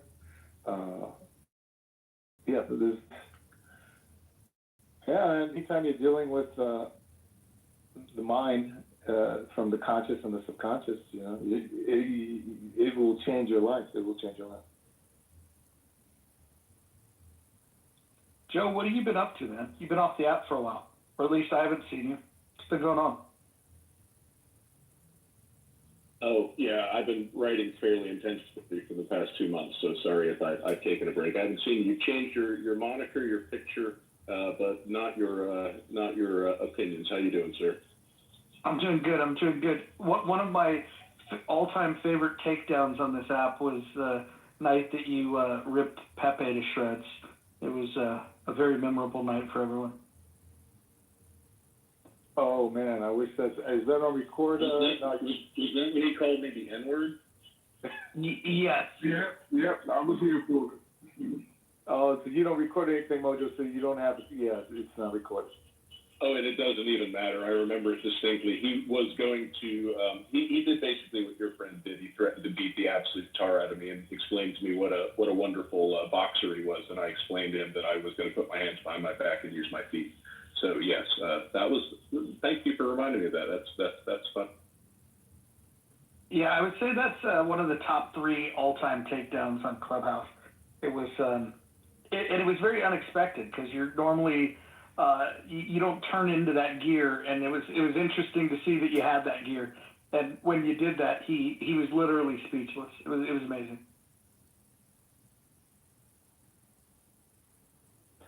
I was ready for your takedown of the gentleman they walked in here and ran away. I knew it was coming, Mojo. I could tell. What's funny is if he would have just relaxed a little bit, he would have found that I agreed with him on some of the stuff. Like, I appreciate that he has found the discipline in himself to not use drugs. I think that's cool. And I appreciate that he thinks that sharing that with other people would be a benefit. I don't think his heart was in the wrong place. I think that his ability to have an adult conversation with people that see the world differently, it's just unfortunate because that could have been a fun conversation, especially with the people that are in the room right now. I think that could have, if he would have allowed his ego, and we all have ego, I certainly do. Time Hack, I know that, you've had... Not at all. Yeah, so if we could have kept that in check, it really could have been a fun conversation. And then, as you guys know, when those people spin out of control, it lights a match in me, and then I go to that place. And so, I would have rather have had the good conversation, but I was happy to have the, go fuck yourself conversation too. Yeah, I was in the subway wanting to. Well, the first thing I asked him that he didn't answer the question. He said to Joe, people like you. That's not only rude, it's condescending, right? So I didn't ask him in a belligerent way. I said, you basically said what he said. And that's when he gave me the question about drugs. Did I ever? So he would never answer the question. He just didn't have the courage to debate and have a little, back and forth with decorum. He didn't have that ability. But I also the fact. I'm sorry. No, I was gonna say this is the argument that has been tried, right? We can just get the population through, all these preventative programs to stop doing drugs, and it hasn't really moved the needle in the country. So I find it to be, I see his position, but the goal is to improve where we're at, not to just continue to what we're doing. And that was my perspective. But the other issue is this. You're never going in, the experiment that is our free society, which again is unique and different to everybody. There was a time in America that you could walk into a pharmacy, you could buy cocaine, you could buy laudanum, which was heroin, you could buy a tincture of massively concentrated THC, and then for some political reason or some socioeconomic reason, it is vilified. But you can go get Ozempic, which is going to destroy your internal organs. You can go get all sorts of things that are prescribed that are going to absolutely just mutilate your system. So it's not that we in a free society are stopping anybody from doing anything. I think what TIMAC is trying to do in schools is that when you're talking about intervention, it has to be about personal responsibility. And you have to, like Mojo was saying, like what you're looking at with Portugal, you have to have support systems for people, and you have to meet people at those levels. So no, you're not going to expect people in America to not do drugs, but if you are going to legalize anything, then you have to have a support network for those people, and you also have to have personal responsibility where kids know they can regulate themselves without taking a pill like, what is it? Adderall is methylated amphetamines. When I was a teacher and a counselor, any single time that any of my students, and I only work with boys, it was a girl and boys school, but I only work with boys, if they were going to be prescribed, because I'd meet with a counselor to get Ritalin or anything like that, I would always try to use a regulation method beforehand, not because I'm a doctor, but because I know that for the most part, once that drug is taken for the rest of their life. The question is can I regulate my life without having to say, here's a pill for you? That's my only question. So yes, legalization is a good idea for certain things, but if you don't have the support system behind it, it's just never going to be successful.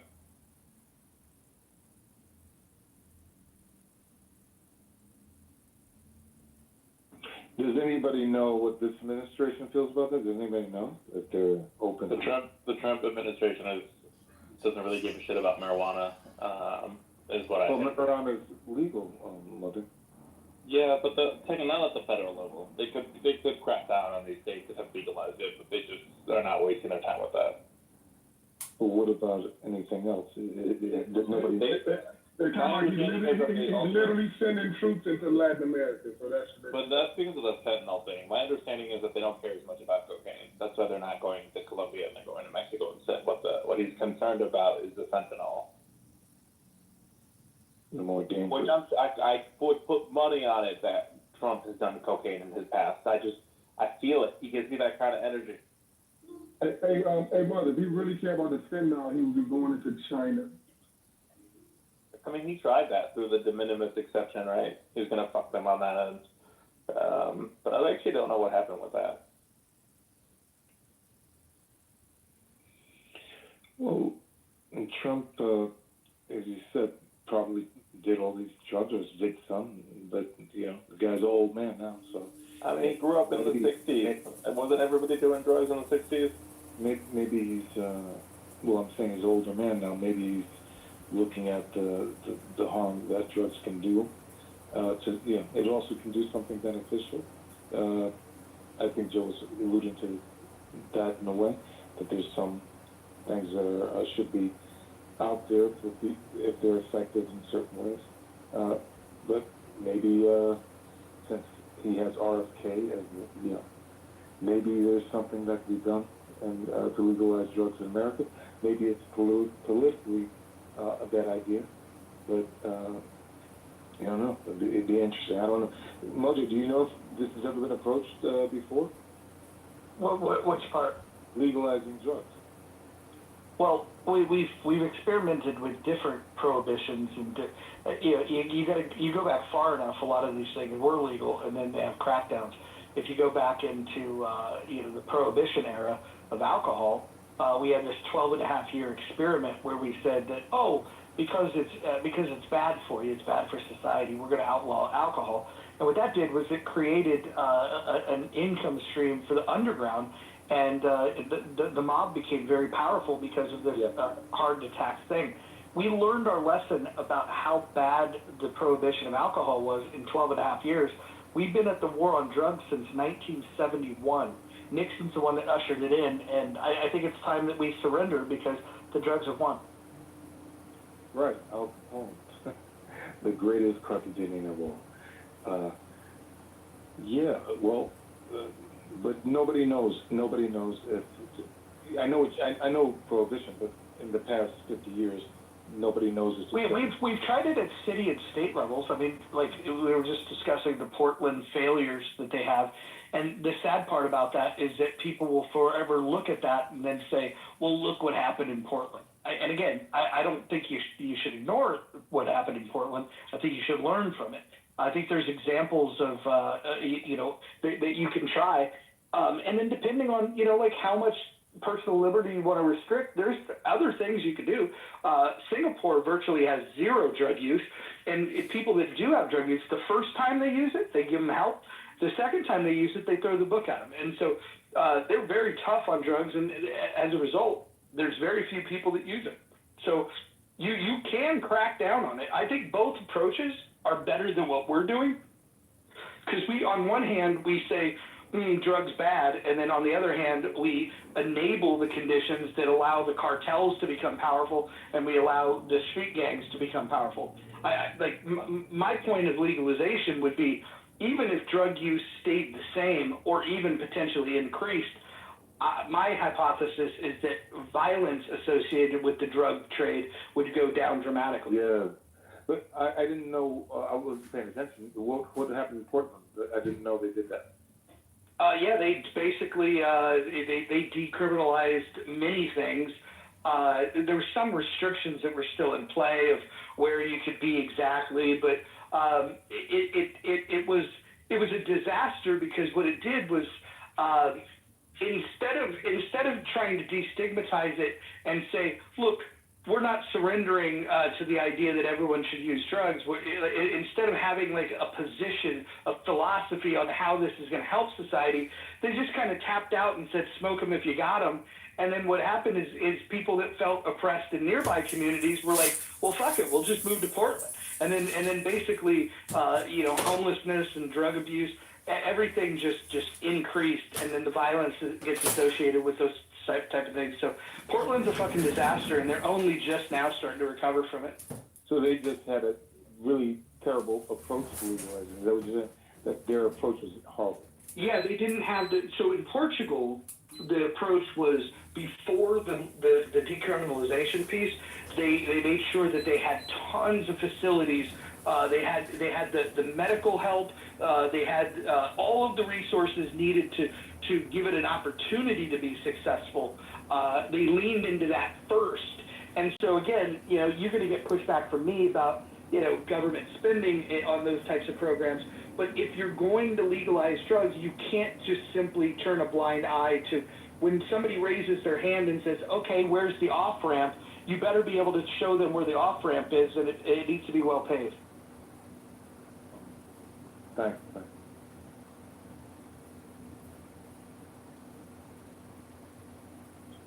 So the issue that I see from the federal level is twofold. One is they're giving up basically, 10 to 11 billion dollars in taxes every year for not being federally legal. So they're giving up money for one reason or another. And my suspicion is that drug companies are very, very aware that they have never federally, you have small organizations who've studied it, but things like seizures, that there's little girls who had to move to Colorado because of state laws, for marijuana. If you make it federally legal, don't worry, Marlboro and Benson and Hedges and all those, BAT, they've already bought their land. They're gonna grow. They're gonna package. They're gonna distribute. The corporate world's already in it. But I think the biggest hang up right now, it's not conceptually, because I think in America, even I think it's over 70%, they don't really care. But the question is if you can make drugs that are beneficial to people that don't have the same side effects, and you can also create a whole level of an industry that creates billions of dollars of federal taxation, is it because you are influenced by people who consider it a religious argument, which it can't be, or do you think it's more because of the lobby groups as it pertains to the pharmaceutical industry?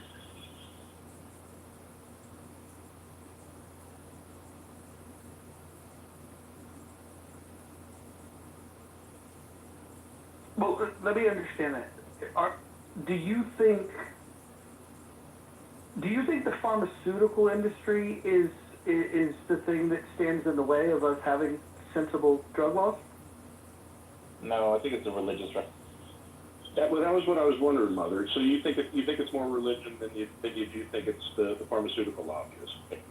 Yeah, I think I have extremely religious family members, and they are ardent supporters of the bans on drug use. Have you I think it's a criminal justice system. What was the question, Joe? Oh, sorry, Kimmy. Yeah, probably is them too. I was saying, Mother, have you ever discussed Genesis with them, at least as it pertains to what we're allowed to have, all the plants with the seeds that are on the earth? Have you ever read that one to them and asked them what they thought about that? I could have that conversation. My family is mostly Jehovah's Witnesses, but they are fundamentally just people who don't believe in that kind of excess in life. Oh wow, your family is Jehovah. This explains a lot. So what does that mean, Roger? I'm a Lutheran, okay? I follow, and I don't know. So I bounced around different churches, right? So I went to Lutheran church for a while, then I went to Methodist church, then I went to an Episcopalian church, then I went to a Southern Baptist church. That lasted a whole 2 weeks, and then I was done with that. The Southern Baptist I don't like that. Mother, you should check out the Mormon church. A lot of those boys, when they come back from the mission, if they can't find a wife within 6 months, they go the gay way. You should go check them out. But that's in Utah. I don't want to go to Utah. Like, I don't think they're in Idaho and Nevada. They're in Miami. Probably not. That's true. Well, actually, how fun would it be to be on a Mormon mission in Miami? That would be crazy. I mean, if I'd be losing their minds with the girls walking around in bikinis. Jehovah's Witnesses are interesting. They have this literal interpretation of the Bible where, you have the Bible talks about 12,000 people from each of the 12 tribes of Israel will make it to heaven. They legitimately believe that only 144,000 people are going to make it to heaven, and there's like I think it's in the tens of millions of people globally that follow the religion. So they got a bunch of people following a religion, and everyone thinks that they're going to be part of that 144. It's fucking very interesting.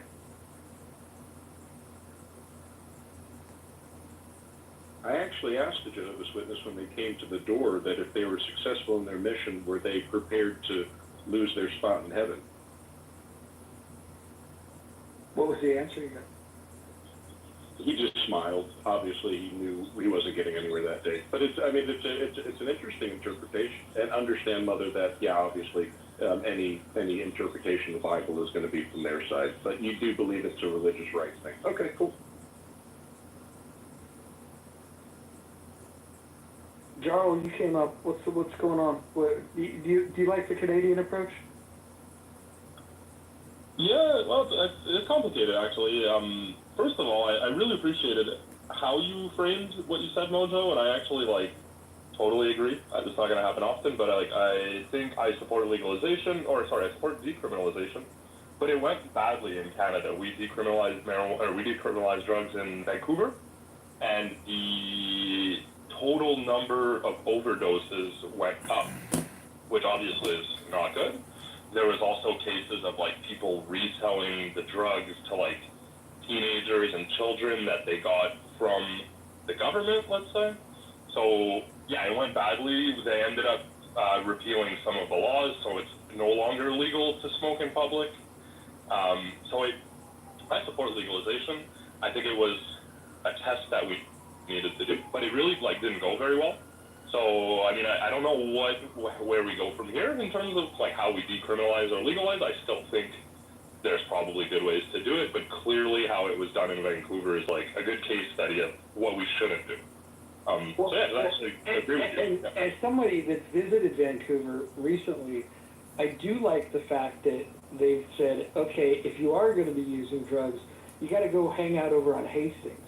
And they've pretty much pushed homelessness and drug use into one corner. Now, I'm not naive enough to think that there aren't people using in other parts of town, but visibly to a tourist, you don't see it. If you're going to shops and stores and restaurants and things like that, they hide it very well. I literally had to go out of my way because I asked the question you guys don't even have homeless people or drug addicts here. And they just laughed and they told me where to find it, and then I drove through it and I was like, oh, okay, this is where you got it. But real quick, but also you can control the amount of drugs that goes to each individual person, right? If there's a legalization, you can control that. So where right now someone can go and buy as much as they want.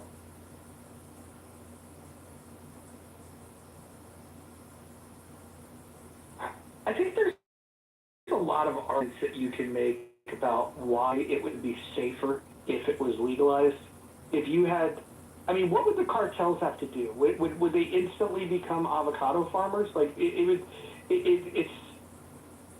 it became legal here, the cartels just would have so much less leverage, and clearly cartels are they're a criminal enterprise, but it's an enterprise nonetheless. Those people aren't going to just say, okay, we're never going to make money again. They just find new ways to make money. And so I think we should just figure out how do we make drugs safer, and then also how do we make sure that there's less violence associated with the drugs. I think those are the two priorities for me. Whether somebody chooses to do it as an adult or not, like I'll let people like whatever that guy's name that was here earlier, he can make that argument. I just like to see less violence associated with it. And if somebody is, there's a the lethal dose of fentanyl is so fucking small. And if you talk to law enforcement agents, they basically say that every drug that's on the street now, everything that's on the street, has at least some trace amount of fentanyl in it. And I don't think that that's a game that we should play. I think that's a dangerous game of Russian roulette. And for us to allow that to happen, I think that's basically saying that we're secretly hoping that the people that choose to use illicit drugs die. And I think that there could be a more empathetic approach to this. But that is literally what they did during the first prohibition. They had, obviously, poison alcohol. The government had it, and people were so desperate that they drank it. I mean, yeah, no, that was 100%. That's what excites me about getting meditation into schools and that kind of thing, Joe, because you're dealing with the source of a human being, right? A human being feeling whole, and a child feeling inspired about their future in a certain way. All these kind of things, you have to address it that way, with young people as well as with the product that's out there on the streets.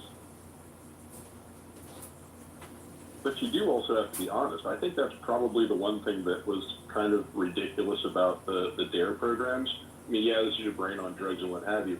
I mean, if you were honest and be like, this is a person who's on crystal methamphetamine and this is what happens to you, and you were honest to kids that, these are things that happen and these drugs, this fentanyl, they are in cards, they are in all this other stuff. I mean, it has to be a twofold thing. You're an emancipated individual. You can make good choices, but also this is the world that exists around us, and these are the results of, the actions if you do choose to take them. But yeah, you're correct on that, sir. Yeah, and you work with kids. So there are kids that obviously they grow up in a certain environment. They're going to be much, much more reckless than others, and they could see that, the real after effects of doing certain drugs, and it won't be on their head because they're out there to do something. They're out there to, whatever's missing in their life, whatever anger or whatever they feel just a bit horrible about, they're willing to go and take some drugs. That could be deadly. So it has to be addressed.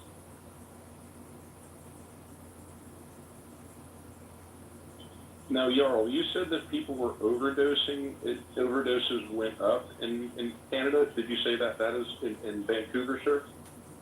Correct. So overdoses went up, but deaths from overdoses did not. And so I'm assuming it's because people have Narcan, they're having overdoses.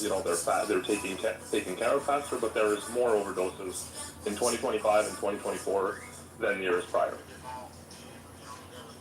Gotcha. So, I guess for school kids, I mean, do you have drug? I mean, do you have the same problems that we have in the United States? I mean, I'm assuming you do. Do you have drug prevention programs in schools? Yeah, I think it's very similar. The fentanyl problem in Canada and the U.S. Maybe there's a bit more in the U.S., but we hear about it just the same. Yeah.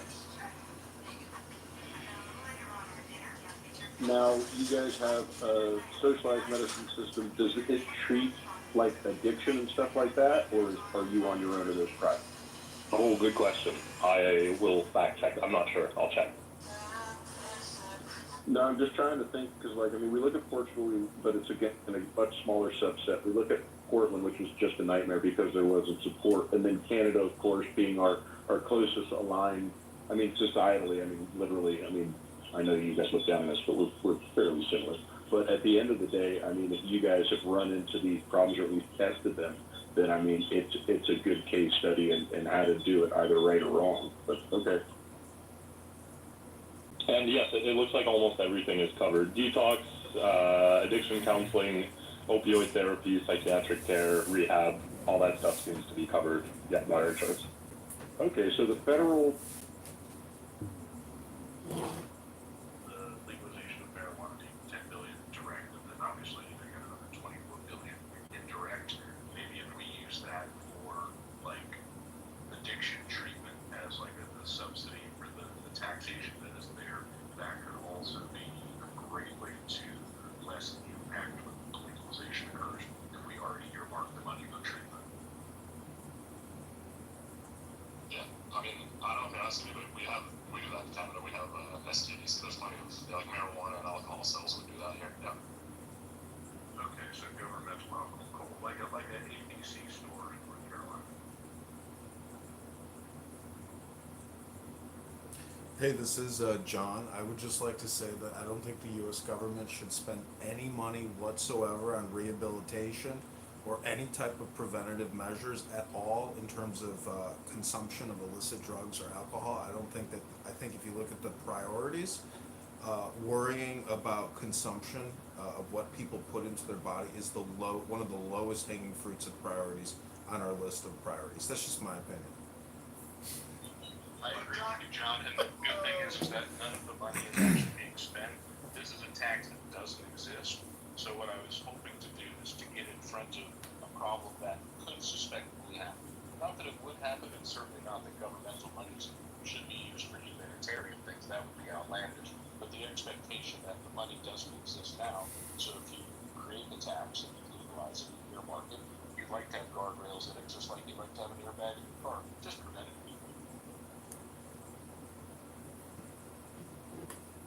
So in our system, right, if you smoke cigarettes, like you're paying a massive tax on new cigarettes, and that's because you're so much more likely to end up sick in the hospital, and then so like, in a system like Canada, it makes perfect sense to tax you more if you're buying drugs, alcohol, or cigarettes, because you're more likely to end up sick from those. So you think stealing people's money because of what you want to eat or smoke or drink, you think the government should steal from you in order, to basically prepare for your future health crisis? Yeah. Yeah, so we saw that in America. It was called the largest class action lawsuit in the tobacco industry. It was actually recognizable as I met the gentleman, and he was nice enough to talk to me about it. What we did was we increased the taxation on cigarettes because, of course, we realized that they do affect your health. So yes, we actually tax people in America because we know it's going to cost us. Got it, but it's not like actually tied to your future healthcare, right? It just goes into a general pool of funds, so like it's not actually guaranteed that taxation will go towards your future healthcare, right? No more than any guarantee that you have a budgetary expectation for money to go to NPR and then they just get rid of it. Yeah, I mean, at the end of the day, it is what it is. We have a budget, but the discretionary spending of the budget is obviously up for debate. But no, that money is actually earmarked for things like class action lawsuits against tobacco companies. They're not allowed to do that anymore, so we just tax them a little bit more. But no, what I was saying is actually earmarking that money for a specific reason like they do in Canada. And no, I guess he said it's not just a specific pool. They have a separate pool of money for what you call the public health system. It's based on your tax dollars and your taxation systems like that. And then also producers and things that actually would negatively affect your health. They actually pay the government that, and that would go for money that's earmarked for what you would call the public health care system. Yeah, I want to be like 100% quoted on that. I'm not sure if it's like one big pool of our taxes or if it does go directly to that. But that's the idea, right? Like we have like it's the same thing with like gasoline, right? We have it like an environmental tax on gasoline, or we used to. I think I got rid of it. But like the idea is that because you're using gas and you're hurting the environment, you pay a little more taxes. I don't know if it's actually set aside for green causes though. So if the country's $37 trillion in debt but wants to continue taxing you, I'm just so confused how it's not, that money's just going to paying interest expense and hopefully paying down the debt. So why you think a country in debt is actually preparing by saving your taxes that you're paying? See, I just think you guys are living in La La Land. Well, that's the nice thing about it, sir. So the deficit that we have as opposed to the debt that we have. So most American debt is actually a bond, and it's a foreign investment. So when we look at that, it's actually debt that sometimes we really ourselves. So a lot of our bond market is actually owned by the United States, but some of it's foreign. So yes, that's actually true. But the question for America is never are we going to be in a budgetary issue because we have surpluses in the past. Our country, of course, has the strongest military in the world, greatest political insight in the world, and are the strongest nation in the world. So the question is always this: if we do put ourselves in the precipice of being in an economic conundrum, there's often times that people go to war over limited resources. So I'm assuming that's probably the play, but I don't really think that talking about the taxes being earmarked or benchmarked or something like that have anything to do with it, because right now the tax doesn't exist. And that's what I'm saying, it's money that doesn't exist that can be used for a perceived problem, or contrarily wise, could be used for education purposes. That could also be used for it. But again, everybody in America has to decide what they think their money should be spent on, and that's why we vote, Joe. But when you say we owe the money to ourselves, can you maybe clarify that a little bit? Yes, sir. Have you ever bought a U.S. Treasury bond? Yes. Okay, so do foreign countries buy U.S. Treasury bonds? Yes.